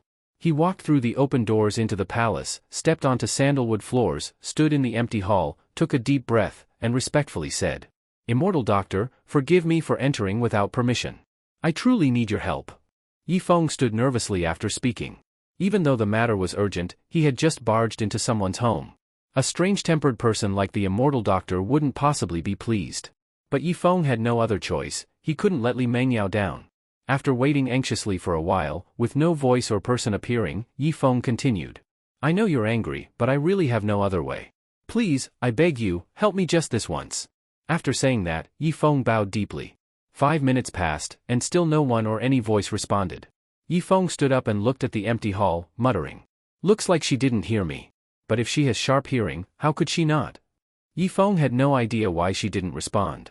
So, he began searching through the massive palace. Since the immortal doctor wouldn't come down today, then he, Yifeng, wouldn't leave either. Leaving the hall, he found a long corridor. On both sides were wooden rooms. After a few steps, a horizontal corridor appeared. Following it a few more steps, a vertical one came up. Just like that, Yifeng soon lost his way in the maze-like palace. He wandered for half an hour. Not only did he not find the immortal doctor, he couldn't even find his way back. Looking at the identical rooms around him, Yifeng became anxious. Damn, am I gonna be stuck here for life? As he said that, his ears twitched, he heard the faint sound of running water. Water. Water meant a possible exit, so Yifeng followed the sound. He reached the end of the corridor and found a wooden sliding door. He reached out, pulled it open, and a wave of steam hit his face. Yifeng waved the steam away and stepped in, only for his eyes to widen in shock. It was a bathroom. In the center was a steaming pool of water. And here's the key. A woman was sitting in the pool with her back to the door, showing her bare back. Seeing her flawless skin, Yifeng was completely stunned. He had accidentally barged in while someone was bathing. He was screwed. Guessing the woman might be the legendary immortal doctor, Yifeng didn't dare make a sound. He held his breath and tiptoed toward the door. Just as he was about to leave, the woman, eyes closed, softly said, Xiao Chui, come and scrub my back. Hearing the woman's words made Yifeng, who was about to leave the room, stop in his tracks. It looked like the woman heard the sound of the door opening and mistook him for Xiao Chui. If he left right now, she would definitely find out, and then being accused of peeping on her while she bathed would be a light punishment. Getting beaten to death was also possible. But if he replaced Xiao Chui to scrub her back, wouldn't that make it even easier to be found out? He glanced at the woman and saw she was still sitting motionless in the water, seemingly with her eyes closed. After thinking for a moment, a bold idea popped into Yifeng's mind. Just scrubbing her back, right? It's not like he's never done it before. As long as he was gentle, this woman might not even notice. Once he finished scrubbing, he could quietly leave, simple as that. Though the risk was high, it was still lower than getting caught walking out. So, after weighing the pros and cons, Yifeng raised his foot and walked toward the pool. No risk, no reward. He gently walked behind the woman, glanced at her flawless, fair back, then looked down at the towel on the floor. He took a light breath, picked up the towel, dipped it in the hot water, and gently started scrubbing her back. But everyone has their own touch. Even though Yifeng was already very, very gentle, the woman still noticed something was off. Still, she kept her eyes closed and softly said, "Xiao Cui, your technique is much more professional than before." Hearing her words, Yifeng's heart nearly jumped out of his throat. After all, he couldn't respond. If he spoke, he'd be exposed. He was so anxious he could hardly stand it, so he went ahead and used the massage techniques he often used on Li Mengyao, pressing the towel into her back and starting to massage her. If she felt comfortable, maybe she wouldn't question it anymore. And sure enough, the woman did feel comfortable. After a round of massage, her whole body relaxed. She let out a warm breath and continued to enjoy the massage with her eyes closed. For a moment, the woman was enjoying herself, but Yifeng was sweating buckets from the effort. If he had another chance, he swore he'd never climb over the wall and sneak in again. Damn, this was too damn scary. Just as Yifeng was pulling out all his tricks, a girl's voice reached his ears. "Weird, I closed the door when I left earlier. Why is it open now?" Hearing the girl's voice, Yifeng, who was putting all his strength into the massage, completely froze. Damn it. Of all the times she could come, it had to be now. He was completely screwed now. The woman, who had been quietly enjoying the massage with her eyes closed, finally opened her eyes. She slowly turned her head and locked eyes with Yifeng's panicked ones. Yifeng's mind was practically smoking. In this kind of dead-end situation, no matter what he said, no one would believe him. But when he saw the woman's cold and frosty face, he was stunned. At that moment, only one word existed in Yifeng's mind: beauty. Her beauty made it hard for Yifeng to breathe. Her face was so exquisitely crafted, like it had been carved by a master sculptor. Every feature was perfect. Yifeng even thought that the word beautiful wasn't enough to describe her. Goddess from mythology would be more fitting. And not the little fairy from the internet, but one of the legendary 7 fairies. But despite how breathtaking she was, Yifeng wasn't a pervert. He quickly snapped out of it, looked into her cold eyes, and hurriedly tried to explain. "Miss, please let me explain." But before Yifeng could finish, the woman suddenly heard the sound of someone entering the bathroom. Even though she was the victim, having a man in the bathroom with her, one who had even massaged her, would surely cause gossip if someone saw. The woman cared deeply about her reputation, so she couldn't let anyone find out about Yifeng. So she suddenly reached out her slender hand, grabbed Yifeng mid-sentence, and pulled him straight into the pool. As he fell into the water, Yifeng immediately realized. She wanted to drown him. He panicked and tried to stand up. But then one hand pressed down on his head, and another on his back, keeping him submerged. Yifeng quickly reached back to push the hand on his back, but was shocked to find he couldn't move it at all. Since Yifeng had gained his superhuman strength, this was the first time he had met someone stronger, and it was a woman. Just as Yifeng was about to struggle with all his might in the water, he suddenly froze. "What the hell?" The woman pressing him down suddenly spoke. "Xiao Cui, I'll soak a bit longer. You can leave first." Xiao Cui, who was already walking over, heard this and didn't think much of it. She replied, "Okay," and left. The sound of the door closing brought a slight sigh of relief from the otherwise calm woman. If she hadn't reacted quickly just now, word would have gotten out that there was a man in the bathroom. With rumors spreading, people would say she intentionally called a man to serve her while she bathed. Gossip can ruin a person. The woman said helplessly, then turned her gaze toward Yifeng in the water. A flash of killing intent appeared in her eyes. This man dared to impersonate her maid and scrub her back, truly bold. Though she really wanted to drown him at that moment, the thought passed quickly, and she finally let him go. Yifeng, at that point, had forgotten how to breathe, eyes wide open, staring blankly. Seeing him motionless in the water made the woman frown slightly. "He's dead?" she muttered, then grabbed his hair and pulled his head out of the water. When Yifeng's gaze followed her body up and landed on her beautiful eyes, he froze for a moment. The woman, seeing he wasn't dead, wondered why he hadn't moved. Suddenly, a thought struck her. She quickly looked down at her body. Realizing why Yifeng had been so still in the water, she turned her sharp gaze on his dumbfounded eyes, gritted her teeth, and growled. "You damn pervert! I won't let you off." Hearing her furious voice, Yifeng's eyes immediately cleared, and he said anxiously, "Miss, I swear I saw everything. I saw nothing." Facing Yifeng's obvious guilty denial, the woman directly swung her small fist at him. After the woman put on a long dress, she turned and looked at Yifeng, who was sitting on the floor covering his eyes, and said calmly, "I can spare your life." Hearing her words, Yifeng quickly dropped his hands from his eyes. With his eyes already swollen like steamed buns, he looked at the woman and flattered. "I knew you were beautiful and kind. May you give birth to 8 sons in one go." Facing Yifeng's blessing, the woman suddenly spoke coldly. "But while the death penalty can be avoided, Punishment is still necessary. Dig out your eyes and cut off your tongue, then I'll let you go this time. After speaking, she threw a knife onto the ground. Yifeng fumbled in front of him, picked up the knife, tried hard to look at it, then turned toward the woman's direction and said, "Sis, I'm not used to digging out eyes with a knife. How about we forget this happened?" As soon as he finished, something landed beside him. He picked it up and looked at it, then raised his head and asked doubtfully, "Why are you giving me a spoon? You want me to drink your bathwater? I'm not Durant. You said you're not used to using a knife, then use the spoon to dig out your eyes." Seeing how vicious this woman was made Yifeng squint, not that he needed to, since his eyes were already swollen into slits. Yifeng casually threw both the knife and the spoon into the water, then stood up and looked ahead, calmly saying, "What if I don't accept either of those options? Then I'll do it myself." Seeing her walking toward him after she said that, Yifeng wasn't panicked. Instead, he listened closely to the sound of her footsteps. Because his eyes were swollen, his vision was badly impaired, and he could only rely on sound to determine her direction. When her footsteps were about 2 meters in front of him, Yifeng suddenly punched forward. But the woman easily dodged his punch, then tapped her toes on the floor and instantly moved right in front of him. Her beautiful fingernails, sharp like knives, went straight toward Yifeng's eyes.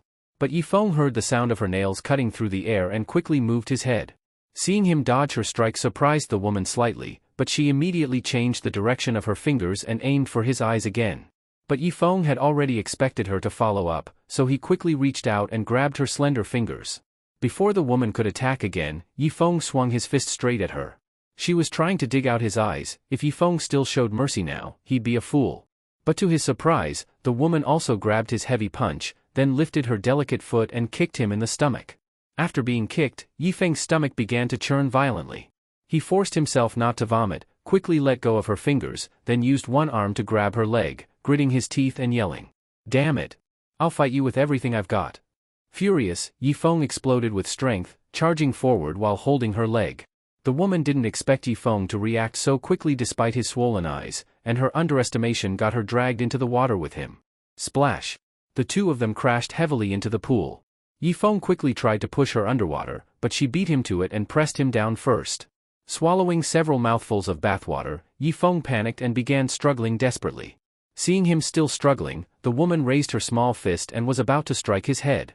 But just as her fist was halfway through the air, the bathroom door was suddenly pushed open. Seeing her maid Xiao Chui about to enter, the woman quickly opened her fist, grabbed Yifeng's head, and shoved him back under the water. But Yifeng, now completely blind, wasn't as obedient as before. He struggled wildly. The woman hurriedly pressed him under the water again and gave him a hard knock on the head, then coldly said to Xiao Chui, "I told you I'm still soaking. Why are you coming in again?" Seeing the woman suddenly angry, Xiao Chui was startled and didn't look at the water. She bowed her head apologetically and said, "Sorry, immortal doctor. I didn't mean to disturb you. It's just that you told me to remind you about refining pills at 8. Hearing that, the immortal doctor pushed Yifeng's head back under the water and quickly said, "I know. I'll start refining soon. You may leave now." "Yes." Xiao Chui stood up, gave the tense-looking immortal doctor a strange look, then quickly left the bathroom. When the door closed again, the immortal doctor smacked Yifeng on the head and said unhappily, "What are you moving for? Can't you stay still for a moment?" Strangely enough, after getting punched, Yifeng stopped moving. Seeing this, the immortal doctor murmured, "Did I really beat him to death?" She really didn't want to kill anyone. So she quickly stood up, turned Yifeng over so he floated on the water, then patted his face anxiously and said, "Hey, wake up." The next second, Yifeng suddenly opened his mouth and sprayed a mouthful of water, right onto her face. While the immortal doctor was stunned, Yifeng quickly stood up and ran off, taunting as he ran. "Surprised, huh? I'm not that easy to kill. Bye-bye now." But as soon as he finished, he slammed into a wall and crashed to the floor. The immortal doctor wiped the water off her face and said helplessly, "How did I end up with someone like this?" Yifeng was still holding his face in pain. At that moment, the immortal doctor, now dressed, walked barefoot to him, looked down, and said, "Fine, I'll let you off this time. But don't let me see you again, or I won't be so nice next time." After threatening him, she turned and walked toward the door. But just then, a large hand grabbed her leg, and Yifeng said, "Immortal doctor, I really didn't mean to take advantage of you. I truly have a life-threatening emergency, otherwise I wouldn't have broken into your home. I don't care what your problem is, let go of me. I know you have your principles, but I beg you this once. If you come down the mountain with me, I'll agree to anything you ask. I already told you, I won't help you. Just as she finished speaking, Xiao Chui's voice came from outside. Immortal Doctor. Are you ready? The pill furnace is prepared. As Xiao Chui urged her, the Immortal Doctor was about to reply when she suddenly heard Yifeng speak slyly. Immortal Doctor, you don't want Xiao Chui to know about me, do you? Facing Yifeng's threat, the Immortal Doctor narrowed her eyes. Yifeng also felt a trace of killing intent, so he opened his mouth wide, ready to shout. But at that moment, a warm small hand covered his mouth, and then he heard the Immortal Doctor quietly say, "Don't shout. I'll agree, okay?" Hearing that the Immortal Doctor agreed to go down the mountain with him, Yifeng quickly nodded. Seeing how shameless he looked, the Immortal Doctor released his mouth and said impatiently, "Stay here honestly. After I finish refining the pills, I'll come find you." Ajp. The Immortal Doctor sighed, straightened her clothes, and walked out of the bathroom. Hearing the sound of the door closing, Yifeng rubbed his swollen eyes and said foolishly, "Looks like being a shameless scoundrel really works sometimes." Noon. After finishing the pill refining, the Immortal Doctor returned to the bathroom. Yifeng, who was sitting on the floor thinking about something, heard the door and asked cautiously, "Immortal Doctor? Hurry up and get up. Take me to the person you want me to save." "Got it. Immortal Doctor, you're not only beautiful and have a great figure, more importantly, you're kind-hearted and have a generous spirit. Let me tell you." Splash. Watching Yifeng fall into the water while flattering her, the Immortal Doctor covered her forehead and sighed heavily. "Almost done, don't move. You better be careful, these are my eyes. I can save someone who has only one breath left. Your eyes are nothing. Just wait quietly." 5 minutes after inserting silver needles into Yifeng's eyelids, she put the needles away, then looked at the nervous, eyes-closed Yifeng and said calmly, "All right, you can open your eyes." Yifeng tried to open his eyes, and a clear world appeared before him again. Wow! Such magical medical skills. The Immortal Doctor only pricked his eyes once, and his swollen eyes returned to normal. To Yifeng, this was simply too amazing. But the Immortal Doctor, already used to such things, put away the needles and said as she looked at the curious Yifeng, "What's there to look at? Hurry up and take me away." Oh.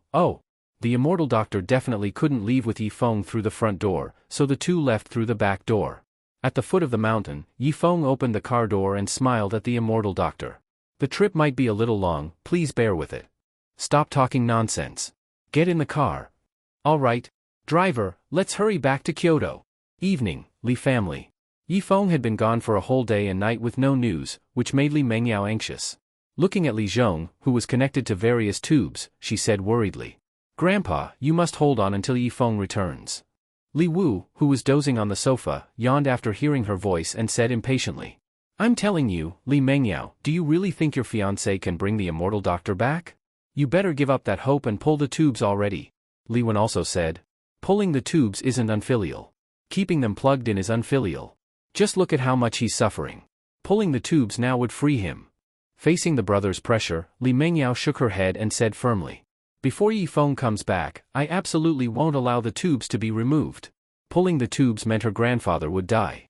Even if Yifeng brought the Immortal Doctor later, it would be too late. So before Yifeng returned, she had to hold her ground. Seeing her so stubborn, Li Wen exchanged a look with Li Wu, and they both left the room. After Li Wu stepped out, Li Wen said, "We can't let Li Mengyao keep insisting." "What, you're afraid that kid really will bring the Immortal Doctor back?" "No, I'm confident he won't. But what if he doesn't return for a year? Are we supposed to wait here for a year?" "Got it. I'll go pull the tubes now." As Li Wu was about to go in, Li Wen quickly stopped him. "That's not what I meant. And if you pull the tubes directly, won't Li Mengyao blame everything on you? Let her blame me. You think I'm afraid of that little girl? That's not how we do it.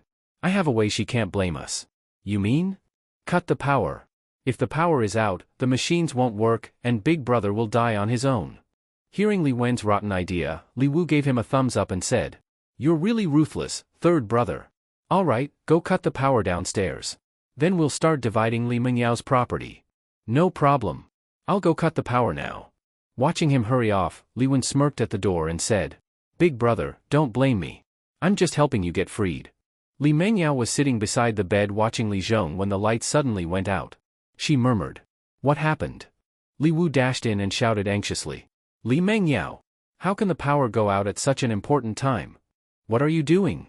If something happens to my brother, I'll hold you responsible." Facing his accusations, Li Mengyao was stunned. But she quickly collected herself and said to the furious Li Wu, "Just call someone to fix it." "Fix it? By the time they fix it, my brother will be dead." "Don't worry. The oxygen machine has a backup power supply." Hearing this, Li Wu quickly looked at the oxygen machine. Seeing that it was indeed working, he frowned, then hurried out again. Watching the door slam shut, Li Mengyao said coldly, "Let's see what tricks you'll try next." She remembered Yi Feng's warning before leaving and had prepared several backup batteries in case of a power outage. Hearing that the oxygen machine had backup power, Li Wen thought for a moment and said, "Looks like Li Mengyao really prepared. Let's not do anything now, or she'll be suspicious. Damn it, big brother, hurry up and die already. Forget it, he won't last long anyway. Come on, let's go inside." As the brothers grew impatient, the heart monitor suddenly changed. Seeing Li Zhong's heart rate drop sharply, Li Mengyao panicked. Li Wu, excited to see Li Zhong finally failing, shouted, "Heaven is just. This old man finally can't hold on. Li Mengyao, what are you waiting for? Hurry and get the funeral clothes for my brother." While he urged her, Li Mengyao held Li Zhong's hand and cried, "Grandpa, you must hold on. Yi Feng will bring the immortal doctor back soon. Hold on my ass. I said earlier that if Yi Feng can bring the immortal doctor, I'll call him Dad. And you actually believe him. Move. Let me put the funeral clothes on my brother." He pushed her aside and reached for the tubes. Li Mengyao hurriedly grabbed his arm and said, "Don't touch my grandpa. Get out of the way." Li Wu flung her aside and reached for the tubes. But then a cold voice echoed through the room. "So, while I'm gone, you're planning murder, is that it?" Hearing Yi Feng's voice suddenly made Li Mengyao instinctively look at him. Seeing the man she had been thinking about finally return, she didn't have time to express how much she missed him and anxiously said, "Yi Feng, they're going to pull out my grandpa's oxygen tube." Seeing Li Mengyao's teary eyes, Yi Feng's heart shattered. Such a beautiful lady boss, he usually didn't even dare press too hard when massaging her, afraid of hurting her. But now this group of old bastards was bullying her to death. He quickly walked over to Li Mengyao, held her thin shoulders, looked into her pitiful eyes, and gently said, "Don't be afraid. As long as I'm here, no one will pull out your grandpa's oxygen tube." After comforting her, Yi Feng looked coldly at Li Wu, who was glaring at him, and said, "What, you're not even pretending anymore now? Pretend my ass. My big brother already stopped breathing. What's wrong with pulling the oxygen tube and changing him into burial clothes?"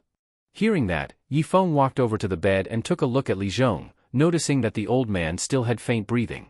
Though still breathing, it looked like he only had a few minutes left. But for Yi Feng, that was enough. Turning his gaze to Li Wu, Yi Feng pointed at Li Zhong and scolded, "Open your damn eyes and see if the old man's still breathing. I think you're trying to murder him." Li Wu, of course, knew that Li Zhong was still breathing. That's exactly why he was in such a rush to pull the tube. He thought he could settle it quickly without being noticed, but didn't expect this damned Yi Feng to come back. Caught red-handed, Li Wu was momentarily speechless. Just then, Li Wen suddenly stood up and said, "My second brother couldn't bear to see my big brother suffer anymore, so he wanted to help him be free. But Li Mengyao, for her own selfish gains, would rather watch my big brother in pain than let him go. She's the disgrace of our Li family." Hearing Li Wen shift the blame, Li Wu, who didn't know how to explain himself, quickly nodded and echoed, Right. She's the disgrace who doesn't care about my big brother, but we, as his brothers, can't just sit and do nothing." Seeing these two old bastards blame everything on Li Mengyao, Yi Feng actually laughed out of anger. "If I hadn't come back in time, would you have blamed Mengyao for choking the old man to death? Cut the crap. Let me ask you, didn't you say you went to get the immortal doctor? Where is she? Yi Feng, I'm telling you, it's because of your incompetence that my big brother suffered so much. I'm not done with you over this." Facing Li Wu's accusation, Yi Feng sneered. "Who said I didn't get the immortal doctor?" Hearing that he did, Li Wu looked around the room and mocked. "You got her? Where is she then? Don't tell me she's hiding in your bed? Ha ha ha." Facing Li Wu's shameless mockery, Yi Feng said nothing and walked straight to the door. After opening it, he smiled and said, "Immortal doctor, I'll leave it to you." As Yi Feng's voice fell, the immortal doctor walked gracefully into the room under everyone's gaze. When the Li family members present saw the immortal doctor's face covered by a white transparent veil from the nose down, they all turned their attention to her. Seeing that Yi Feng brought a woman, Li Wu and Li Wen were stunned. Could it be that this guy actually brought the immortal doctor? But that was impossible. The immortal doctor had never accepted anyone's invitation before. How did this kid manage it? They started to panic. If this woman really was the immortal doctor, then Li Zhong, who was as good as dead, might actually be saved. Thinking that their prey was about to fly away made them furious. Li Wu pointed at the immortal doctor and coldly questioned. You say she's the immortal doctor, so she is? Seeing that he was still resisting, Yi Feng said angrily. You'll know if she is or not once she treats the old man. No. I won't allow some random person to treat my big brother. Get the hell out of here. Yi Feng didn't bother being polite anymore. He grabbed Li Wu's arm and threw him aside, then smiled at the immortal doctor. Please, immortal doctor. She nodded, walked over to the bed, took a look at Li Zhong, and then sat down and placed her hand on his pulse. Seeing this, Li Wu anxiously whispered to Li Wen. What should we do now? Don't panic. The immortal doctor never accepts any invitations. This one's probably an actress that guy hired to bluff. Let's wait and see. All right then. Under everyone's curious gaze, the immortal doctor withdrew her slender fingers, took out a cloth pouch from her sleeve, and opened it to reveal a silver needle, which she inserted into Li Zhong's head. Moments later, she pulled the needle out, extended her hand, and said, Paper. Yi Feng quickly handed her a tissue. She wiped the blood from Li Zhong's head, then took out a delicate porcelain bottle from her sleeve, handed it to Yi Feng, and said, Give him the pill inside. He'll be fine. That's it? Faced with Yi Feng's surprised question, the immortal doctor coldly replied. What, you want me to do brain surgery? After giving him a glare, she turned and walked toward the door. Still in shock, Yi Feng quickly ran to Li Mengyao, handed her the porcelain bottle, and said, Give your grandpa the medicine. I'll go see the immortal doctor out. After saying that, Yi Feng ran after her. Although Li Mengyao had a feeling something wasn't normal between them, now wasn't the time to think about it. She quickly went to the bedside. Meanwhile, Yi Feng caught up with the immortal doctor and, looking into her beautiful eyes, grinned and said, Immortal doctor, thank you so much this time. How should I repay you? Never bother me again, that would be the best way. Okay, I'll arrange a car to take you back. No need. I can go back myself. Farewell.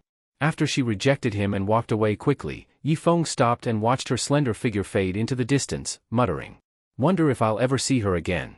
But maybe it's best if I never do, probably wouldn't be good news. After saying that, he gave one last look and then turned back into the castle. When Yi Feng returned to the room, Li Zhong had actually woken up. Li Mengyao was feeding him water. Li Wen and Li Wu both looked embarrassed like pig livers. No matter what, they never expected Yi Feng to actually bring the immortal doctor.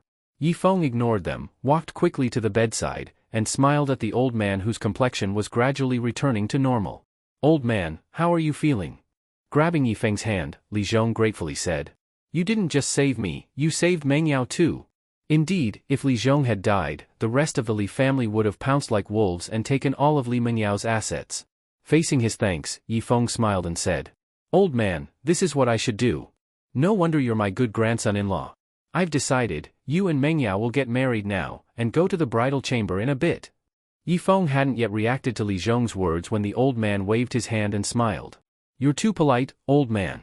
And even gave me so much money? Wait. You want me and Mengyao to go to the bridal chamber now? Looking at Yi Feng's confused face, Li Zhong smiled and said. Yes, you'll go into the bridal chamber in a bit. You two hurry up and give me a great-grandson. No way, old man, are you sure you're even better yet? Wait, I'll go get the immortal doctor back. You woke up, but your brain still seems broken. Aya, I'm telling the truth. At this moment, Li Mengyao, blushing, couldn't bear it anymore and shyly said. Grandpa, what nonsense are you saying? You better lie down and rest well. After speaking, Li Mengyao sneaked a glance at Yi Feng and quickly lowered her head when she saw he was also looking at her. Seeing that Li Mengyao was shy, Yi Feng touched his nose and didn't say anything else. Li Wen, realizing he was in trouble now that Li Zhong was fine, hurried to the bedside and said, Big brother, it's so great that you've woken up. I'll go tell everyone the news right away. After speaking, Li Wen gave Li Wu a look, and the two brothers slipped away. Li Zhong would definitely get back at them, so they had to plan carefully. But before they even left the room, Yi Feng said sarcastically, Yi Wen, Yi Wu, take care on your way out. Hearing Yi Feng deliberately change their surnames, the brothers were so angry they were twitching. But since they had lost this time, they didn't say anything, just snorted coldly and left in a hurry. Seeing them leave, Li Mengyao quickly said to Li Zhong, Grandpa. Those two. Before Li Mengyao could finish, Li Zhong waved his hand with a serious face and said, I know everything. I couldn't open my eyes or speak at the time, but that doesn't mean I couldn't hear anything. Don't worry, Grandpa won't let them off. Where's your second uncle? Ever since your accident, he disappeared. I've called him, but he won't pick up. Just as Li Mengyao finished speaking, Li Jianjun, who had been missing all this time, walked in and asked, "How's the old man? I already picked out a cemetery." "Heh, you really are such a filial son." Suddenly seeing Li Zhong looking at him with a cold smile made Li Jianjun freeze on the spot. Midnight. After Li Mengyao pushed open the bedroom door and walked in, she turned to look at Yifeng behind her and said gratefully, "Yifeng, I really don't know how to thank you." "Then don't. But if you hadn't brought the immortal doctor, my grandpa wouldn't be okay now. So I really must thank you. If anyone should be thanked, it's the immortal doctor. I was just the errand boy. But the immortal doctor isn't easy to invite. How did you do it?" Yifeng obviously couldn't tell the truth about this, since the process was too shady. So he shrugged and made something up. "I just touched her with my sincerity, and then she decided to come with me to the Li family." "That's it? What else?" After replying, Yifeng walked into the bathroom. He had been on the road and fighting with the immortal doctor in the water all day and night, even a body made of iron couldn't take it. So he wanted a good shower and a good night's sleep. But Li Mengyao clearly didn't buy his excuse. She followed him into the bathroom and, watching him adjust the water temperature, continued asking, "But I heard the immortal doctor never accepts invitations. She's known to be cold-hearted. No matter how sincere you were, she shouldn't have been moved." Seeing that Li Mengyao was hard to fool, Yifeng took off his shirt, revealing his muscular body, and said to her, "People have hearts made of flesh. If your heart is sincere enough, you can move anyone. But, no more buts. I'm about to take off my pants. Are you staying to shower with me, or are you going out?" Hearing his reminder, Li Mengyao finally snapped out of it. She glanced instinctively at his muscular upper body, then quickly turned around and rushed out of the bathroom. Seeing the bathroom door close, Yifeng shook his head helplessly. He looked down at his belly and muttered, "When did I get abs? And 8 of them at that?" After his shower, Yifeng came out wearing a bathrobe. Seeing Li Mengyao sitting on the bed, seemingly lost in thought, he asked, "President Li, do you want to take a shower?" Hearing Yifeng's voice, Li Mengyao came back to her senses and looked at his increasingly handsome face. Not sure what she remembered, but her face turned a little red, and she stood up and said, "I'll go take one now." After saying that, she walked into the bathroom with her head down. Yifeng scratched his wet hair and muttered with a troubled face, "If she keeps asking later, what excuse should I use? If nothing else works, I'll have to use that one." Half an hour later, Li Mengyao came out of the bathroom in a bathrobe and saw Yifeng lying on the bed, seemingly asleep. She walked to the bed and gently asked, "Yifeng?" But Yifeng wasn't really asleep. He was afraid Li Mengyao would keep asking about how he got the immortal doctor, so he pretended to sleep. And he was surprisingly good at acting. Li Mengyao really thought he was asleep, so she set aside her questions, lifted the blanket, and lay down next to him, breathing a little sigh of relief. Thinking that if it weren't for Yifeng, not only would Li Zhong be dead, but her business would have been taken by Li Wen and the others. She turned her gaze to Yifeng beside her, reached out, and gently hugged him. With her cheek resting on his chest, listening to his strong heartbeat, she said gratefully, "Thank you. Really, thank you." Hearing her thanks, the corner of Yifeng's mouth, though he was pretending to sleep, curved up ever so slightly. Both of them seemed to have gotten more comfortable with each other, so they slept very well that night. Morning. Li Mengyao woke up and looked at Yifeng, who was still sleeping. She felt very happy at that moment. For her, nothing was better than waking up and seeing the man she liked. So she smiled happily and tightened her hug around Yifeng. With her hugging him like that, Yifeng woke up too, and instinctively wrapped his arm around her. Li Mengyao looked up at him and asked in a low voice, "You're awake? Getting hugged by such a beautiful boss, how could I not wake up?" Being praised like that made Li Mengyao feel overjoyed. But she didn't let go of him. Instead, she rested her little head on his arm. Yifeng opened his eyes and looked at her smiling face. Seeing she had no intention of getting up, he asked tentatively, "Wanna sleep a little longer?" Okay then." But this time, neither of them could fall back asleep. Especially Yifeng. It was early morning, and Li Mengyao was hugging him tightly, her fragrance filling his nose. It made his mouth go dry. Li Mengyao heard him swallow and looked up at him. "Are you thirsty?" "Why yeah, a bit. I'll get you some water." She leaned over him and stretched out her arm to get the cup on the nightstand. Seeing this, Yifeng raised an eyebrow. "Damn, this woman's doing this on purpose." Li Mengyao picked up the cup and smiled at him. "Want me to feed you?" "Feed me? Sure." Li Mengyao smiled slightly, took a sip of water, and then, under Yifeng's stunned gaze, lowered her head and kissed him on the lips. A moment later, Li Mengyao let go of Yifeng's lips, looked at his dazed eyes, and asked with a sweet laugh. Want more? Still not fully reacting, Yifeng subconsciously nodded. But this time, Li Mengyao didn't even drink any water, she directly kissed his lips. After all, the so-called feeding water was just a setup for this moment. Feeling Li Mengyao's clumsy kiss, Yifeng's dazed eyes finally cleared up. Damn. I knew this woman was doing it on purpose. Sure enough, I was right. But I like it. After all, being kissed by a top-level beauty like Li Mengyao, no man could not enjoy that. So Yifeng didn't hold back. He hugged her and kissed her back. But just then, someone knocked on the door, and Li Zhong's cheerful voice followed. Granddaughter. Grandson-in-law. Are you two up yet? Breakfast is ready, come down and eat. Hearing her grandpa's voice, Li Mengyao quickly pulled away from Yifeng's lips, sat up, and said shyly. Let's go eat first. After speaking, she ran into the bathroom with a flushed face. Yifeng wiped his lips and laughed. Looks like my little goal of marrying a rich beauty is within reach. Li Mengyao had already offered a sweet kiss. Without her saying it, Yifeng already knew what she meant. Who would have thought that a humble little office worker like him would one day win the favor of a female boss? Who would believe that if you told them? Downstairs, in the dining room. Compared to the day before when he was between life and death, Li Zhong now looked full of energy and glowing with health, as if he were 20 years younger. When he saw Yifeng and Li Mengyao walk into the dining room, he quickly stood up and smiled. Granddaughter, grandson-in-law, come eat. When Yifeng saw over 100 large and small dishes on the table with various exquisite breakfast items, he was surprised and said, This is way too much. I didn't know what you like to eat, so I had the kitchen prepare a bit of everything. Come, sit. Old man, you're so generous. Yifeng praised him and sat down, then picked up a small steamed bun and began to eat. Li Mengyao didn't pick up her chopsticks. Instead, she peeled a boiled egg and put it in Yifeng's bowl, saying gently, If you're hungry, eat more. You too. Okay. Seeing them so affectionate, Li Zhong smiled and said, You two eat first, let me say a few things. Yifeng, whenever you two are free, just go ahead and take care of the matter. Hearing that, Yifeng picked up a cup of milk and asked curiously, What matter? Your marriage, of course. Hearing that, Yifeng immediately choked on the milk he was drinking. He and Li Mengyao had just started kissing, and now the old man wanted them to get married? Seeing Yifeng choking and coughing, Li Mengyao quickly stood up and patted his back, then turned to Li Zhong and said unhappily, Grandpa, what nonsense are you saying this early in the morning? I'm not saying nonsense. You two are already living together, it's time to get married. Then I can be at ease. Li Mengyao did like Yifeng, but she hadn't thought about stepping into marriage so soon. She still wanted to enjoy the sweetness of dating.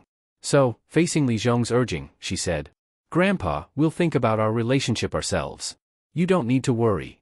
Seeing that Li Mengyao wasn't in a hurry at all, Li Zhong thought for a moment and said, Yifeng, you keep eating. Mengyao, come with me. After speaking, the old man walked out of the dining room with his cane. Li Mengyao looked at Yifeng, who was wiping his mouth, and gently said, You keep eating, I'll go see what Grandpa wants. Okay, got it. Watching Li Mengyao's long legs as she left the dining room, Yifeng took a bite of the egg and mumbled, The old man's thinking a lot these days. After walking out of the dining room, Li Mengyao looked at Li Zhong and asked, Grandpa, what is it that you can't say in front of Yifeng? Silly girl, I want you two to hurry and get married, it's really for your own good. Alright, I know you mean well, okay? But we're not what you think. Talking about marriage now is too early. I don't care what stage you two are at. But I'm telling you, this Yifeng is not an ordinary person. In all my years, I've never heard of anyone being able to invite the immortal doctor, but this kid did it. That already proves how extraordinary he is. Plus, from what I've observed recently, he stays calm in the face of trouble, handles matters with confidence, he has the qualities of a king. If this were ancient times, he could be an emperor. Even now, he's bound to become a great man. If you don't marry him soon, other women will snatch him away. Hearing him talk about kingly aura, Li Mengyao was speechless. She figured maybe his mind had been affected after surviving a near-death experience, so she didn't take him seriously and casually replied, Okay, I get it. I'm going back to eat now. Seeing Li Mengyao brush him off and head toward the dining room, the old man anxiously said, If you don't listen to me, you'll regret it someday. But she didn't believe his warning. After all, when she and Yifeng weren't even close, he had stuck by her side. Now that they had feelings for each other, she believed Yifeng would stay with her for life. After breakfast, the two of them took a car back to Donglin City. Seeing how energetic Li Zhong was, he probably wouldn't have any issues in the short term, so Li Mengyao didn't need to stay behind. She went back to take care of company matters. Yifeng wasn't a petty man, on the contrary, he was very generous. So the first thing he did after returning to the company was send an email to Zhou Jianing, demanding that he repay every cent of the debt before the end of the day, or it would be handed over to the legal department. Damn. That guy's cold attitude while Li Mengyao was in trouble was still fresh in Yifeng's mind. If Yifeng didn't teach him a lesson, he wouldn't be Yifeng. Sure enough, less than 10 minutes after the email was sent, Zhou Jianing barged into his office. Zhou Jianing didn't know that Li Mengyao was fine, so he felt confident. Pointing at Yifeng's nose, he cursed. You still dare ask me to pay back money? As the collection department manager, I have the right to ask you to repay.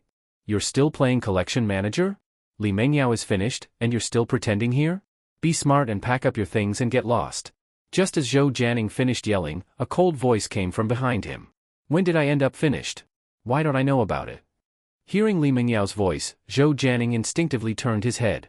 When he saw that Li Mengyao really appeared behind him, he was so scared that he shivered. President Li. Li Mengyao ignored him. After walking into the collections department office, she looked at Yifeng and said flatly, My patience with Zhou Jianing has reached its limit. No need to collect his debt, have the legal department report him to the police directly. Since the boss had spoken, Yifeng didn't say a word of nonsense. He took out his phone and dialed the legal department. Seeing that Li Mengyao was serious, Zhou Jianing hurried to her and said anxiously, President Li, I was wrong. I'm a scumbag, please give me one more chance. Zhou Jianing, I'm announcing your removal from the position of financial director. From now on, you're no longer an employee of my company, so there's no need for me to give you a chance. Yifeng, kick him out. Got it. Yifeng got up and walked over to the pleading Zhou Jianing, pushing him out while saying, Old Zhou, if I were you, I'd go turn myself in right now, maybe they'll go easy on you. Manager Yi. Brother Yi. Big brother Yi. I beg you, plead with President Li for me. But Yifeng didn't respond. He pushed him out and slammed the door shut, then cursed quietly. I gave you a chance before, but if you didn't want it, don't blame me now. When he turned around and saw Li Mengyao looking at him affectionately, Yifeng recalled the scene from that morning when they kissed and hugged. Looking at her tempting red lips, he licked his own and smiled. President Li, why did you come back again? What, I can't come see you. Of course you can. Please, have a seat. Li Mengyao sat in the swivel chair, looked at Yifeng standing in front of her, and said, When I had my accident, all kinds of snakes and demons popped up. So I want to take this chance to clean up the company. I'll give you a list, and when you have time, fire all of them for me. Hearing that she wanted him to do another unpopular task, Yifeng reluctantly said, But I'm just the collections manager. It wouldn't be appropriate for me to fire people. Then starting now, you're the company's vice president, also acting as financial director and HR manager. That should be fine now, right, Vice President Yi? Seeing that this woman had just promoted him 3 levels, Yifeng's eyes lit up.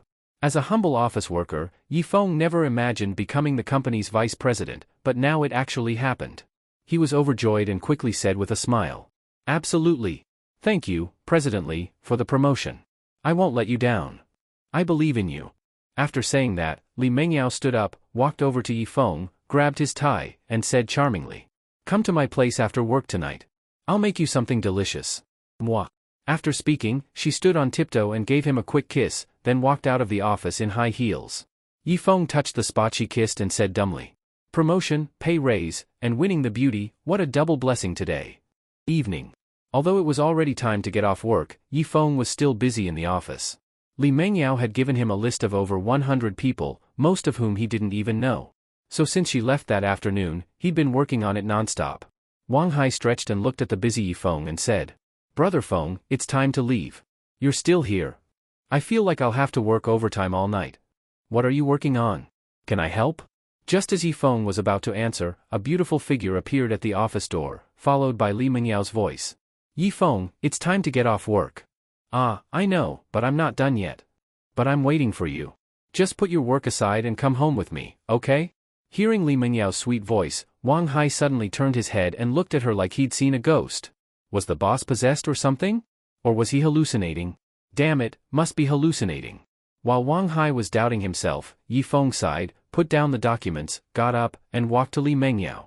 Looking at her bright eyes, he said helplessly, You want to fire too many people, I have to sort them one by one. Do it tomorrow. It won't make a difference now. Let's go home. Wang Hai watched as Li Mengyao took Yifeng's hand and left, blinked, and slapped himself hard. Holding his face, he muttered dumbly. This isn't a hallucination. No way. Brother Feng really has something going on with President Li. The rumor about Yi Feng and Li Mengyao had long spread in the company, but Wang Hai never believed it. After all, with Yi Feng's shy nature, he blushed just talking to pretty girls. How could he possibly hook up with cold and lofty Li Mengyao? But the truth proved he was wrong. Yi Feng really did it. Who would believe this?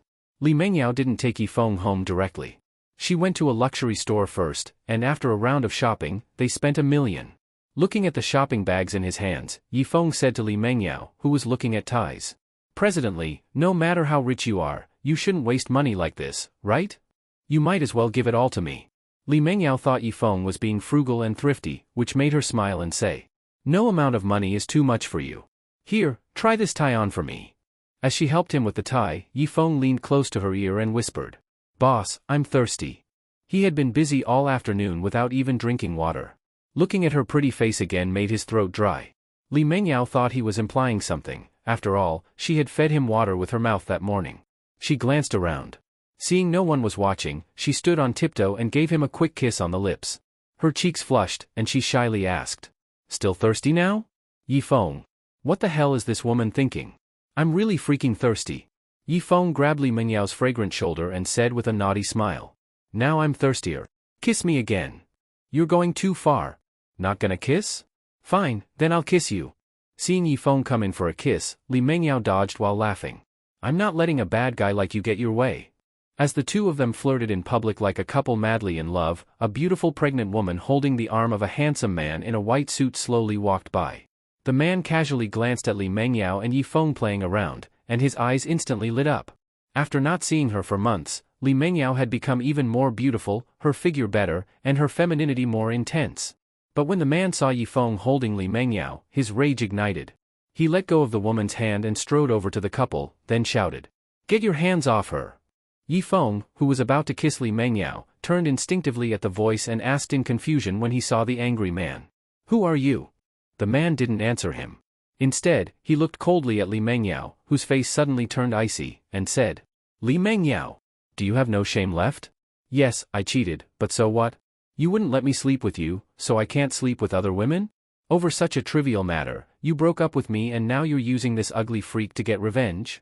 This ugly freak he's talking about can't be me, right? Yi Feng admitted he was poor, but he didn't admit he was ugly. After all, when he used to run a stall selling grilled starch sausages, he made a little money just relying on his handsome face. So when he heard this man call him ugly, Yi Feng was not having it. But before he could say anything, Li Mengyao also coldly said, Pu Ziqian, we already broke up. Whatever I do now has nothing to do with you.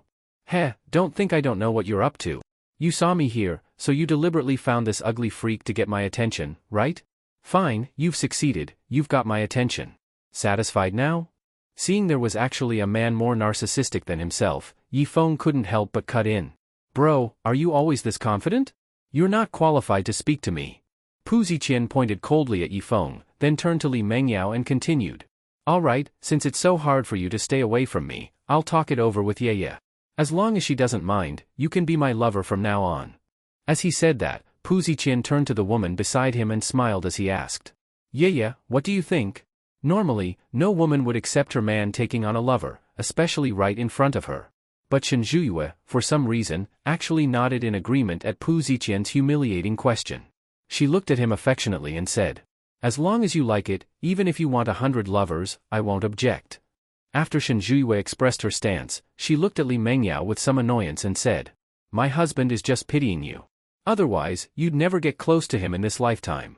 At this point, Pu Ziqian also said to Li Mengyao, Alright, your plan worked, come with us. After speaking, Pu Ziqian reached out to grab Li Mengyao's arm. But after she dodged his hand, she coldly cursed. You're both lunatics. Yi Feng, let's not bother with them. Let's go. Seeing Li Mengyao curse and then hold on to Yi Feng's arm to leave, Pu Ziqian quickly shouted. Li Mengyao, don't be ungrateful. This is your last chance. Get lost. Dumbass. Li Mengyao, who never cursed, couldn't help herself this time. That showed how furious Pu Ziqian had made her. But Pu Ziqian didn't realize he was being delusional. He looked at Shen Zhuyue beside him and gently said, Looks like after Li Mengyao joins our family, I'll need you to train her well. Don't worry, hubby. I'll definitely make her obedient and never let her make you angry. I knew Yeye was the best. Facing Pu Ziqian's praise, Shen Zhuiyue smiled happily and turned her gaze toward the departing Li Mengyao, her eyes filled with intense killing intent. Originally, Li Mengyao was in a pretty good mood today, but running into her ex-boyfriend suddenly ruined everything. On the way home, she didn't say a single word, face cold as ice. Seeing her like this, Yi Feng didn't dare to ask anything casually. If he said the wrong thing, and Li Mengyao took the chance to vent her anger on him, it would be bad. So Yi Feng kept his mouth tightly shut the whole way. After entering Li Mengyao's home, he took the supermarket bags from her hands and said flatteringly, "Boss, you go rest. I'll finish cooking." Facing Yi Feng's attempt to please her, Li Mengyao looked at him coldly and asked, "You think I don't cook well?" "And no, not at all." "Then why are you fighting with me over it? Go sit on the couch and wait for me to finish cooking." Seeing her storm into the kitchen with the bags, Yi Feng let out a deep sigh. Damn, is Pu Ziqian brain damaged? How could a guy like that be Li Mengyao's childhood friend? That's just absurd, absurd to the core. Bang! Bang! Bang! Yi Feng, sitting on the sofa, heard noises from the kitchen and couldn't help saying, "This woman's not chopping herself up in there, is she?" Worried about Li Mengyao, Yi Feng got up and walked toward the kitchen. Standing at the kitchen door and seeing her chopping ribs hard with a cleaver, he rushed over and took the knife from her hands, then said calmly, "That rib didn't kill your father. No need to treat it like that." Hearing Yi Feng's words, Li Mengyao took a deep breath to calm her rage and apologized. "Sorry, I couldn't control my emotions." "No need to apologize. If you're angry, let it out. Don't make yourself sick. Sigh. All right, stop sighing. I'll chop the ribs, you do something else." Seeing Yi Feng skillfully chopping ribs with the cleaver, Li Mengyao shook her head, pushed Pu Ziqian's annoying face out of her mind, and joined him in cooking. She originally planned to make 8 dishes and 2 soups, but because Pu Ziqian ruined her mood, she only made 4 dishes and 1 soup in the end. Looking at the delicious food, Yi Feng, already starving, picked up a piece of rib with his chopsticks and smiled. Everything looks so tasty. "Boss, you try this rib first." But Li Mengyao didn't take the rib he offered. Instead, she picked up a glass of red wine and gulped it down. Seeing her finish a full glass in one go and then reach for the bottle again, Yi Feng quickly grabbed it away. Seeing this, Li Mengyao frowned and said, "What are you doing grabbing the bottle? Give it back? Presidently, you can't drink anymore, or you'll get drunk." "I want to get drunk. Give it here." "You want to, but I'm the one who'll suffer." Seeing Yi Feng's bitter face, Li Mengyao asked confusedly, "If I get drunk, I'll be the one suffering. What's it got to do with you? Ever heard of losing control after drinking? With your current state, if you get drunk, won't you ruin me? My little body can't handle it."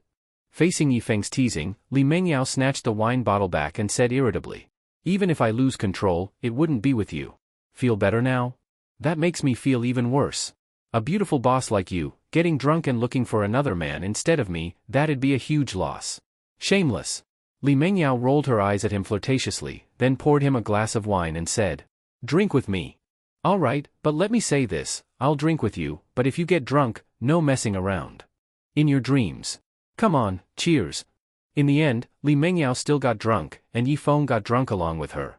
Yi Feng didn't even know how he ended up on the bed.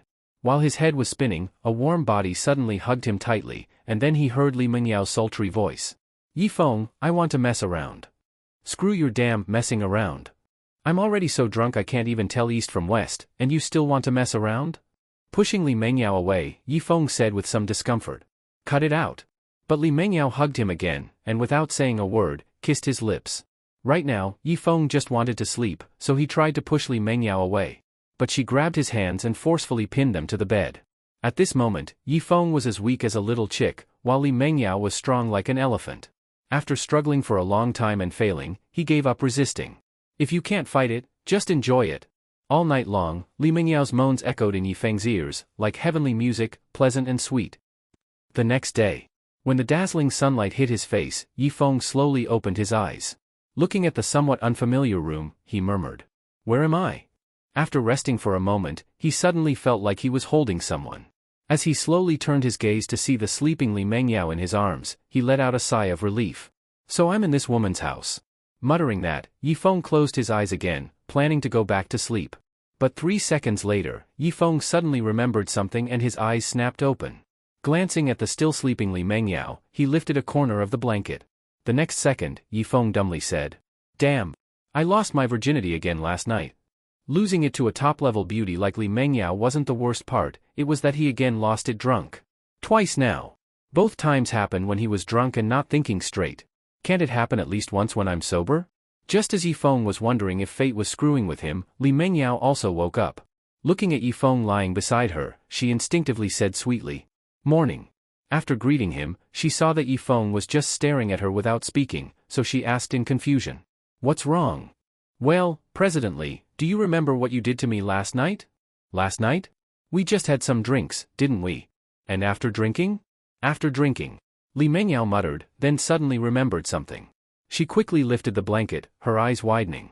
Seeing she remembered, Yifeng silently pulled the blanket over himself alone, then calmly said, "I'm going back to sleep for a bit. You can explain when I wake up." After he turned away and left her hanging, Li Mengyao quickly reached for the blanket and snapped. "Explain what, my ass? You're playing innocent after taking advantage? Give me back the blanket." In the end, Yifeng lost under Li Mengyao's scratching and biting. He grabbed his clothes from the floor and fled in panic.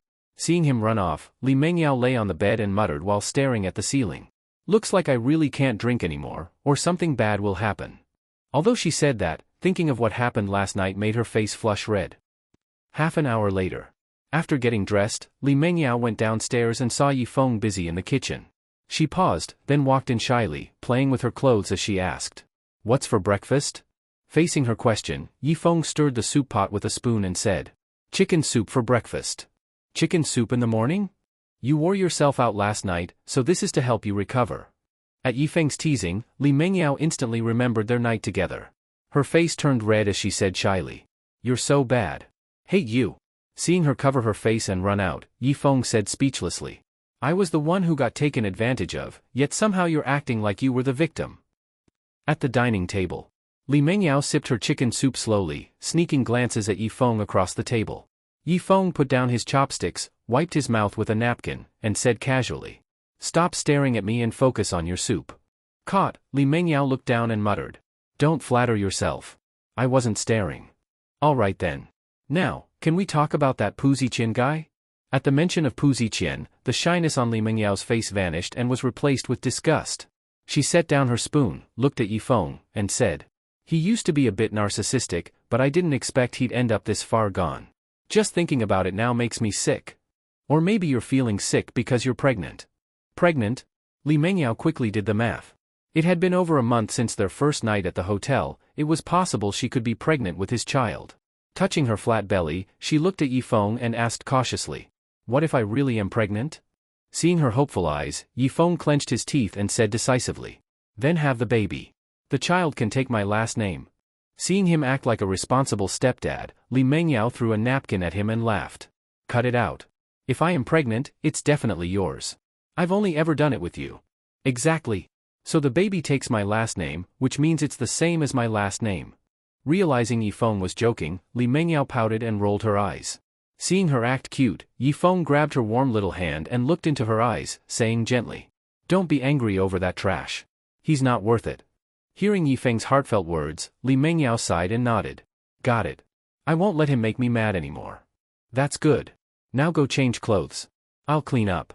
As Yifeng started clearing the table, a happy smile appeared on Li Mengyao's face. Li Group Real Estate. Just as Li Mengyao entered the building, her secretary rushed over. "President Li, someone wants to see you." "Who?" He said his name is Pu Ziqian.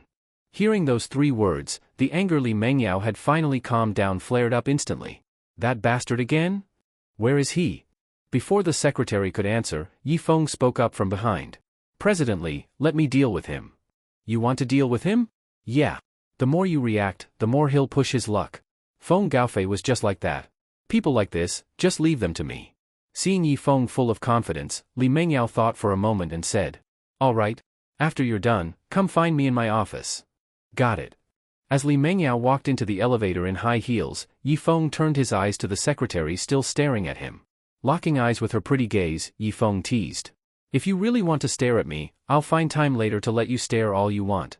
For now, take me to that guy, okay?" Faced with Yifeng's teasing, the secretary blushed and quickly turned to walk toward the elevator. Looking at her slender calves, Yifeng stroked his chin and muttered, "Looks like my luck with women is getting better and better." 3rd floor, reception room. Yifeng pushed open the glass door and walked in, immediately spotting Pu Ziqian sitting on the sofa.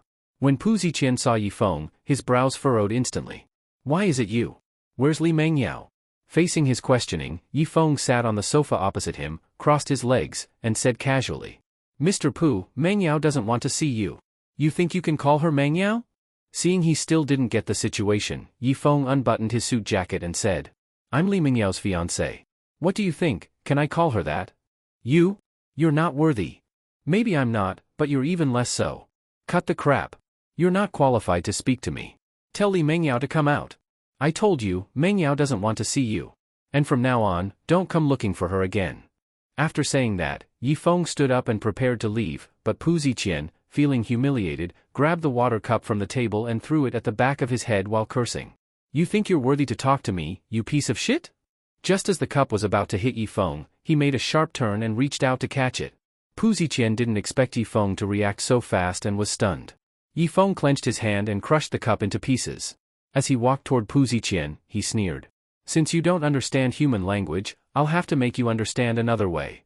Yifeng had wanted to beat this guy up since last night, but couldn't hit him first, otherwise, Li Mengyao might suspect he had superhuman strength.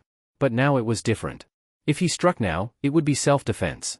Outside the room, the secretary was bringing 2 cups of tea and was about to enter the reception room when she suddenly heard the sound of slapping. She thought Yifeng was being beaten by Pu Ziqian, so she rushed in. But what she saw left her stunned. Yifeng had Pu Ziqian pinned against the wall, his left hand choking his neck, and his bandaged right hand was slapping him hard across the face. Yifeng landed another slap, then looked at Pu Ziqian, whose nose was bleeding, and said coldly. So, do you still think I'm unworthy to speak to you? Gritting his teeth, Pu Ziqian threatened. No one in this world dares to hit me, Pu Ziqian. I'll tell you now, you're done. Pu Ziqian, my ass. I'm beating you up right now, so what? The secretary, seeing Yifeng still hitting him, hurried to grab him and said anxiously.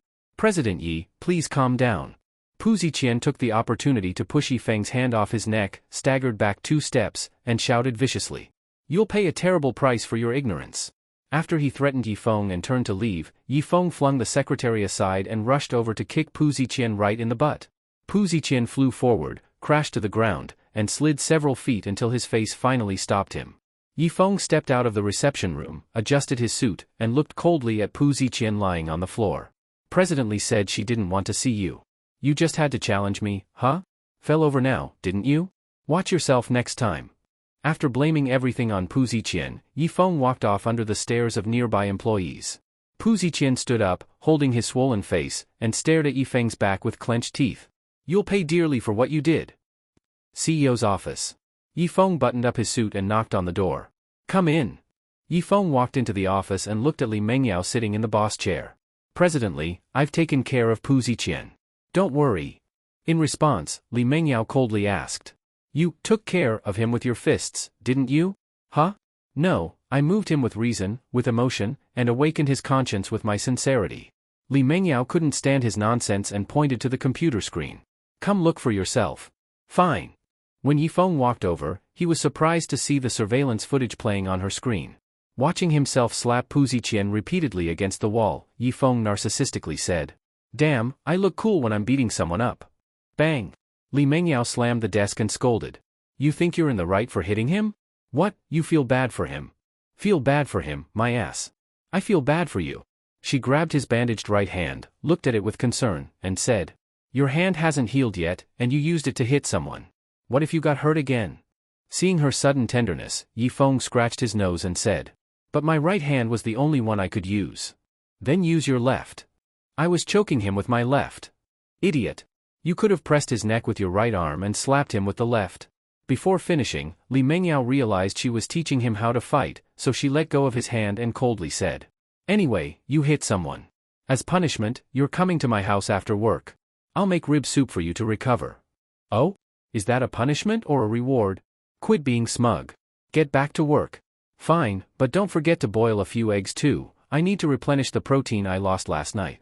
At first, Li Mengyao didn't get what he meant, but by the time she did, Yifeng had already slipped out. Looking at the closed office door, Li Mengyao blushed and muttered. This guy is getting more and more shameless. Feeling a little happy, she turned her attention back to the screen and looked coldly at the footage of Pu Ziqian being beaten. You'd better back off.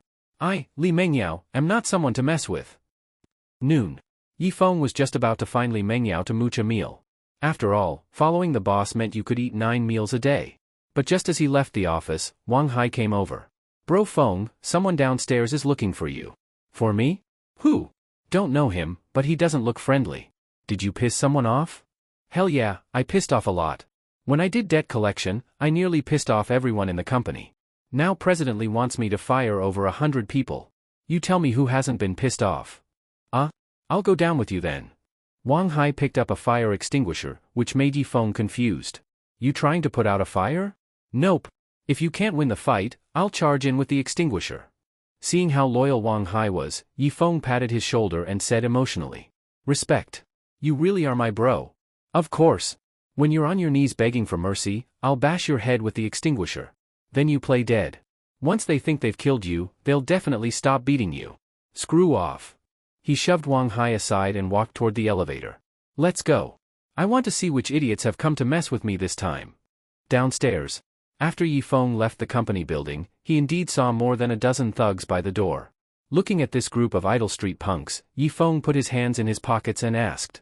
Who's looking for me? Facing Yifeng's question, a middle-aged man with a shaved head and a full-back dragon tattoo on his arm threw away his cigarette butt and sneered lazily. You the one called Yifeng?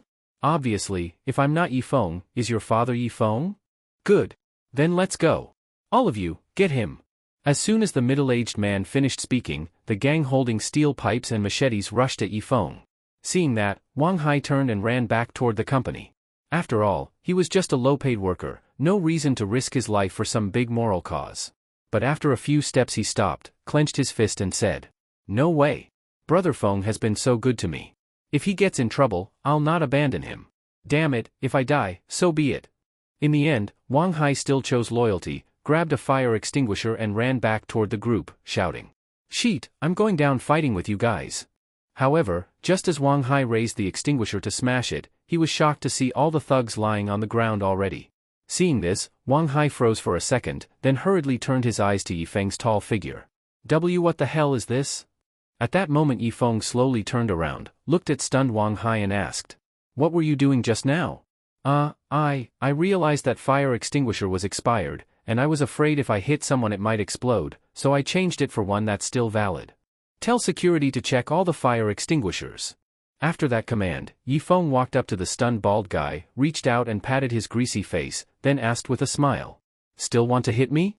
Faced with Yifeng's question, the bald man, who had just witnessed how Yifeng beat 10 men alone, swallowed and hurriedly shook his head. Dude, it was all a misunderstanding. Misunderstanding? As soon as the word fell, Yifeng slapped him across the face. Knocking the bald man to the ground, Yifeng squatted in front of him and asked coldly. Who told you to come here? Say it. Boss, we only came because we got paid. Who hired us, only our boss knows. Although he didn't say who had hired them, Yifeng already guessed, no need to think twice, it had to be Pu Ziqian. He thought maybe Pu Ziqian had some ability, but it turned out to be nothing. Yifeng was deeply disappointed. He looked at the bald guy impatiently and said, What are you staring at? Waiting for me to buy you dinner or what? Get lost. The bald guy, seeing Yifeng let him go, hurriedly yelled at his beaten-up underlings, and they all got into 2 vans and drove away quickly. Watching the vans leave in a hurry, Yifeng muttered, No fun at all. A bit disappointed, he turned to walk back toward the company. But what he didn't expect was that the entire entrance was filled with employees. Suddenly they burst into warm applause, all looking at Yifeng with admiration. Boss Yi. That was great. Boss Yi is so handsome. Boss Yi rules.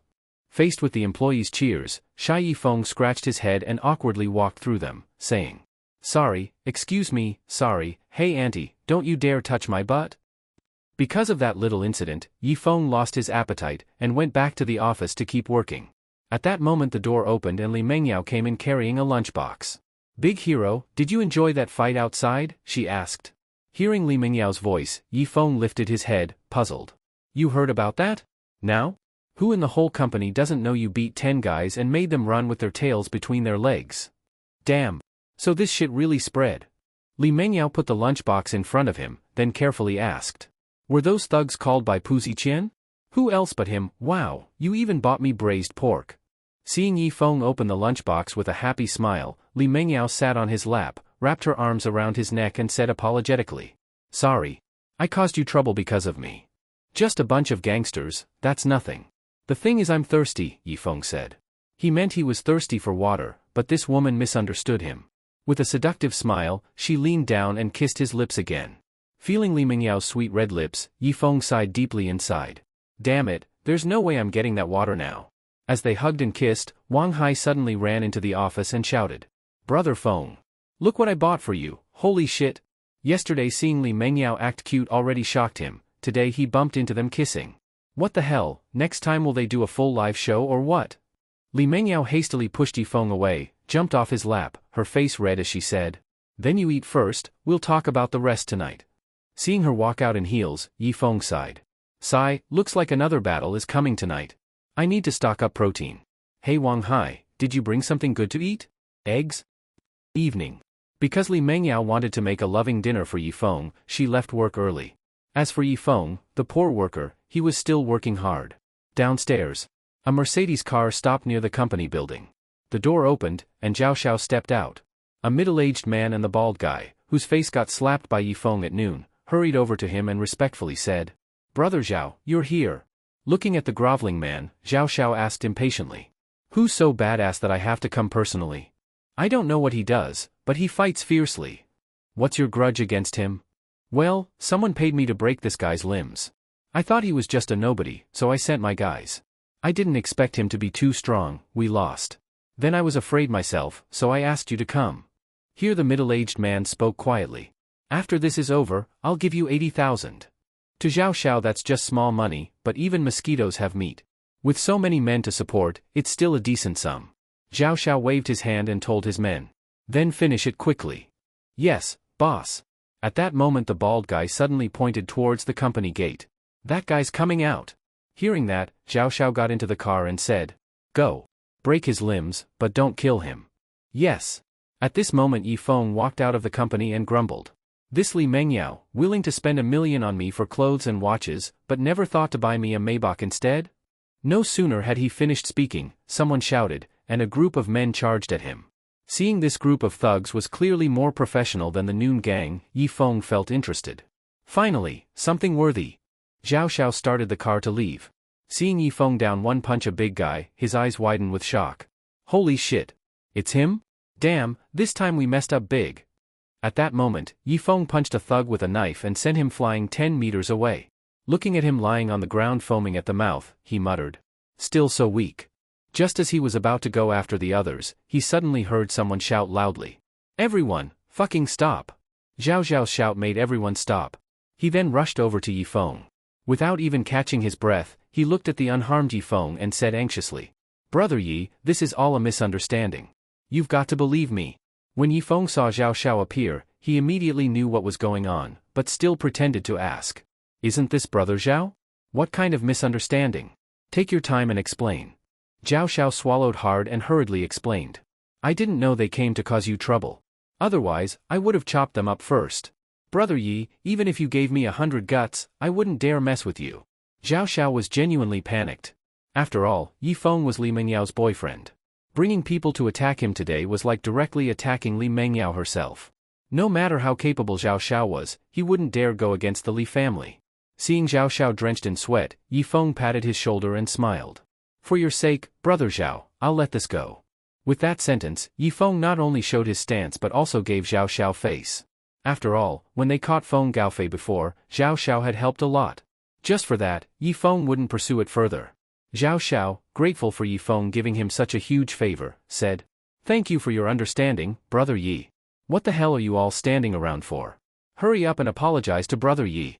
The bald guy and the others saw how respectful Zhao Xiao was to Yifeng and realized they had messed with the wrong person. They quickly ran over to apologize. Zhao Xiao slapped the middle-aged man in the face and yelled. Didn't you fucking eat? Kneel and apologize right now. Facing Zhao Xiao's demand, Yifeng quickly said. Forget it, forget it. I'm not some gangster. No need for kneeling. Yes, Brother Yi is right. I didn't think it through. After speaking, Zhao Xiao pulled out his wallet, took out a bank card, and smiled. I know you're not short on money, but this is just a token of my appreciation. Don't give me that. If you don't take it, I'll feel bad. Just accept it. Zhao Xiao forced the bank card into Yifeng's hand, then turned and shouted at the middle-aged man. What the hell are you still standing there for? Get the fuck out. The middle-aged man didn't dare say a word and quickly left, dejected. After seeing Zhao Xiao also rush off, Yifeng looked at the bank card in his hand and said helplessly. Didn't expect to make money from a fight. But damn, he didn't even tell me the password. Right after he finished speaking, his phone buzzed. He took it out and saw a message from Zhao Xiao, just 6 numbers. Alright, got the password too. When Yifeng walked out of the bank, looking at the bank card in his hand, he muttered. No wonder there are so many corrupt officials. Zhao Xiao casually gave me 2 million. Who could resist that kind of temptation? Even though he got 2 million for free, Yifeng wasn't particularly happy. He bought some food and went to the hospital. After chatting with Yue for a while and seeing Li Mengyao kept texting him to hurry, he had no choice but to get up and say, get some rest. I've got things to do. Brother, what are you so busy with lately? Your brother's got a ton of stuff going on. My back's killing me. Don't ask, I'm leaving. When Li Mengyao opened the door and saw Yifeng standing outside, she complained. Why are you so late? The food's gone cold. Ran into a little trouble. This is for you. Seeing Yifeng pull a bouquet of roses from behind his back, the displeasure on Li Mengyao's face instantly vanished. Taking the roses, she happily said. Didn't expect you to be so romantic. Facing such a beautiful woman like you, if I didn't know how to be romantic, wouldn't my life be wasted? Smooth talker. Get in here already. Tonight, Li Mengyao prepared an impressive meal, 8 dishes and 2 soups. Most notably, a big bowl of boiled eggs. Seeing at least 50 boiled eggs in the bowl, Yifeng looked across the table at Li Mengyao and asked. Are you trying to kill me tonight? Kill what? Weren't you the one who said you wanted eggs? But I can't eat that many. I never said you had to eat them all. Come on, cheers. Seeing Li Mengyao raise her glass, Yifeng sighed deeply in his heart. Looks like it's going to be a tough night again. But just halfway through drinking, his phone rang. Seeing it was the landlord, Yifeng answered and asked. What is it, sir? Your place is leaking. Water's already flowing down to the floor below. Come back quick. I haven't been home in days. How could it be leaking? How should I know? Just come back. The landlord hung up right after speaking. Yifeng looked at the flushed and seductive Li Mengyao and said helplessly. My place is leaking. I have to go check it out. Are you coming back? Do you want me to? Facing Yifeng's rhetorical question, Li Mengyao rolled her eyes and said reluctantly. Whatever. Come back if you want. Of course I'm coming back. Otherwise, I'd have eaten all those eggs for nothing. Ugh. Just go already. Looking at Li Mengyao's charming expression, Yifeng stood up and walked over to her. Under her big-eyed gaze, he gently touched her flushed cheek and softly said. Wait for me to come back. With that, Yifeng lowered his head and kissed her red lips. After a quick kiss, he smiled and left. Hearing the door close, Li Mengyao touched her face and murmured. I think I'm completely in love with him. Li Mengyao never really knew what love was. Her feelings for Pu Ziqian were more like being around someone familiar. No anticipation, no fantasy, even a bit indifferent. But it was completely different with Yifeng. She looked forward to seeing him, fantasized about a future with him, even saw him as indispensable. If Yifeng suddenly died now, Li Mengyao wouldn't know how to face life. So she was very clear, she had truly fallen for this man. After Yifeng returned home, he cursed. Of all times to leak, it had to be when I was ready to dominate after eating 50 eggs. He quickly opened the door, but didn't see any water on the floor. Turning on the light and seeing the clean floor, he frowned and said. There's no leak at all. Is the landlord messing with me? Just as he finished speaking, he saw the bedroom door open from the inside. Realizing someone had broken into his place, Yifeng held his breath and pressed against the wall. When the person came out, he reached out and grabbed them. The person didn't expect Yifeng to launch a sudden attack and got caught off guard. Yifeng coldly said. Had the landlord tricked me back, now let's see if I don't. Wait, damn, it's a woman. Instinctively looking at the woman in front of him, when he saw her beautiful face, he immediately said with joy. Wenwen, you're back. Looking at the delighted Yifeng, Lin Wenwen, her face slightly red, softly said. I'm back. When did you come back? Why didn't you tell me so I could pick you up? We'll talk about that later. Can you first let go of your hand? Hearing Lin Wenwen's reminder, Yifeng realized where his hand was placed. He hurriedly pulled it back and explained awkwardly. I thought someone else was trying to kill me again. Didn't expect it to be you. Hearing Yifeng's explanation, Lin Wenwen straightened the clothes he had wrinkled and said. Someone really does want to kill you, but not me. Someone else is in my home. Lin Wenwen didn't answer this question but moved aside.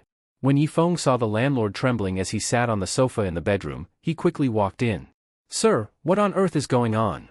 Facing Yifeng's questioning, the landlord spoke with a crying tone. "I really didn't want to call you, but those two men pointed knives at me. I had no choice." "Who pointed knives at you?" "I don't know them. Just two men in their 30s. At this moment Lin Wenwen said. "When I entered your home, I saw two men holding knives running down from upstairs. They should be the ones this old man mentioned." "Where are those two men?" "I drove them away. They're a bit skilled, but not much." "Did you provoke someone again recently?" There was no need to think. It must have been done by Pu Ziqian. He failed when sending Zhao Zhao's people to beat him, so now he sent killers to Yifeng's home to kill him. Yifeng had already tolerated enough of Li Mengyao's ex-boyfriend, but all he got in return was constant escalation. When Pu Ziqian's annoying face appeared in his mind, Yifeng narrowed his eyes. A moment later, Yifeng looked at the landlord and said, "It's fine now. You can go home." The landlord had already been scared stiff and hurried off without another word. After the landlord left, Yifeng looked at Lin Wenwen and said with a smile, "It's nothing, just a small problem. I'll handle it." "Is it really just a small problem?" "Of course. Look at my honest face, do I seem like someone who can cause big trouble?" "That's true. If you need anything, call me anytime." Hearing this, Yifeng thought for a moment and carefully asked, "Did you come back this time because of the previous matter?"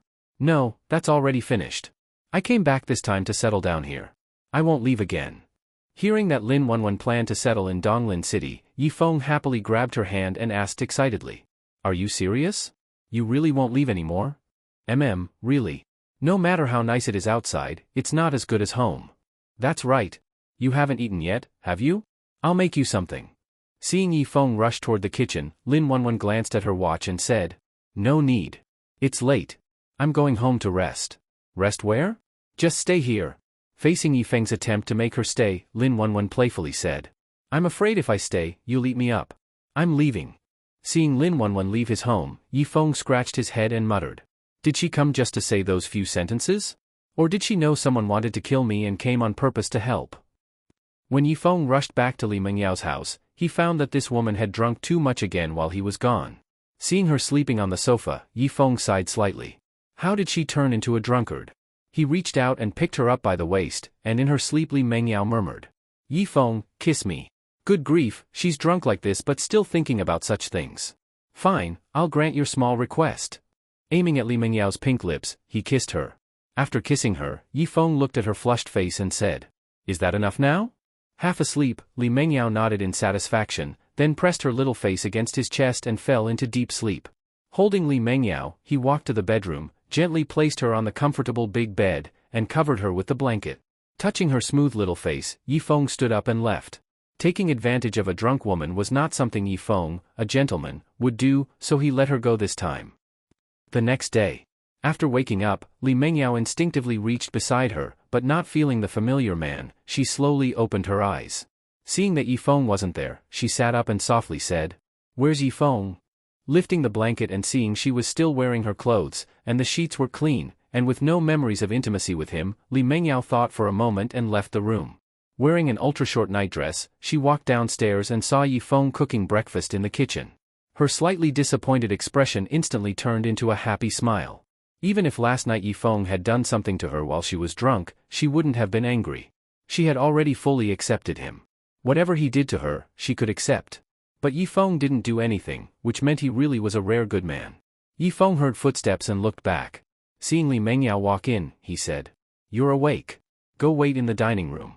Breakfast will be ready soon." Li Mengyao didn't leave. Instead, she hugged him from behind, looked at his handsome profile, and asked, "Why didn't you sleep with me last night? You're too beautiful. I was afraid I couldn't control myself, so I slept on the sofa." Hearing this answer, Li Mengyao bit her lip and shyly said, "Even if you couldn't control yourself, I wouldn't blame you. A gentleman doesn't take advantage of the vulnerable. That's my principle." "You're so good. All right, stop praising me. Go wash your face, breakfast is almost ready." After breakfast, Li Mengyao changed into a small suit and short skirt, then stepped out in high heels. Seeing Yifeng waiting for her at the door, she took the initiative to hold his hand, interlocking fingers, and said with a smile, "Let's go to work." Feeling her firmly holding his hand, Yifeng understood that their relationship had now entered a new stage. Yifeng never expected that one day he would be liked by his beautiful boss. After all, how could someone like the high and mighty Li Mengyao fall for a low-level worker like him? But it really happened. As Yifeng and Li Mengyao held hands and got into the Rolls-Royce, in a villa district on the outskirts of the city, Lin Wenwen, wearing a trench coat, walked to a villa and pressed the doorbell. A moment later, the villa door opened. Pu Ziqian looked at Lin Wenwen and asked doubtfully, "What do you want?" "Nothing much. I just came to take your life." Before Pu Ziqian could react, Lin Wenwen suddenly pulled out a short blade from her chest and slashed directly at his throat. Just as the sharp blade was about to cut his throat, someone suddenly grabbed Pu Ziqian's shoulder from behind and pulled him back into the villa with force. Lin Wenwen's strike missed, and she quickly turned her gaze to the middle-aged man who had suddenly appeared behind Pu Ziqian. Her instinct told her this man was very strong. So Lin Wenwen didn't hesitate. She rushed into the villa, intending to kill Pu Ziqian first, then get out of there fast. But just as she raised her knife, the middle-aged man pulled Pu Ziqian behind him and suddenly struck with a palm. That palm landed squarely on Lin Wenwen's stomach.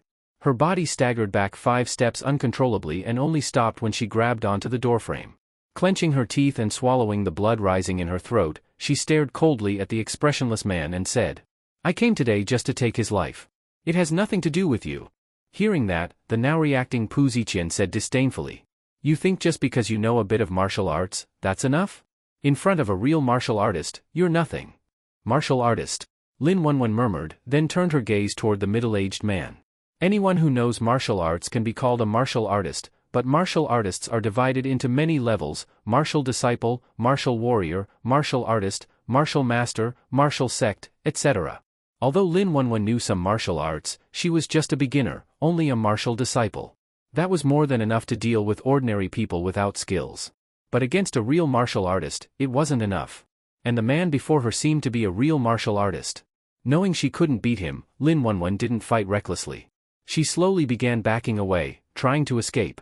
Pu Ziqian noticed her attempt to run and quickly said to the middle-aged man, "Master Lu, don't let her get away. Don't worry. She won't escape." After speaking, Lu Xingxian dashed toward Lin Wenwen using ghost step footwork. Seeing him appear in front of her in a single breath, Lin Wenwen swung her knife in a panic. But Lu Xingxian dodged with a tilt of his body and struck her knife-wielding wrist with his palm. A sharp pain shot through Lin Wenwen's wrist, and she instinctively dropped her short blade. Lu Xingxian grabbed her arm, then raised his leg and kicked her in the stomach. As Lin Wenwen was kicked 2 meters into the air, Lu Xingxian yanked her arm downward, slamming her hard to the ground. In that moment, Lin Wenwen felt her internal organs shift, but she knew if she gave up now, she'd be dead for sure. She stretched out her arms, trying to push off the ground and get up, but Lu Xingxian kicked her in the waist, sending her flying again. After crashing into and snapping a small tree, she landed on the roadside. Lu Xingxian strode over. Standing beside the blood-spitting Lin Wenwen, Lu Xingxian said indifferently, "Tell me who's behind this, and I'll spare your life." Lying on the ground, Lin Wenwen stared at him and gritted her teeth. "I'd rather die than tell you." "Not talking? I have 100 ways to make you open your mouth." At that moment, Pu Ziqian ran over, cursing, "I'll fucking kill you, you bitch." Lu Xingxian stopped him and said in a low voice, "Young Master Pu, there's no rush to kill her. Handle what the old master asked you to do first. Isn't it just getting the Li family to invest? I'll call Li Mengyao later. She'll definitely hand over the money willingly. Get up. Let me deal with this bitch first." Yifeng, who had no idea his childhood friend was in danger, looked at Li Mengyao sitting on his lap and spread his hands. "President Li, like this I can't work. After all, hugging a beautiful woman like this, how could he focus on work?" Hearing that, Li Mengyao said sweetly, "Then don't work for now, give me a kiss." She leaned in and kissed his lips. Yifeng wrapped his arms around her slim waist and teased, "President Li, are you trying to sleep with me by abusing your position? As long as you know. Now kiss me again." As Li Mengyao clung to Yifeng and kissed him passionately, outside the office door, Wang Hai pressed his ear against it. After hearing what they were doing inside, he sighed. "Sigh. I better not go in and deliver the documents. Why bring trouble to myself? But seriously, Brother Feng has skills, even managed to get President Li." Muttering with some envy, jealousy, and frustration, Wang Hai left with the documents in hand. It was a busy day for Yifeng. He managed 3 departments and still had to deal with his boss flirting with him. Of course, if he didn't have to work and just got flirted with, he could accept that. After work, Li Mengyao walked into the office in high heels, looked at the still busy Yifeng, and smiled. "Dummy, work is over." Without even looking up, Yifeng replied. "Lots of people got fired recently. I need to prepare a recruitment plan for HR. You go ahead." Seeing how serious he was, Li Mengyao didn't force him to stop. After all, what boss doesn't like employees working overtime for free? "Then after work, come to my place. I'll cook something delicious. No alcohol tonight." Yifeng had no reaction to the first part, but when he heard, "no alcohol," he suddenly looked up. Li Mengyao gave him a flirty look and walked out in high heels. Yifeng swallowed hard and said, "Looks like tonight I can finally properly enjoy this woman." The last 2 times he slept with Li Mengyao, they were both drunk. The experience was a blur, he couldn't remember much afterward. But sober would be totally different. Thinking about the real battle he and Li Mengyao might have tonight completely fired Yifeng up, and he started working even faster. 7 p.m. After finishing work, Yifeng rushed out of the company and went to the hospital to check on Yui. He couldn't forget about his sister just because he had a girlfriend now. After chatting for a bit, Yifeng got ready to leave. Li Mengyao was waiting for him. But Yui suddenly said, "Brother, can you get in touch with Sister Wanwan?" "Sure. I saw her just last night. But I called her all day today and her phone's been off. Could something have happened to her?" Yifeng didn't take it seriously. Lin Wanwan was an assassin. Turning off her phone during work was normal. So he patted Yui's head and smiled. "Don't worry. Nothing will happen to your sister Wanwan. I'll call her later and have her call you back." "Okay." After leaving the hospital, Yifeng raised his hand to hail a cab, but just then his phone buzzed. Thinking it was Li Mengyao rushing him, he pulled out his phone and muttered, "This woman's more impatient than me. Guess she's really craving my body now." But when Yifeng saw it wasn't a message from Li Mengyao but a video from an unknown number, he clicked it without much thought. As the video played, Yifeng's calm face gradually became serious, and then his eyes burned with intense killing intent. In the video, Lin Wanwan was lying on the ground, covered in blood, looking very much in pain. At the end of the video, Pu Ziqian's face appeared in front of the camera. "This woman was sent by you, right? I don't know what your relationship with her is, but if you want to save her, I'll give you half an hour to get to the abandoned electronics factory near the agricultural market in East China District. 1 minute late, I'll break one of her fingers. More than 20 minutes, and I'll kill her directly." After Pu Ziqian finished speaking, he picked up a hammer and smashed it hard on Lin Wanwan's pinky finger. Lin Wanwan, tortured beyond recognition, could no longer endure the pain and let out a scream of agony. As the video ended, Yifeng's entire body began trembling violently. The veins on his forehead bulged as he suddenly raised his head to look at the sunset in the west, his face twisted with rage as he roared, "Pu Ziqian! Fuck your mother?" 20 minutes later, Yifeng, with a dark expression, walked into the abandoned electronics factory. Just after entering, he saw a middle-aged man sitting on a chair. Without any nonsense, he directly asked, "I'm here. Where's Lin Wanwan?" Facing Yifeng's questioning, Lu Xingxian held up the short blade that belonged to Lin Wanwan and looked at him calmly, asking, "You're Yifeng? Let Lin Wanwan go. You think I'll let go of a woman who tried to kill young Master Pu?" Hearing this, Yifeng didn't say another word and started walking toward him. Seeing Yifeng like this, Lu Xingxian sneered and stood up, continuing, "Fighting over a woman with young Master Pu? You should know your place in your next life." With that mockery, Lu Xingxian swung his blade toward Yifeng. He had heard from Pu Ziqian that Yifeng knew some martial arts, so this strike was mainly to test his skills. But when he saw that Yifeng didn't even dodge, he had a basic judgment about Yifeng's ability. It wasn't that Yifeng had martial arts skills, it was just that Pu Ziqian was too weak. After all, Yifeng didn't even react, he was even worse than Lin Wanwan. Looks like he needed to properly teach Pu Ziqian a few real moves. Just when Lu Xingxian thought Yifeng was a complete amateur and was about to kill him with one strike, Yifeng suddenly stretched out his right hand and grabbed the sharp blade. Seeing this, Lu Xingxian laughed. Grabbing a blade with your hand, either you're a clueless amateur or a martial master or above. But in his eyes, Yifeng was clearly the former. So Lu Xingxian gave Yifeng a mocking glance and tried to pull the blade back to slice through his palm. But to his surprise, he couldn't pull it back. At that moment, Yifeng's hand was like an iron clamp, gripping the sharp blade tightly. Lu Xingxian paused slightly, suddenly realizing Yifeng might not be as simple as he looked, and hurriedly raised his other hand to strike Yifeng in the chest. As expected, his palm landed heavily on Yifeng's chest. For an ordinary person, this strike would at least break ribs, at worst, it could be fatal. But to Lu Xingxian's shock, Yifeng didn't even change his breathing, still staring at him with eyes like looking at a corpse. Lu Xingxian froze and hurriedly struck at Yi Feng's chest again. But after landing 10 strikes in a row, Yi Feng still showed no reaction. As if those 10 blows were just a tickle. At that moment, Lu Xingxian couldn't believe it and said, "This is impossible. What are you?" In response, Yi Feng suddenly reached out with his left hand and grabbed his neck. In an instant, Lu Xingxian couldn't breathe. Yi Feng lifted him up with one hand and asked coldly, "Where's Lin Wanwan?" Facing Yi Feng's question, Lu Xingxian, his face turning red, said with difficulty, "If you dare kill me, my sect won't let you go." Seeing that Lu Xingxian still dared to threaten him, Yi Feng narrowed his eyes slightly and then squeezed hard, followed by the sound of bones cracking echoing in Lu Xingxian's ears. His eyes widened gradually, and 3 seconds later, his pupils dilated. Thud! Yi Feng dropped Lu Xingxian's body to the ground, his face calm and emotionless. He pulled out his phone and dialed Zhao Xiao. As soon as the call connected, he said in a gloomy voice, "Find Pu Ziqian for me. As fast as possible." After saying that, Yi Feng hung up. This left Zhao Xiao, who had been drinking, stunned. What's up with Big Bro this time? Yi Feng waited 10 minutes at the electronics factory. As soon as the phone rang, he picked it up. Where is he? At that moment, Pu Ziqian was sitting on the sofa making a call. When the call was hung up again, he cursed angrily. Fuck. I'm really giving that bitch too much face.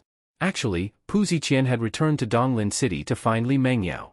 His main goal wasn't to make her his mistress, but to use her to get the Li family to invest 5 billion in his family. Overconfident, Pu Ziqian thought Li Mengyao would run into his arms crying for forgiveness as soon as she saw him. Then, under the pretense of testing her loyalty, he'd ask her to invest in his family. That way, he'd get both the money and Li Mengyao. A win-win. But what he didn't expect was how cold Li Mengyao would be toward him. His old tricks weren't working anymore. So after thinking about it, Pu Ziqian decided to go to Li Mengyao's house to find her. Sleep with her first, then everything else would fall into place.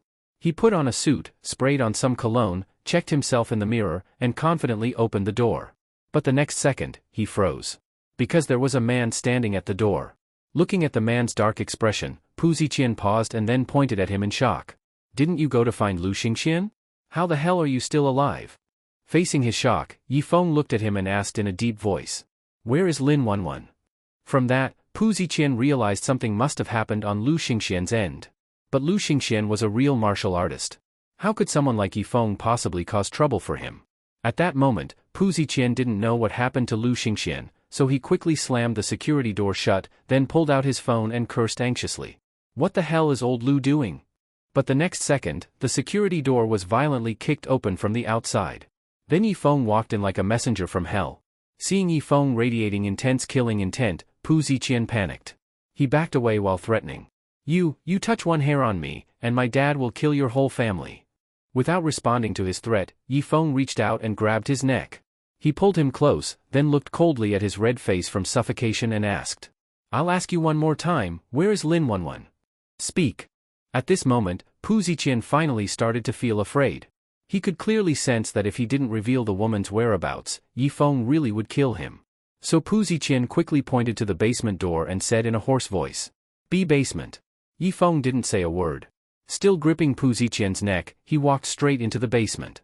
When Yi Feng saw Lin Wanwan lying motionless on the cold floor, covered in blood, he immediately threw Pu Ziqian aside and rushed to her side. Looking at all the wounds on her body, Yi Feng's eyes grew wet. With trembling hands, he gently picked her up, looked at her blood-stained face, and choked out. I'm sorry, Wanwan. I said I'd protect you for life, but I failed. I really am sorry.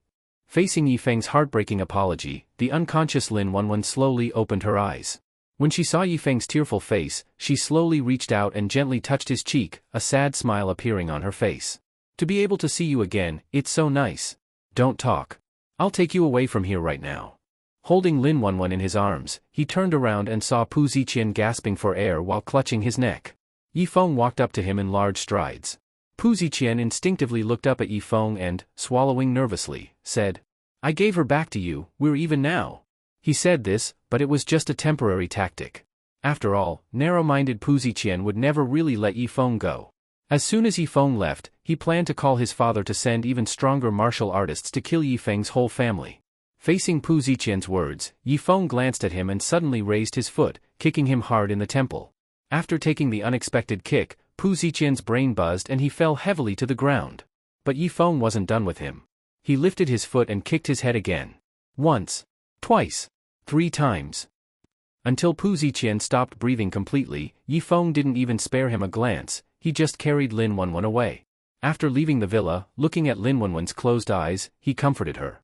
Don't be scared, Wenwen. I'll take you to the hospital now. But Lin Wenwen weakly said. No, can't go to the hospital. But if we don't, you'll die. No, can't. Just as Lin Wenwen's head tilted and she fainted again, Yifeng frowned. He knew she was afraid going to the hospital would expose her identity and get her arrested. But if they didn't go, he didn't know how to treat her. Thinking for a moment, he suddenly remembered, he had a photographic memory. So he decided to go home and look up medical books online, then treat Lin Wenwen himself. With a goal in mind, Yifeng quickly said to the unconscious Lin Wenwen. Don't sleep, Wenwen. I'll take you home right now. After Yifeng carried Lin Wenwen away, a cute girl wearing a JK-style short skirt appeared nearby. She looked at Yifeng's departing figure, then turned her eyes toward Pu Ziqian's villa. After entering the basement, she immediately saw Pu Ziqian's body. Circling the corpse once, she clicked her tongue and said, TSK TSK TSK. This guy really went hard, smashed the whole skull. Sigh, looks like I have to clean up his mess again. After Yifeng brought Lin Wenwen home, he laid her on the bed, then pulled out his phone and started searching medical books. In less than 10 minutes, he had read 10 medical books and had a clear plan in mind. Using scissors, he cut open Lin Wenwen's clothes. Seeing the terrible wounds on her body made Yifeng tremble. Too much. I shouldn't have let him die so easily. But it was too late to talk about that now. He picked up a wet towel and gently wiped the blood from her body. Once all the wounds were exposed, Yifeng held back his anger and sorrow and carefully disinfected them with iodine. Just then, the door suddenly opened. Hearing the sudden sound, Yifeng quickly turned to look at the person who walked in. Wang Xiangling entered the room and was startled by Yifeng's murderous eyes. Are you going to eat someone? Looking at her cute face, Yifeng stared at her for a while and asked. What are you doing here? What do you mean what am I doing? I came to deliver elixirs. Otherwise, your friend won't even be able to take care of herself. After speaking, Wang Xiangling placed 2 delicate porcelain bottles in his hands. Yifeng looked at her in confusion. Given how badly Lin Wenwen was injured, elixirs could help? Seeing the doubt in his eyes, Wang Xiangling explained. The red bottle's pills can heal wounds and remove scars. The blue bottle's pills can fix broken bones and reconnect tendons. In 3 days, your friend will be bouncing around again. Hurry and feed them to her. Hearing this, Yifeng asked seriously. Are you telling the truth? Nonsense. Do I look like I have nothing better to do than joke with you? Feed her. After she said this, she even kicked him lightly in the butt. Yifeng thought for a moment and decided to trust her. Though Wang Xiangling was a bit crazy, she knew the consequences of making him angry. After Yifeng fed Lin Wenwen the pills, Wang Xiangling clasped her hands behind her back and said, All right then, this young lady is leaving. As she walked toward the door, Yifeng called out, Thank you. Facing his gratitude, Wang Xiangling turned around and calmly asked, I did you such a big favor and you just say thanks? So how should I repay you? At that, Wang Xiangling smiled mysteriously. When there's time, let me use my secret technique to give you a good beating, that'll do. After speaking, she raised her fair little hand and made a fist, causing the corners of Yifeng's mouth to twitch. After Wang Xiangling left, Yifeng looked at the sleeping Lin Wenwen and sighed deeply. It's all over now. Just sleep well. Yifeng left home and returned to Pu Ziqian's villa. But when he didn't see Pu Ziqian's corpse in the basement, he frowned deeply. Ding! Hearing his phone buzz, he quickly pulled it out. I've cleaned up those 2 bodies for you. No need to thank me. Though it was just text, Yifeng could tell from the tone that it was Wang Xiangling. Touching his head, he muttered. Why is this woman helping me? Is she trying to use this to make me do something for her? Thinking about it, it wasn't impossible. But right now, there was nothing he could do, he'd deal with it later. Li Mengyao glanced at the clock and saw it was already 9 p.m. Looking at the table full of food she had prepared, she took a deep breath and consoled herself. He's just working overtime. He'll come after that. I'll go reheat the dishes, so he can eat them hot when he arrives. Just as she was carrying a dish to reheat, the doorbell suddenly rang. Realizing Yifeng had finally arrived, Li Mengyao put down the dish and said angrily. This guy's just now showing up. Let's see how I deal with you later. Just as Li Mengyao opened the door and was about to complain, she suddenly saw the blood on Yifeng's clothes. She quickly grabbed his arm and asked anxiously. What happened to you? Seeing Li Mengyao's worried face, Yifeng apologized. Mengyao, I'm sorry. I can't have dinner with you tonight. I might need to take a few days off to take care of her. What exactly happened? My friend is in trouble. She needs my care now. But don't worry, I'm not hurt. Hearing that Yifeng wasn't hurt, Li Mengyao felt relieved. Looking into his apologetic eyes, she softly asked, "Is your friend badly injured? Do you want me to help you contact a hospital?" "She's okay now, don't worry." "Alright then, go take care of her quickly." Seeing how considerate Li Mengyao was, Yifeng hugged her tightly and said softly, "I'm sorry. I should have told you earlier." Alright. It's not something you could have known in advance. Go take care of her, and come back to work when she's better." "Got it." Yifeng let go of Li Mengyao. Then, under her gaze, he leaned in and kissed her on the lips. After the kiss, Yifeng smiled slightly and hurriedly left. Watching Yifeng's back as he left, Li Mengyao touched her soft lips and murmured, "Without you, I don't even know if I'll be able to sleep tonight." Since returning to China, Li Mengyao had been suffering from insomnia. Only after Yifeng gave her a massage did she manage to sleep well for once. She had even planned to get intimate with Yifeng and fall asleep in his arms. But now that something happened, that idea was ruined. When Yifeng rushed back home, he saw that Lin Wenwen hadn't woken up yet. He pulled over a small stool, sat beside the bed, held her hand, and softly said, "Get a good rest. I'll stay with you." The night passed quietly. Morning. Lin Wenwen, who had been unconscious all night, slowly opened her eyes. She looked around confusedly at first, then focused on Yifeng, who had fallen asleep resting on the edge of the bed. Staring at his face for a while, she slowly recalled what had happened yesterday. After being tortured by Pu Ziqian all day, she had been thrown into the basement. She didn't remember anything after that. But now she was at Yifeng's home, and he was sleeping beside her. No need to ask, he must have saved her. Thinking about how Yifeng had saved her again, Lin Wenwen was deeply moved. No one in the world cared about her, except for this man. Yifeng. Still in a daze, Yifeng frowned when he heard someone speak and muttered, "Whose cat is meowing?" He mumbled and was about to go back to sleep, but then he heard someone call his name again. After a moment's thought, he suddenly sat up straight. Seeing that Lin Wenwen was awake and looking at him, he quickly stood up and asked with concern, "You're awake. How does your body feel? Does it hurt a lot?" In response, Lin Wenwen tried moving a bit. It hurt, but not as much as she had expected. She gently shook her head and said weakly, "It's okay." "Good, that's good. Thank you." Facing Lin Wenwen's sincere thanks, Yifeng touched her face and said with guilt, "I need to apologize. I didn't protect you well, and you got hurt. This wasn't your fault. Don't apologize." Sigh. Yifeng sighed and didn't ask why she was at Pu Ziqian's place. After all, he had just provoked Pu Ziqian, and then Lin Wenwen got caught. He must have dragged her into it. He felt very guilty toward Lin Wenwen. After a moment of silence, Lin Wenwen hesitated and said shyly, I want to go to the bathroom." Oh, I'll help you." Yifeng quickly lifted the blanket off her, but then froze. He had been so focused on helping her that he forgot he had cut off her clothes last night to treat her wounds. Lin Wenwen also realized she wasn't wearing anything. She didn't need to ask, Yifeng must have undressed her. But she knew he did it to treat her injuries. Still, being like this in front of him made her blush. Lowering her head to look at her wounds, she awkwardly said, "Can you find me some clothes?" Hearing Lin Wenwen's shy voice, Yifeng finally reacted and quickly went to the closet to get her something to wear. He handed her the clothes and looked away, saying, "Just wear mine for now." Lin Wenwen wasn't picky. As long as she had something to cover herself. But she was too badly hurt, even lifting her arms was difficult. She tried twice but couldn't manage. So she blushed and looked at the upright Yifeng and asked, "I can't move my arms. Can you help me put it on?" Yifeng then remembered she was injured. At a time like this, he couldn't worry about anything else. He quickly helped her get dressed. Helping someone dress, especially your childhood sweetheart, it was exhausting. It took Yifeng 5 minutes to get Lin Wenwen dressed. By then, he was sweating heavily. Wiping the sweat from his forehead, Yifeng said, "I'll take you to the bathroom now." Seeing her legs barely move, Yifeng simply picked her up in a princess carry, looked into her sparkling eyes, and smiled. "I'll carry you to the bathroom." Looking at the gentle and caring Yifeng, Lin Wenwen smiled and nodded. The two arrived at the bathroom, but there was another problem. Lin Wenwen was too weak to sit up straight. Yifeng was afraid she might fall if he wasn't careful. Staring at the toilet for a moment, he suddenly asked, "Do you remember when we were kids, and you twisted your ankle and couldn't go to the bathroom? How did I help you?" Hearing that, Lin Wenwen blinked her innocent eyes, then suddenly realized what he meant and blushed. No way, no way. Come on, at a time like this, let's not be so particular. No. Be good, shhhshhh. Lin Wenwen lay on the bed, her face red with embarrassment. Watching Yifeng peeling an apple at her bedside, she recalled what had just happened in the bathroom, and her face turned even redder.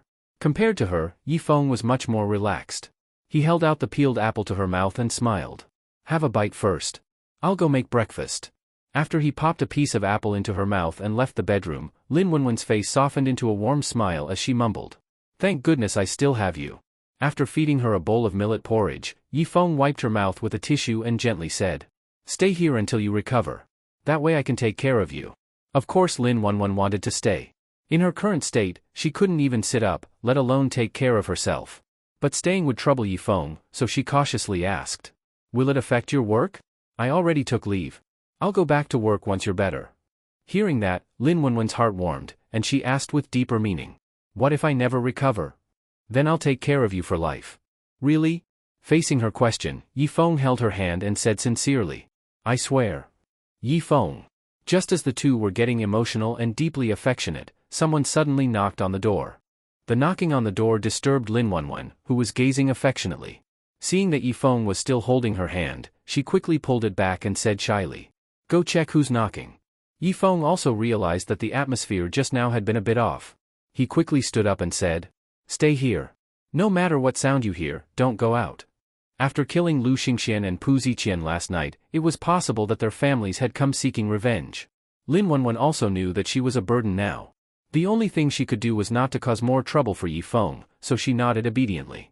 Yifeng left the bedroom and walked to the door. He gently pushed it open a crack. When he saw a pale little face outside, he quickly opened the door. "Yui? Why are you here?" Facing Yifeng's question, Yui took a couple of weak breaths, wiped the sweat from her forehead, and said, "Brother, I couldn't get through on the phone. I was afraid something happened to you, so I took leave from the hospital and came to check on you. My phone probably ran out of battery. I forgot to charge it. Come in quickly." When Yui walked into the bedroom, ready to ask about Lin Wenwen, she suddenly saw Lin Wenwen lying on Yifeng's bed. Instantly, Yui misunderstood. No wonder she couldn't reach either of them, they were secretly meeting at home. Had she just interrupted something?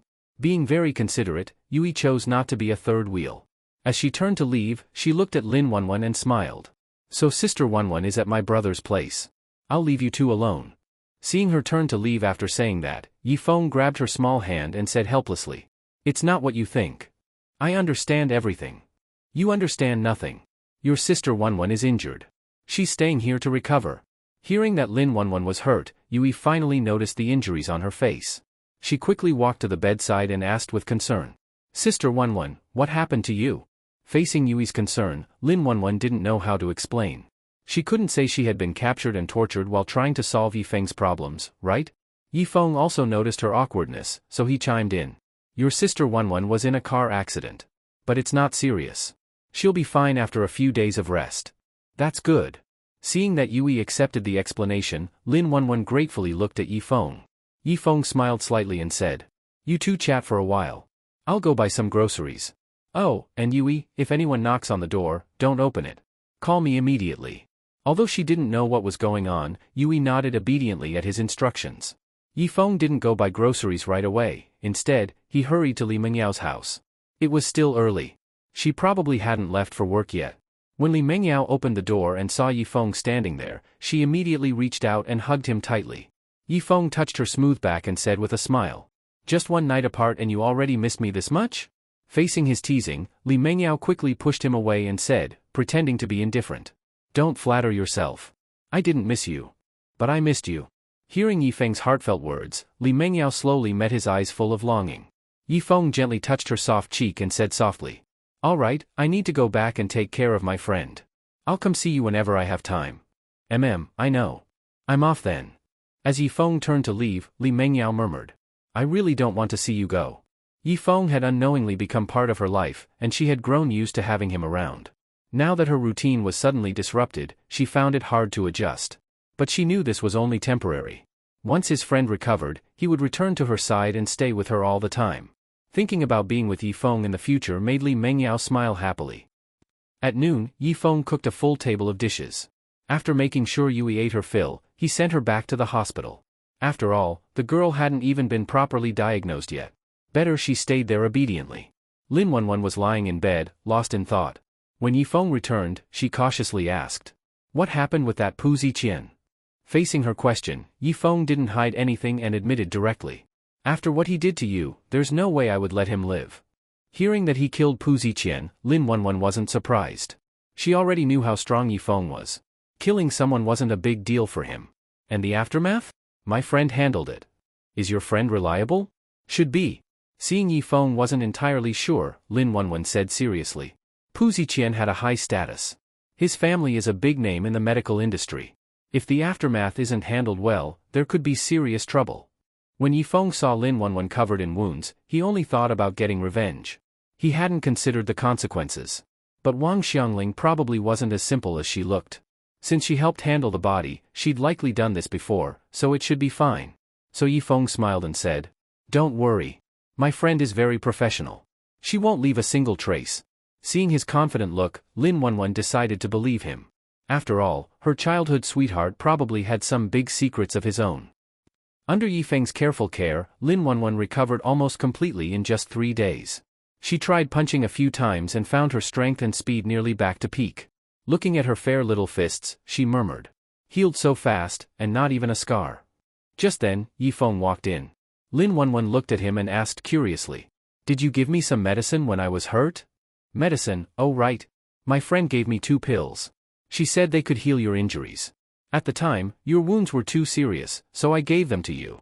Hearing that she had indeed taken some kind of medicine, Lin Wenwen smiled and said, "Your friend is amazing, she even had pills of that level." "Yeah, she's pretty incredible." This whole incident changed Yifeng's view of Wang Xiangling. He used to think she was just a good-looking, crazy, and a bit perverted girl. But she had brought medicine for Lin Wenwen and helped clean up Pu Ziqian's body. Clearly, she wasn't ordinary. Looks like he needed to look into her more carefully sometime. Not thinking about Wang Xiangling anymore, Yifeng walked up to Lin Wenwen and suddenly picked her up in a princess carry. Lin Wenwen instinctively wrapped her arms around his neck and asked in confusion, "Where are you taking me?" "To the bathroom, of course." "Aya, I can go to the bathroom by myself now. Put me down." "I don't believe you. Not unless you let me see." After Lin Wenwen buried her face in Yifeng's arms, she said shyly, "You've seen it before anyway." Yeah. Whether it was 20 years ago or now, he had seen. But seeing it now, after 20 years, it felt completely different than before. In the end Yifeng still put Lin Wenwen down. After all, he was just teasing her. Lin Wenwen gave him a coquettish look, then walked into the bathroom. Watching the bathroom door close, Yifeng sighed softly. Now Lin Wenwen was basically healed, she would probably leave soon. These 3 days, though calm, had been the happiest 3 days Yifeng had had in the last 20 years. But people must look ahead. Besides, Li Mengyao was still waiting for him. Comforting himself a little, Yifeng rolled up his sleeves and started cooking. Because he had a feeling this might be the last night Lin Wenwen stays with him, he made this dinner especially lavish, and even bought 2 bottles of wine. Looking at the sumptuous meal, Lin Wenwen raised her glass and laughed. "These past 3 days were hard on you. I'll toast you with a drink." Seeing her clink her glass with his and then lift her head to drink, Yifeng hurriedly said, "You just recovered, drink slowly." "No problem, don't worry, once we finish eating, I'll leave." Hearing that she would leave soon made a sudden ache in Yifeng's heart. He truly didn't want Lin Wenwen to go. Seeing Yifeng look down and silent, Lin Wenwen touched his head gently and smiled. "Don't be like this. If I have time later, I'll come to see you." What Yifeng wanted wasn't that she would visit sometimes, he wanted her to stay by his side forever. But Lin Wenwen had her own life. So after a deep breath, Yifeng lifted his head, smiled, and said, "All right, come, cheers." "That's right. Cheers." After dinner, Yifeng and Lin Wenwen walked out of the house, shoulder to shoulder. Seeing Lin Wenwen stop and prepare to say goodbye, Yifeng quickly said, "I'm not doing much anyway. I'll walk you out." "Okay. Let's go." On the way, Yifeng wanted to say something, but didn't know what. Unconsciously they reached a park. Watching kids roller skating, Lin Wenwen spoke full of memory. "I remember when we were kids, because I studied well, the orphanage director gifted me a pair of roller skates. But other kids snatched them. I told you immediately and you went after them without a word. In the end we got the skates back, but your head got cracked. Don't remind me, 10 guys beat me up, and I still knocked 7 of them down. If the director hadn't rushed over, I would have knocked down the other 3 too." Lin Wenwen knew Yifeng wasn't bragging, he really had that kind of strength. Although he was thin as a child, with a level of fierceness beyond his years, he had no opponents in the orphanage. Recalling childhood bits, Lin Wenwen stopped and looked at Yifeng softly, saying, "If you hadn't protected me since childhood, I couldn't have held on. So, enough, enough. It's what I should have done, don't say thanks. All right then, just see me to my place. I'm going." She waved at him and walked away. Yifeng opened his mouth to say something, but nothing came out. Looking at her slender back, Yifeng muttered, "Not sure when I'll see you again, sigh." He let out a light sigh, about to go find Li Mengyao for comfort, when suddenly he saw a figure standing on the rockery garden watching him. Because it was far, he couldn't clearly see the person's face. "Why are you looking at me, because I'm too handsome or what?" Yifeng teased himself, then paid no more attention and prepared to walk off.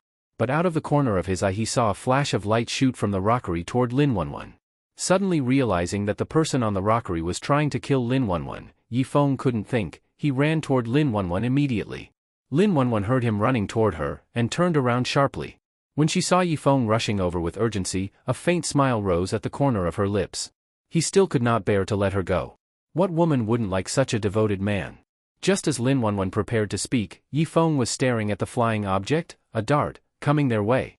By the time he realized it was a dart, it was too late to push Lin Wenwen away. He could only open his arms wide and hug her tightly, turning his own back to face the dart. Facing his tight embrace, Lin Wenwen also hugged him and smiled. "You just can't bear to let me go, huh?" Hearing Lin Wenwen's words, Yifeng's eyes opened wide. He quickly loosened his hold and started feeling his back, cursing. "I don't care about myself.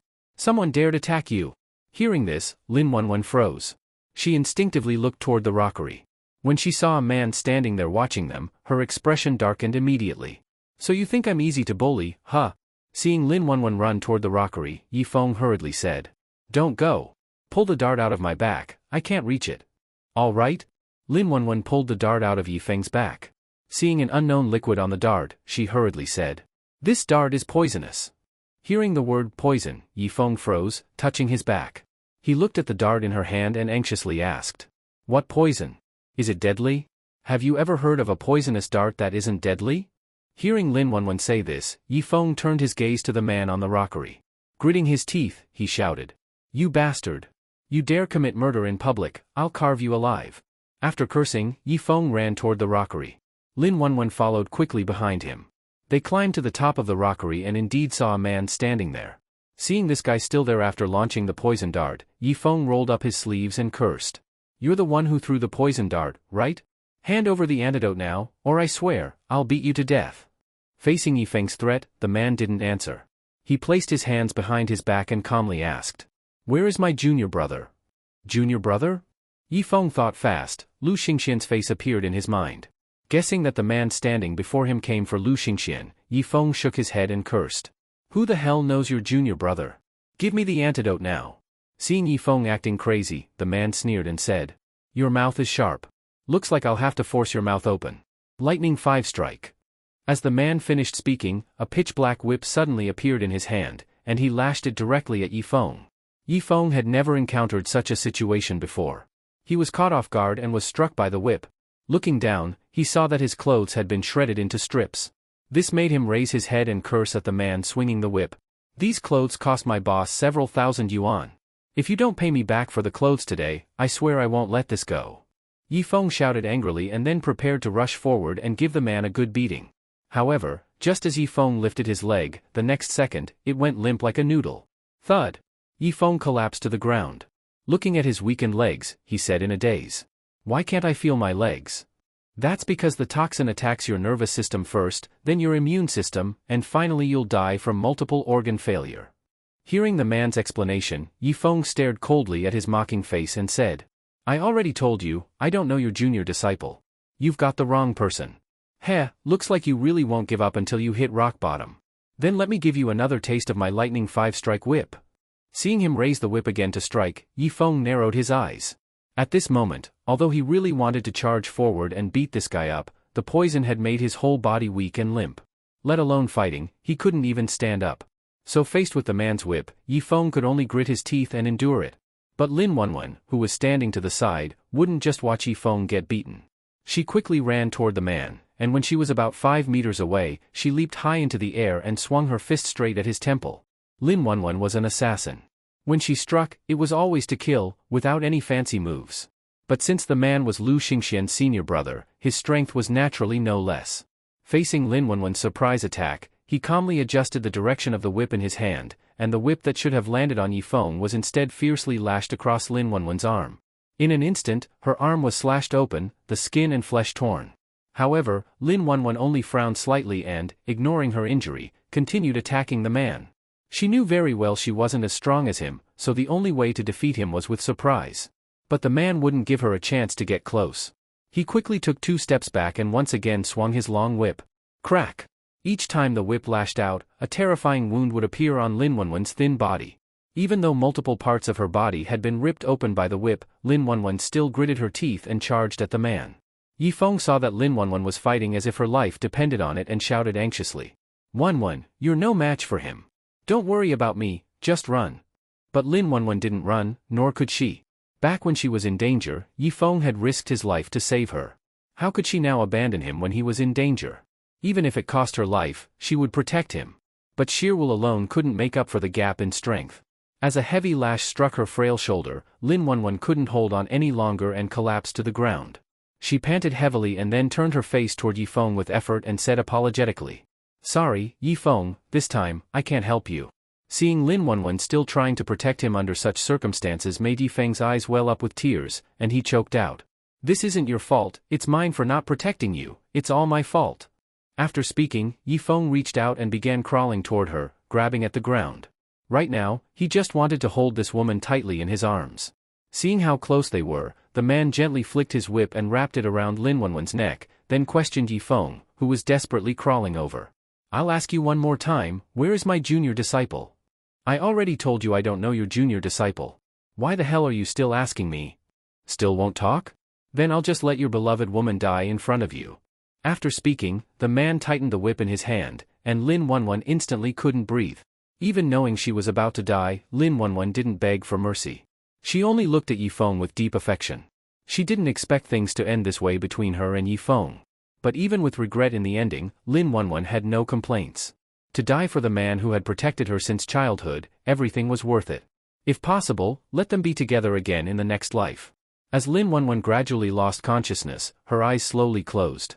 When Yifeng saw that Lin Wenwen was about to lose consciousness, his eyes blurred with tears from urgency.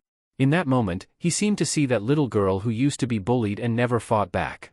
When young Yifeng first saw Lin Wenwen at the orphanage, he was drawn to her delicate, pitiful appearance.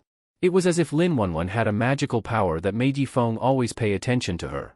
At that time, Yifeng knew nothing about love, he only knew he wanted to protect this girl and not let anyone hurt her. So when Lin Wenwen was bullied, he didn't hesitate to fight the bigger kid. And from that moment on, Lin Wenwen became a part of his life. He remembered that rainy night when she crawled into his bed and asked if he could protect her forever. Back then, Yifeng didn't hesitate and said yes, because he knew that was his mission. After hearing his promise, Lin Wenwen smiled for the first time. Thinking of Lin Wenwen's first smile at him, Yifeng's vision gradually became clear. When Lin Wenwen's flushed face appeared in his sight again, a surge of anger, guilt, and heartache overwhelmed Yifeng, making his body tremble violently. "As long as I'm alive, I, Yifeng, will never let anyone hurt you." With that roar, Yifeng miraculously stood up. The man saw him stand up and looked shocked. "Impossible. You were poisoned, you shouldn't be able to stand." Yifeng didn't answer him. Step by heavy step, he walked toward the man. Right now, the only thought in Yifeng's mind was to send this man who hurt Lin Wenwen to hell. When the man saw Yifeng not only stand up but even walk, he started to doubt whether his poison dart had expired. But even if it really had expired, the man wasn't too flustered. After all, in his mind, Yifeng would soon end up just like Lin Wenwen. So the man loosened the whip around Lin Wenwen's neck and then fiercely lashed it toward Yifeng. Faced with this flesh-tearing whip strike, Yifeng could have dodged, but he didn't. Because it was his own incompetence that led to Lin Wenwen getting hurt, he wanted to feel the pain of the whip himself, to remember this pain deeply, so he could constantly remind himself never to let Lin Wenwen be harmed again, no matter what. Smack! Smack! Smack! The man swung the whip over 10 times, but Yifeng didn't show any signs of pain. Instead, he was getting closer and closer. Seeing the murderous look in Yifeng's eyes, the man finally realized Yifeng wasn't as simple as he looked. He quickly took 2 steps back and swung the whip in his hand again. When the whip in his hand began spinning wildly like a helicopter rotor, the man looked at Yifeng, who was still approaching step by step, and sneered. I admit you're not bad, but you're just a brute. Now I'll let you see what real strength looks like. Mixed origin lightning whip. As the spinning whip slashed fiercely toward Yifeng's head, the sharp sound of it cutting through the air filled both of their ears. This strike, the man used all his strength. He was confident that this one strike could smash Yifeng's head to pieces. But facing this deadly strike, Yifeng suddenly reached out and grabbed it. The man was still waiting to see Yifeng's head burst open. He never expected Yifeng would actually catch the whip. For a moment, the man was completely stunned. Impossible. This is impossible. Looking at the man whose composure had shattered, Yifeng pulled hard on the whip, and the man staggered forward, and the whip was snatched away from him. Staring at Yifeng, who now held the whip and was locking eyes with him, the man swallowed nervously and quickly said, "Don't think just because you caught my whip you can." Smack! Before he could finish his threat, Yifeng whipped him hard. The whip landed directly on the man's arm, and his arm was whipped clean off. Seeing his severed arm, the man was shocked. But before he could react, another lash followed. After both his arms were whipped off, the man finally realized what was happening. Now he truly understood how terrifying Yifeng was. Without saying another word, he turned and ran. But as soon as he took a step, his left leg suddenly went numb, and he crashed to the ground. Before he could get back up, the sound of the whip came again.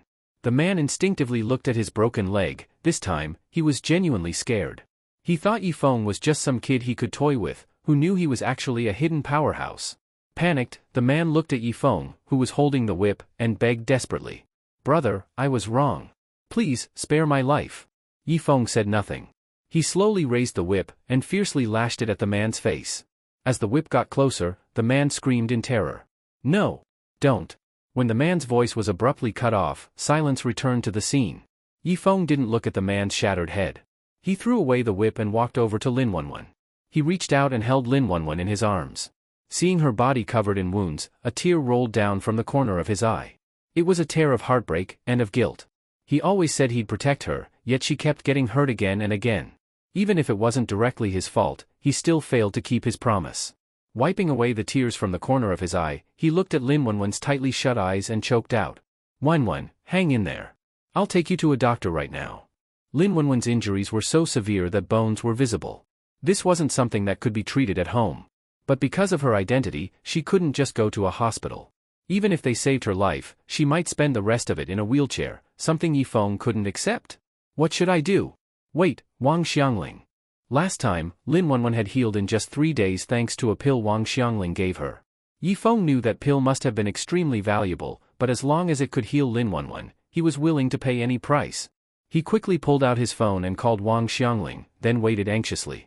As soon as the call connected, Yifeng said urgently, "Wang Xiangling, I need the same pill you gave me last time."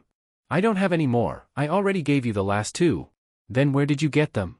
"Even if I told you, you wouldn't be able to get any. Whether I can get it or not is my problem, just tell me where you got it." Hearing Yifeng speak like this, Wang Xiangling had no choice but to say, "Have you heard of the immortal doctor? I got it from her." When Yifeng heard that the pill came from the immortal doctor, he said, "Got it," and was about to hang up. But then he glanced at the man's corpse and hesitated, then said, "There's one more thing I need your help with. At Qianshan Park in the East China district, the fake mountain." When Wang Xiangling arrived at the fake mountain in the park, Yifeng had already left with Lin Wenwen in his arms. Seeing the man's broken body, she frowned. Is this guy addicted to killing now? Midnight. Yifeng got out of the taxi holding the unconscious Lin Wenwen, then hurried up the mountain with her in his arms. Last time, it had taken him 2 hours to climb to the top of the Spirit Medicine Mountain alone. This time, carrying Lin Wenwen, it only took 1 hour. That alone showed how anxious Yifeng was now. He rushed to the ancient gate and shouted loudly, "Immortal Doctor! My friend is seriously injured, I've brought her here, I'm begging you, please save her." After a while, the immortal doctor responded, "You're getting too greedy. If I had any other choice, I wouldn't bother you. So please, help me one more time." "I won't help you. Leave." Faced with her refusal, Yifeng looked at Lin Wenwen's face again. This woman had risked her life for him, how could he possibly abandon her? So, as Yifeng looked at the gate once more, he said apologetically, "I'm sorry, immortal doctor. Forgive me." The immortal doctor, curious through the surveillance at the gate about how Yifeng planned to offend her, saw him suddenly raise his foot and kick the gate hard. And the heavy gate was actually knocked down with a single kick. Yifeng, carrying the woman, stepped over the fallen gate and into the courtyard, causing the immortal doctor to narrow her eyes. So you're going to test my limits? Fine. Today, I absolutely won't let you off. Yifeng also knew that forcing his way in would definitely make the immortal doctor dislike him even more, but at this moment he had no other choice. Holding Lin Wenwen, he crossed the arch bridge over the artificial lake and arrived at the palace gate, where he saw the immortal doctor standing. Seeing Yifeng walk over, the immortal doctor said coldly, "You really don't know what's good for you. Immortal doctor, it's my fault. You can punish me later. Right now I beg you to give me some pills that can heal my friend's wounds." "You are dreaming." After the immortal doctor finished speaking and started walking toward him, Yifeng knew she was coming to hit him, but he didn't back away. Instead, he looked at Lin Wenwen in his arms and said with guilt, "You are my childhood sweetheart, the woman I swore to protect all my life. Now you were injured so badly because of me, yet I can't do anything. I failed your trust, failed your expectations." When Yifeng finished speaking in sorrow, a tear of guilt fell onto Lin Wenwen's face. The immortal doctor had already reached him, and had even raised her hand to slap him, but when she saw that tear falling onto Lin Wenwen's face, she paused slightly. She hadn't expected there to be someone so loyal in this world. What is love in this world, that makes people willing to give their lives? At this moment, the immortal doctor chose to forgive Yifeng. She lowered her arm, looked at Yifeng, and said calmly, "Considering your devotion, I'll forgive you one more time. Bring her and follow me." Seeing the immortal doctor enter the palace, Yifeng knew she was willing to help him. He gratefully said, "Immortal doctor. Thank you so much. I hope you—" But before Yifeng could finish thanking her, the immortal doctor snapped impatiently, "Shut up. Hurry and come in." "All right." The immortal doctor found a room and let Yifeng place Lin Wenwen on the bed, then checked her injuries. Seeing that there were no major problems, she took out a delicate porcelain bottle. She opened the stopper, poured out a pill, and placed it into Lin Wenwen's mouth. After everything was done, she looked at the expectant Yifeng and said calmly, "It's fine. She will wake up tomorrow morning." Hearing that Lin Wenwen was fine, Yifeng finally breathed out in relief. He was afraid the immortal doctor would say, "Sorry, I did my best." Seeing Yifeng reach out to pick Lin Wenwen up, the immortal doctor asked with confusion, "What are you doing? I've already troubled you enough. Now that my friend is all right, we won't bother you anymore. Your friend has taken the pill but still shouldn't move. Stay here and leave tomorrow morning." Hearing that the immortal doctor allowed them to stay temporarily, Yifeng said pretentiously, "That's really not appropriate. Haven't you already done plenty of inappropriate things? Take this." When she tossed him a pill, Yifeng asked curiously, "What is this? Did you forget that you are also injured?" Hearing her reminder, Yifeng suddenly remembered he had been whipped all over by that man. But because he was too worried about Lin Wenwen, he didn't feel any pain at all. Now that the immortal doctor reminded him, the intense pain instantly rushed into his head, twisting his expression. No time to be polite, he quickly put the pill into his mouth. Seeing him take the pill, the immortal doctor said nothing and left. Yifeng took a deep breath to ease the pain, then sat by the bed, held Lin Wenwen's cold little hand, kissed it, and said with heartache, "Wenwen, it's all my fault. I didn't protect you. I swear that from now on, I will never let anyone hurt you." After leaving, the immortal doctor went to the bathroom. She took off her clothes, sat in the warm water, let out a soft breath, and slowly closed her eyes. But a few minutes passed, and she still couldn't calm down. Her mind was filled with the image of Yifeng crying in pain for the woman he loved. If someone could love me like that. The immortal doctor suddenly shook her head and muttered to herself, "I can't let my mind wander, or I'll fall into madness. Focus." After warning herself, the immortal doctor took a deep breath and became still. 1 hour later. Yifeng loosened his collar, fanned himself, and muttered, "Why is this room so hot? Did the immortal doctor turn on the air conditioner? But it's summer, why would she turn on the heater?" Muttering, Yifeng looked at Lin Wenwen.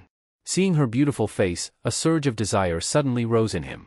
Licking his lips, he looked at the unconscious Lin Wenwen and muttered, "She's really changed so much.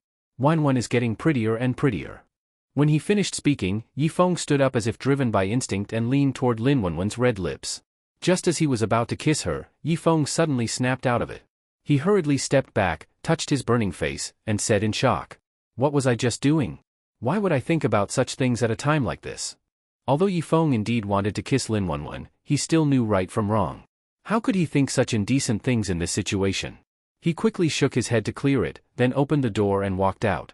He didn't know what was wrong with him, but whenever he was near Lin Wenwen, he couldn't help wanting to do something beastly to her. So to avoid something like that happening, Yifeng decided to stay outside for the night. But the immortal doctor's home was too big, and the rooms looked similar, so Yifeng got lost again. After turning left and right, he suddenly saw a sliding door. This door looks familiar. Muttering, Yifeng reached out and opened it. When a wave of heat hit his face, he inhaled lightly and walked in. Seeing the familiar pool, he remembered this was where he had fought with the immortal doctor before. He shook his head and was about to leave, but out of the corner of his eye he saw someone sitting in the pool, and he quickly looked over. The person's back was turned to the door, but from the perfect, flawless back alone, he knew it was the immortal doctor. Yifeng didn't expect to encounter this situation again. It wasn't really his fault, after all, it was 1 in the morning. Anyone normal would already be asleep. Who would still be bathing? But maybe the immortal doctor just liked soaking in the bath to sleep.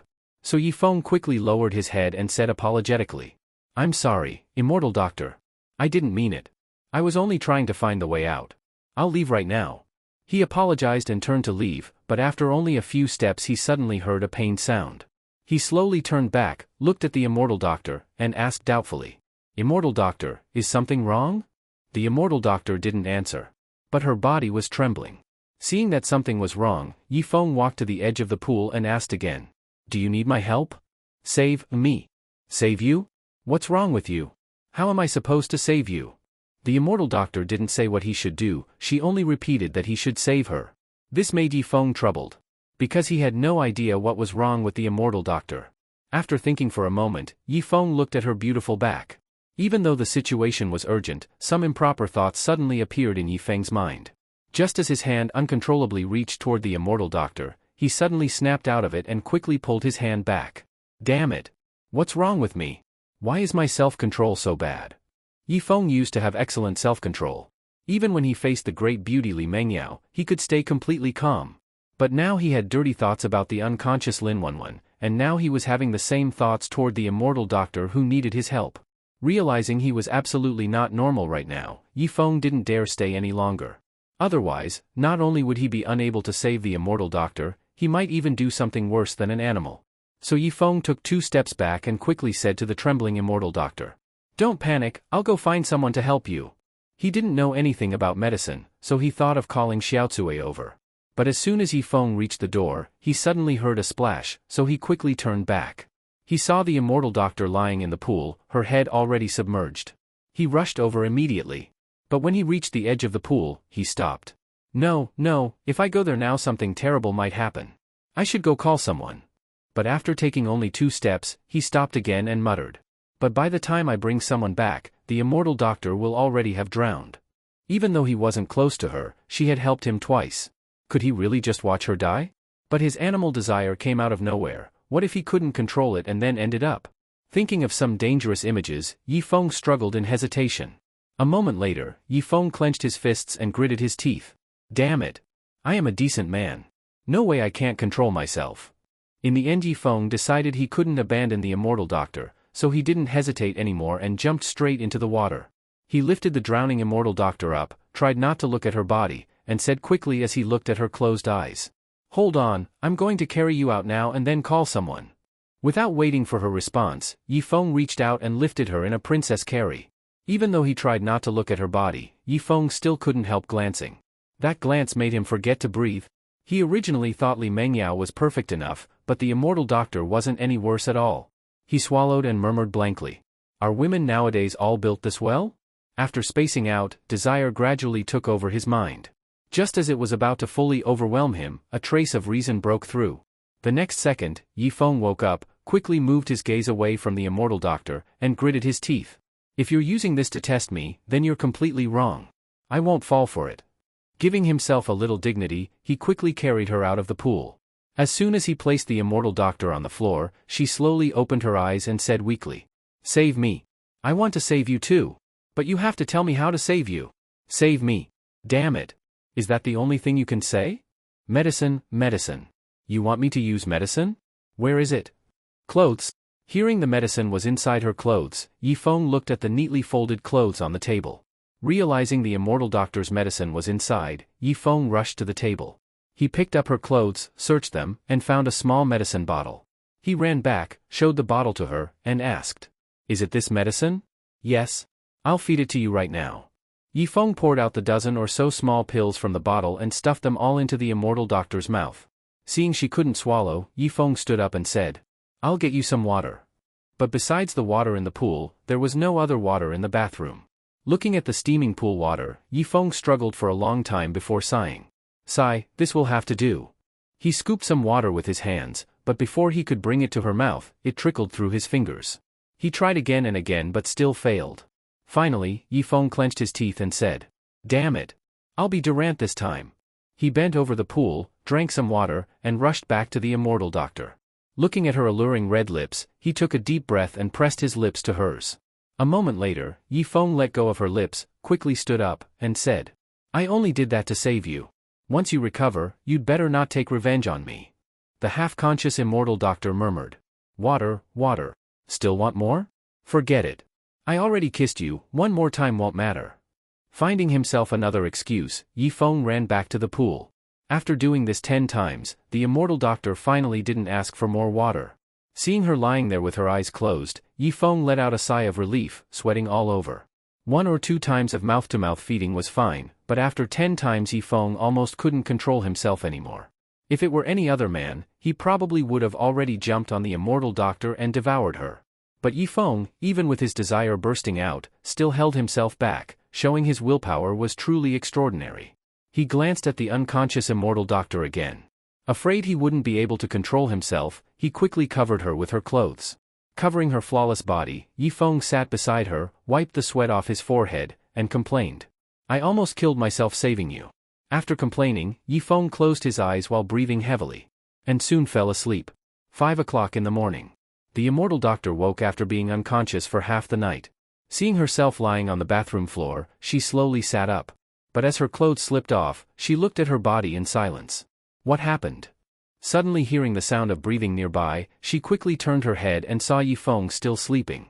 Seeing Yifeng sleeping soundly, the immortal doctor instinctively thought he had done something unforgivable to her, and immediately raised her hand to slap him. "I kindly saved your girlfriend and let you stay here, yet you did this to me. Unforgivable." But just as her hand was about to land on Yifeng's face, scattered fragments returned to her mind, and she murmured, "Last night I lost control during cultivation because of my distracting thoughts, and this person happened to come and fed me the pill." After figuring out what happened, the immortal doctor let out a small breath of relief. Lowering her hand, she looked at the still sleeping Yifeng and said with a complicated expression, "You saved me, fine, but why did you have to feed me water with your mouth? Sigh, my first kiss is gone just like that." With a bit of regret, the immortal doctor took another deep look at the sleeping Yifeng, then picked up her clothes and slowly left the bathroom. When Yifeng woke up, he felt like his throat was on fire. He swallowed his dry throat, wiped the sweat from his forehead, and muttered while looking at the bathroom around him, "Where is this?"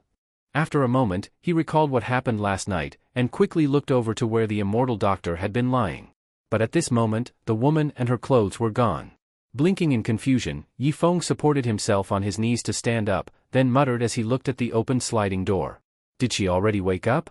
Or did Xiaotsui take her away?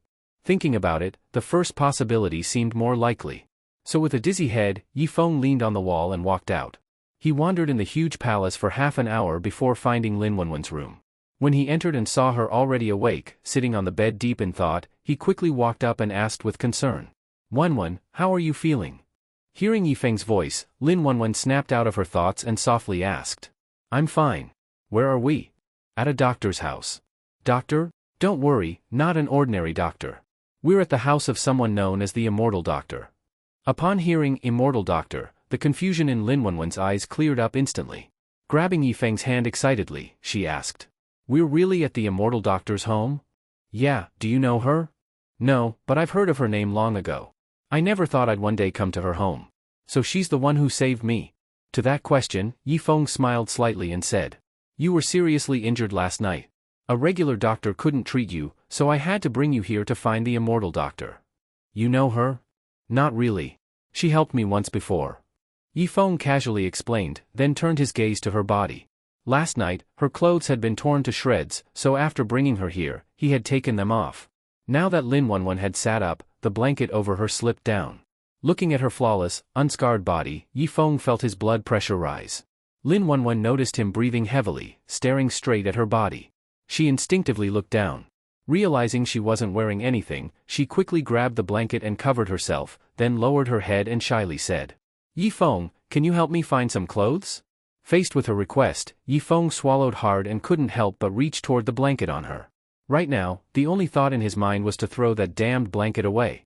But just as his hand was about to touch it, a cool breeze blew in, instantly putting out the fire of his desire. Realizing what he was about to do, Yifeng quickly pulled back his hand. He stepped back 2 steps and quickly said to the lowered head Lin Wanwan, "I'll go get you some clothes." He ran out of the room and gave himself a hard slap, cursing, "Damn it! What the hell is wrong with me? I wasn't like this before." Realizing something was definitely off, he shook his head hard to clear his mind, then ran off. After searching for more than 10 minutes, he hadn't found any clothes, or even a single person. Standing in the corridor looking around, he muttered, "Where am I supposed to find clothes? What are you doing wandering around my house?" Suddenly hearing the immortal doctor's cold voice, Yifeng slowly turned around. The immortal doctor was standing not far away in a white dress. Even though she was clothed, Yifeng's mind was filled with her unclothed image, and he subconsciously said, "So beautiful? What did you say?" "I said your body is really beautiful. I wish I could see it again." As soon as Yifeng said that, he realized he had just said what he was thinking. He quickly looked at the immortal doctor. Sure enough, the immortal doctor's pretty face immediately turned cold. Realizing he messed up, Yifeng quickly slapped his mouth and said in panic, "I was just talking nonsense. I wasn't trying to flirt with you, please don't be mad."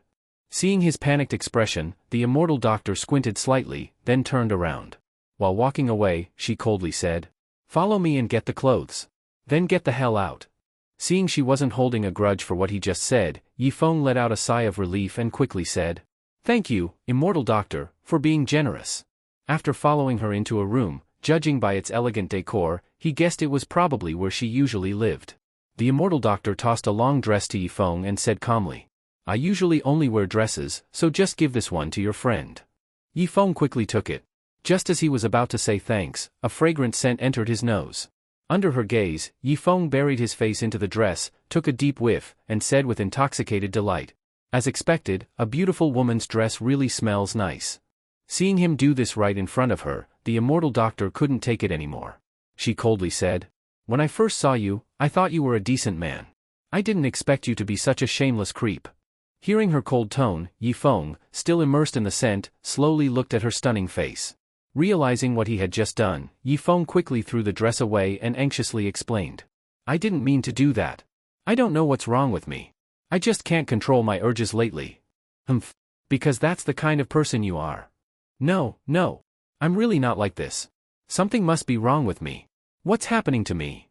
Seeing Yifeng collapse to the ground holding his head, the immortal doctor stared at him for a moment, then suddenly thought of something and asked, "Before taking the pill I gave you last night, did you take any other medicine?"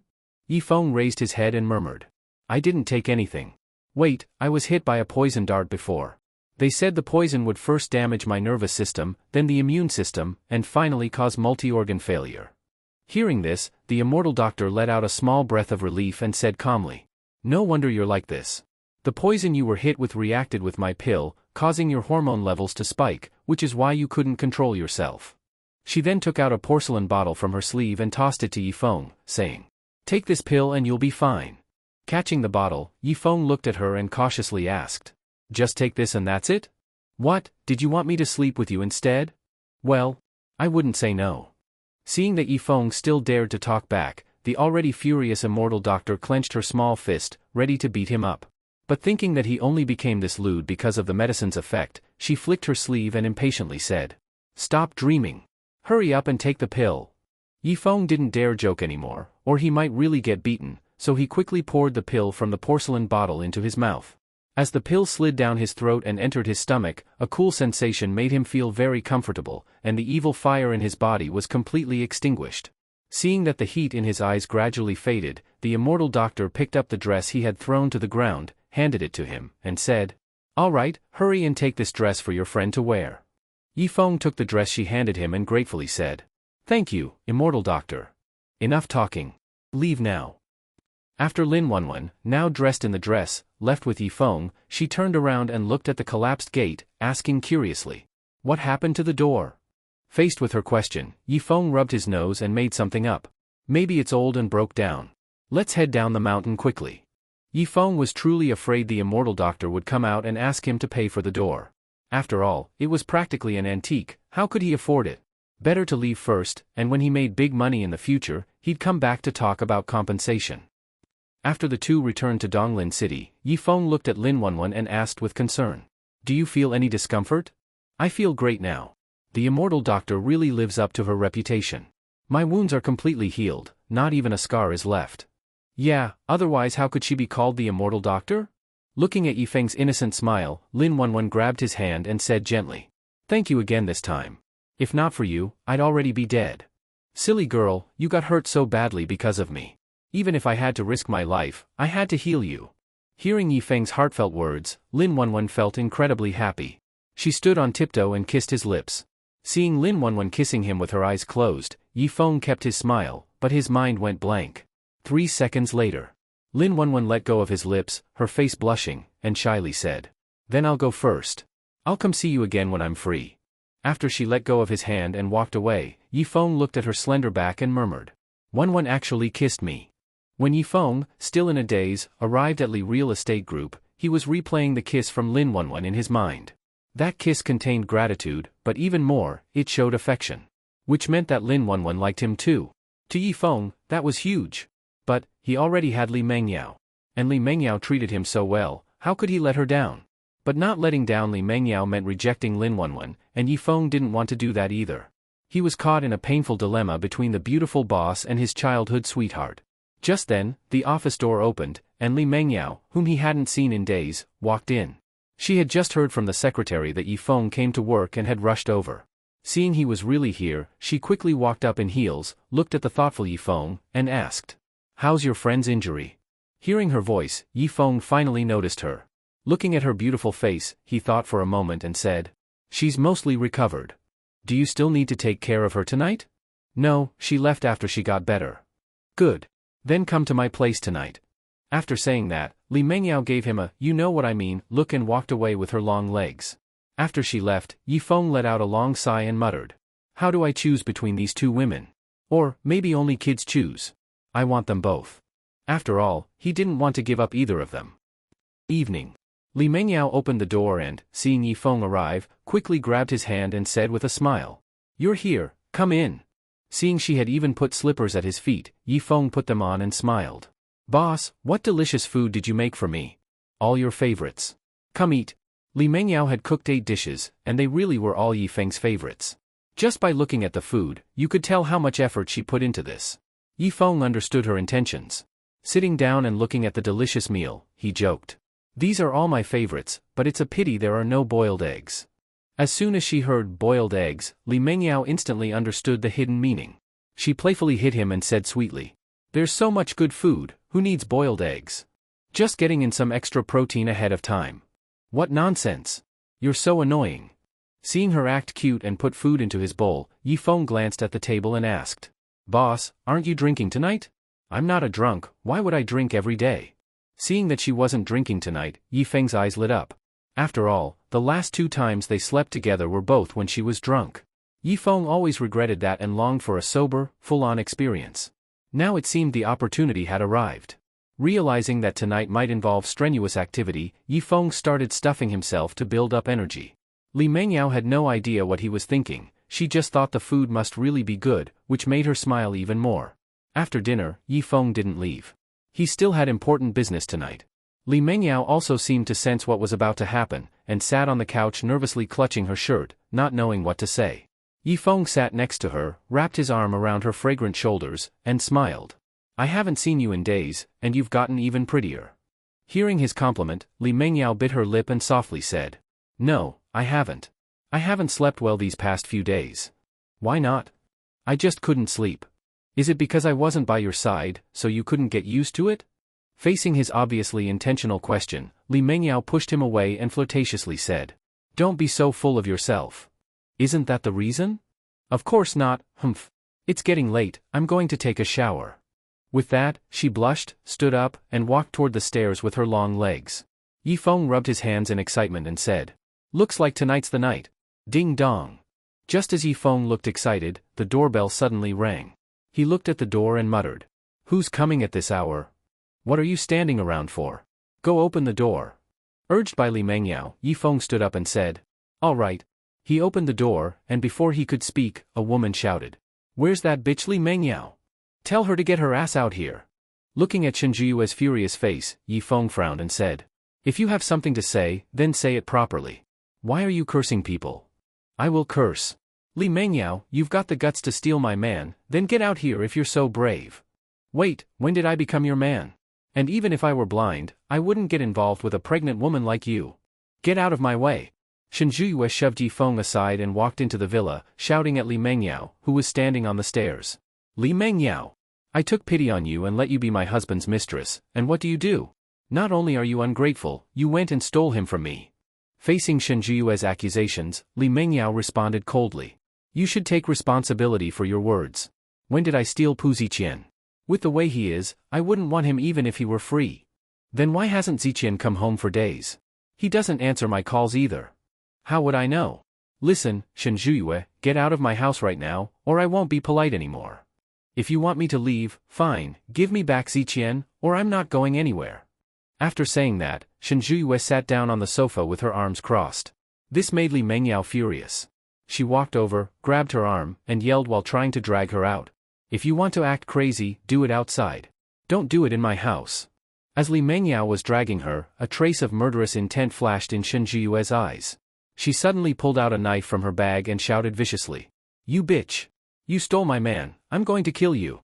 After cursing, Shen Zhiyue lunged toward Li Mengyao's chest with the knife. Li Mengyao hadn't expected her to have a knife. She instinctively let go and stepped back. But Shen Zhiyue had come here determined to kill her. She stepped forward again, aiming for her chest. Just as the sharp knife was about to pierce Li Mengyao, a large hand grabbed the blade, and Yi Feng's tall figure blocked her. Yi Feng grabbed the knife barehanded and snatched it away. Seeing that Yi Feng had taken the knife, Shen Zhiyue flew into a rage and raised her hand to slap him. But Yi Feng was faster. He slapped her heavily across her heavily made-up face. Smack! Shen Zhiyue was slapped to the ground by Yi Feng. Covering her face, she looked up at Yi Feng's expressionless face and asked in disbelief. You dare hit me? Do you know who I am? I don't give a damn who you are. Because you're pregnant, I'll spare you today. But if you dare act up again, I guarantee neither you nor your baby will make it through the night. Facing Yi Feng's threat, Shen Zhiyue glared at him viciously, then got up and pointed at him, cursing. Just you wait. Seeing her leave angrily, Yi Feng shook his head helplessly. He had thought Pu Ziqian was already insane. He hadn't expected Shen Zhiyue to be even worse. No wonder the two of them got together. What a perfect match. Li Mengyao finally snapped out of it. Seeing that Yi Feng was still holding the knife, she quickly grabbed his hand and asked with concern. Are you hurt? Smiling, Yi Feng threw the knife into the trash, then showed her his hand. I used some skill just now, so I didn't get hurt at all. Li Mengyao held his big hand and checked it carefully. After confirming he was fine, she breathed a sigh of relief. Good thing. But don't be so reckless next time. Worried about me? Of course. If you cut your hand, I'd feel awful.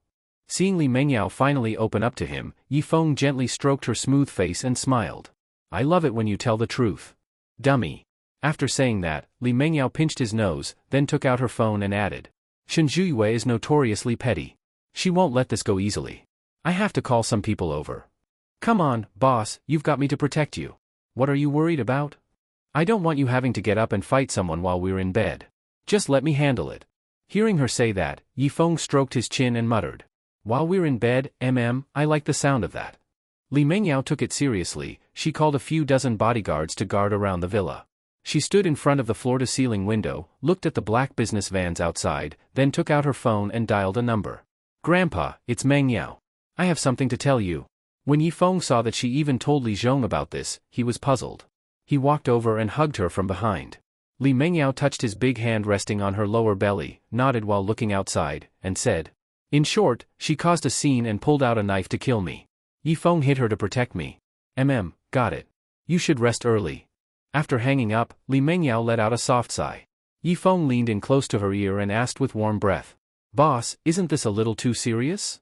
With his breath tickling her ear, Li Mengyao rubbed against him slightly and softly said. It's not just between us. Our families are involved too, so I had to inform my grandfather. Is Shen Zhiyue's family powerful? Quite. Her family does finance on Wall Street, their business is global. Hearing that her family was that influential, Yi Feng understood why she kept sending killers after Li Mengyao. She had backing. If this kept up, Li Mengyao really could be in danger. He couldn't protect her 24/7. So Yifeng started considering whether he should eliminate Shen Zhuiyue for good. Li Mengyao didn't know Yifeng was thinking about killing her. She thought he was afraid, so she turned around and softly said, "Don't worry. Her family may be strong, but I'm no pushover. If she wants to fight, I'll go down with her if I have to. I'm not worried. I was just thinking about some stuff." "What stuff? Tell me." Facing her question, Yifeng smiled and said, "I was wondering when you're going to shower. I'm getting sleepy. Then I'll go now." As she walked into the bathroom, Yifeng turned his gaze to the dark window, a trace of gloom in his eyes. Wrapped in a towel, Li Mengyao came out of the bathroom and saw Yifeng sitting on the sofa deep in thought. "I'm done. Are you going to shower too?" Pulled from his thoughts, Yifeng stood up, walked over, and smiled. "Of course I am." "Then go shower?" "Hey, why are you pulling me?" "To take another shower together." "No way." Seeing her try to run away, Yifeng grabbed her arm and grinned. "No choice for you, come on in." Yifeng forcibly pulled Li Mengyao into the bathroom. Instinctively, she tried to run out, but Yifeng blocked the door, then smiled and said, "I'm not going to eat you. Look how scared you are." Faced with Yifeng's teasing, Li Mengyao held onto her towel and said coyly, "I'm a girl. How can I bathe together with a man like you? What's the big deal? You were lying asleep in the bathtub earlier. I was the one who cleaned your body and changed your nightdress. Ah, you're so bad." Looking at the shy Li Mengyao, Yifeng put away his smile and said seriously, "Actually, I didn't mean to make you stay. I'm not that shameless. I was just worried that something might happen to you while I was showering, so I wanted to keep you in sight. That way, I can feel at ease." Hearing that Yifeng pulled her into the bathroom to protect her made Li Mengyao feel deeply moved. With a man who cared so much about her, what more could she ask for? Yifeng stroked her face and smiled. "Turn around and wait a bit. I'll be done soon." After speaking, Yifeng took off his shirt, revealing his sculpted muscles. Seeing the 8-pack abs on his waist and stomach, Li Mengyao was stunned. Although they had slept together before, each time was after drinking, and she couldn't remember anything clearly. After waking up, it was awkward, so she never really looked at his body. Now, seeing it clearly, Li Mengyao realized Yifeng had such an amazing figure. As she stared in admiration, Yifeng stood under the shower, having taken off the rest of his clothes. Seeing her biting her lip and gazing dreamily at him, he teased with a smile. "President, want to join me?" Hearing Yifeng's voice, Li Mengyao snapped out of her daze and quickly turned around. But hearing the sound of running water, she couldn't help sneaking a glance. That glance made her feel secretly pleased. After all, what woman wouldn't like a boyfriend with a model's body? After a quick rinse, Yifeng casually wrapped a towel around his waist, deliberately exposing his abs. He walked behind Li Mengyao, who was standing with her back to him at the bathroom door, wrapped his arms around her waist, and said gently, "President, I'm done." Hearing Yifeng had finished, the blushing Li Mengyao nodded and quickly walked out of the bathroom. She was afraid if she stayed any longer, she wouldn't be able to resist jumping on Yifeng. Back in the bedroom, Yifeng saw Li Mengyao lift the blanket and sit on the bed. He didn't hesitate and sat right beside her. Smelling the masculine scent coming from Yifeng, Li Mengyao took a light breath and softly said, "Don't worry, I hired over 20 bodyguards to guard outside. No one can come in. I'm not worried about Shen Zhuiyue taking revenge on me." "Then what are you worried about?"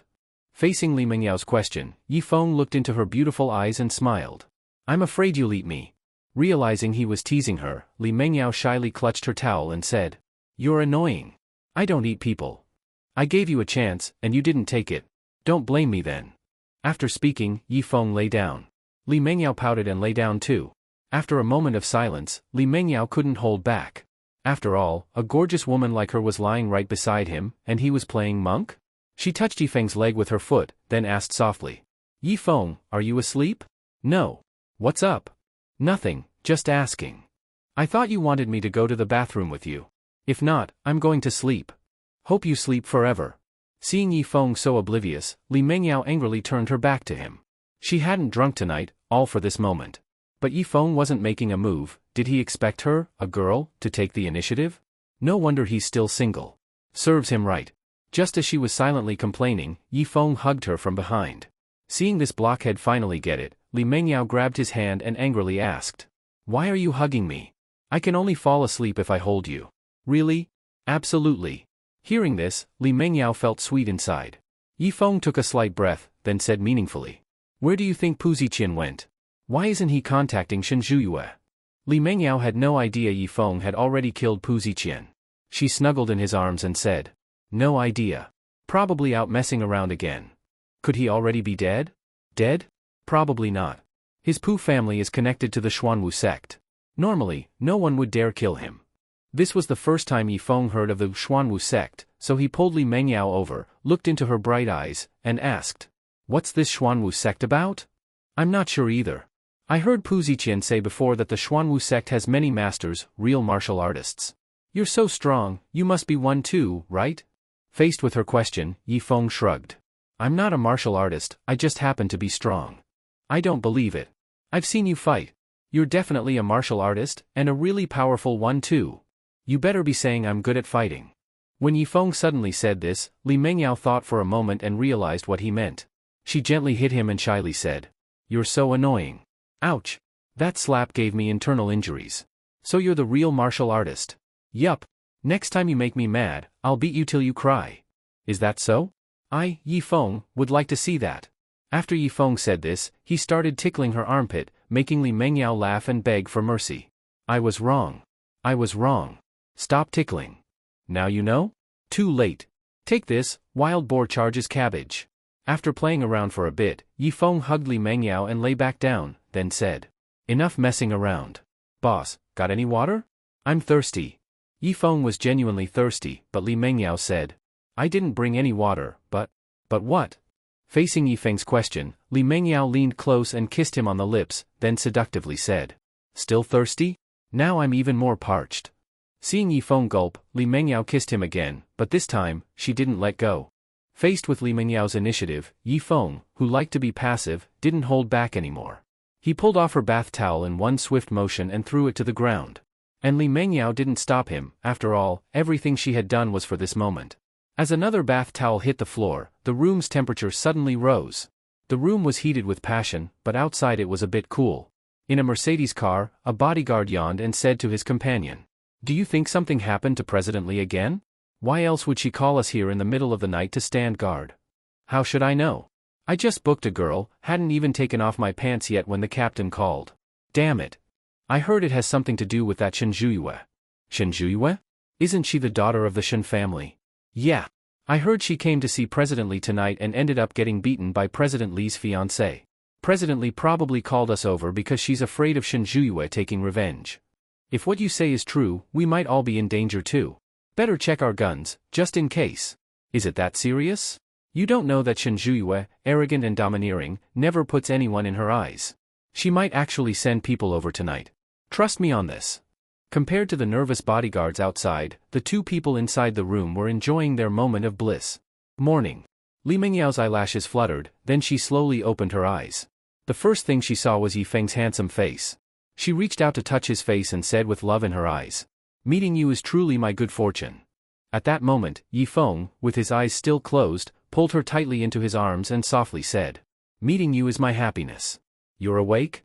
Not going to sleep a bit more? Now that my beautiful boss is awake, how can I, the old ox, justify sleeping in?"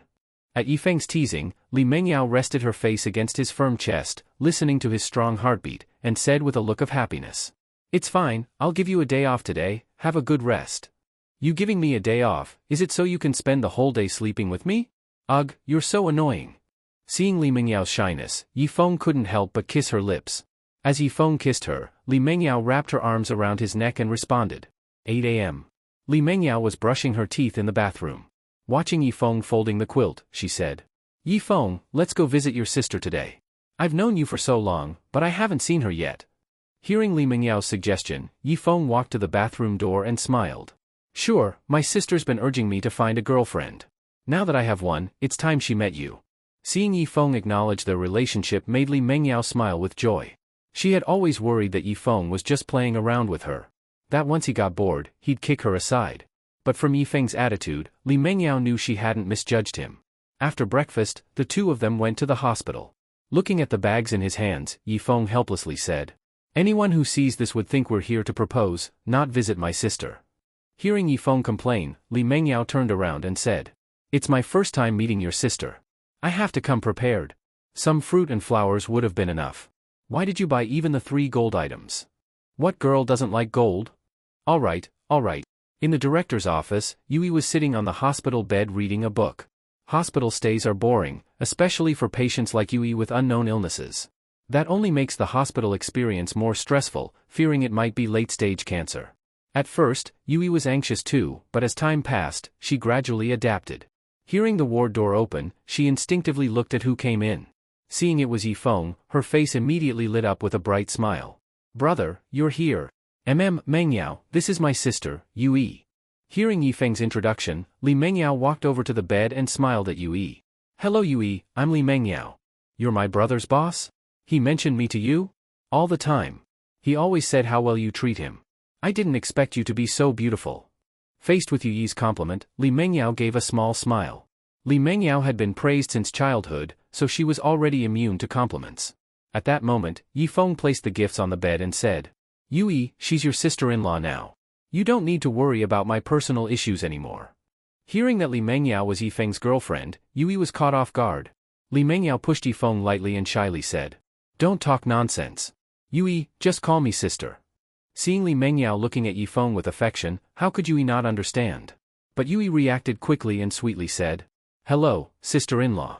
Looks like my brother is really lucky this time." Seeing Yui accept her made Li Mengyao smile with happiness. Just then, a phone rang. Li Mengyao picked up her phone and said, "I'll take this call outside. You two chat." As Li Mengyao walked out in her high heels, Yui quickly grabbed Yifeng's hand and whispered, "Brother, how could you find a girlfriend? Didn't you keep urging me to? I meant pursue Sister Wenwen, not flirt with your boss." Hearing her mention Lin Wenwen made Yifeng, who was in a good mood, frown. "What do you know, you little kid? I'm not a kid anymore." Saying that, Yui even puffed out her chest on purpose, making Yifeng speechless. "Girls sure change a lot when they grow up." He waved his hand and said, "I know what I'm doing with Wenwen. Just don't say anything weird in front of your sister-in-law." "I know, don't worry. I'll keep the secret, even from Sister Wenwen. I won't mention this sister-in-law." Seeing this girl win his heart again, Yifeng dotingly rubbed her head. When Li Mengyao returned to the room, she said to Yifeng, "I just contacted doctors in the capital. They said they'll join the experts here for a consultation soon to find out the cause of Yui's illness and make treatment easier." Hearing that Li Mengyao had called doctors in the capital, Yifeng smiled and said, "Thank you. Why so polite?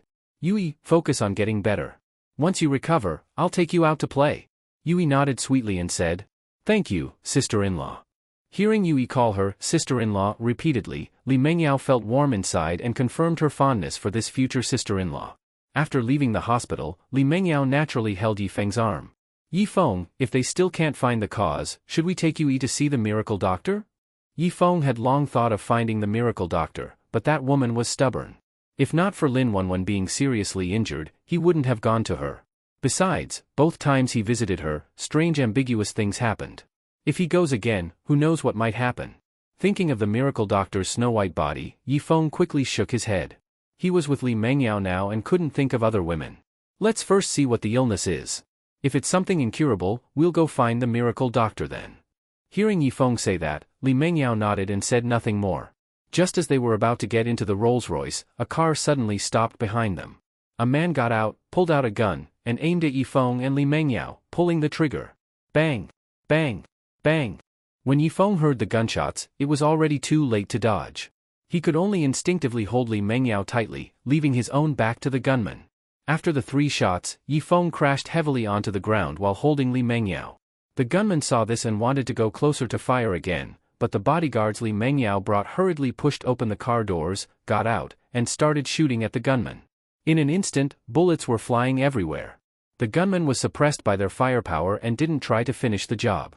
He fired 2 shots at the bodyguards and then rushed back into his car and fled.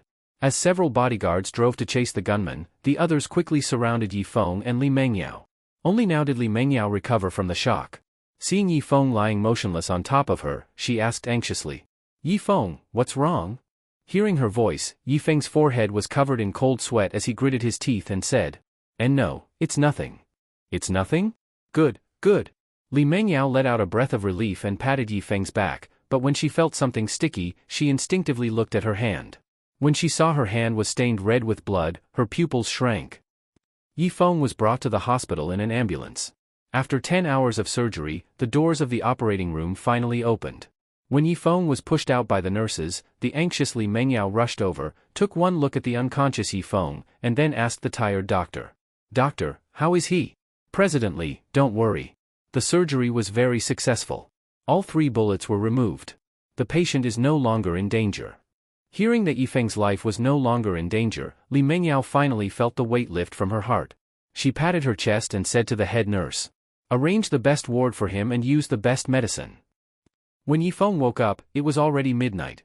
He first looked around the ward in confusion. Then, feeling sleepy again, he closed his eyes.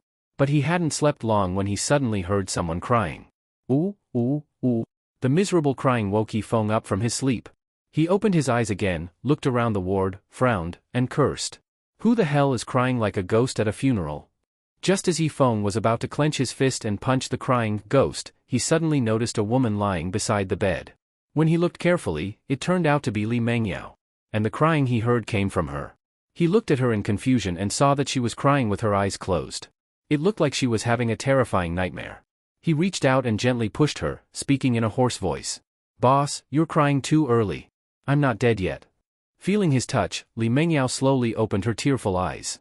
She raised her head and stared blankly at Yifeng for a moment. Then, seeing him looking helplessly at her, she suddenly threw her arms around him. "Yifeng, I dreamed you were lying in a cold coffin, and no matter how I called you, you didn't answer me. You. Hiss." Yifeng gasped, quickly patted her, and weakly said, "It was just a dream. I'm alive and well, aren't I? But it felt so real. If you don't let go, your dream is about to come true." Hearing this, Li Mengyao immediately let go and asked tearfully, "Why do you say that? My wound split open." Li Mengyao called the resident doctor and nurses over. They treated the wound on Yifeng's back again and told him to lie on his stomach and not move too much. Lying on his stomach, Yifeng looked at the guilt-ridden Li Mengyao and said, "The doctor said it's fine. Don't worry. But the wound opened because of me. You didn't do it on purpose. Come here." Li Mengyao obediently walked to the bedside. Yifeng held her cold little hand and gently said, "You stayed with me a whole day and night. I'm fine now. Go back and rest." But Li Mengyao shook her head. "I'm not going back. I want to stay with you." "If so, then get in and lie down." Seeing Yifeng pull her into his bed, Li Mengyao quickly said, "You're the patient. How can I sleep with you? I'll sleep on the companion bed. I feel really cold right now. I want to hold you to warm up." Seeing Yifeng looking pitiful, Li Mengyao didn't insist anymore. She nodded, took off her shoes, and lay beside him. Yifeng held her and took a deep breath of her hair fragrance, then murmured, "If only I weren't injured, then I could really dote on you right now." Hearing that, Li Mengyao rolled her eyes and said, "You're in this condition and still thinking about that? Who told you to be so beautiful? Makes it hard not to think. When you're healed, you can do whatever you want." Hearing her hint, Yifeng teased, "I'm afraid you'll regret it then." "Don't worry. I, Li Mengyao, always keep my word." "You said it. Bring me my phone, I'll find a few European and American movies for you to study." Understanding what Yifeng meant, Li Mengyao said flirtatiously, "You're awful. Go to sleep already. This pillow is uncomfortable. Lend me yours." "Okay." But before she could give him her pillow, Yifeng rested his head directly on her chest and smacked his lips contentedly. "This is much better." Seeing that he still had the mood to take advantage of her, Li Mengyao, who had worried all day and night, finally showed a smile. As dawn approached, Yifeng woke up because he had to pee. Seeing Li Mengyao still asleep, he didn't wake her. He lifted the blanket, jumped off the bed, and ran into the bathroom barefoot. A moment later, Yifeng came out, stretched, and said comfortably, "That felt good." But right after saying that, he felt something wasn't right. He moved his body, twisted his waist, then suddenly did a standing backflip. Landing steadily, Yifeng touched his back in confusion and said, "Why doesn't my back hurt at all?" He rushed to the mirror, took off the hospital gown, tore off the gauze, and saw that his wound had healed. He was stunned. What the hell is going on? Normally, a wound takes at least 7 days to heal, but Yifeng's had healed overnight. Staring at his muscular back in the mirror, he muttered, "Could it be that I awakened another superpower? If at first it was just photographic memory, it could be called natural talent. But the superhuman strength, sharp hearing, and now this rapid healing, this wasn't just talent anymore." Thinking for a moment, Yifeng suddenly thought of something and slowly turned his gaze toward the sleeping Li Mengyao. Could it be related to this woman? Yifeng used to be nothing but an ordinary man. Besides being a little handsome, there was nothing remarkable about him. But after sleeping with Li Mengyao while both of them were drunk, these supernatural abilities that defy science started appearing one after another, like bamboo shoots after the rain. To say this had nothing to do with Li Mengyao, Yifeng definitely didn't believe that. After thinking it over, he decided not to say anything for now and would wait until he figured it out. 7 a.m. Li Mengyao picked up the phone on the bedside table.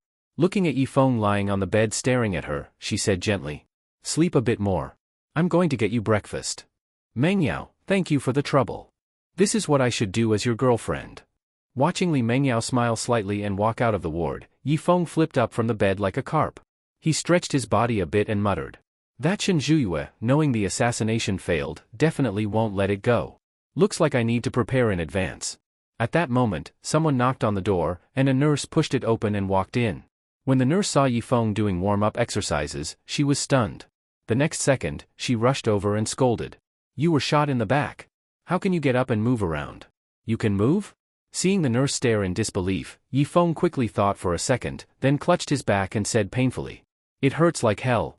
If I'd known it would hurt this much, I wouldn't have gotten up." Seeing him clutching his back and lying back down looking guilty, the nurse gave him a strange look. After Li Mengyao personally fed Yifeng breakfast, she said, "Take a rest. I'll step out to make a call." "Okay, got it." Li Mengyao walked out with her phone and happened to run into the nurse who had seen Yifeng exercising earlier. The nurse hurried over to Li Mengyao, intending to report Yifeng's abnormal behavior. But right then, Li Mengyao's phone rang. She looked at the nurse and said, "If it's something, tell me later." As she answered the call and walked away, the nurse had no choice but to wait by the ward door. But suddenly the ward door opened, and a large hand grabbed her, pulling her into the room. The nurse thought Yifeng was trying to do something bad to her and instinctively wanted to scream. But Yifeng quickly covered her mouth and said urgently, seeing the fear in her eyes, "Don't be scared. I'm not a bad guy. I just want to explain. I'll let go now, but don't scream, okay?" Faced with his plea, the nurse quickly nodded. After Yifeng let go, he started bluffing. "My real identity is a retired top-secret agent. The head of the Li family hired me at great cost to protect Li Mengyao. Actually, I wasn't shot yesterday, everything was part of a plan to lure out the assassin targeting her. But to make sure nothing went wrong, we didn't tell her the truth. Now I've told you, so you must keep it a secret. If this leaks out, the consequences are beyond what you can bear." "Got it." Faced with Yifeng's story, the nurse actually believed it. After all, Li Mengyao had a special status. It wasn't impossible for her family to arrange a retired agent to protect her. So, without suspicion, the nurse quickly nodded. "I understand. I'll act like I don't know anything." "That's more like it." Hum. After the nurse left, Li Mengyao finished her call and coldly said, "Stupid woman. You think I can't hire killers just because you can? This time, you're going down, with your baby too." Li Mengyao had tolerated Chen Zhuyue many times because of her family background. But now, after Yifeng was seriously injured to protect her, she decided she wouldn't tolerate it anymore. The mistake Chen Zhuyue made, she had to pay for it with her life. As for the child in her belly, sorry. She walked over to the nurse and asked, "What were you going to say earlier?" "Nothing, just wanted to ask if you needed a caregiver." "No need, I'll take care of him myself." "Okay then." Li Mengyao stayed in the hospital all day. In the evening, when she saw it was already 8, she said to Yifeng, "I'll go home, take a shower, change clothes, and come back to stay with you. Make sure to wear cotton, it's more comfortable for me to rest on." Li Mengyao immediately got his meaning and said flirtatiously, "You sure have a lot of demands." "Fine, I got it, I'm going." Seeing her leave happily, Yifeng narrowed his eyes. At home, Li Mengyao first showered, then picked out a soft cotton nightdress. She put it in a bag and, showing off her beautiful legs, left the house. On the way back to the hospital, sitting in the back of the Rolls-Royce, Li Mengyao said coldly into the phone, "I don't care what methods you use, just find her. I don't want to wake up tomorrow and hear you still haven't found her." Finishing in an annoyed tone, she hung up and muttered, "Can't even find one woman, what the hell are you people doing?" Just as she finished speaking, the car in front suddenly had a tire blowout and lost control, crashing into the roadside greenery. Her driver realized something was wrong and quickly stepped on the gas to get out of there. But a bullet hit him right in the temple. The driver slumped over the steering wheel, dead. Before Li Mengyao could react, the now uncontrolled car crashed hard into a big tree. Even though she was wearing a seatbelt, the impact knocked her unconscious. The car behind stopped quickly, and several bodyguards ran out to help. But just then, a screeching brake sound came from nearby. An SUV with an out-of-town license plate stopped close by. 3 men in coats got out. Without saying a word, they rushed at the bodyguards. Soon, the sounds of bodyguards screaming reached Li Mengyao's ears. She shook her dazed head and, looking at the shattered glass, muttered, "What's happening?" Soon, the screaming stopped. A man opened the rear door. Seeing the confused Li Mengyao, he said excitedly, "Big bro. This chick is hot as hell. Third bro, are you sick again? Hurry up and kill her. What's the rush? Let me enjoy her first, then we'll kill her. Still time." Realizing these were Shenjue's men, Li Mengyao said coldly, "How much is Shenjue paying you? I'll double it." "Sorry, pretty lady. In our business, switching employers halfway is a big no-no. But don't worry, I'll be real gentle. Come on, baby, let big bro make you feel good." Seeing third bro reach toward her, Li Mengyao struggled to hit him. But she was too weak to hurt him and only aroused his beastly desire more. Unable to fight back, she shouted instinctively, "Help! Help! Yifeng, save me!" Shout all you want.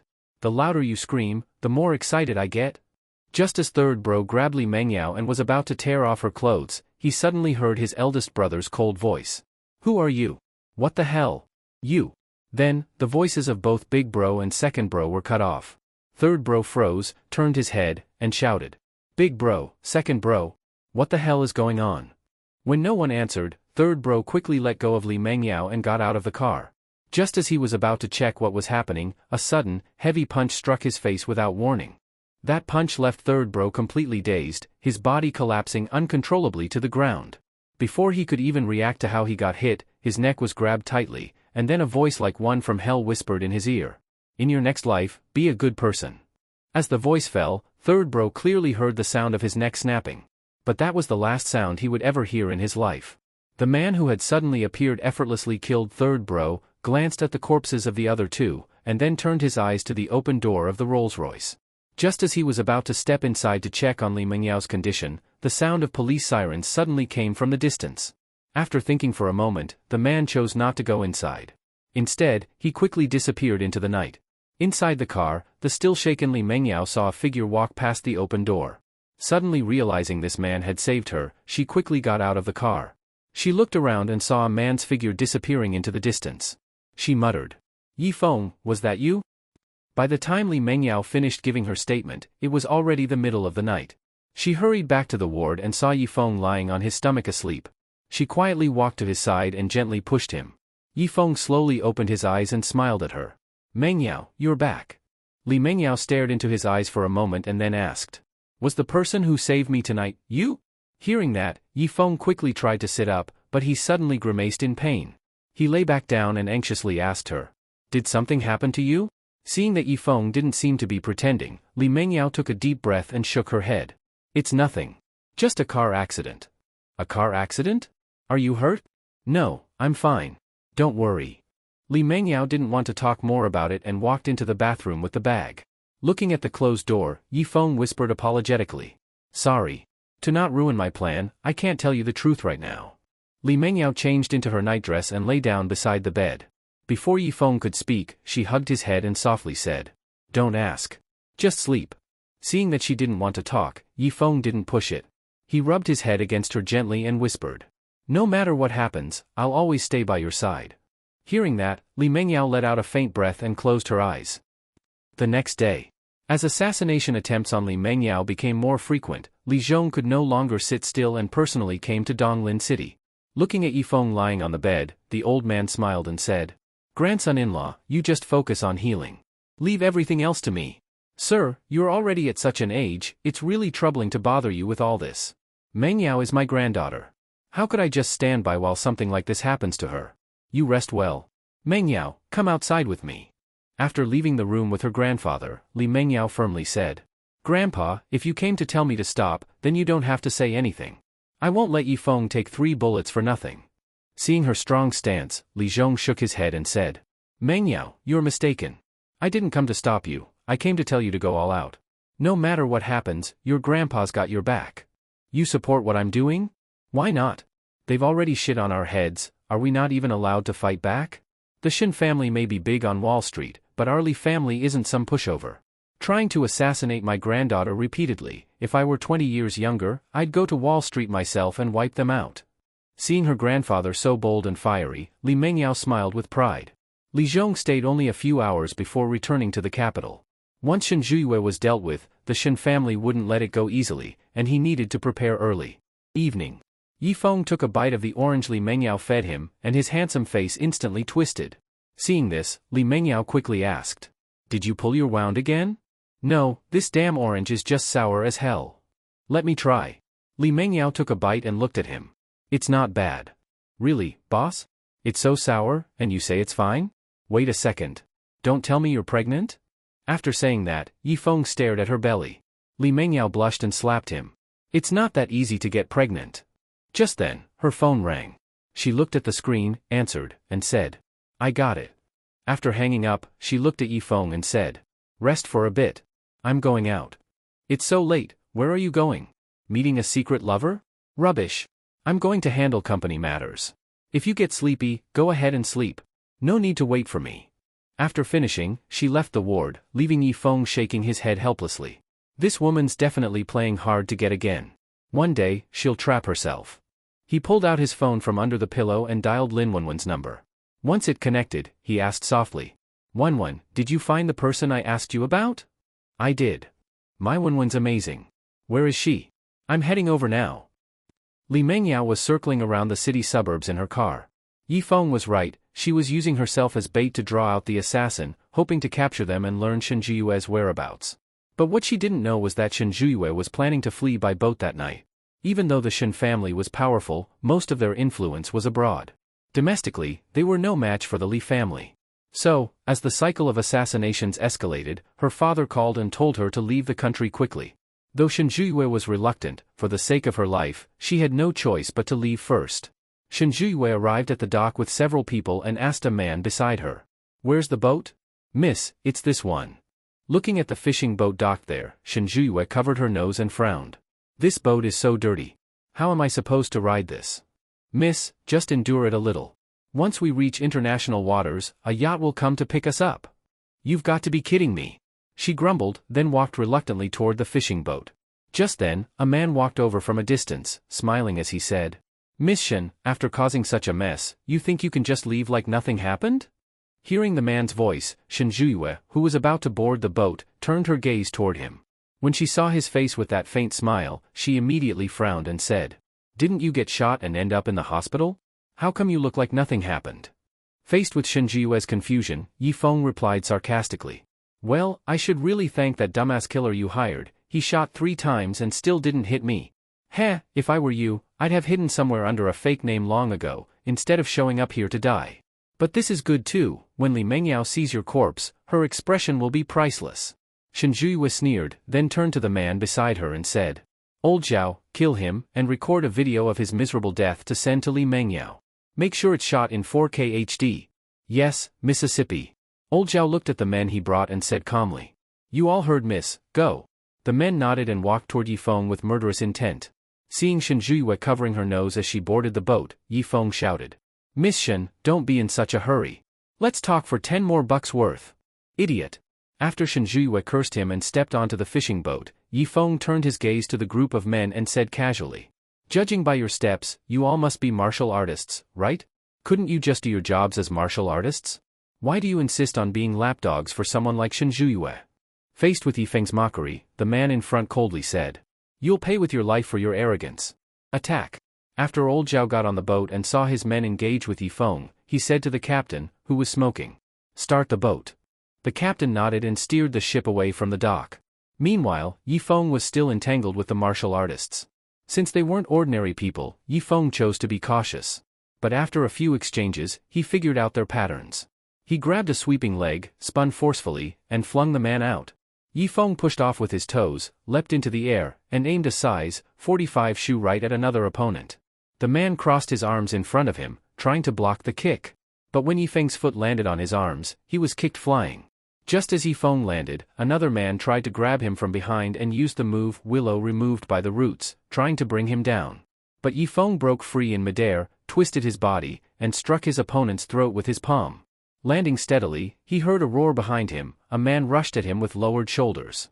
In a flash, the man was already in front of Yi Feng. Just as Yi Feng was about to be slammed, he jumped, letting the man charge underneath, then struck the back of his head with his heel. Thud. Seeing the last man fall, Yi Feng clapped the dust off his hands and said disdainfully, "So this is all martial artists can do?" He didn't kill them. If he stalled too long, Shinjiyue's boat might make it to international waters.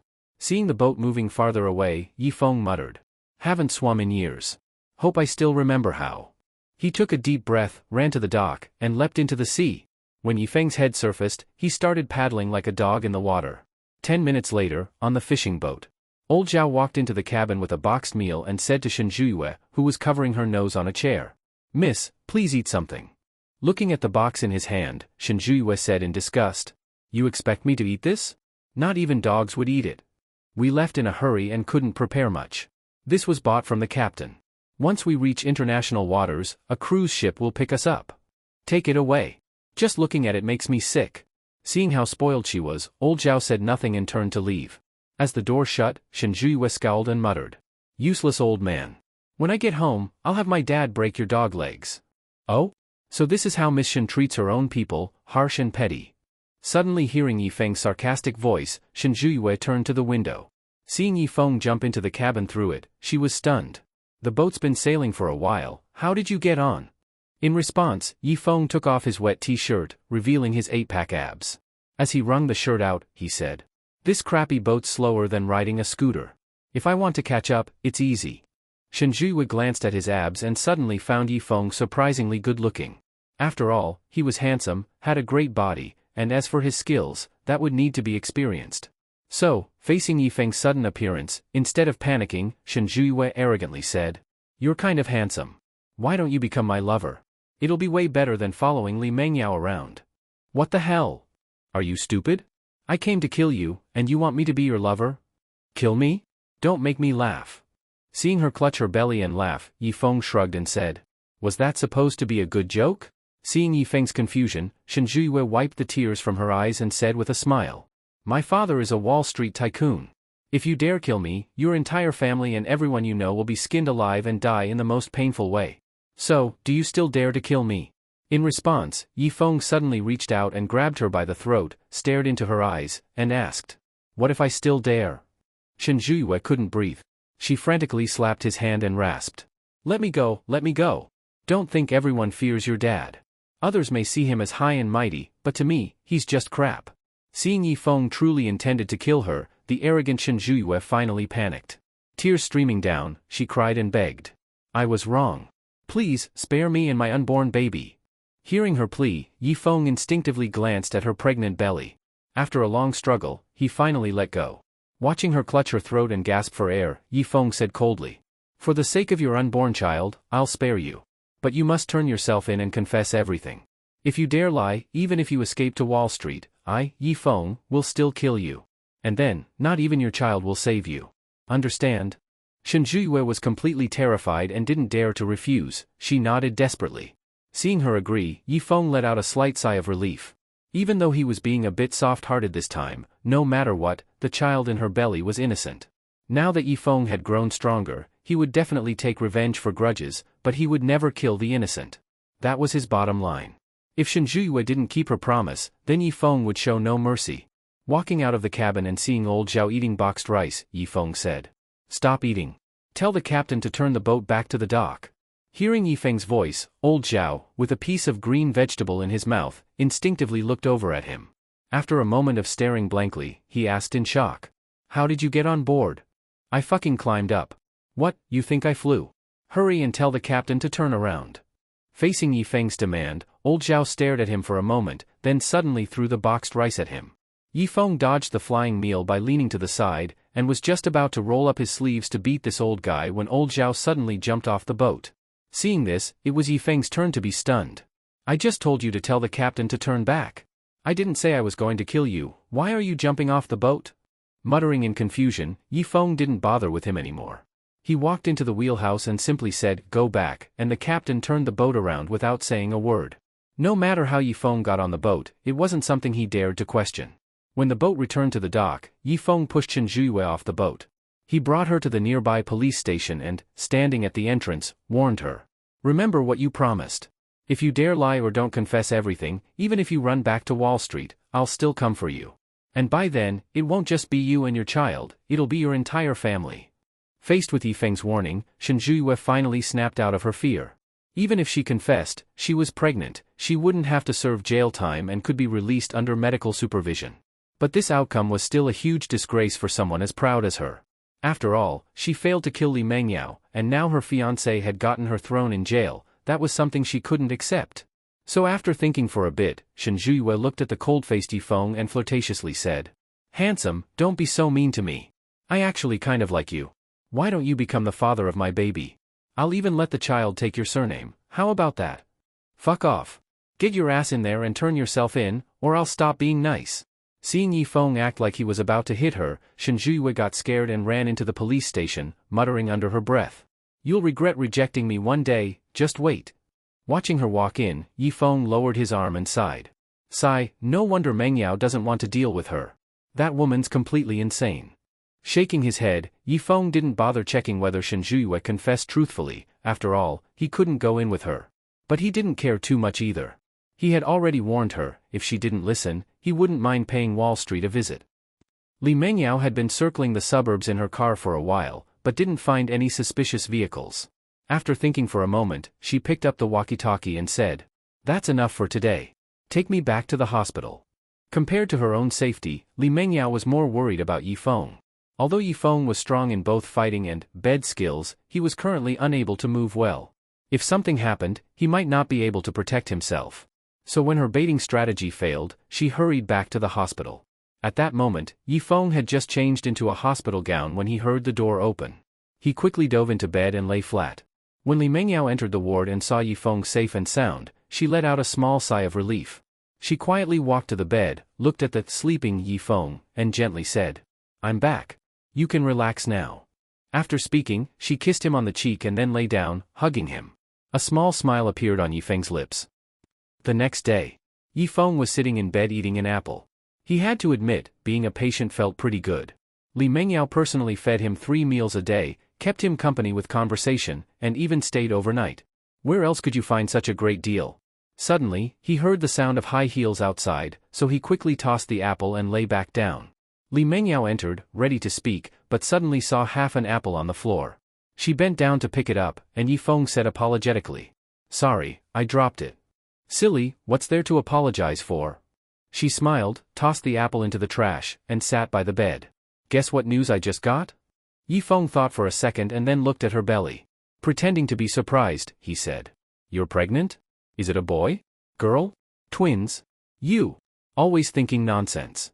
She rolled her eyes and began peeling another apple. "Shen Zhuyue turned herself in and confessed to hiring someone to kill me. Isn't that surprising?" To Yifeng, it wasn't surprising at all. With her current situation, even if she committed murder, she wouldn't go to jail, just get house arrest. If she was smart, she'd confess instead of gambling on whether Yifeng would really go to Wall Street. Though calm inside, he acted shocked on the surface. Shen Zhuyue turned herself in? Seeing his shock, Li Mengyao smiled and asked, "You really didn't know?" "Of course not. I can't even get out of bed, how would I know?" "Really?" Facing her sharp gaze, Yifeng replied without blinking. "Yeah. You follow me everywhere, even to the bathroom. Any info I get comes from you." Hearing that, Li Mengyao stared at him for a moment, then shrugged. "All right, I thought you knew already. Have an apple." Seeing she'd let it go, Yifeng opened his mouth to take a bite of the apple she offered, and mumbled as he chewed, "Boss, since Shen Zhuyue surrendered, it shows she's afraid. That means you won in this war between you two." Li Mengyao looked at the apple in her hand and muttered, "I don't think I won. Shen Zhuyue's still alive. She'll get out on bail soon and be free like nothing happened. Well, she's pregnant. Can't be helped." Hearing his tone, Li Mengyao thought for a moment and suddenly had an idea. Looking at Yifeng, who was reaching for the apple in her hand, she asked, "If a pregnant woman kills another pregnant woman, is that still a free pass from death penalty?" "What do you mean?" "It's simple, if I get pregnant, then kill Shen Zhuyue, I won't get the death penalty either. I'm a genius." "Alright, lie back, we need to get started." With that, Li Mengyao excitedly reached to pull off Yifeng's hospital gown. Did you enjoy the story, guys? I hope you did. Support this video with a like and a comment. I'd really appreciate it. Thanks for watching and see you next time.